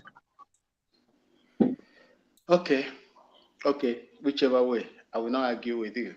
But what I'm trying to tell you is this. What this North is structured in such a way that once the elite speaks, then the lower cadre agrees to what the elite say, whether good or bad. You can see it happen in NSAS. When the southern youths were saying that these people are killing us, police brutality, what did the northern elite say? They say, bring the police, the SARS, to the north to curtail insecurity in the north. They didn't support you. They didn't support the south. So in Nigeria, Maxi, you are in Ghana. Me, I'm in Nigeria during NSAS. I'm in the north. So my brother, I can enlighten you if you are really interested. Hold on. But if you When I finish, you told me before to take a paper and write. Take a paper and write. Correct. You are right. I will write. We are making progress. I will write. Yes, you see, if you don't know where the rain start beating you, they give you a taste of your own medicine. Which is good. If you don't know, if you don't know where the rain start beating you, you will not know where it ends. Look, what is happening in Nigeria is that the elite has succeeded. That 2, 3, 4, 5, 10% of the elite, be it the Igbo-speaking Nigerians, I call them the Wazobias. Any other one are the minority ethnic groups. The Wazobias, their elite has succeeded in coercing the rest of the people to toe a different line, which is anti-democracy. This is one thing we should understand. The terrorism that is happening. Do you know why Mazen Nnamdi Kanu and IPOB was labeled a terrorist group? Was the governors that started the campaign of labeling them terrorist group. And the world, as we speak today, has never recognized IPOB and Mazen Nnamdi Kanu as a terrorist group, irrespective of how Nigeria, with their political instrument, has pushed for the world to label them terrorists. But when you go to the north, Boko Haram started. Where did Boko Haram had their headquarters? Who were they mingling with? What was the atrocities that these people were committing in the northern part of Nigeria? Did the north entirely supported them? Who brought them into Nigeria? Who brought them? I heard the former governor of Kaduna State telling Nigerians that they know where these people come from. They have traced them to where they come from, and they have paid them with Nigerian people's tax monies. Up to now, they are still committing the atrocities in Nigeria. Have you ever asked El Rufai where those people come from that are destabilizing Nigeria? Is Nigeria not, I don't know the adjective I will use, is Nigeria not a failed state to have allowed foreigners to migrate from different places, come to Nigeria and create IDPs that you have in Nigeria today that we are complaining about? What happened to Nigerians themselves? How do you want to tell me that someone will come from outside, enter into your own sovereign territory, create IDPs, the people that come from there, like the Benue? You see, I have a lot of friends from Idoma land. I have one that is now a staff officer, a colonel, that was working with me when I was a quarter guard sergeant. I allowed him to go to Ilori to do his NCE, Ilori, and today he's a colonel. We speak at length. We talk. I have so many of them from Otrupo in Idoma land. If I would mention, I don't want to mention his name here. You understand? These are people that are on their ancestral land. They have committed no crime whatsoever. Why will foreigners to Niger be allowed to come into their land and begin to displace them? You are not fighting a war. There is no war in Nigeria. These are terrorists that are equipped, that has an agenda that comes to destabilize and de-immobilize the indigenous people in that space. Have you forgotten when a particular group from the diaspora wrote a petition to the National House of Representatives that their land has been taken over? And as they speak today in Benue State, it is aliens or strangers that are occupying their land. Was their petition heard in the House of Representatives? Was it heard? You see, until you begin to tell yourself the story, the bitter truth, Nigeria will never have any headway. Because Nigeria is full of lies. We come out here, we embellish terrorism, we embellish crimes, call them for what they are. Call them for what they are. When Boko Haram was attacking Van Maxwell, UK he recognizes IPOB as a terrorist group. That's what I'm gathering. That's what I'm gathering from some Nigerian. That's not true. That's not true. Is it fake news then? Because it's in Nigerian papers. Look, let me tell you, UK once in a time called the IPOBs to ask them willingly to go and apply for asylum in the United Kingdom. That is real. UK, it's on SaharaReporters and different this thing. I don't understand. I don't think it's right there. It is not different websites. No, it is not true. How can it not be true? How can I believe you when all of them are telling me? KJ, are you better than all these channels? Since KJ like to quote the reporters, KJ must be true. SaharaReporters is there. The cable is there. There are multiple sources. Yeah. If I may Maxim, I'm not cutting you off. I just want to deal with this issue because I know when that publication was done, and I did a lot of research to find out what was the truth. And we found out that was when the Nigerian government was pushing for the IPOB to be declared as a terrorist organization, and so they were taking every single thing they can put and throwing into the. It was never true. In fact, the UK government, if I check my documents now, I'll find out the letter that the UK government wrote through the Nigerian office, the Nigerian embassy. They never made that statement. So they said. Okay, so KJ, according to you now, according to you, all the reporters are saying the same. SaharaReporters lied. All of them lied. KJ, according to you, SaharaReporters lied. Listen, let me say this. I don't. Sorry, Maxwell. I don't want to take on SaharaReporters because you know what I don't want to take on You see you now. There are so many things. Listen. There are so many things that they've written which is not correct. But I do not want to come and take, because if I take them, most of those things were written against people from the southeast. So I don't want to look tribal. So I just leave it. See, what I try to say here, not all reports from SaharaReporters are correct. Look, hold on. You see, Continue, thank you, sir. You see, when I see your bed, I remember Wolo Soyinka. No, he's coming back to come and attack KJ before going back to his bed. You see, my brothers. You see, what I'm trying to say here is this.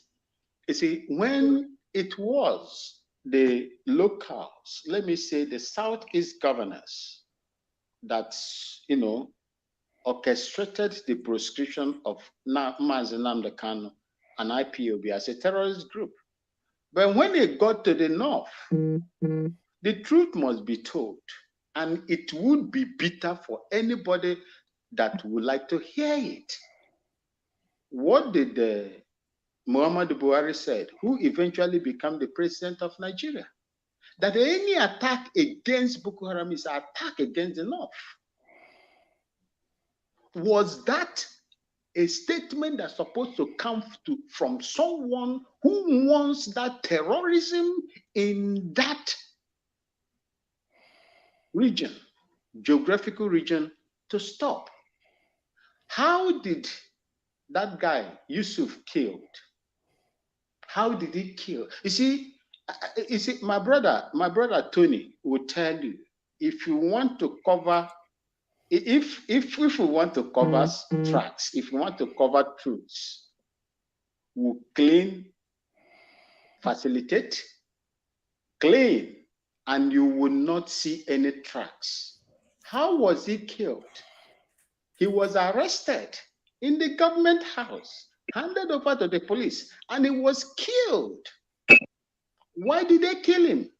It's just like the way they arrest oil tankers in the Niger Delta, siphoning oil worth over $400 million a day, and they sink the ship. So when you destroy the evidence, how do you now prosecute those people? That was what happened to Yusuf in the government house under Shetima as at that time. Try to keep it brief. For Nigerians to see. Before you give us 9 o'clock news. You see, when you begin to hide, Maxi, that I'm writing things down doesn't mean that I should sleep off. His own note is going to be full by the time you are done. What are you? You are reading the whole encyclopedia. Maska, Dog Alador Anebe. Kabrani, I've been a chance. Very Magana, don't let down. No, you should wrap up. Okay. You see, the fact is this. If Nigerians want Nigeria to work, to be among the developing or developed countries around the world, you need to do only just one thing. As we speak, like I said, where a child is crying and pointing fingers, if the mother is not there, the father is there. Fight that right fight. Give yourself, instead of fighting for PVCs, Nigerians, they went, Operation Go and get your PVC. At the end, what happened? What happened? You voted, INEC selected, the judges, the court has validated it. And there is nothing. The Supreme Court will not do any other thing apart from what they did in Imo State. I said it before. To Nigeria will bear me witness. I've been saying this thing before even the elections. You know your country. You know Nigeria. Your votes don't count. Why will you now suggest to me to go and form a political party when I know that it will not work? Just like what happened right now.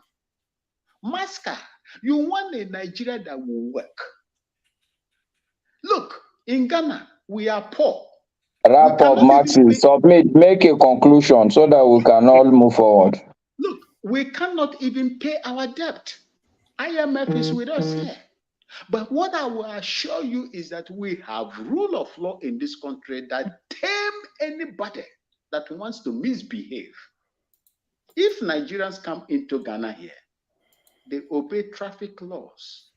Why won't they obey traffic laws in Nigeria?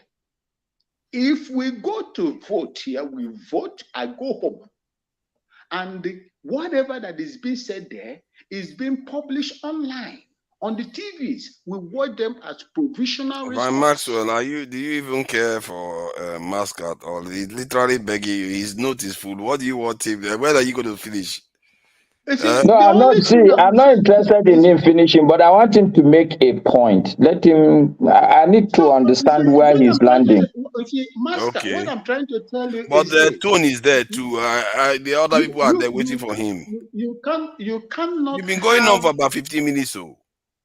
Hey, 15 minutes? Yes. Oh, you didn't know? Okay, let me just round up. Because there were so many interjections. Loco interjected me, so many people interjected me. It's okay. What I'm trying to tell you is this. There is no way you will have a country that will serve the interests of the people without a rule of law. Not just that. And the earlier people begin to know the war that you are going to fight, the better for you. Fight against that foundation. The foundation is the problem of Nigeria. If you cannot fight that foundation and correct it, whatever the political elites give you, take it. You cannot even protest. You protest, they will come after you. Thank you. Thank you, Maxwell. I think is either Tone or Masca can respond, then Jonaba can go. Tone, you want to have something to say? You're muted. Masca can go on. I'm listening. No, Tone, you can go on. You see, look, my interest really, primarily, is to listen to hear people speak. Even though sometimes you want to make corrections. Most of the things I wanted to say anyway. There's no need to repeating ourselves, like a broken record. Okay. All right. That's fair enough. But I have a new respect for you, knowing that you're an officer. And I know that Nigerian military officers are really well-trained people, So, but anyway, Maxi, I can't argue with your submission that until there is rule of law, whatever it is that the political elite give, people must take. If that is your conclusion, there's no argument anybody can have about that. But I can go back into some of the things you said, which has no bearing, if you ask me, to the final point you make.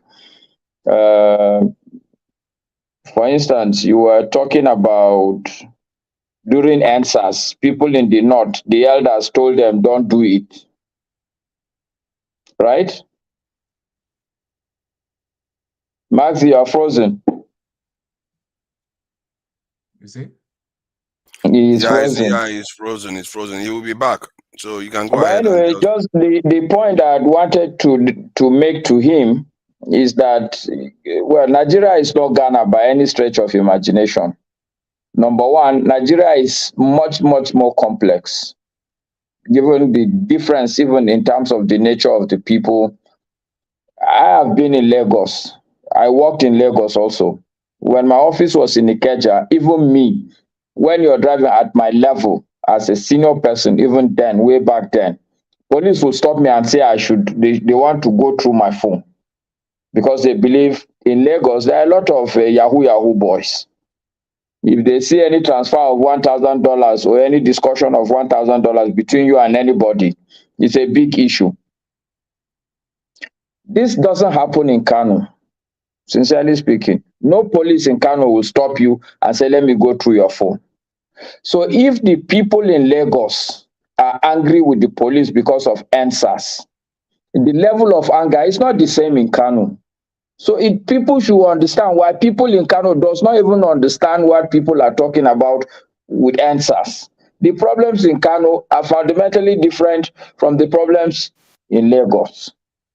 Sorry, Masca, and that was what forefathers highlighted it earlier. That's so most of the problem even in the north, the southerners will not understand it because they've not experienced it, So Nigeria is a bit more of a complex place, and In that complexity, we lose even some of the small values, some of the small steps the country is taking. I would refer back to Maxi also. He's talking about people in the north saying, oh, whatever it is that people say, people take it. If you look at Kano today, Kano is ruled by a party called NNPP. It's not APC or PDP. So you cannot make the assumption that in the whole of the north, once people say, no, it doesn't work like that. There are some pockets where people are so enlightened that they know what they want. It's true, that can happen in Sokoto, maybe Katsina or some other, but in Kano, the people will choose who they want to choose.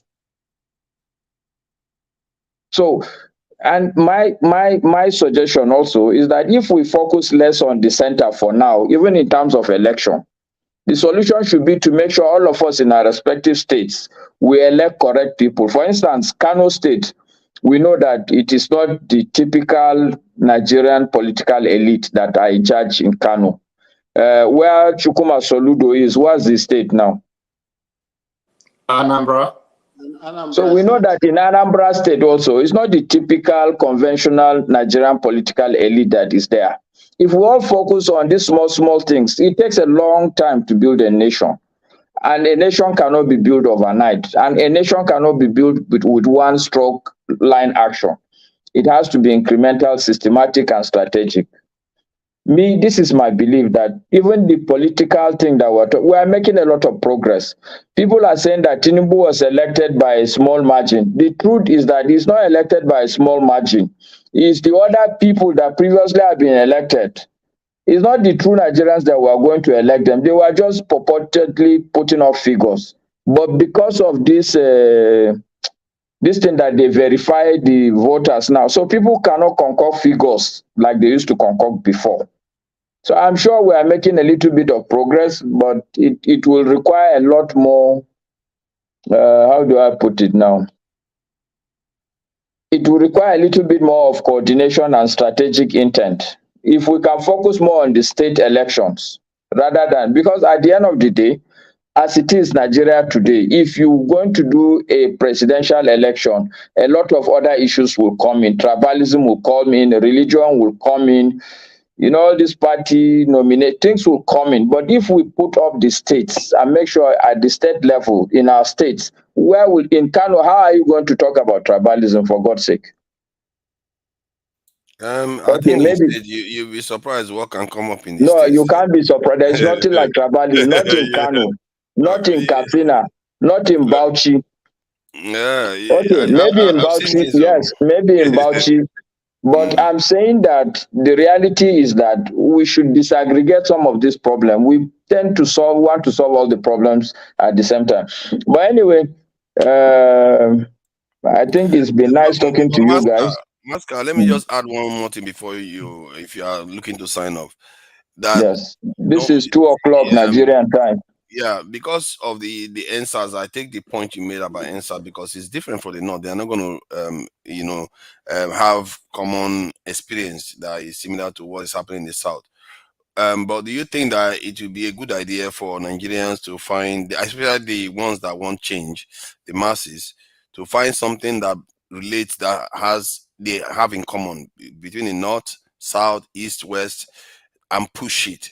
Because if I believe that if they have something that they have in common, that they push together, they are more likely to succeed. As a matter of fact, the push will be a lot less, because if only the South were able to push the NSAS agenda through, you can imagine something that the North and the South have in common that they can push together and have use it to solve problems in the country.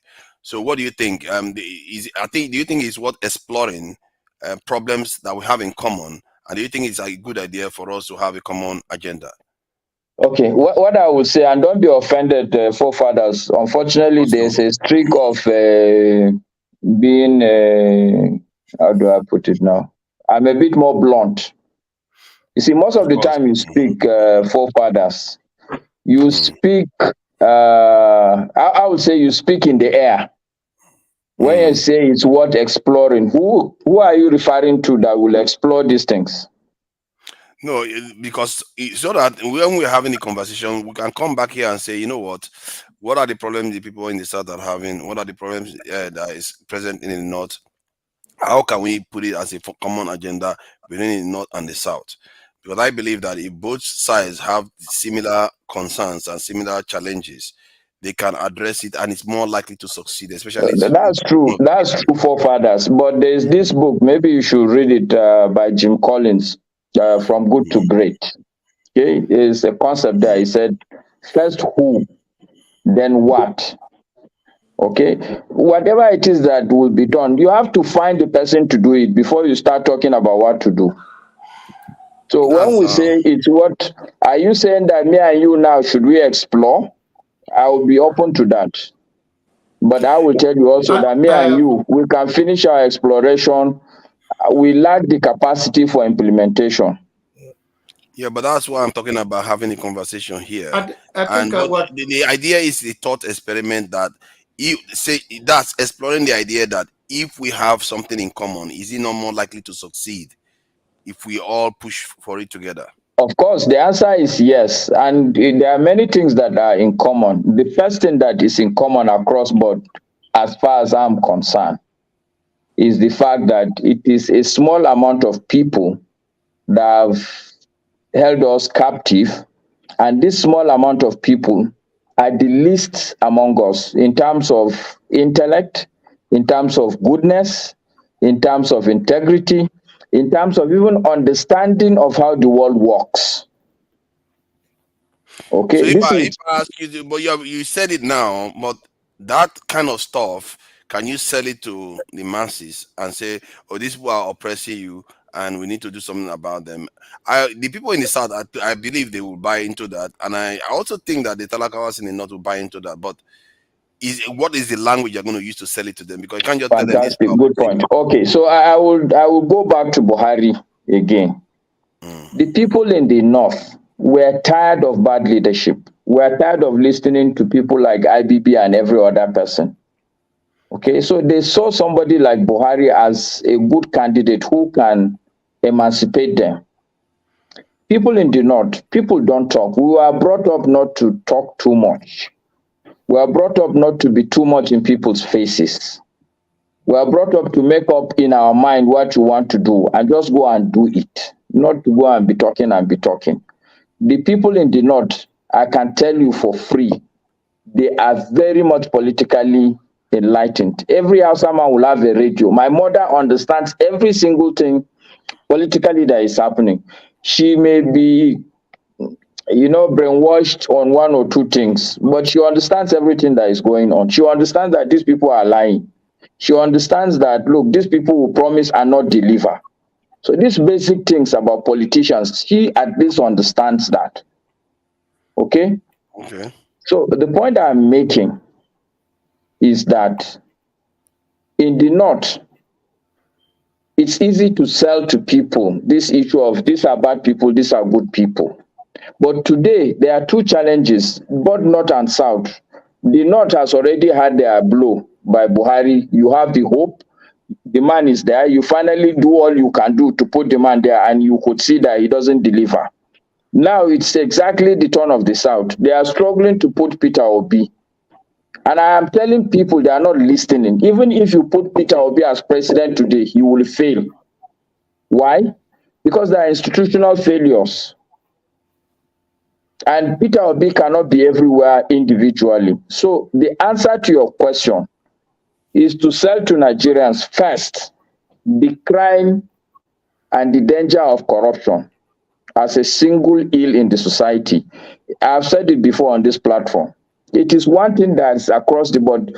NSAS is nothing but corruption. This banditry that people in Benue State are suffering is nothing more than corruption. Because the people that are supposed to go and do the correcting are not doing it. People who will collect the contract to go and buy arms and ammunition will work the money. Even soldiers will be only interested in collecting bribe here and there. Police will be interested in collecting. Almost every aspect of our life is corrupted. So the system does not work. If we begin to understand individually and collectively that this corruption is killing us completely, and everybody across the board can begin to buy it. Now, then the challenge is who is going to be the singular candidate that we all line up behind. So that's where the problem is. In my mind, I don't think we should aspire for, people in the South can aspire for competency. But somebody has said it here. In the North, I know that people are not going to go first for competency. People are going to go first for who am I comfortable with? Who is more of integrity? Who is a bit reliable? Competency will come second. So I think that is where we, the elite, should come in and try and put together some sort of coalition that is not really about an individual. That way it's easier to sell to everybody across the board. But if it's an individual, a section of this country will have a problem with that individual. I think, I don't know, I think there are a lot of people that are here that want to have this. I think, let Jonaba say something first. You're going to carry on Masca. I think Jonaba has been here for a while. Sorry, Yeah, Alaba, before Masca leaves, I came in because of. Can you he's all not hear in me? Masca.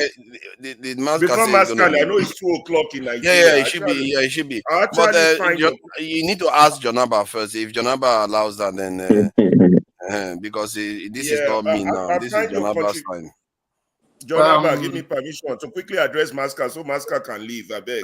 I find his contribution. After you talk, I'll let you talk. But after you talk, I would like Masca to be around for a second. I'm not going. You know, I don't talk long. Okay. In that case, Jonaba, can I be allowed to quickly take a leak? You guys can talk. I'll be back in 1 minute. All right. Yeah, I actually came in because I even made a comment in the comment page while hearing him talk, and it's very refreshing to have a perspective of someone from the North when we discuss. That's always what I find missing each time we have an intellectual dialogue regarding the Nigerian issue. You know, my first reaction to his comments were you know me, was a fight back. Okay, here goes another pushback, particularly when he altered the statement that, oh, Nigeria is not Ghana. Nigeria has more complexity. That was why I jumped in. I wanted to come and strongly disagree with that. Like, wait a minute, here we go with the excuses again, you know. But hearing the man talk, he comes up with a lot of reasonable things. But he still has to address a few questions. When he comes back, I'm going to get that. But you see, he's making a lot of points and a lot of sense. But I disagree. Nigeria is not Ghana. He has hit the nails on the head. You understand the rule of law issue. He hit it on the head. I don't know where he stands on that.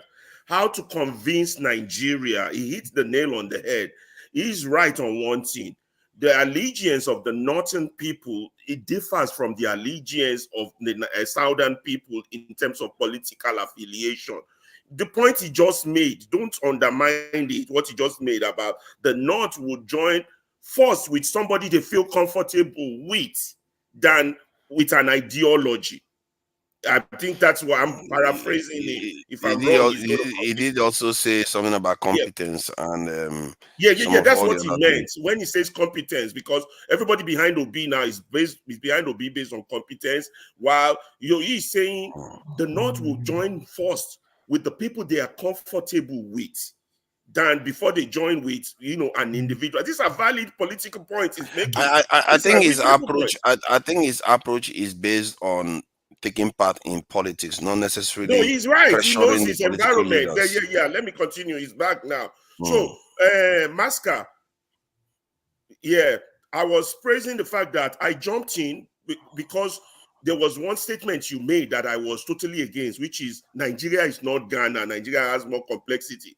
I see that as one of the intellectual pushback by the elite, the educated people, which I consider those of you here as also. Nigeria has, and you hit the nail on the head. You talk about rule of law. You talk about what attracts the northern people to political philosophy or ideology, which are very valid points you're making. Now, I'm going to ask you a few questions before you leave, and you should come more on this show because you have a perspective which is majorly missing from the discussions that come on here. You need to come on more. You have this intellectual northern perspective, which is grounded in experience. But however, I want to tackle you on what made me jump in first, that Nigeria is not Ghana. I strongly disagree with you. These are part of our intellectual pushback. You understand? You hit the nail on the head. We have a rule of law problem. We have a law problem. As you address the issue of NSAS, you were right on that. They didn't have the NSAS problem in the North, so the North is not expected to join in that demonstration, but they have it in the South. But however, we all have a commonality of problems, a commonality of issues, which is that a few minority have hijacked the instrument of the state. Now, my question to you, as you ponder, you don't have to answer it now, but ponder it now. What would you highlight as three major Nigerian problems from your northern perspective? And how do you convince Nigerians of the northern enclave that these are issues that we need to fight? I totally agree with you on your submission on corruption. You know, we kill corruption or it's going to kill us. I agree with you, but I have always been an advocate that, you know, our problem also is that all of us, we pacify this system. This system is a rotten system. I personally compare it to apartheid. I compare it to segregation, and I think it's far much more dangerous than those two. You understand? How do we tackle this issue? Because every elite, and I'm a fan of Fela. Fela has been singing about Nigerians' problem. They killed his mother. Nobody ever was held accountable for that. They did all those things to that man. Nobody was ever held. Nigeria has never been a nation of law, but it's a nation of the big man, the rich man, the guy in power. You understand?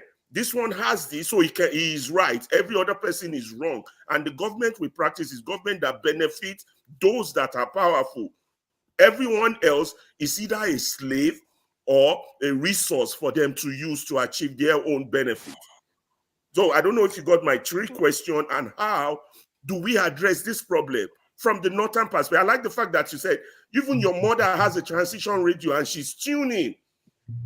She's tuning, but being tuning, is that enough? How do we change? If people are tuning, how come we are not making progress? You know this thing is harming you. How come we are still supporting it? These are key questions we got to answer as intellectuals. Thank you. Thank you. Please, Master, go ahead.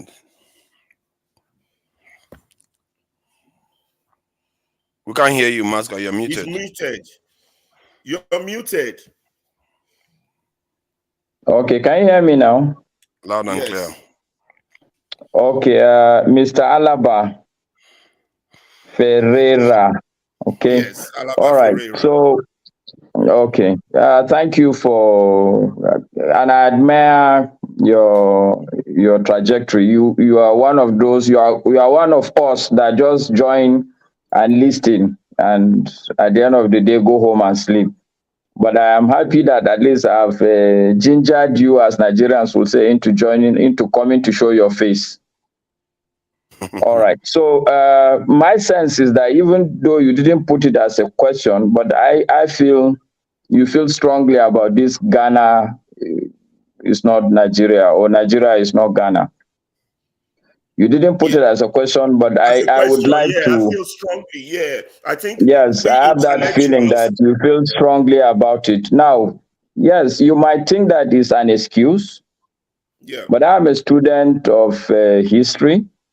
I try to understand the history of a lot of countries. I'm lucky also. I've moved around a lot of countries, but continentally and within the continent. In Africa, I've gone to a lot of countries. I've worked even in some of these countries. So I have a fair understanding. So before you know how complex something is, it's like, okay, let me give you an example. I have a car that I don't want anybody to drive, because just turning one button in the car, you might complicate issues for me. Okay? But there's a car that is purely manual, is normal. I mean, anybody can drive it.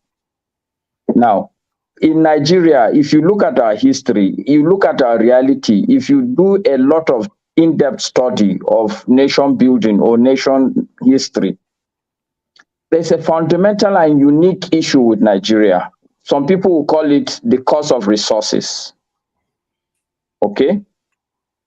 Nigeria is the largest oil producer in Africa. We are the 10th largest producer of oil in the world. That fact may not hit you, but the reality is that the amount of money Nigeria gets, if you do the numbers, you'll be shocked. And therefore, anybody who is in the position of authority in Nigeria, it's going to be, they say power corrupts, and absolute power corrupts absolutely. But to have the power and to have the money is something else. The president of Ghana knows what I'm talking about. He knows how much he's dealing with. And the president of Nigeria knows how much he's dealing with, apart from just the monetary and nominal issue. But the thing is that a country that has oil, that has discovered oil, you go and look at Venezuela, for instance. It's a classic example. You will see what I'm saying. The complexity of our psychic. A Nigerian, look at Nigeria, we import everything. Do you understand what I'm saying? Yeah, no. I know all these things, but is it okay? So, but where I disagree is no, that no, okay. So see what I'm okay. So maybe now you've helped me where I think I can answer your issue. What I'm saying is not that the problem is insurmountable, okay? But I'm saying that the solution needs to be carefully worked out. It's not to bring out one man and say, elect this person, and that one man will solve the problem. Not in the current day Nigeria. The psychic of an average Nigerian has become a consumption psychic simply because of oil. Go on, when he was head of state, he said our problem is not money, it's how to spend it. People forget that. Maybe some people are not old enough. Yeah, this is a Nigeria that we did Odoji. There were more discipline within the military folds than we have now. There were more, not just military, in the government folks than we have now. You know, see, okay, let me tell you, okay, see, Mr. Alaba, but yeah. What I'm saying is that the genesis, the history, the root of a Nigerian problem is deeper than that of a Ghanaian problem. The oil, the oil resources or discovery of oil, it has destroyed all our industries, for instance. I agree. Me and you agree, but I don't want. So you cannot. So therefore, I'm just saying that you cannot compare. Settling in that premise that okay, because we have this problem, we can't. No. Okay, so, if you have power, no, Mr. Alaba, okay. So just give me 1 minute. After 1 minute, you can push back. The point I'm making, Mr. Alaba, is that the problems are surmountable. They are not an improbable problem. They are not intractable. Okay? If Rwanda today is what it is, then we can solve our problems. Okay? But I'm saying that our problems are more complex than Ghanaian problem. Ghana doesn't even have a problem to start with, if you ask me, if you compare it to Nigeria. Okay, what Ghana needs is somebody who can work out good economic theories. There's a bit of a rule of law. The people in Ghana are relatively sensible. They are not as senseless as we Nigerians, where you can see the things that is going to harm you, and they are the things you will continue to do. Just to obey traffic light here in Nigeria is a problem. So to deal with the issues in Nigeria would require a bit more fundamental operation. Okay. If to solve the problem in Ghana is plastic surgery, in Nigeria here, you have to do a transplant. This is what I'm saying. But transplants happen, okay? People do transplant. I'm not saying that it's not impossible.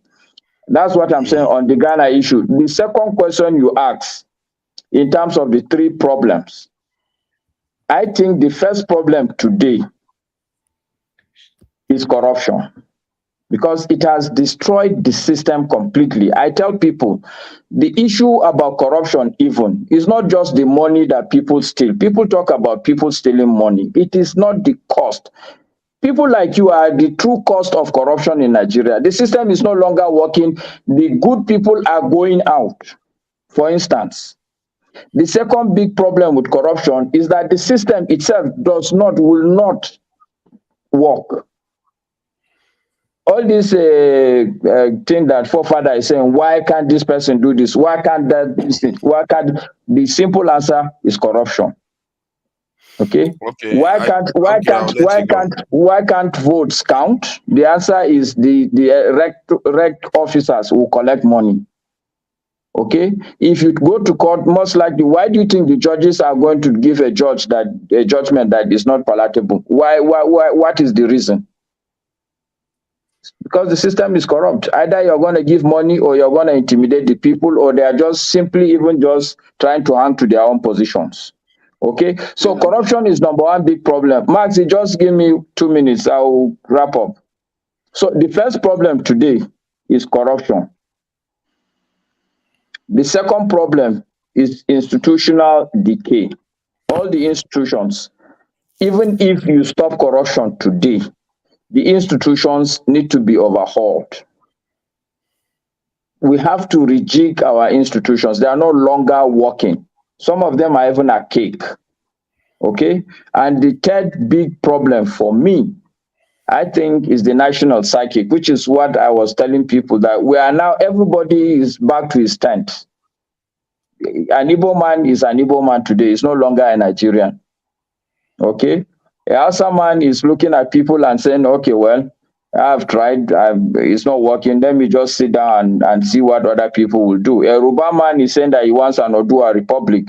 People in Kaduna State are saying that we're indigenous in this area, nobody is going to come.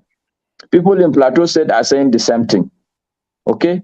So these three, if you take them, will still take you back to what I was saying. If a combination of these three things is quite complex, when you put also on top the fact that there's still a lot of money still in the country, whether we like it or not, Nigeria on a daily basis is getting a lot of money. And this money is not getting into everybody's hand, but the hand of the few, which is making them stronger day in, day out to perpetrate whatever they are doing. Okay? So the last one that I would wanted to add is because people don't seem to understand apathy. You know the meaning of apathy? Yeah. Okay, when I was in secondary school, it's one of the first things they teach us in political science. Then they call it government in secondary school. They talk to you about apathy. If you check the trajectory of Nigeria, it is not surprising that an average Nigerian citizen is 100% in an apathetical mode. When I was born during the military regime. And we were hoping things would change. When I was about to finish secondary school, that was this guy, Shagali, during Shagali's regime. We were hoping things would be good. Things went again astray. Buhari came. So every day, I mean, like, hopes are dashed. Even when Obasanjo came, a lot of people were hopeful. That was when I came back to Nigeria, believing that, oh, finally, my country is on track. Do you get what I'm saying? So every day so look at what has happened in terms of disobedient movement. Do you think the people are now encouraged? 50% of the people that came out to vote in 2023 will not come out in 2025. Why? Because they have lost hope. So it's not too far-fetched to see why Nigerians have tried almost a lot of things. The Northerners really believe that Buhari will solve the problem, but he didn't. So I think apathy is a fundamental issue. I rest my case here.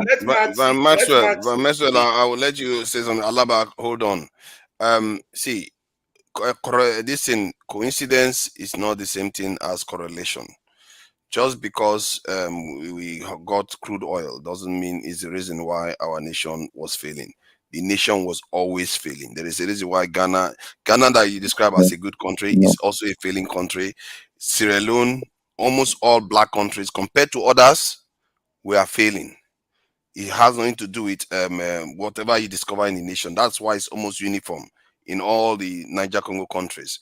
So the issue within our nations is not corruption. If the corruption was the issue, let's say the rich people have the money and they spend it inside the country. What are they going to do with the money? They will spend inside the country. Let me speak now. Alaba, if you carry on with this our attitude, I will send you backstage. So you always acting rascal. Because I know him. No, I know him now. I know him. He's very, very disruptive. Rule of law. See, how can you talk like that? He likes to. He just had his say for how many minutes? You had your say for how many minutes? I started talking that he just started disrupting me. It's very rude now, isn't it? So my point is that when even if the leaders are corrupt and they spend all the money in the economy will still function, and most of the low level or what they call horizontal corruption will reduce, because when more people have money in their pocket, they are less likely to be corrupt. That is the general that's how economies work. That is why the corruption you see in the West doesn't lead to them having that what they call horizontal corruption, where everybody is just corrupt. It doesn't lead to that. Our nation, the real problem is that our nation is bleeding resources. Every time we make money, it ends up in overseas accounts. And all our policies is designed to build. Why do you think all our resources doesn't build our country? Look at Singapore. They don't have oil. Oh. Look at how they are shining. Singapore owes 1.something trillion. And it's a country of about barely 5.something million. Nigeria, if we owe 100 billion, we are shaking. Like we're about to die. We are 220 million. It tells you that something more fundamental is wrong. And to Nigeria, it was the military head of state that built it all. Yeah. A dictator. They were calling him a dictator at that time when he was doing all those things. And that's a country of about 5.something million people that did all this. That should tell you that something different is happening in Nigeria. And my concern with where Maska is coming from is that he's not highlighting clearly the reasons why in the north you don't see a lot of upswell of opposition to all these things that are going on in the country. I must say in the south you don't see a lot of it, but you see more of it, and this is concerning. And the reason why the main question I asked him was that, is it not a good idea for all of us to come together and find one common agenda? Let's say power supply. Everybody wants good power supply. We all come together and say, you know what? We are going to push these politicians and say this is what we want. And I believe if we do the top of this, we're going to get it. Sorry, I don't interject, but let me just make this point quickly. The only reason why I come onto this platform is because I want us to all come together. That's why if you listen to me, when KJ speaks, I tell him, no, my brother, this is not it. The whole idea is for us to come together. That's why I come to this platform. Not that I have ample time, but simply because I believe in what you're saying. Let's all come together. It starts from us. And we're not all going to agree on everything, but let's be talking to each other so that at the end of the day, we can iron out our differences. And I think at this point, I love your session. I love your section of the program because it's a bit more intellectual. As much as I love it, and as much as I love that KJ hasn't seized my audio today, I beg to take my leave, everybody. It was nice having a discussion with all of you. Yeah, I mean, KJ, I have your number now, so let's talk maybe tomorrow. All right. Good night, everybody. Good night. Good night. Master. This rascal Alaba comes here and start doing me as if we are in Alaba market. Don't start with me, Alaba. Don't start with me. You didn't let me educate him before he leaves, but I hope he's still listening. I still have a counter to what he highlighted. Jonaba hasn't said anything. No, Jonaba hasn't said anything, and KJ hasn't said anything. But Maxwell, you said something. You read for 15 minutes. Let's John. Let me talk. I have to go and talk. And I'm not going to talk long. And I respect Masca's view. He's very knowledgeable of the North and the North politics, and all over from the beginning when we started getting involved in political talk on this platform. I don't believe, Mazi, that the election, I don't know how the discrepancy to some extent. I believe a lot of progress was made in this election. However, we cannot just stop because some are just get involved in the election one time, and if it doesn't go the way they want, and there is no other way, that is not how you build a nation or even our personal life. There are many things that bring challenge to us, but consistency will help us to go through it, and we improve on the system. Masker said it, and I said that in the many times on this platform. I grew up in the north. I understand. I also understand the east, and I understand the west. So there is no part of Nigeria that you cannot tell me, especially when it comes to politics and the way of life of all those things. The Northerners are well involved in politics more than the west and the east. Whether you think they're educated or they are not educated, and their people know how to reach them to get involved. Even when there is election in the north, they will leave Lagos and go back to their place, even to have to enter what we call 9/11, whatever you call it, they will go because they know. Are they voting whether for the right people or not? But at least they engage themselves. And that's where the change starts from. And whether here you believe it or not, let's keep the fire burning. I am not to be supporter. I've said it, I don't know how many times I will say it, but I give him credit for what he has started.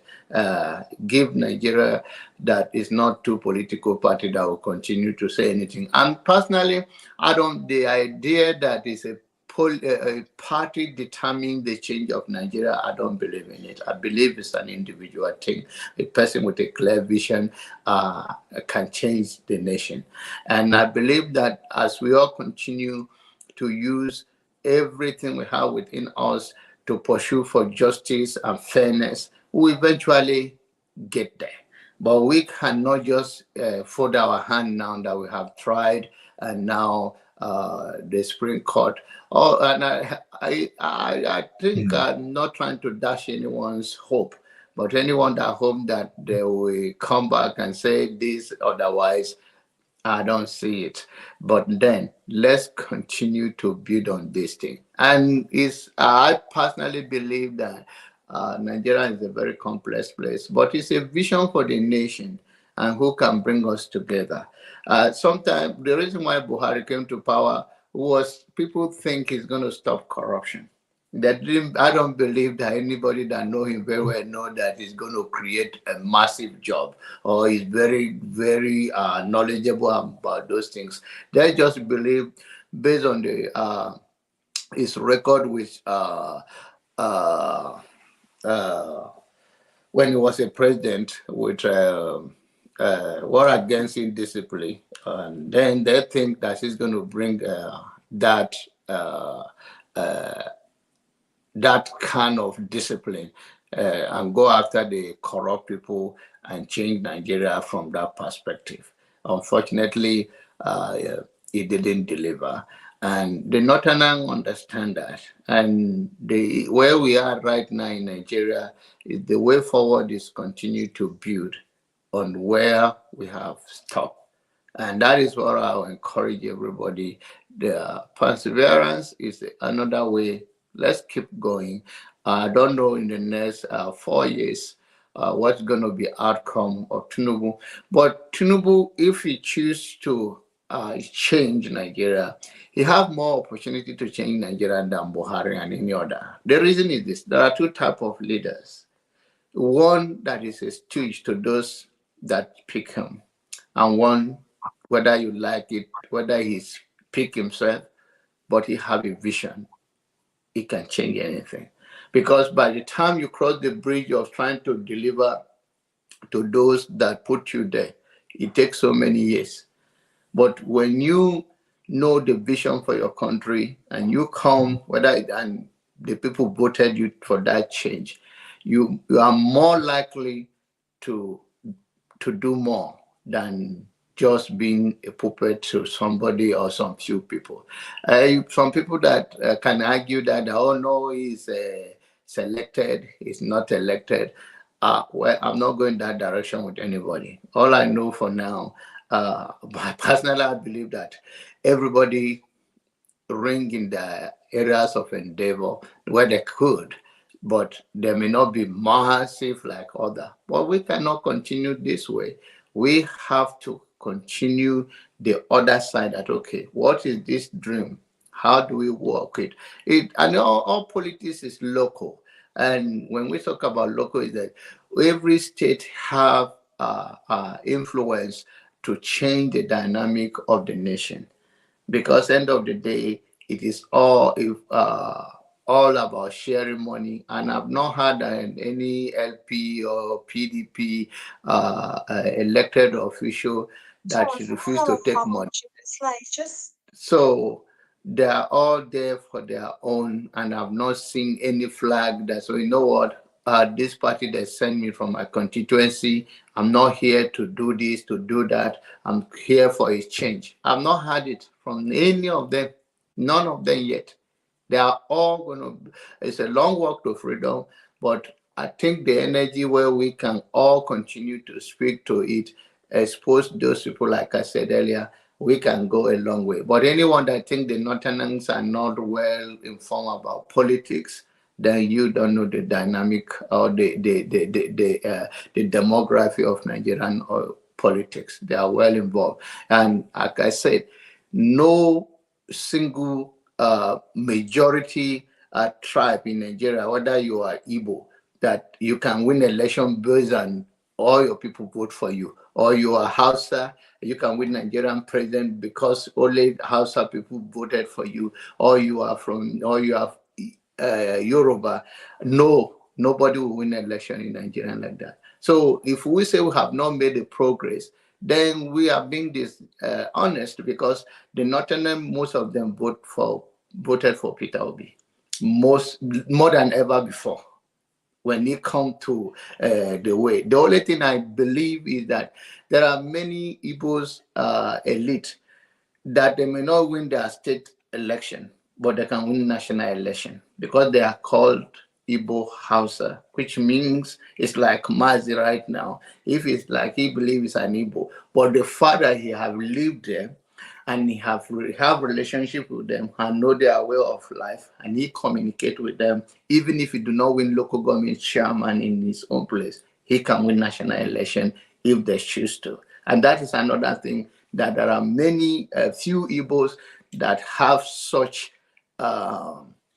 relationship that can do better in the next 4 years if they really want to say, okay, let's try that part of the take the fear. And another thing is that, to be honest, the Northerners sometimes it's lack of trust. It's not because they don't think these people can deliver. They have their own fear, which I'm not ready to speak to that now for because of time and every other thing.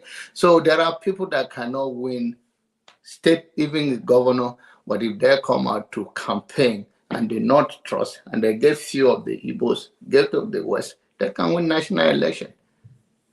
But people like Obi, for now, you're going to go, why not this and that? Yeah, the Northern will not trust him to that, because the competency of he is going to deliver is none of their business that much. That is not how they look at politics. Thank you. Thank you. By Maxwell, please keep it brief this time, Really keep it brief, because the last time was 15 minutes in a row. I think KJ hasn't said anything. I know you are you due to leave or something? Yes, I just want to leave, and it's 1:47 a.m. here in Ghana. Okay, That's about please just keep it brief so that KJ can say something. Yeah, you see, my brother, I call him Damwana Maska. I'm from Kano. said something. Look, corruption is not a stand-alone factor. Corruption, as we say in the military terms, is not a lone ranger. There is a special purpose vehicle that propels corruption. And that special purpose vehicle is the foundation of that country. If you don't tackle that special purpose vehicle that propels corruption, you are fighting a loose battle. That is it. Whether you like it or not. For me, like to Nigeria here, he knows me. I am a pro-Biafran. Because since 1958, oil was discovered in Nigeria. Nigeria has never made any meaningful impact in the lives of the people. No meaningful impact in the lives of Nigerians. Don't supposed to even pay tax because of the resources God has given to them. But Nigerians are made to suffer. I was in Agadez when I was doing my counterterrorism course in Libya. I saw Nigerians, even Ghanaians, Eritreans, passing through Agadez, that hot desert. And when they survive that hot desert Agadez, they are not going to face the Mediterranean Sea. Why are they running away? They are running away because of the inactions and the actions, corrupt, attitudes of the political leaders in Africa. That is why everybody is running away.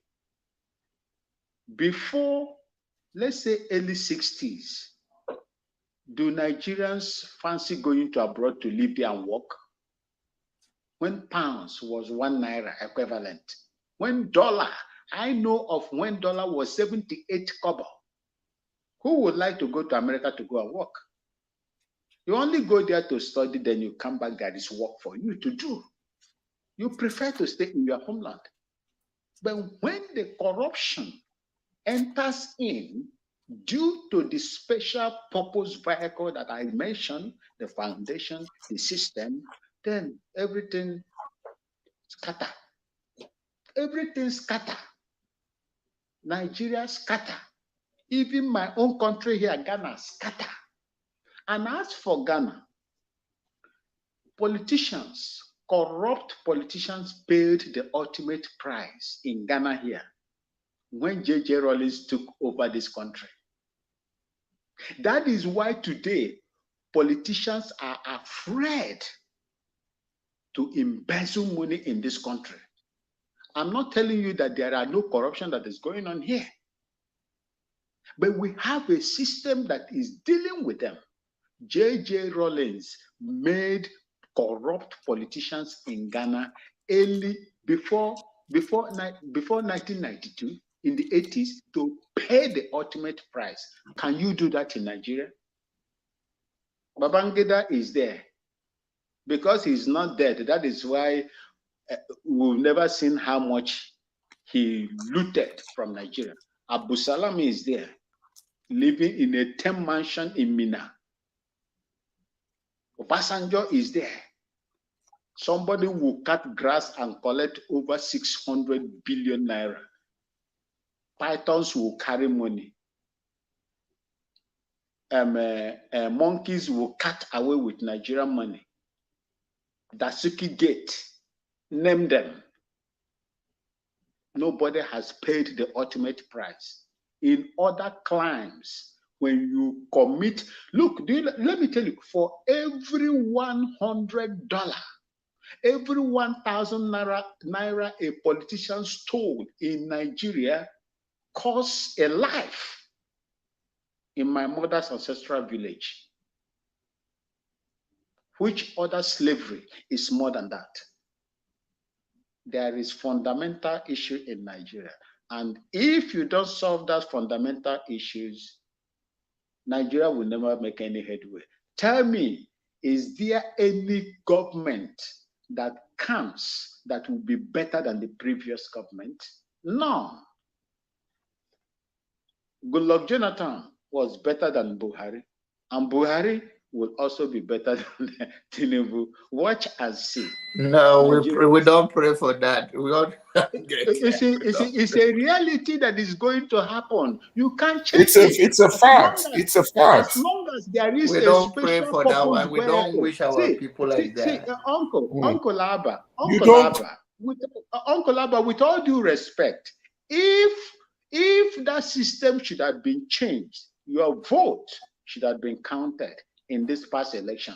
Have you asked yourself, why did the Beavers work in legislative assembly elections, the National Assembly election, and it did not work in the presidential election? That is the corruption that we are talking about. If you don't get it well, the highest bidder will always have his or her way in Nigeria when it comes to development and corruption. Thank you so much. Thank you. I'll see you on next week. Thank you. Okay, John. Thank you, sir. Yeah. Can I speak now, Mr. Forefather? Hello. I just wanted to. I'll be leaving to. Hold on, no. Let me talk now. I don't wait time. Jago is back. Thank you. KJ won't talk. I'll be make I wait. Yes, I just wait, sir. I beg no verse. Okay. Now, I wanted to move this conversation a bit further, and when I went off, I want to go research the accusation that the certified true copies were on the letterheading of Tinubu's lawyers, and I posted on the back chat Dr. Haruna, who was here once, discussing the same issue on his platform. Mm-hmm. So it is no longer a rumor, but it's a reality that that certified true copy was on the letterheading of Tinubu's lawyers. So you see how we go around, merry-go-round, in Nigeria. When you think that people who are coming are going to come in to change the situation, just like the last speaker said, you don't know that the person who is coming to take over is dialing you backwards, and at the end of the day, nothing is achieved.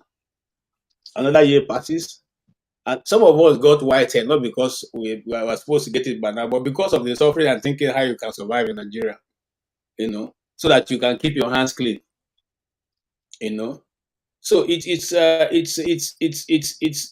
behoves me to say that even at a time where every other person thinks that the nation is a very critical situation, people can still be playing hanky-panky with the situation that we're in.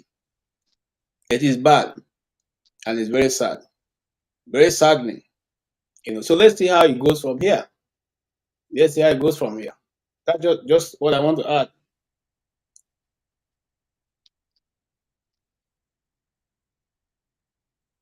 I can go on now. Yeah.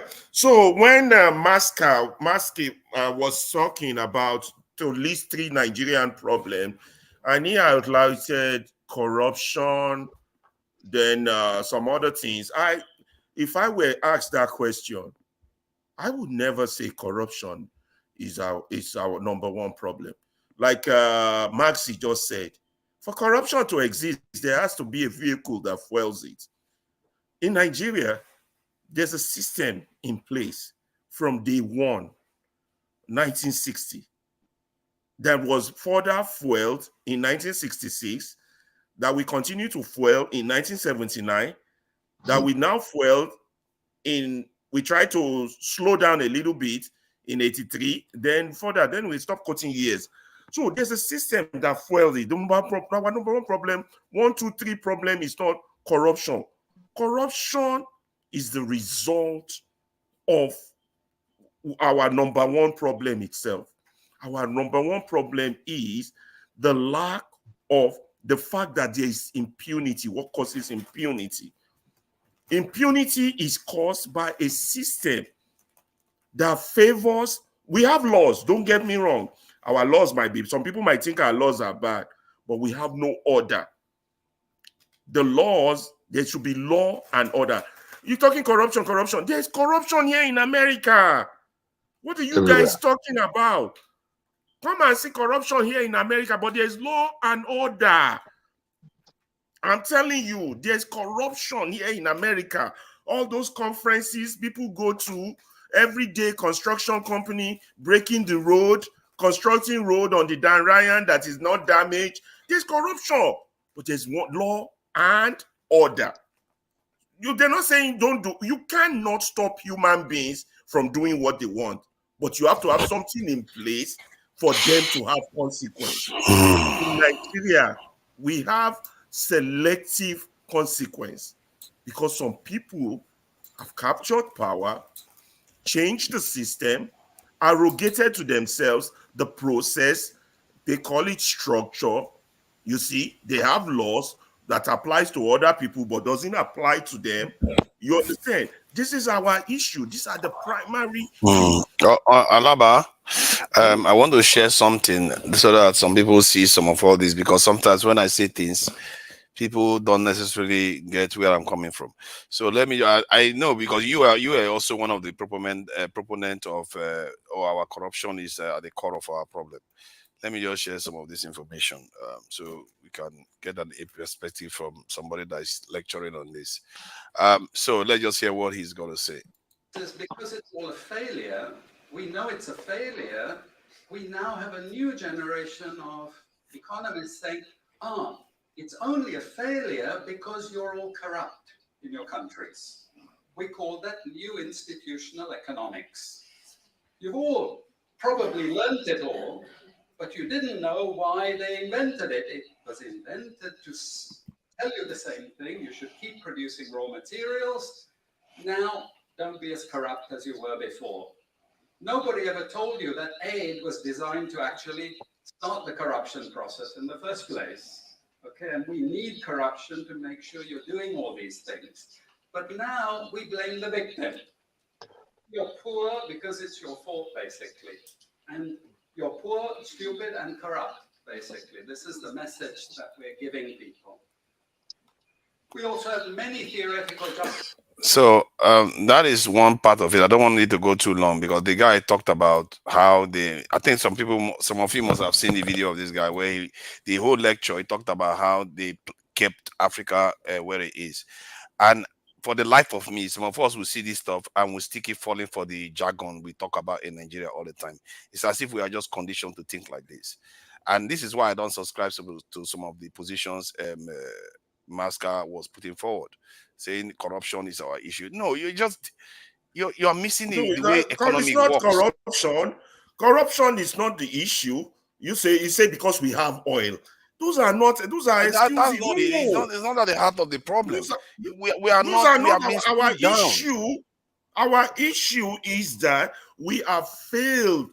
We've been slave. We have failed to recognize that we are free to determine our own future, and our future should be good. But we don't want that because we are selfish and greedy. We want to put our own brothers down. We want to think we are better than our own brother. Our own brother, same skin, same color, same thing. While we are doing that, we are parleying with the white man and giving him half of our resources while we are keeping the other half, only to put our own black brother down. That is why I was talking to him.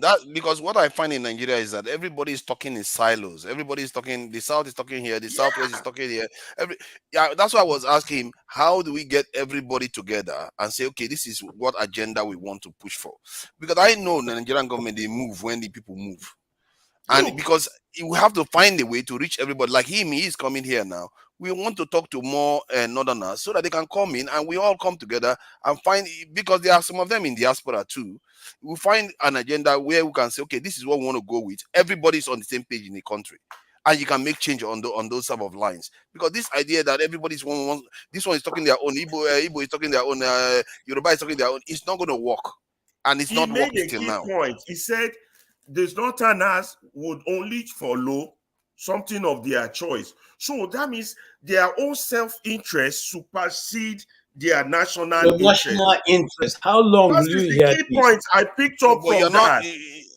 Their self-interest supersede national interest. So there is no collective interest. There's no national let me see. interest. I don't buy stereotypes. And all these things, they get away with it because Alaba, let of it be two ways. Let it be two ways. I don't know whether you're hearing me. Let it be two ways. See, I don't subscribe to the idea that human beings are that different. Everybody wants to have power supply. Everybody wants to have a relatively good life. So there are people there, not only him, because he's like an elite technical. But human needs are insatiable, insatisfiable. If they taught us that in economics, that's the first thing they teach us when we were trying to do economics. Human needs are insatisfiable. So it is only not the point, law and order that will put that nonsense in check. But see, I understand that, but I'm talking about when you are not in office. How do you pressure the government? How do you get the government to do what they say they're going to do, like ensure they give you power supply? No, you recognize the type of government you have. If you've seen that the type of government you have is the one that suits selective justice, selective you have to find a way to change or destroy that type of government until it's equal. I told you there's corruption here in America. There's corruption before you destroy that government, let's say Tinubu, you have to be practical. Let's say Tinubu is in office for the next 4 years now. Before you destroy that government, and look, let me tell you, I'm not a strong supporter. I'm not so much of a supporter of Obi. Let me tell you why Obi is important in the history of this country. It's not about Obi. It's not whether he's a good candidate or not. It's the fact that Obi, for the first time since independence, will make Nigerian votes count, make Nigerian think their votes count. And do you know how long that is going to go in changing that country when people have the knowledge that, oh, I can change that bad guy who stole all my money? Do you know how powerful that is in the wheel of change? Unless we want to do it violently. The gain is not going to still be that much. And these people refuse to let that happen. You see, what Mosca said earlier on is exactly the position that Atiku and El-Rufai had said earlier on before the election even started. Atiku made it clear. In fact, Atiku's own was certain that the North will not vote for an Igbo man. El-Rufai said it. The North is not comfortable with an Igbo man. So what we're saying here, that he just told you in a nice package way that the North will always go for their interest. See, that has always been the problem. But we from the South, if we say we want Jagu right now, if we will present Jagu, it's okay. Let us have Jagu. After all, Jagu, we don't have that problem.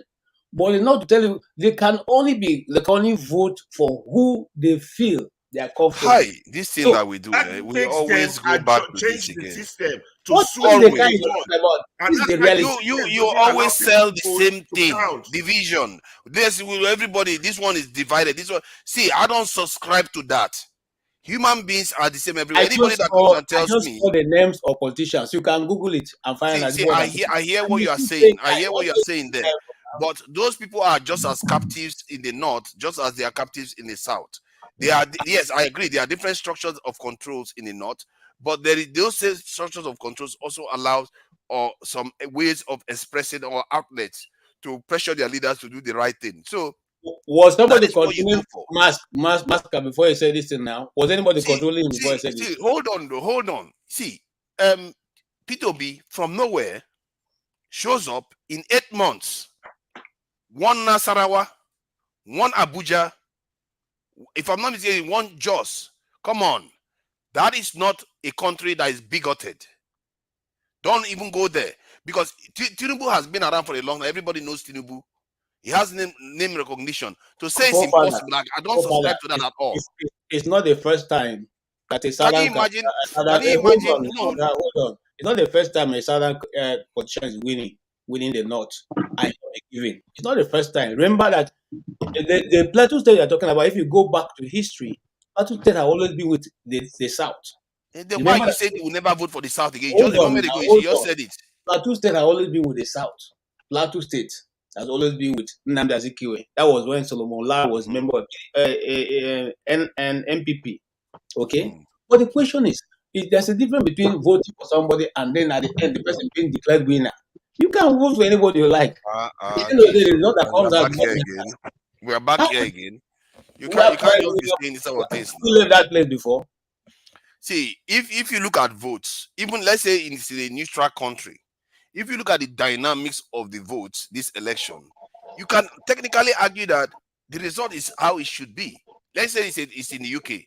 There's a new candidate that pops out between Labour Party and this in the Conservative Party. That party that pops out of Conservative Party splits the Conservative Party vote. What do you think is going to happen? Labour will win. That is exactly what happened in Nigeria. No, that's not what happened in Nigeria. In Nigeria, let me help you. Let me help you. PDP split. No. Listen, the people who registered, the young people who registered were much more than those who have been there before. That's how the young people were able to inflate the number to where it were. So people who registered, who came into and hold on, sir. People who came into the voting system were ordinarily not in that data before. So there's no way you can say this is not where does normally the southeastern vote go? Was it not to PDP? Normally, eastern votes go to PDP, yes. And now they went to Peter Obi. That's what I mean. Peter Obi took the vote from PDP. They split the votes, and that is what you should see on the ground. You are making the same mistake that Asari making noise all over the is saying.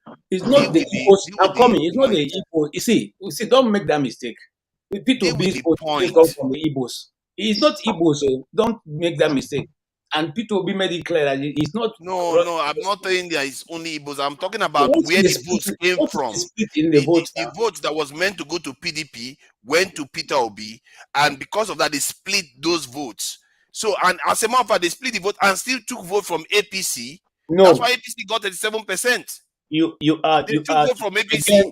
Again, you are narrating this. This APC. That's what you should expect to see. What Listen, think about it? Remove yourself from Nigeria. Put yourself in the UK. That's what you should expect to see. Hold on, sir. Let us go one by one. Hold on. Forefather, how come you never address the issue of people's votes not counting? That's not important to you. You don't see how that impacts the future of the country. But you have to prove it. You have to prove it. That's the problem. You always deviate. What do you want me to say? What do you want me to say when everybody knows River State was rigged and the court, they couldn't even prove it in court? What do you want me to say? You think I'm not angry? You think I'm not angry with those people? Now you're pushing their talking point. They couldn't prove it because the judges were corrupt. Jesus Christ. See, you can't just say that. You can't just say that because the judges gave their reason.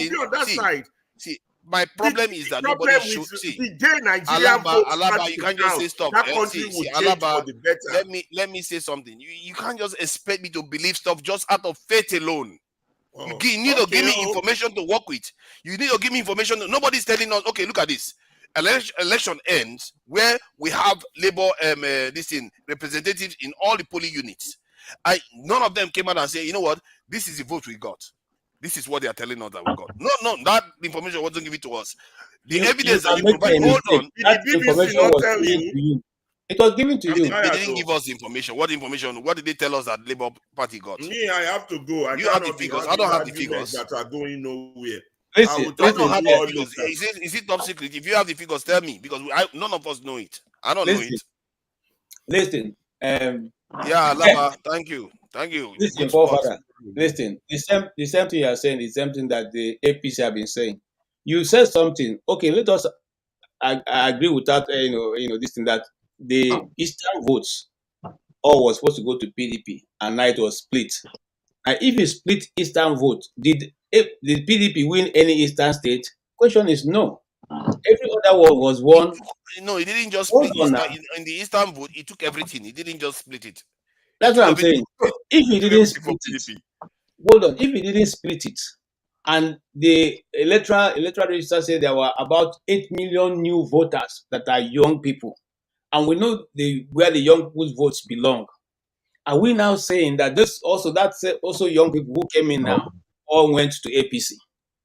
No. See, what I'm telling you that most of the votes was still split between PDP and Labour Party, because remember they got about 60 to 62% of the vote. That is a lot of vote they got. Normally they should be getting about 50-something%. So it means Labour expanded the vote and took from PDP and created its own and took from APC too. But it wasn't enough to surmount the APC because most of the votes was taken from PDP. No. And I refuse to agree to that. But you see, however, the numbers don't Nigeria, lie. we don't like things to be straightforward. And even now that they are saying that at the end of the day, it was like it is Tinubu's lawyers that wrote the judgment.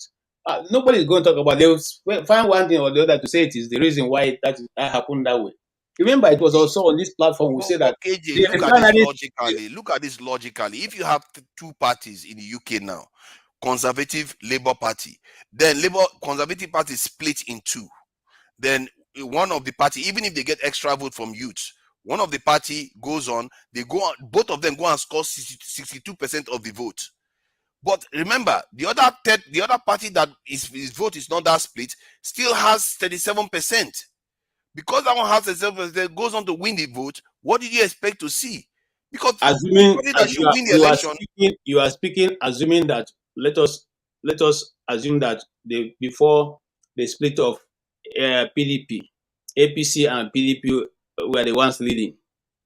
The split from the Obis moving out of PDP did not take people from PDP. How can you say that he completely swept the Southeast away from PDP?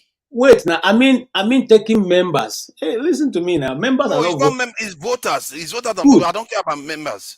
So now, but the electoral register says that we have more than 8 million new voters that have not voted before, who came in because of the introduction of beavers, who came in because of the movement of LP. Now, where are those people's votes? But you see, even talking about it this way, it makes it look a bit, cumbersome. What we are simply saying is this: why do you not follow the regular process so that we avoid all this argument right now?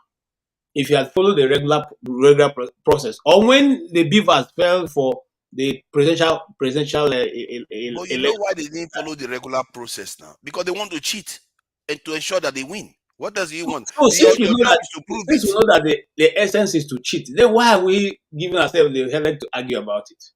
No, the reason why I'm arguing about it is because the job of proving it was not done, and the dynamics. You see, just because there was cheating doesn't mean the vote didn't go the right way it was meant to go to. The same person you have to understand. Who wanted to cheat you is not the same person who telling you that you are not able to prove your case, and you want to agree with that. See, if somebody says you are not able to prove your case and they just say, oh, everything you presented was completely rubbish and there's no precedence for it, that's a different thing. The judge at pains explained why, one by one, every single thing. That's why it took 10 hours. One by one, explaining one single thing. That you hosted a program. You hosted a program after that presentation, and I said to you here that day that my only pain is that I hear Festus Keyamo, the argument of Festus Keyamo coming from those judges. That's what I told you the very first day. I said my only pain is that I hear the argument being canvassed by Festus Keyamo on those people's lips, word for word, and that makes me to be afraid. Even before we got to know that it is now on the letter heading of the Festus Keyamo and his gang. Okay, so the thing is that look, I'm telling you, you submitted something to me, and I'm the same person telling you that it wasn't done well. Why would it not be done well? Yeah, but the reason why, see, KJ, this is not. I like to be logical about these things. They've been to court with a delicate case in Osun, and when that case came out, I think sometime 4 or 5 months ago, maybe even late last year, I said, oh, this is what they require to prove. I hope Labour Party gives them this stuff, because if you know what the court wants, if they reject it when you present it, then you're going to say, hey, why did you do that? Because that's exactly what you demanded for in that other case. So, but that is not what happened. And for me, that is killing me here. Because one, there is also the one that Osibanjo and Tinubu did. They even went as far as assembling the largest collection of fingerprint experts to overturn an election. So all that there's the delegate case. This Tinubu's election was many years ago. The constitution has the procedure has changed since that time. It has changed. I agree with you. Okay, and but the delegate one is recent. Second, yes, judging by that delegate's own, which is on the premise at which they did their presentation, you are not supposed to bring you must not bring the people the returning, what they call them, the polling agents. You can submit certified true copy. Certified true copies, they brought them in loads into the courtroom, which we all saw with our eyes. They brought people, reporters, who were on scene, who explained some of the process. They said, and I'll quote again, the judges say these people are here, they are biased because they are speaking for Labour Party. And therefore, we shouldn't use words. We should look at the documents that they presented. Why is Labour not sharing anything with us? Why are they not sharing what they are sharing with, whether they are submitting I don't know what is submitted in court. I still told you what the Labour lawyer said. This is the thing they are arming themselves to go to the Supreme Court. They don't want to put it out there in the public. You don't want to. What do you want me to do now? I don't have any evidence of what they are doing. All the evidence we have is for Tinubu. What kind of situation is this? The Labour one is in cloak, and then the Tinubu one, everybody knows about the Tinubu one. How is that fair? Listen, I'm coming. Okay, let me ask something. The one that PDP put forward in the public, what has it helped PDP now?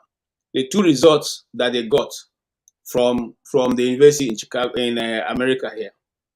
What has it helped to do in the case? Was it not thrown off? I think it was thrown out. I think for whatever this reason that they threw saying that this is a pre-election matter. How? When that same case just stopped Dire from Bayelsa from becoming governor, the same kind of case, he was stopped from becoming a governor. His election was nullified because he said he had forged certificate. But today, it's no longer law. It's not. It cannot be because it's election. These things. Come on, guys. They just made a mockery. They just made a mockery, a total mockery of our judiciary. It's just a total mockery. The judiciary cannot be trusted. You can't put your hope on the judiciary. It's just about whatever you get, just take it. The conduct of the judges were abysmal. It was terrible conduct, and they are clearly biased. That's for sure. But even when people are biased, there is a level they can be able to twist your case without looking completely crazy. No, and you see, forefather, it is you and I who are in the West, who you say before they do this kind of thing, they will look for how to choke it. They don't care. What are you going to do? But how many so you are saying all this now? How many lawyers are coming to dispute point per point? How many lawyers do you see? There are plenty now. There are plenty of lawyers who have said. I'm not seeing them. Can I ask you, forefather? Can I ask you? Do you not believe that this whole thing has been bought? I don't believe it. I don't necessarily. You can't. I don't think you do believe that. Because if you had an inkling. Wait. If you had if you had an appreciation of the mire that Nigeria is in across the board, then I think you would understand that where you're arguing from is kind of unpalatable. We understand that things aren't being shown to our faces, but we have to also understand why. And then we're speaking the time when we were reviewing the court case, I was the first to come on with yourself, and you spoke about the tone of the judges, and I agreed. But the tone of the judges just told me that they were bought out, whereas for you, it was an indignation at how dare they do this. That indignation tells me that you believe Nigeria is a straightforward country, and it is not. You know, whatever you're thinking, Nigeria is the most upside down nation on the planet. You understand? Okay, I think my reasoning comes from the fact that it's not only about them. Just like we complain about Europeans all the time, it's not only about Europeans, it's also about us. That's what I mean by it's also about Labour Party, what they can present. If you present something that is so hard, right now the country will be on fire. Labour Party presented, I understand what you're saying. I really, really do. However, I think you're still missing the point. Labour Party, most especially with the entrance of Peter Obi into that party, backed with Dati. This in itself formed a capital difference in the whole Nigerian politics. The APC were particularly afraid of this new introduction of Labour Party, the new impetus that Labour Party had. From that point, planning came in. We are going to rig the hell out of this election, and we still have money to buy whatever happens afterwards. Within the time when it was announced that APC had won the election, within that time, we had already witnessed INEC telling every complaint, everybody who was wanting to complain about one issue or the other, that let's go to court instead of dealing with the thing there and then. That in itself is a ploy. People had to somehow respect that thing.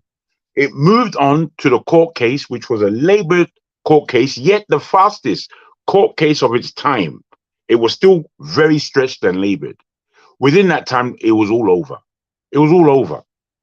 They're bought.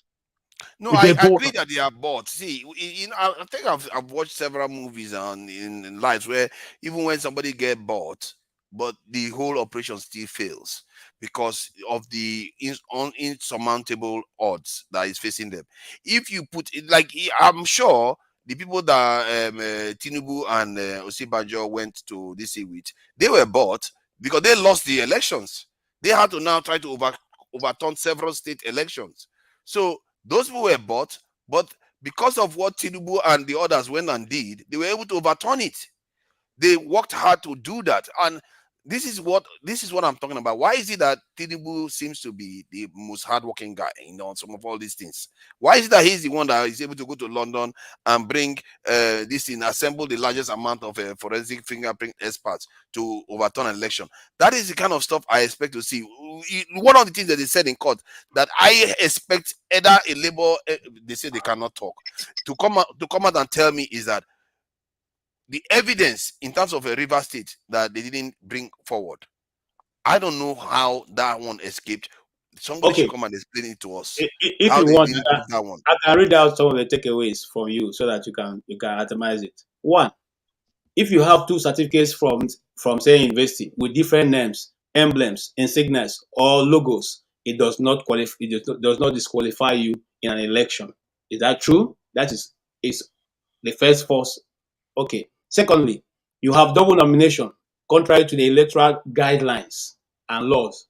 It's no longer an offense. In other words, no, but you're not saying their reasoning. What is the reasoning of the court in all these things you are saying? No. There's no reason. Law is law. You don't know what they say. The law says that if you have double nomination, you are automatically disqualified. It is not a reasoning. No, that one I heard about that one. I heard when the judge was saying something about that. He says intention also matters. That even No. Why would you now give intention for this one? But you said Ijoma guidance. I'm coming. You say Ijoma or someone who was a weakness. Her weakness is you won't take it because she said. Then you now read intention to somebody who did double nomination. Is that how it goes? No, because it's like saying somebody's lying. There's more. There's more. If you are fined for narcotic, or drug-related offense, it's no longer an offense. In other words, once you are found liable, you can. It doesn't matter to in Nigeria any longer. See, the reason why they did that, you see, they gave one other example that Tinubu can fly to America and come back. Normally, if you have drug conviction, you won't be able to do that. These are the kind of things that we need to.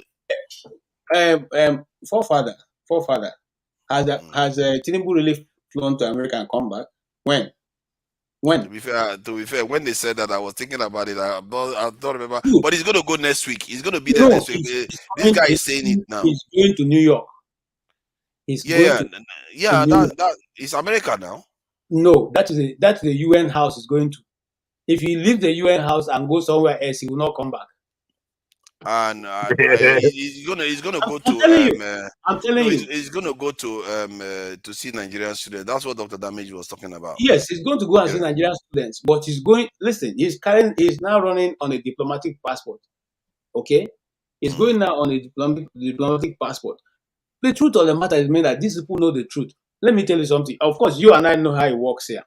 They are saying that they So are you saying that in the last 10 years, Tinubu has not been to the US?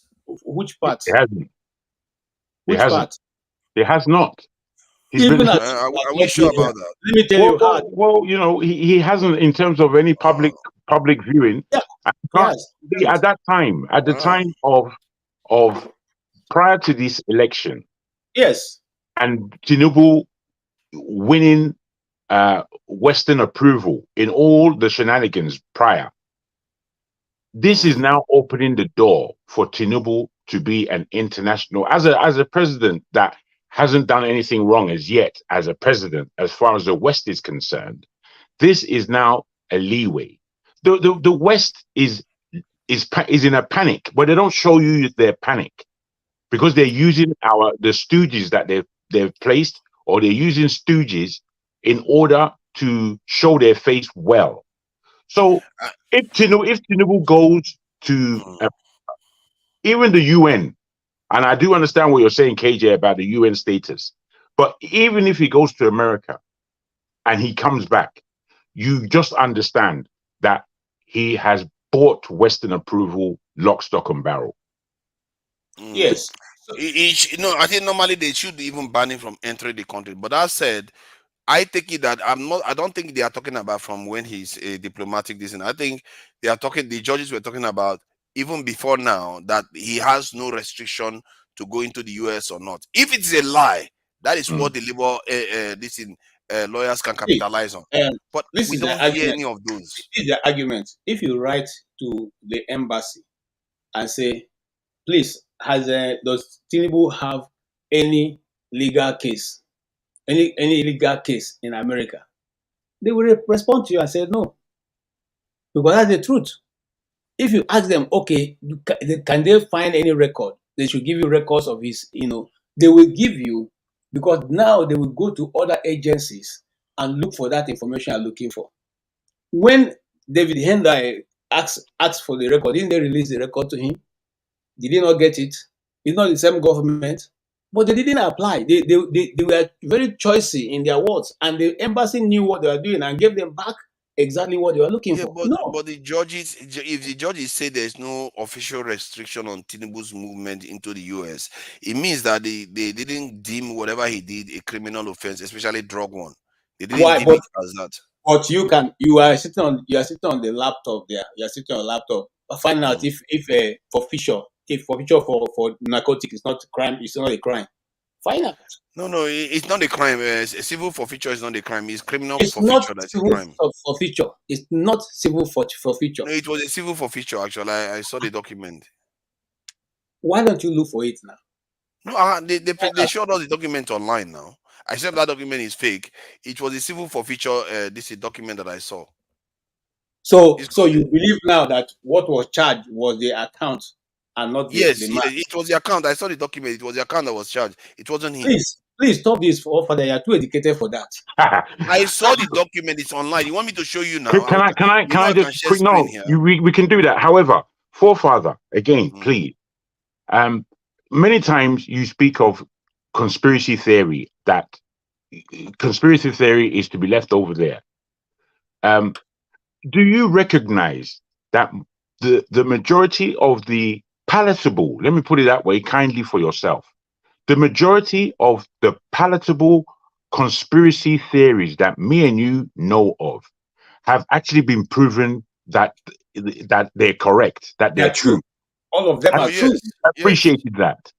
Now, given this position, therefore, do we know? You see, Tinubu was apparently a bag man for many mafia deals that were going on at the time.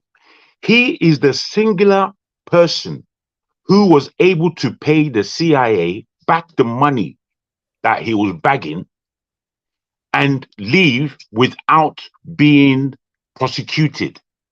Singular. Everyone else is a bagman and they get caught. They're finished. You understand? They're part of a crime. He paid the money back and was set free. This in itself is a conspiracy. The conspiracy for you and I, bruh, there's a lot hidden that we don't see. So therefore, we have to make add up the dots and understand what the picture is when we stand back. You see, the thing about conspiracy, I've been following them since I was about 15. And bro, the world is a lie. And it's being controlled by the best liars in the planet. And but we the don't problem know. is that in We court, don't you only have something that you can prove. You No, can't we- just take the court to follow conspiracy records. I understand this. We, however, do not know, given that we appreciate that most conspiracy theories that are palatable have been born as truths. And it's those who are, I agree with you on that. you know, so But so not therefore, most, if not a most, man, maybe even low percentages of conspiracies actually are proven to be true. okay, if a man is the only person to have paid back money that was used in drug deals and he's set free, I'm suggesting to your better mentality that this is the beginning of a conspiracy. How do we know? Because the Americans are long planning.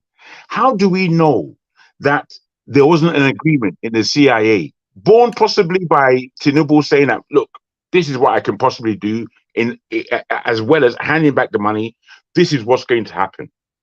Because he's flown back to Nigeria. He was the governor of Lagos State, and he met a lot of presidential people through his governorship in Lagos. He met a lot of them. You understand? Bill Gates came to Lagos now to speak about the Eco-Atlantic. You understand? These things have happened. How do we know that they weren't in mind that this guy can possibly become the president of Nigeria, and we can use him in a certain way? How do you know?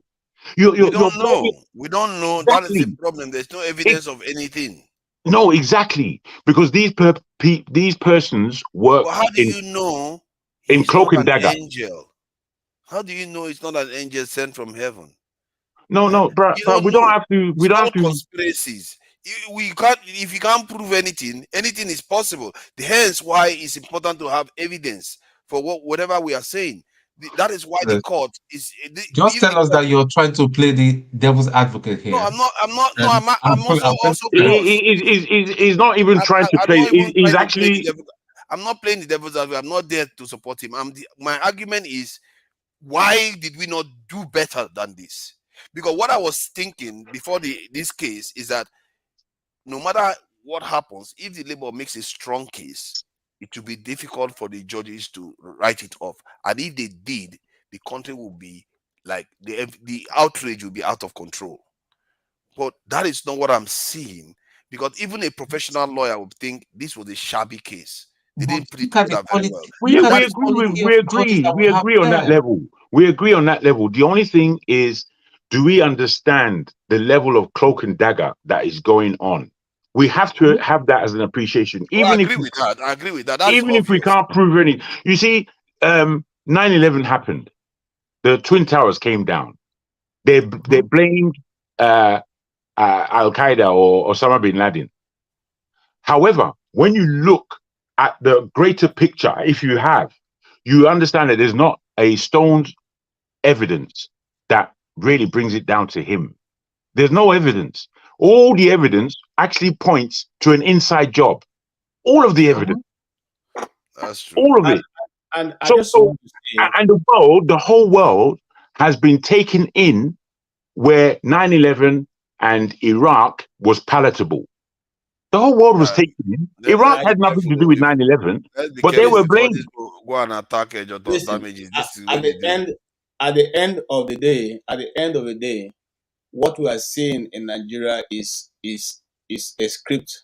And someone said on the Oga, whatever the person's name is, he said that Tinubu was at Obama's inauguration. I've gone to check through the internet. I'm not able to find it. So if you have a link, post it to us. Let's see where he was. And I've checked through the pictures of all the dignitaries. I can't find it. So what am I trying to say here? It's a bit unusual. If Tinubu didn't travel to the US often, it's a bit unusual because he's always in London and this thing, France. Paris. He's in France more. Yeah. London and France. That's he goes there. Saudi Arabia and all that. But you see, be it as it may, what all we are saying is that we know that it will come to this point, because if you have been following me on this panel, I've never said Obi was going to win. I said for whatever be the case, it's going to turn out a lot of. I thought he was going to win, actually. No, I never said. I was going by the polls. That the polls is indicating that PDP has collapsed. PDP holding up is also a bad thing that's what part of the problem. PDP didn't have any right to get the votes that they got. They rigged as well. The problem. Yeah, I didn't expect, because PDP was divided. No, they see, were divided. I listen to what the Northern Elders are saying. I'm not following these things. I listen to what the Northern Elders are saying, and I said it on this platform. But they take it that I'm Igbo and speak on behalf. The Northern Elders said they will not allow Obi to be president, or any Igbo man for that matter. But my mother said if Obi wins, they will just kill him. That's what they said.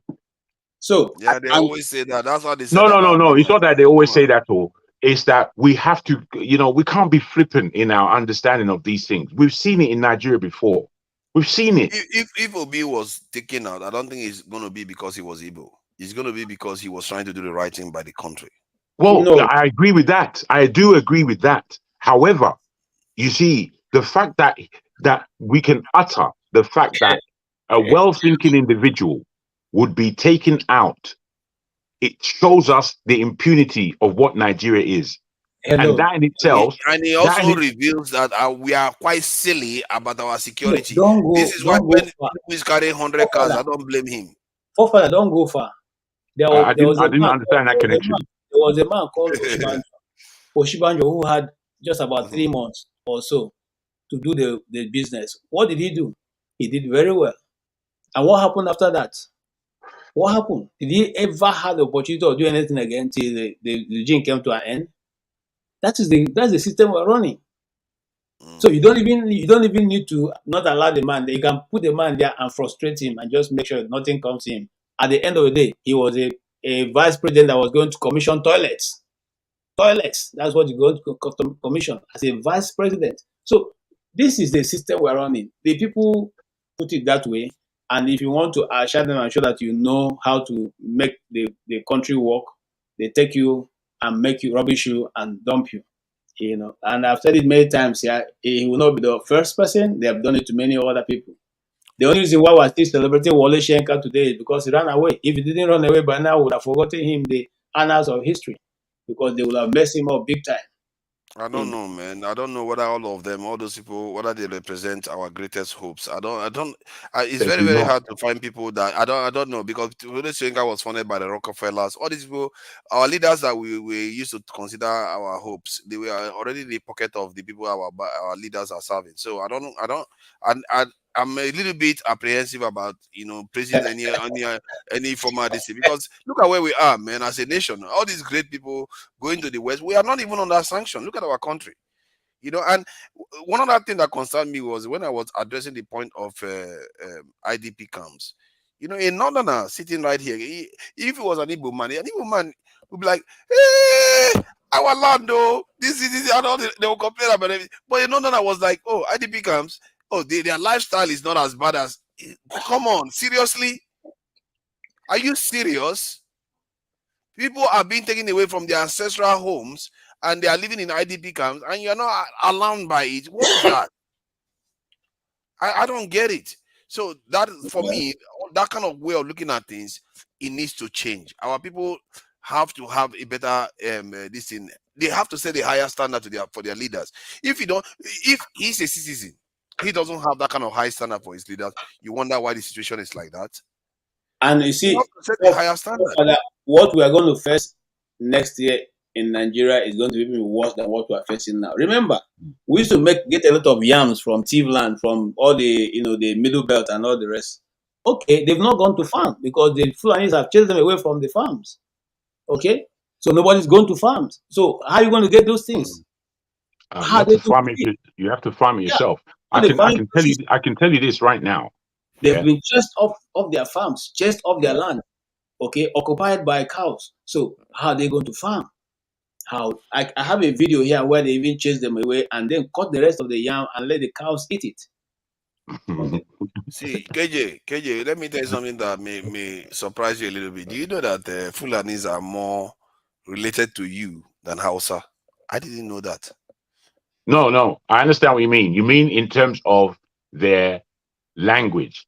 Their language and genes. Their language is more and genes, both. No, not genes. Language. No, genes. I can show My you. My brother, let me explain Fulani to you. Fulani, they are supposed to be from Futajalon, which is Guinea. Yeah, Futajalon. Mm-hmm.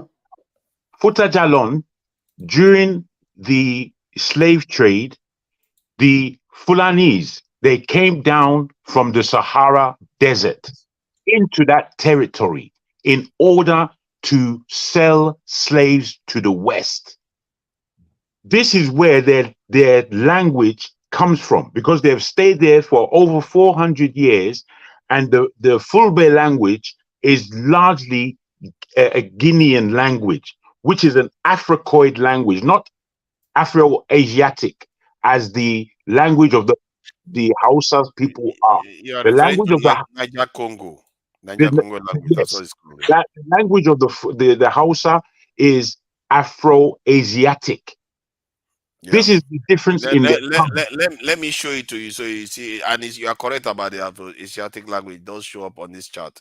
Now, however, the ethnicity of the Fulani is closer to the Asiatic, the Arab, than it is to African in terms of their DNA. You understand? There are different types of Fulanis. Let me show you on this chart. Indeed, there are. What I mean. Indeed, for me, I didn't think it was close. I think I used to think that the Hausas should just be downright, one of us. I didn't think it was that it should be that close, because if you look at the way they look, you think Hausas look more like us than the Fulanis, but it turns out that from the data anyway. So as you can see, this Afro-Asiatic language, they do have quite a lot of them. This is the genetic marker for us, E1B1A. Correct. Make no mistake, that is us. E1B1A. And then this one is generally the one that the Hausas tend to have. If you look at the map that is showing up there, you see how the northern part of Nigeria is colored with that R1B, and look at that pink, is all over Europe too. And but if you look at this one, you're not going to see it in Europe. Oh, there's no map, but you're going to see what I mean. If you had looked at this one and they put it on the map, it's going to be all in Africa. So what does that read? Can you tell me what that reads? If you don't mind. E1. Let me zoom in again. Maybe it will help. E1B1A. E1B1A. That's our genetic this is marker. I understand, but there was a little, instead of a map, there was a little pop-up. Yes. Oh yeah, this one. That's for R1. R1. That's the map there, this which one we is can for the easily see and understand. Yes, but this is the chart here. If you look at this Bamileke people, and they are R1, look at that, 100%, because they are like the epitomial, this is black people. They have 100%. The 100 of it. I don't know what that's even percentage they're referring to. So let's go down, and you probably see the full base. They are often referred to as the band. There's the what they call them, the Fulanis. So yes, full bay. You see that? Yeah. Burkina Faso full bay. Mm-hmm. If you look at this number here is 40 something of this E1B1 haplogroup. Okay. Yeah. And that's quite high. And their R1B gene is around 8 here. 8, not that high. but there are some of them where you see higher ones. Like this one now, you have the Guinea Fulbe. This is Guinea. They have relatively low count of hours, so they have different type of Fulanis, and this one doesn't even have any European kind of genetic lineage at all. And then you go down here, this one has some of them. This is some European gene there, and here this is big one, and this is in Sudan. They have more of that R1B gene in Sudan, and they even have the E1B1B, yeah, which is the Tuareg kind of this is Fulbe. But compare that to the Hausas, the Hausa one, that is the one that threw me off. Hausa one is heavy in R1B and low in E1B1A of us. Yes. Now check the either Yoruba or Igbo or somebody connected to our side. Igbo, they are like what else you expect now? Yeah, Igbos are black Just people. compare. Look at Igbo by 89. And Exactly. versus, 89. Yorubas are even higher. Yorubas are Yes, one of we're the higher. We're near 100%. We're on a yeah, very, very high. Yorubas are very high in the black, 93%. You see? And let me even go to the top so I can align it to the most aligned black groups.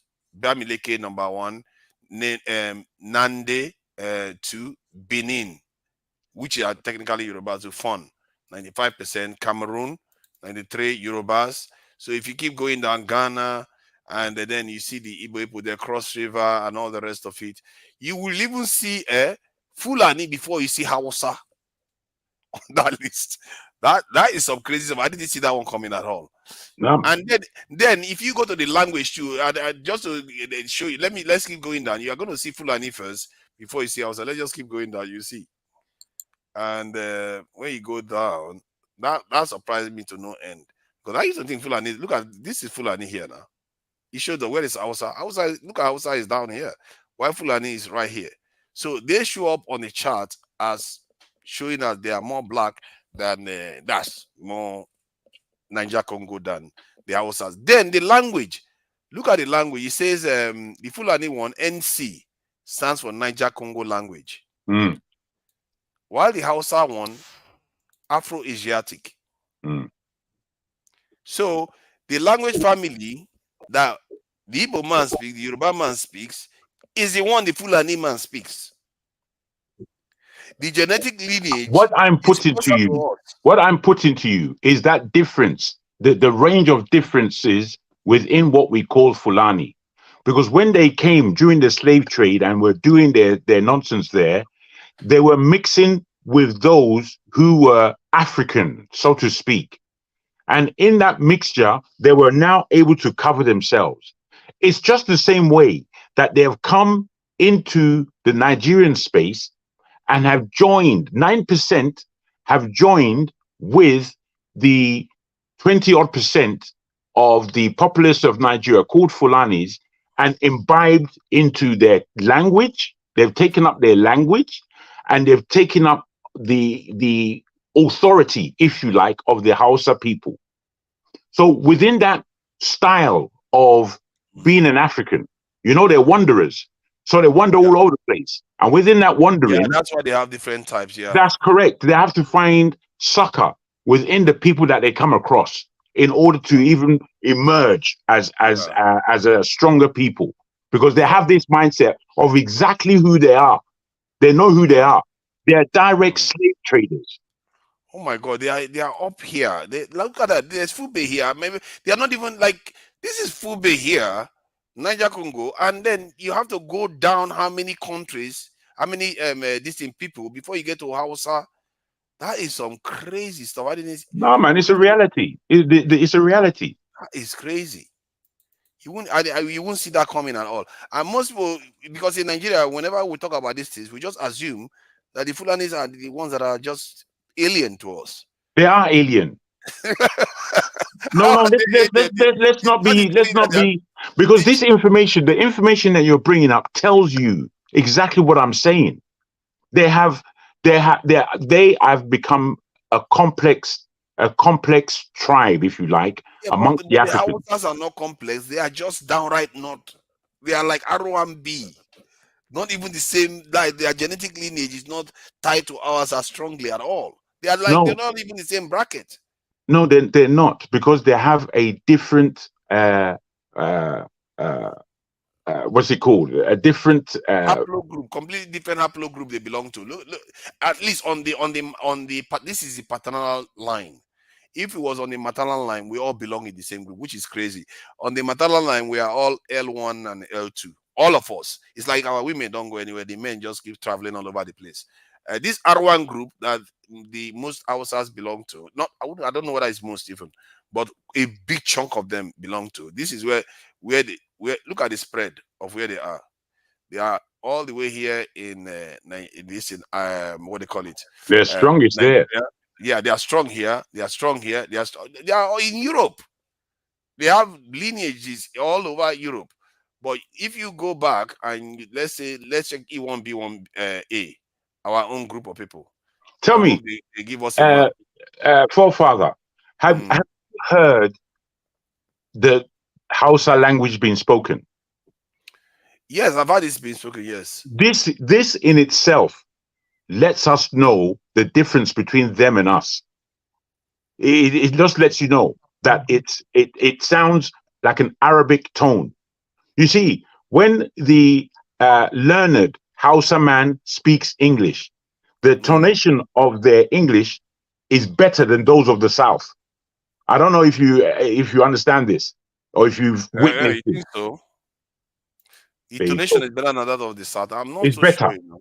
It's because it's closer to them. Are you sure? I don't know. Right? So am I sure? That's what this data is telling us. See, Sure. okay, but there's also this the statement that they said the Hausas, they are actually the people that are in Nigeria, that they went to East Africa and acquired that language and came back. That their original language that they used to speak here was Niger Congo too. So even if they are of the same genetic lineage, they were not necessarily speaking the same language. They were all speaking the Niger Congo language, but they lost it when they went to East Africa and migrated back again. So because there was a lot of movement. And let me see if I can find another chart to point to some of all these. Let's see. Okay. Tuareg is a good comparison. Tuareg is the closest comparison in real ethnic terms to the Fulani.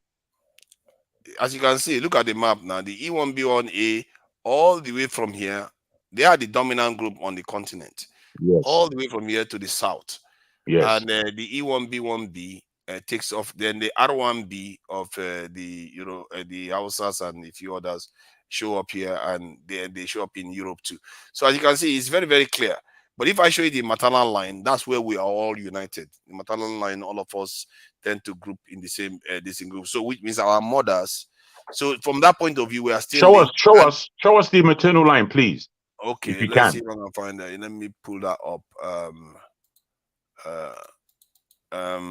Let's see. Haplo group. L0. Let's start from. That's maybe harsh. I should have just started from.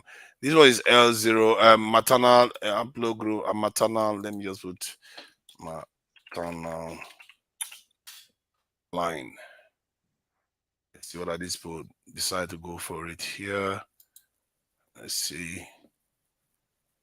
Yeah, that's the L1, L0, this thing. Those are the three groups. Let's see whether there's a map for it. Normally there should be. Yep, that's it there. As you can see, so this is basically the proverbial Eve. L0 is the proverbial Eve here. And then guess what happened? Then they spread north. L1 evolved. If you look at the colors, it tells you, I think this one tells you the age. The color of the lines tells you the age. So we are one of the oldest groups. Let's see what the age says. This brown line it means that you have been around for over 200,000 years. This brown line at the top here. Let me see if I can just go to the image alone. Yeah, this brown line, over 200,000 years. and this pink one 130 to 90,000 years. So let's look for brown lines and pink lines. Those are some of the oldest groups. So if you look at this brown line, it shows you that is the oldest one, this one here. Then the pink line, and around 130,000 years ago, boom, we popped up here. This is L1 and L2. It dominates this entire area. That's what dominates this entire area. There's also L3, but the L3 is the only one that left the continent. All the people you see outside the continent belongs to the maternal group L3. That's where they split from. Only one branch. This is the first time in history that is indicating that L1 and L2 left. Yeah, go ahead. Somebody in the comment section said that you're disseminating, suggesting that you're disseminating the wrong information. That I should call your attention to it. I think it's Which one is that? Was it one of those comments that just said something? I hope Did he just say something without actually putting the narrative? It's just, you know, I really dislike people that comment like that, where they just say something and they have no backing. You know, God just says that kind of stuff. He's like just rubbish, man. Just forget troll that. like that. Don't forget that. It's not. I wish he was saying something reasonable. The information is there now. It's on the internet. It's not that forefather is just speaking. He's bringing. I'm showing you evidence. I don't talk without evidence. I've been Googled it myself. I found it on myself. Exactly. Whilst forefather is talking. Let that guy go and sit down, Joe. Continue talking rubbish in the chat section, brother. and talking about the comment section, the guy who keeps Oga, who keeps saying that who visited the US. I can play you the video on the interview that he had with Channels TV. At that interview, he was being accused that he didn't go to the US, and that was why he was angry. I was asking, he does not have he's not here to answer anybody's accusation. Who are they to tell him, to question him wherever? So I don't know what I say. He was not there. I've looked for him on the picture file. He's not there. I didn't see his picture. If you have it, post it for us. Yes. It's just a talkative, man. So we look, the L3 this in the maternal line is the one that went on to propagate all over the world, and the slave trade is the first time this group left the continent. This L1 and L2 and L0, they are still present today. Some of them, like if you go to Somalia in the Khoisan groups, you see the L0. These are like the proverbial Eve of the human race, the oldest line that they can find. So and this is yes, not Somalians, not the Somalians. No. What are you gonna do now? Look at them here now. Look at it there. That's it there. No, it's not the Somali. You see, when you're looking at this thing, they are speaking of ancients. They're not speaking of today. The ancients, definitely, as far as our history that we have, along with the scientific backing, they suggest that life began in between Ethiopia and Kenya. There are even older bones or as old bones being found recently as the last 10 to 20 years in Southern Africa. These are very old bones, and it gave them a lot of questioning about where the origins really are. But what we can be sure of in today's day is that it seems very likely that humanity began in Africa, according to the bones and skeletons that they have found. So within time, there's been a whole lot of movement. So when we can see by the look of people how old they are. If you look at the people from Papua New Guinea, and I've met these people from Papua New Guinea, you went there? They look prehistoric. They look so prehistoric. You can see in their face. You can see that they left Africa a long time ago, and they've made an enclave in that they're Papua New Guinea, and they look like cavemen. Maintain themselves in a certain way. You understand? Find them in Australia, because they say it's also in Australia. They look like cavemen. Papua New Guinea and Australia. You know, interestingly, Jagun, I don't know whether anybody have seen that. A part of their feature resembles some part of Igbo race. I don't know. Which people are you talking about? Papua New Guinea. Jesus Christ. Okay, no, I don't think those ones are related to us at all. They said they reacquired these features because over time we evolve, we change. So some of them reacquired the kind of features you consider African. So it's not that they are related to us directly. They are still the group that left the continent. At least genetically. I'm not a genetic expert. What do you mean they're not related to us? I don't understand that. So like when this group, let me go back to this chart. Let me go back. By the way, forefathers, if you could share the link to all these people that argue, let them argue with the internet. They can it's true actually, so that they can check for themselves. Where did I go and put it? Where this chart searching all over the place? Where did I go and put it? This one is the paternal lineage. Map. Oh, let me just put upload group. Oh, seriously? Not to tap in. Okay. So no, that's not it. That's the wrong link. I have to go to this one, mitochondrial DNA. Okay, that's it. That should be it. And yeah, that's the chart there. So they can always check it out here. L1. See, what it's indicating is that it's where they settle, these groups. So this L3 line, when you go out here, so look at all this one, they are changing over time. If you look at the age, 90,000 years, most of the people you see around the world, they are relatively very, very young. And this is why this image is important. So you understand how old we have been before they even started. And that's why the conversation we were having yesterday about whether we are copying their culture. I said, but we have been here longer. Maybe they copied us. You should be thinking about it. You flip it around on its head. Absolutely. So we see from 200,000 years to 130,000 years. So that's quite a long time ago. We were still on the continent. By the time they left the continent, the first time was around 70,000 years ago to 55,000 years ago. So this is a line here when they left, and they started changing. And if you look at the colors, it's changing and all the rest. So that's why you get different types of people like Papua New Guinea and all the rest of it, not necessarily from any of these groups. These groups remained on the continent and they dominated the continent till date. They are the dominant group on the continent. The only time they left to America was because of the slave trade. In large numbers, they ended up in America, and that's why you see them present in America right now. And this L0 that you are seeing here, some of them, you still have some populations in Somalia that still have that genes, even in better to say Ethiopia rather than Somalia. Somalia is a mixed nation. Oh no, they are mixed. All right, it's like, you see these numbers you are seeing. It doesn't mean that it's the whole population that has it. It's just saying where they are occurring, mostly where they went and settled.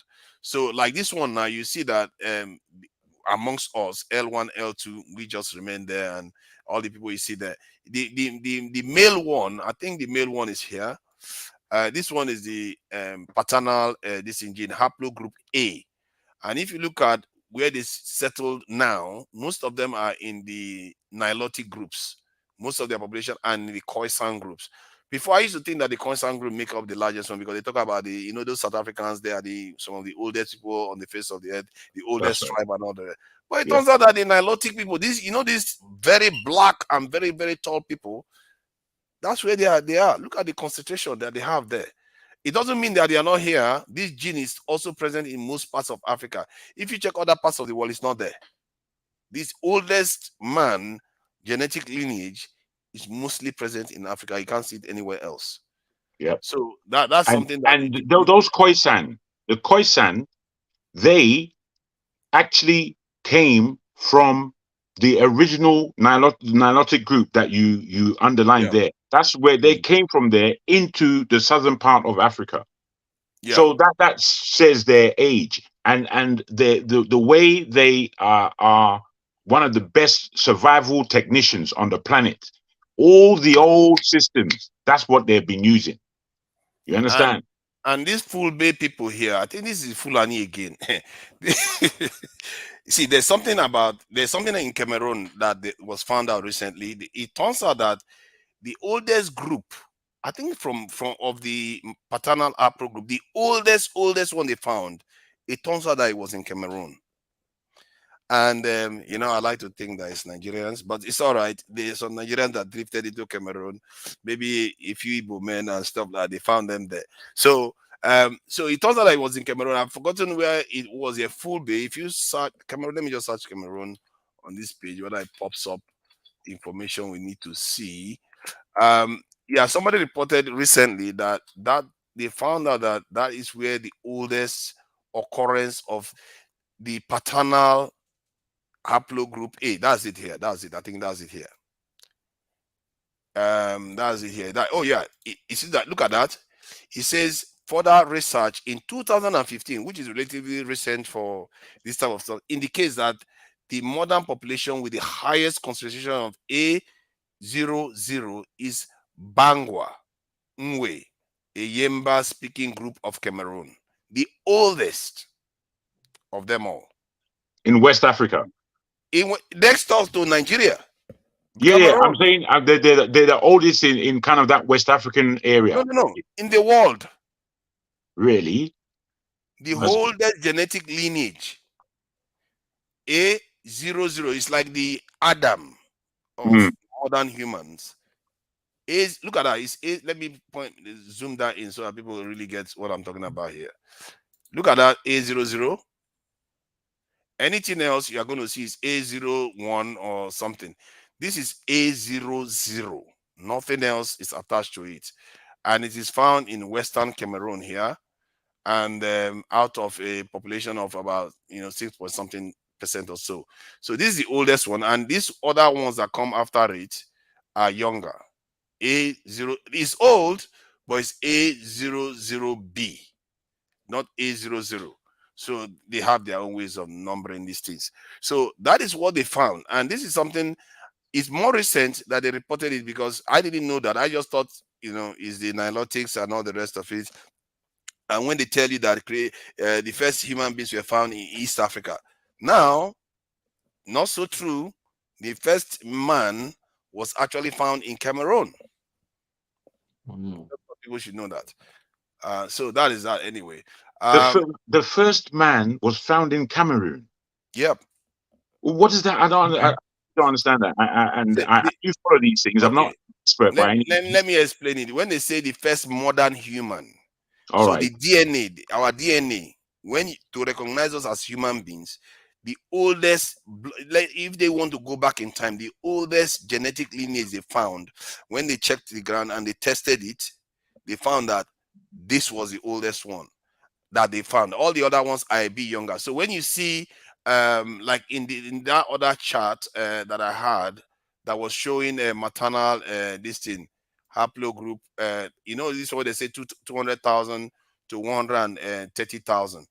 That one, that A00, is the 200,000 or further back. That's the oldest one you can find. Like this one now is the oldest for the maternal line. L0 is the oldest one. But while that A00 is the oldest for the paternal line that you can find.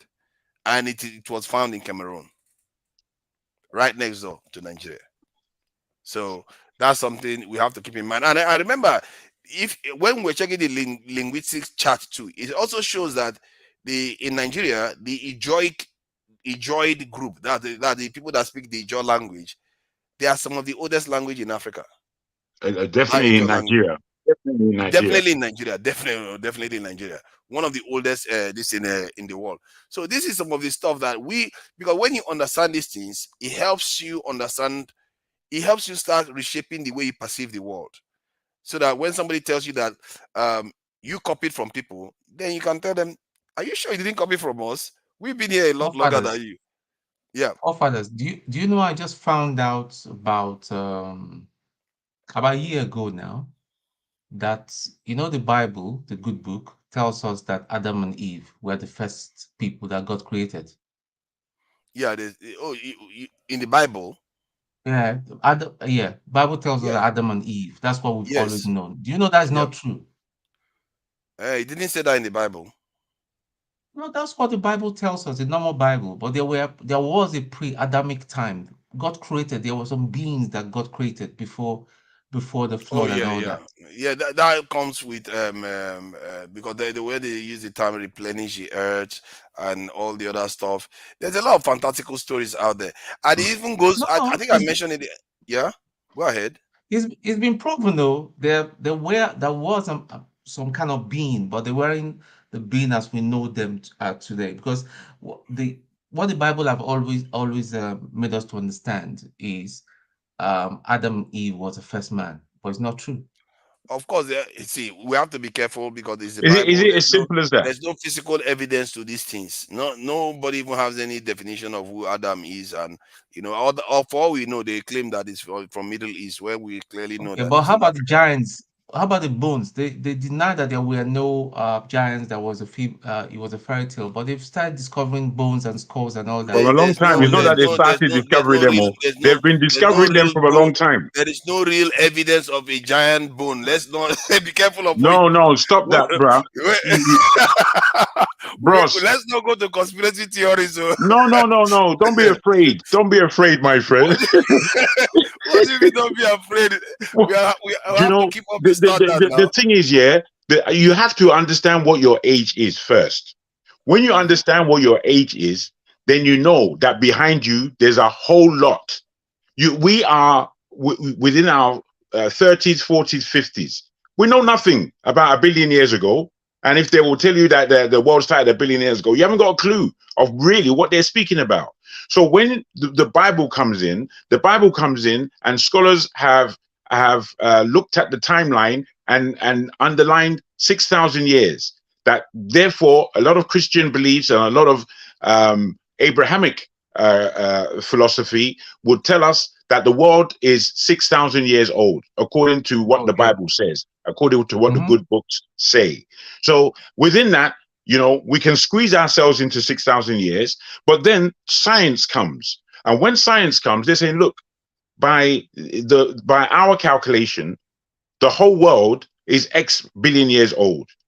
And man has existed for about 200,000 years or thereabout. Now, given these kinds of discrepancies, we now have to understand that there's a truth and there's a lie amongst this thing. It's not just for us to be looking at science and saying that science is capital, because science is not capital. It's not capital. What is capital is truth. When they speak about science, it's as though the scientists are the one putting the thing there. The scientists didn't put anything anywhere. They were there. You understand? Yeah, they were already there. They were there. They are just discovering and interpreting whatever they've seen. Absolutely. Based on evidence and repeatability. Well, it could even be based on a conspiracy of lies. That's the thing, and this is why I believe that this type of information is valuable. People should be taking it seriously. And I also, when I found out about religion, and somebody did they call it phylogenetics, which is, I've never heard that term before. They were trying to find out which was the oldest creation mythology, and guess what? Again, Africa again is where it came down to. And this is, I say these things because all our people that keep looking down on who we are, they need to be asking themselves serious questions. We are responsible for the world that exists today. Those people, I was telling the white guy the other day, you owe me copyright, royalties, because that gene you're carrying, we gave it to you, so you're supposed to be paid for it. He was like, come and get it. So the point is that, yeah, they're supposed to be paying us royalties, and when they ask us our greatest invention, like, we invented you. Guess what? We invented you. All the stuff you are doing, who do you think gave all that to you? We gave you all those things. I had the same discussion with a Portuguese guy in Portugal, and we just finished the meal and we came outside for a little smoke and whatever, and the guy was discussing many things with me, and he then went on to say that we Portuguese are the founder of the newest of new people in this world. I said, what do you mean? He said, look at all the mixed race people of the Caribbean or South America and the Americas. We created that. I said, don't be silly. The creation, the initial creation of mixed race people was through us, and they're called Arabs. The guy shut up. He had to shut up. You get me? Yeah, Because that's something that you just remind them that you are our children. Don't yeah, bother. simple. What are you talking about, you When asshole? when did you come around? And it's a bit weird because when you look at this chart, it indicates that we are here for over 100,000 years before they even smelt outside Before they were before they even were even here, created. they weren't It's even crazy. here. It's some crazy stuff. This is why everything that happens in the world seems to go back to Africa. It always seems to go back. They've tried everything. Believe in me, if they could put it in Europe, they would have put it in Europe, but it just didn't work out. Everything has to still come back to the continent, and our people need to stop copying from people too much. Where they will be fighting each other from quotation from the Bible, from Quran. Look at where those people are. They are just outside the continent. We are the ones that this is where we are. And it's a sad tale because that video that I played earlier on about the guy telling that guy, if you watch that video, the I think it's an economist that was presenting that video. He talked about a lot of devastating stuff of where Africa is. And I worry that we can, I don't want to sound negative. I worry that it's so difficult to break out of it, and people don't understand how difficult it's how hard it's gonna be. They think it's just gonna be easy. You're just gonna have economic planning. They are getting too much from us. Why would they surrender all that nonsense? They will not surrender it. And Africa is not just only important to them as a natural resource stuff. It's also the homeland of humanity and the genetic reserve. Genetic base of humanity is right there. Culture in itself is African. Full stop. Culture in itself. When they say genetic base, because the diversity on the continent is more than any other part of the world. No. By far. No. Not any other part of the world. There are more genetic differences in Africa than there is in the whole world combined. That's what I mean. That's why I call it the genetic base of humanity itself. It is. Of course it is. And they can't how do you think they will let us get away with it if we don't get our act together? They won't let us get away with all this nonsense. They will want to come and inspect and take charge of whatever. This is a great inheritance that we've got.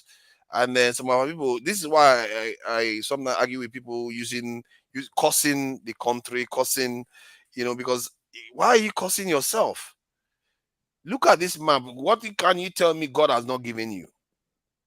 If there was a creator God, these people here should be complaining. Look at the tiny land they gave the UK, man. Look at the tiny land they gave them. And this place is hostile, cold. Well, harsh. this is where we have to appreciate that we have fallen. And this is where, to me, when you look at Bible stories, you can be flippant with it if you want. You can say the white man brought us this religion. You can say all you want to say about why you prefer science against faith. But you see, you always have to come down to where the most truth has come from. And what it is about the way we study the Bible and the way we study books is quite different. Because we study the Bible as though it's full of fables. We don't look at it as history per se. However, they keep finding things that underline the truth of the Bible. They keep finding them. That what the Bible has told them is true. They keep finding them.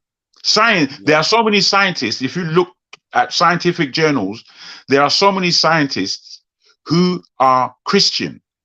And they are Christian because they have a humility in their knowledge. They don't boast about the knowledge that they're acquiring. Then there are those scientists who believe that they're a law unto themselves, that they're God. So you get people like Dawkins, who would tell you that he will start writing books about the God delusion. He doesn't understand that maybe it's he that is deluded. And let me just remind some of our Igbo brothers that think that they are from the Middle East. I'm sorry to break it to those ones. You see that E1B1A genes? Yes. Yeah, you got it, 89% of it right there. 89. No. You are one of the blackest people on earth. Like, how many is blacker than you? Babileke. Ross, I have to come back at you again. Firstly, the place called the Middle East is of no significance in any geographical term. So you have to understand again, using the English people who created that term and who wanted power over that region, they have given this term for complexity reasons. Now, E1B1, there are groups that went outside. Do you know where the Indus Valley is? The Indus Valley. Do you know of that? Yeah. Now, the Indus Valley, believe it or not, is an African civilization. But just because it's in Pakistan and India, we are telling ourselves it doesn't belong to us. It's ours. We have to be careful of saying that. See, why? Tell me why. Tell me why I have to be careful. Because just like have you studied it? Me, I've studied this thing. Or it's not that I'm not just talking. I've studied the civilization of the Indus. You understand? Hold on. See, it doesn't. I see. Maybe a black person went there and did what they did, but the population that was present there. Remember, when we talk about civilization, we are referring to the stuff that happened maybe 2,000-3,000 years ago. But while people moved there 30,000-40,000 years ago, so the population that is there are probably those people that have changed genetically to an extent that are there. A black man from Africa that is more advanced because we've been here longer may travel down there and civilize the place, and then you have the Indus civilization and you call it a black civilization. You can do that, but in reality you will not see any footprint of black people there because I only mentioned that to give you an understanding of the expanse of our expansion as black and African people. Now, the Indus Valley is one. Let's take Egypt, which is possibly older, more or less the same age. If we look at Egypt, the Egypt that we know today is not the Egypt of yesteryear. It's just not. If you look at the language, if you look at Yoruba language, and you look at old, ancient Egyptian languages, language, there are too many similarities between Yoruba and Egypt. Well, how explain it? Explain what that is. No, see, I will try to explain it if I have the evidence for it. I've not seen it. So if you find it and we have I can give you the evidence, not right now, but please, if you can put your email down, I will send you so many things, or your WhatsApp or whatever. I will send you so many things that to glean because they're there.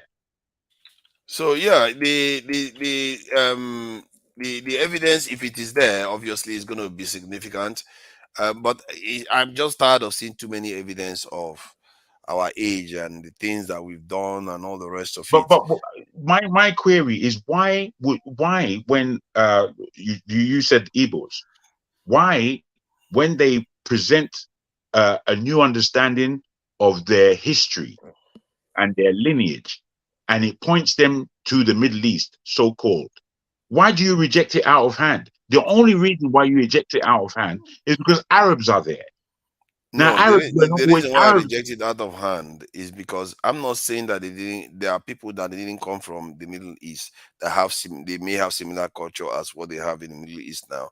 See, we have to understand when a migration happens, somebody comes from some other place and comes to an area where people are already settled.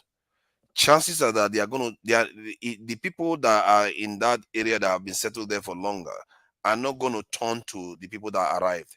The people that arrive will turn to the people that are settled there because those people that are settled there will have higher population. So it's like us now moving, like let's say 100 of us move to Europe. In maybe 10,000 years, 3,000 years, you're not going to see us. Our descendants will be white. We will disappear. And that's what I think happened. When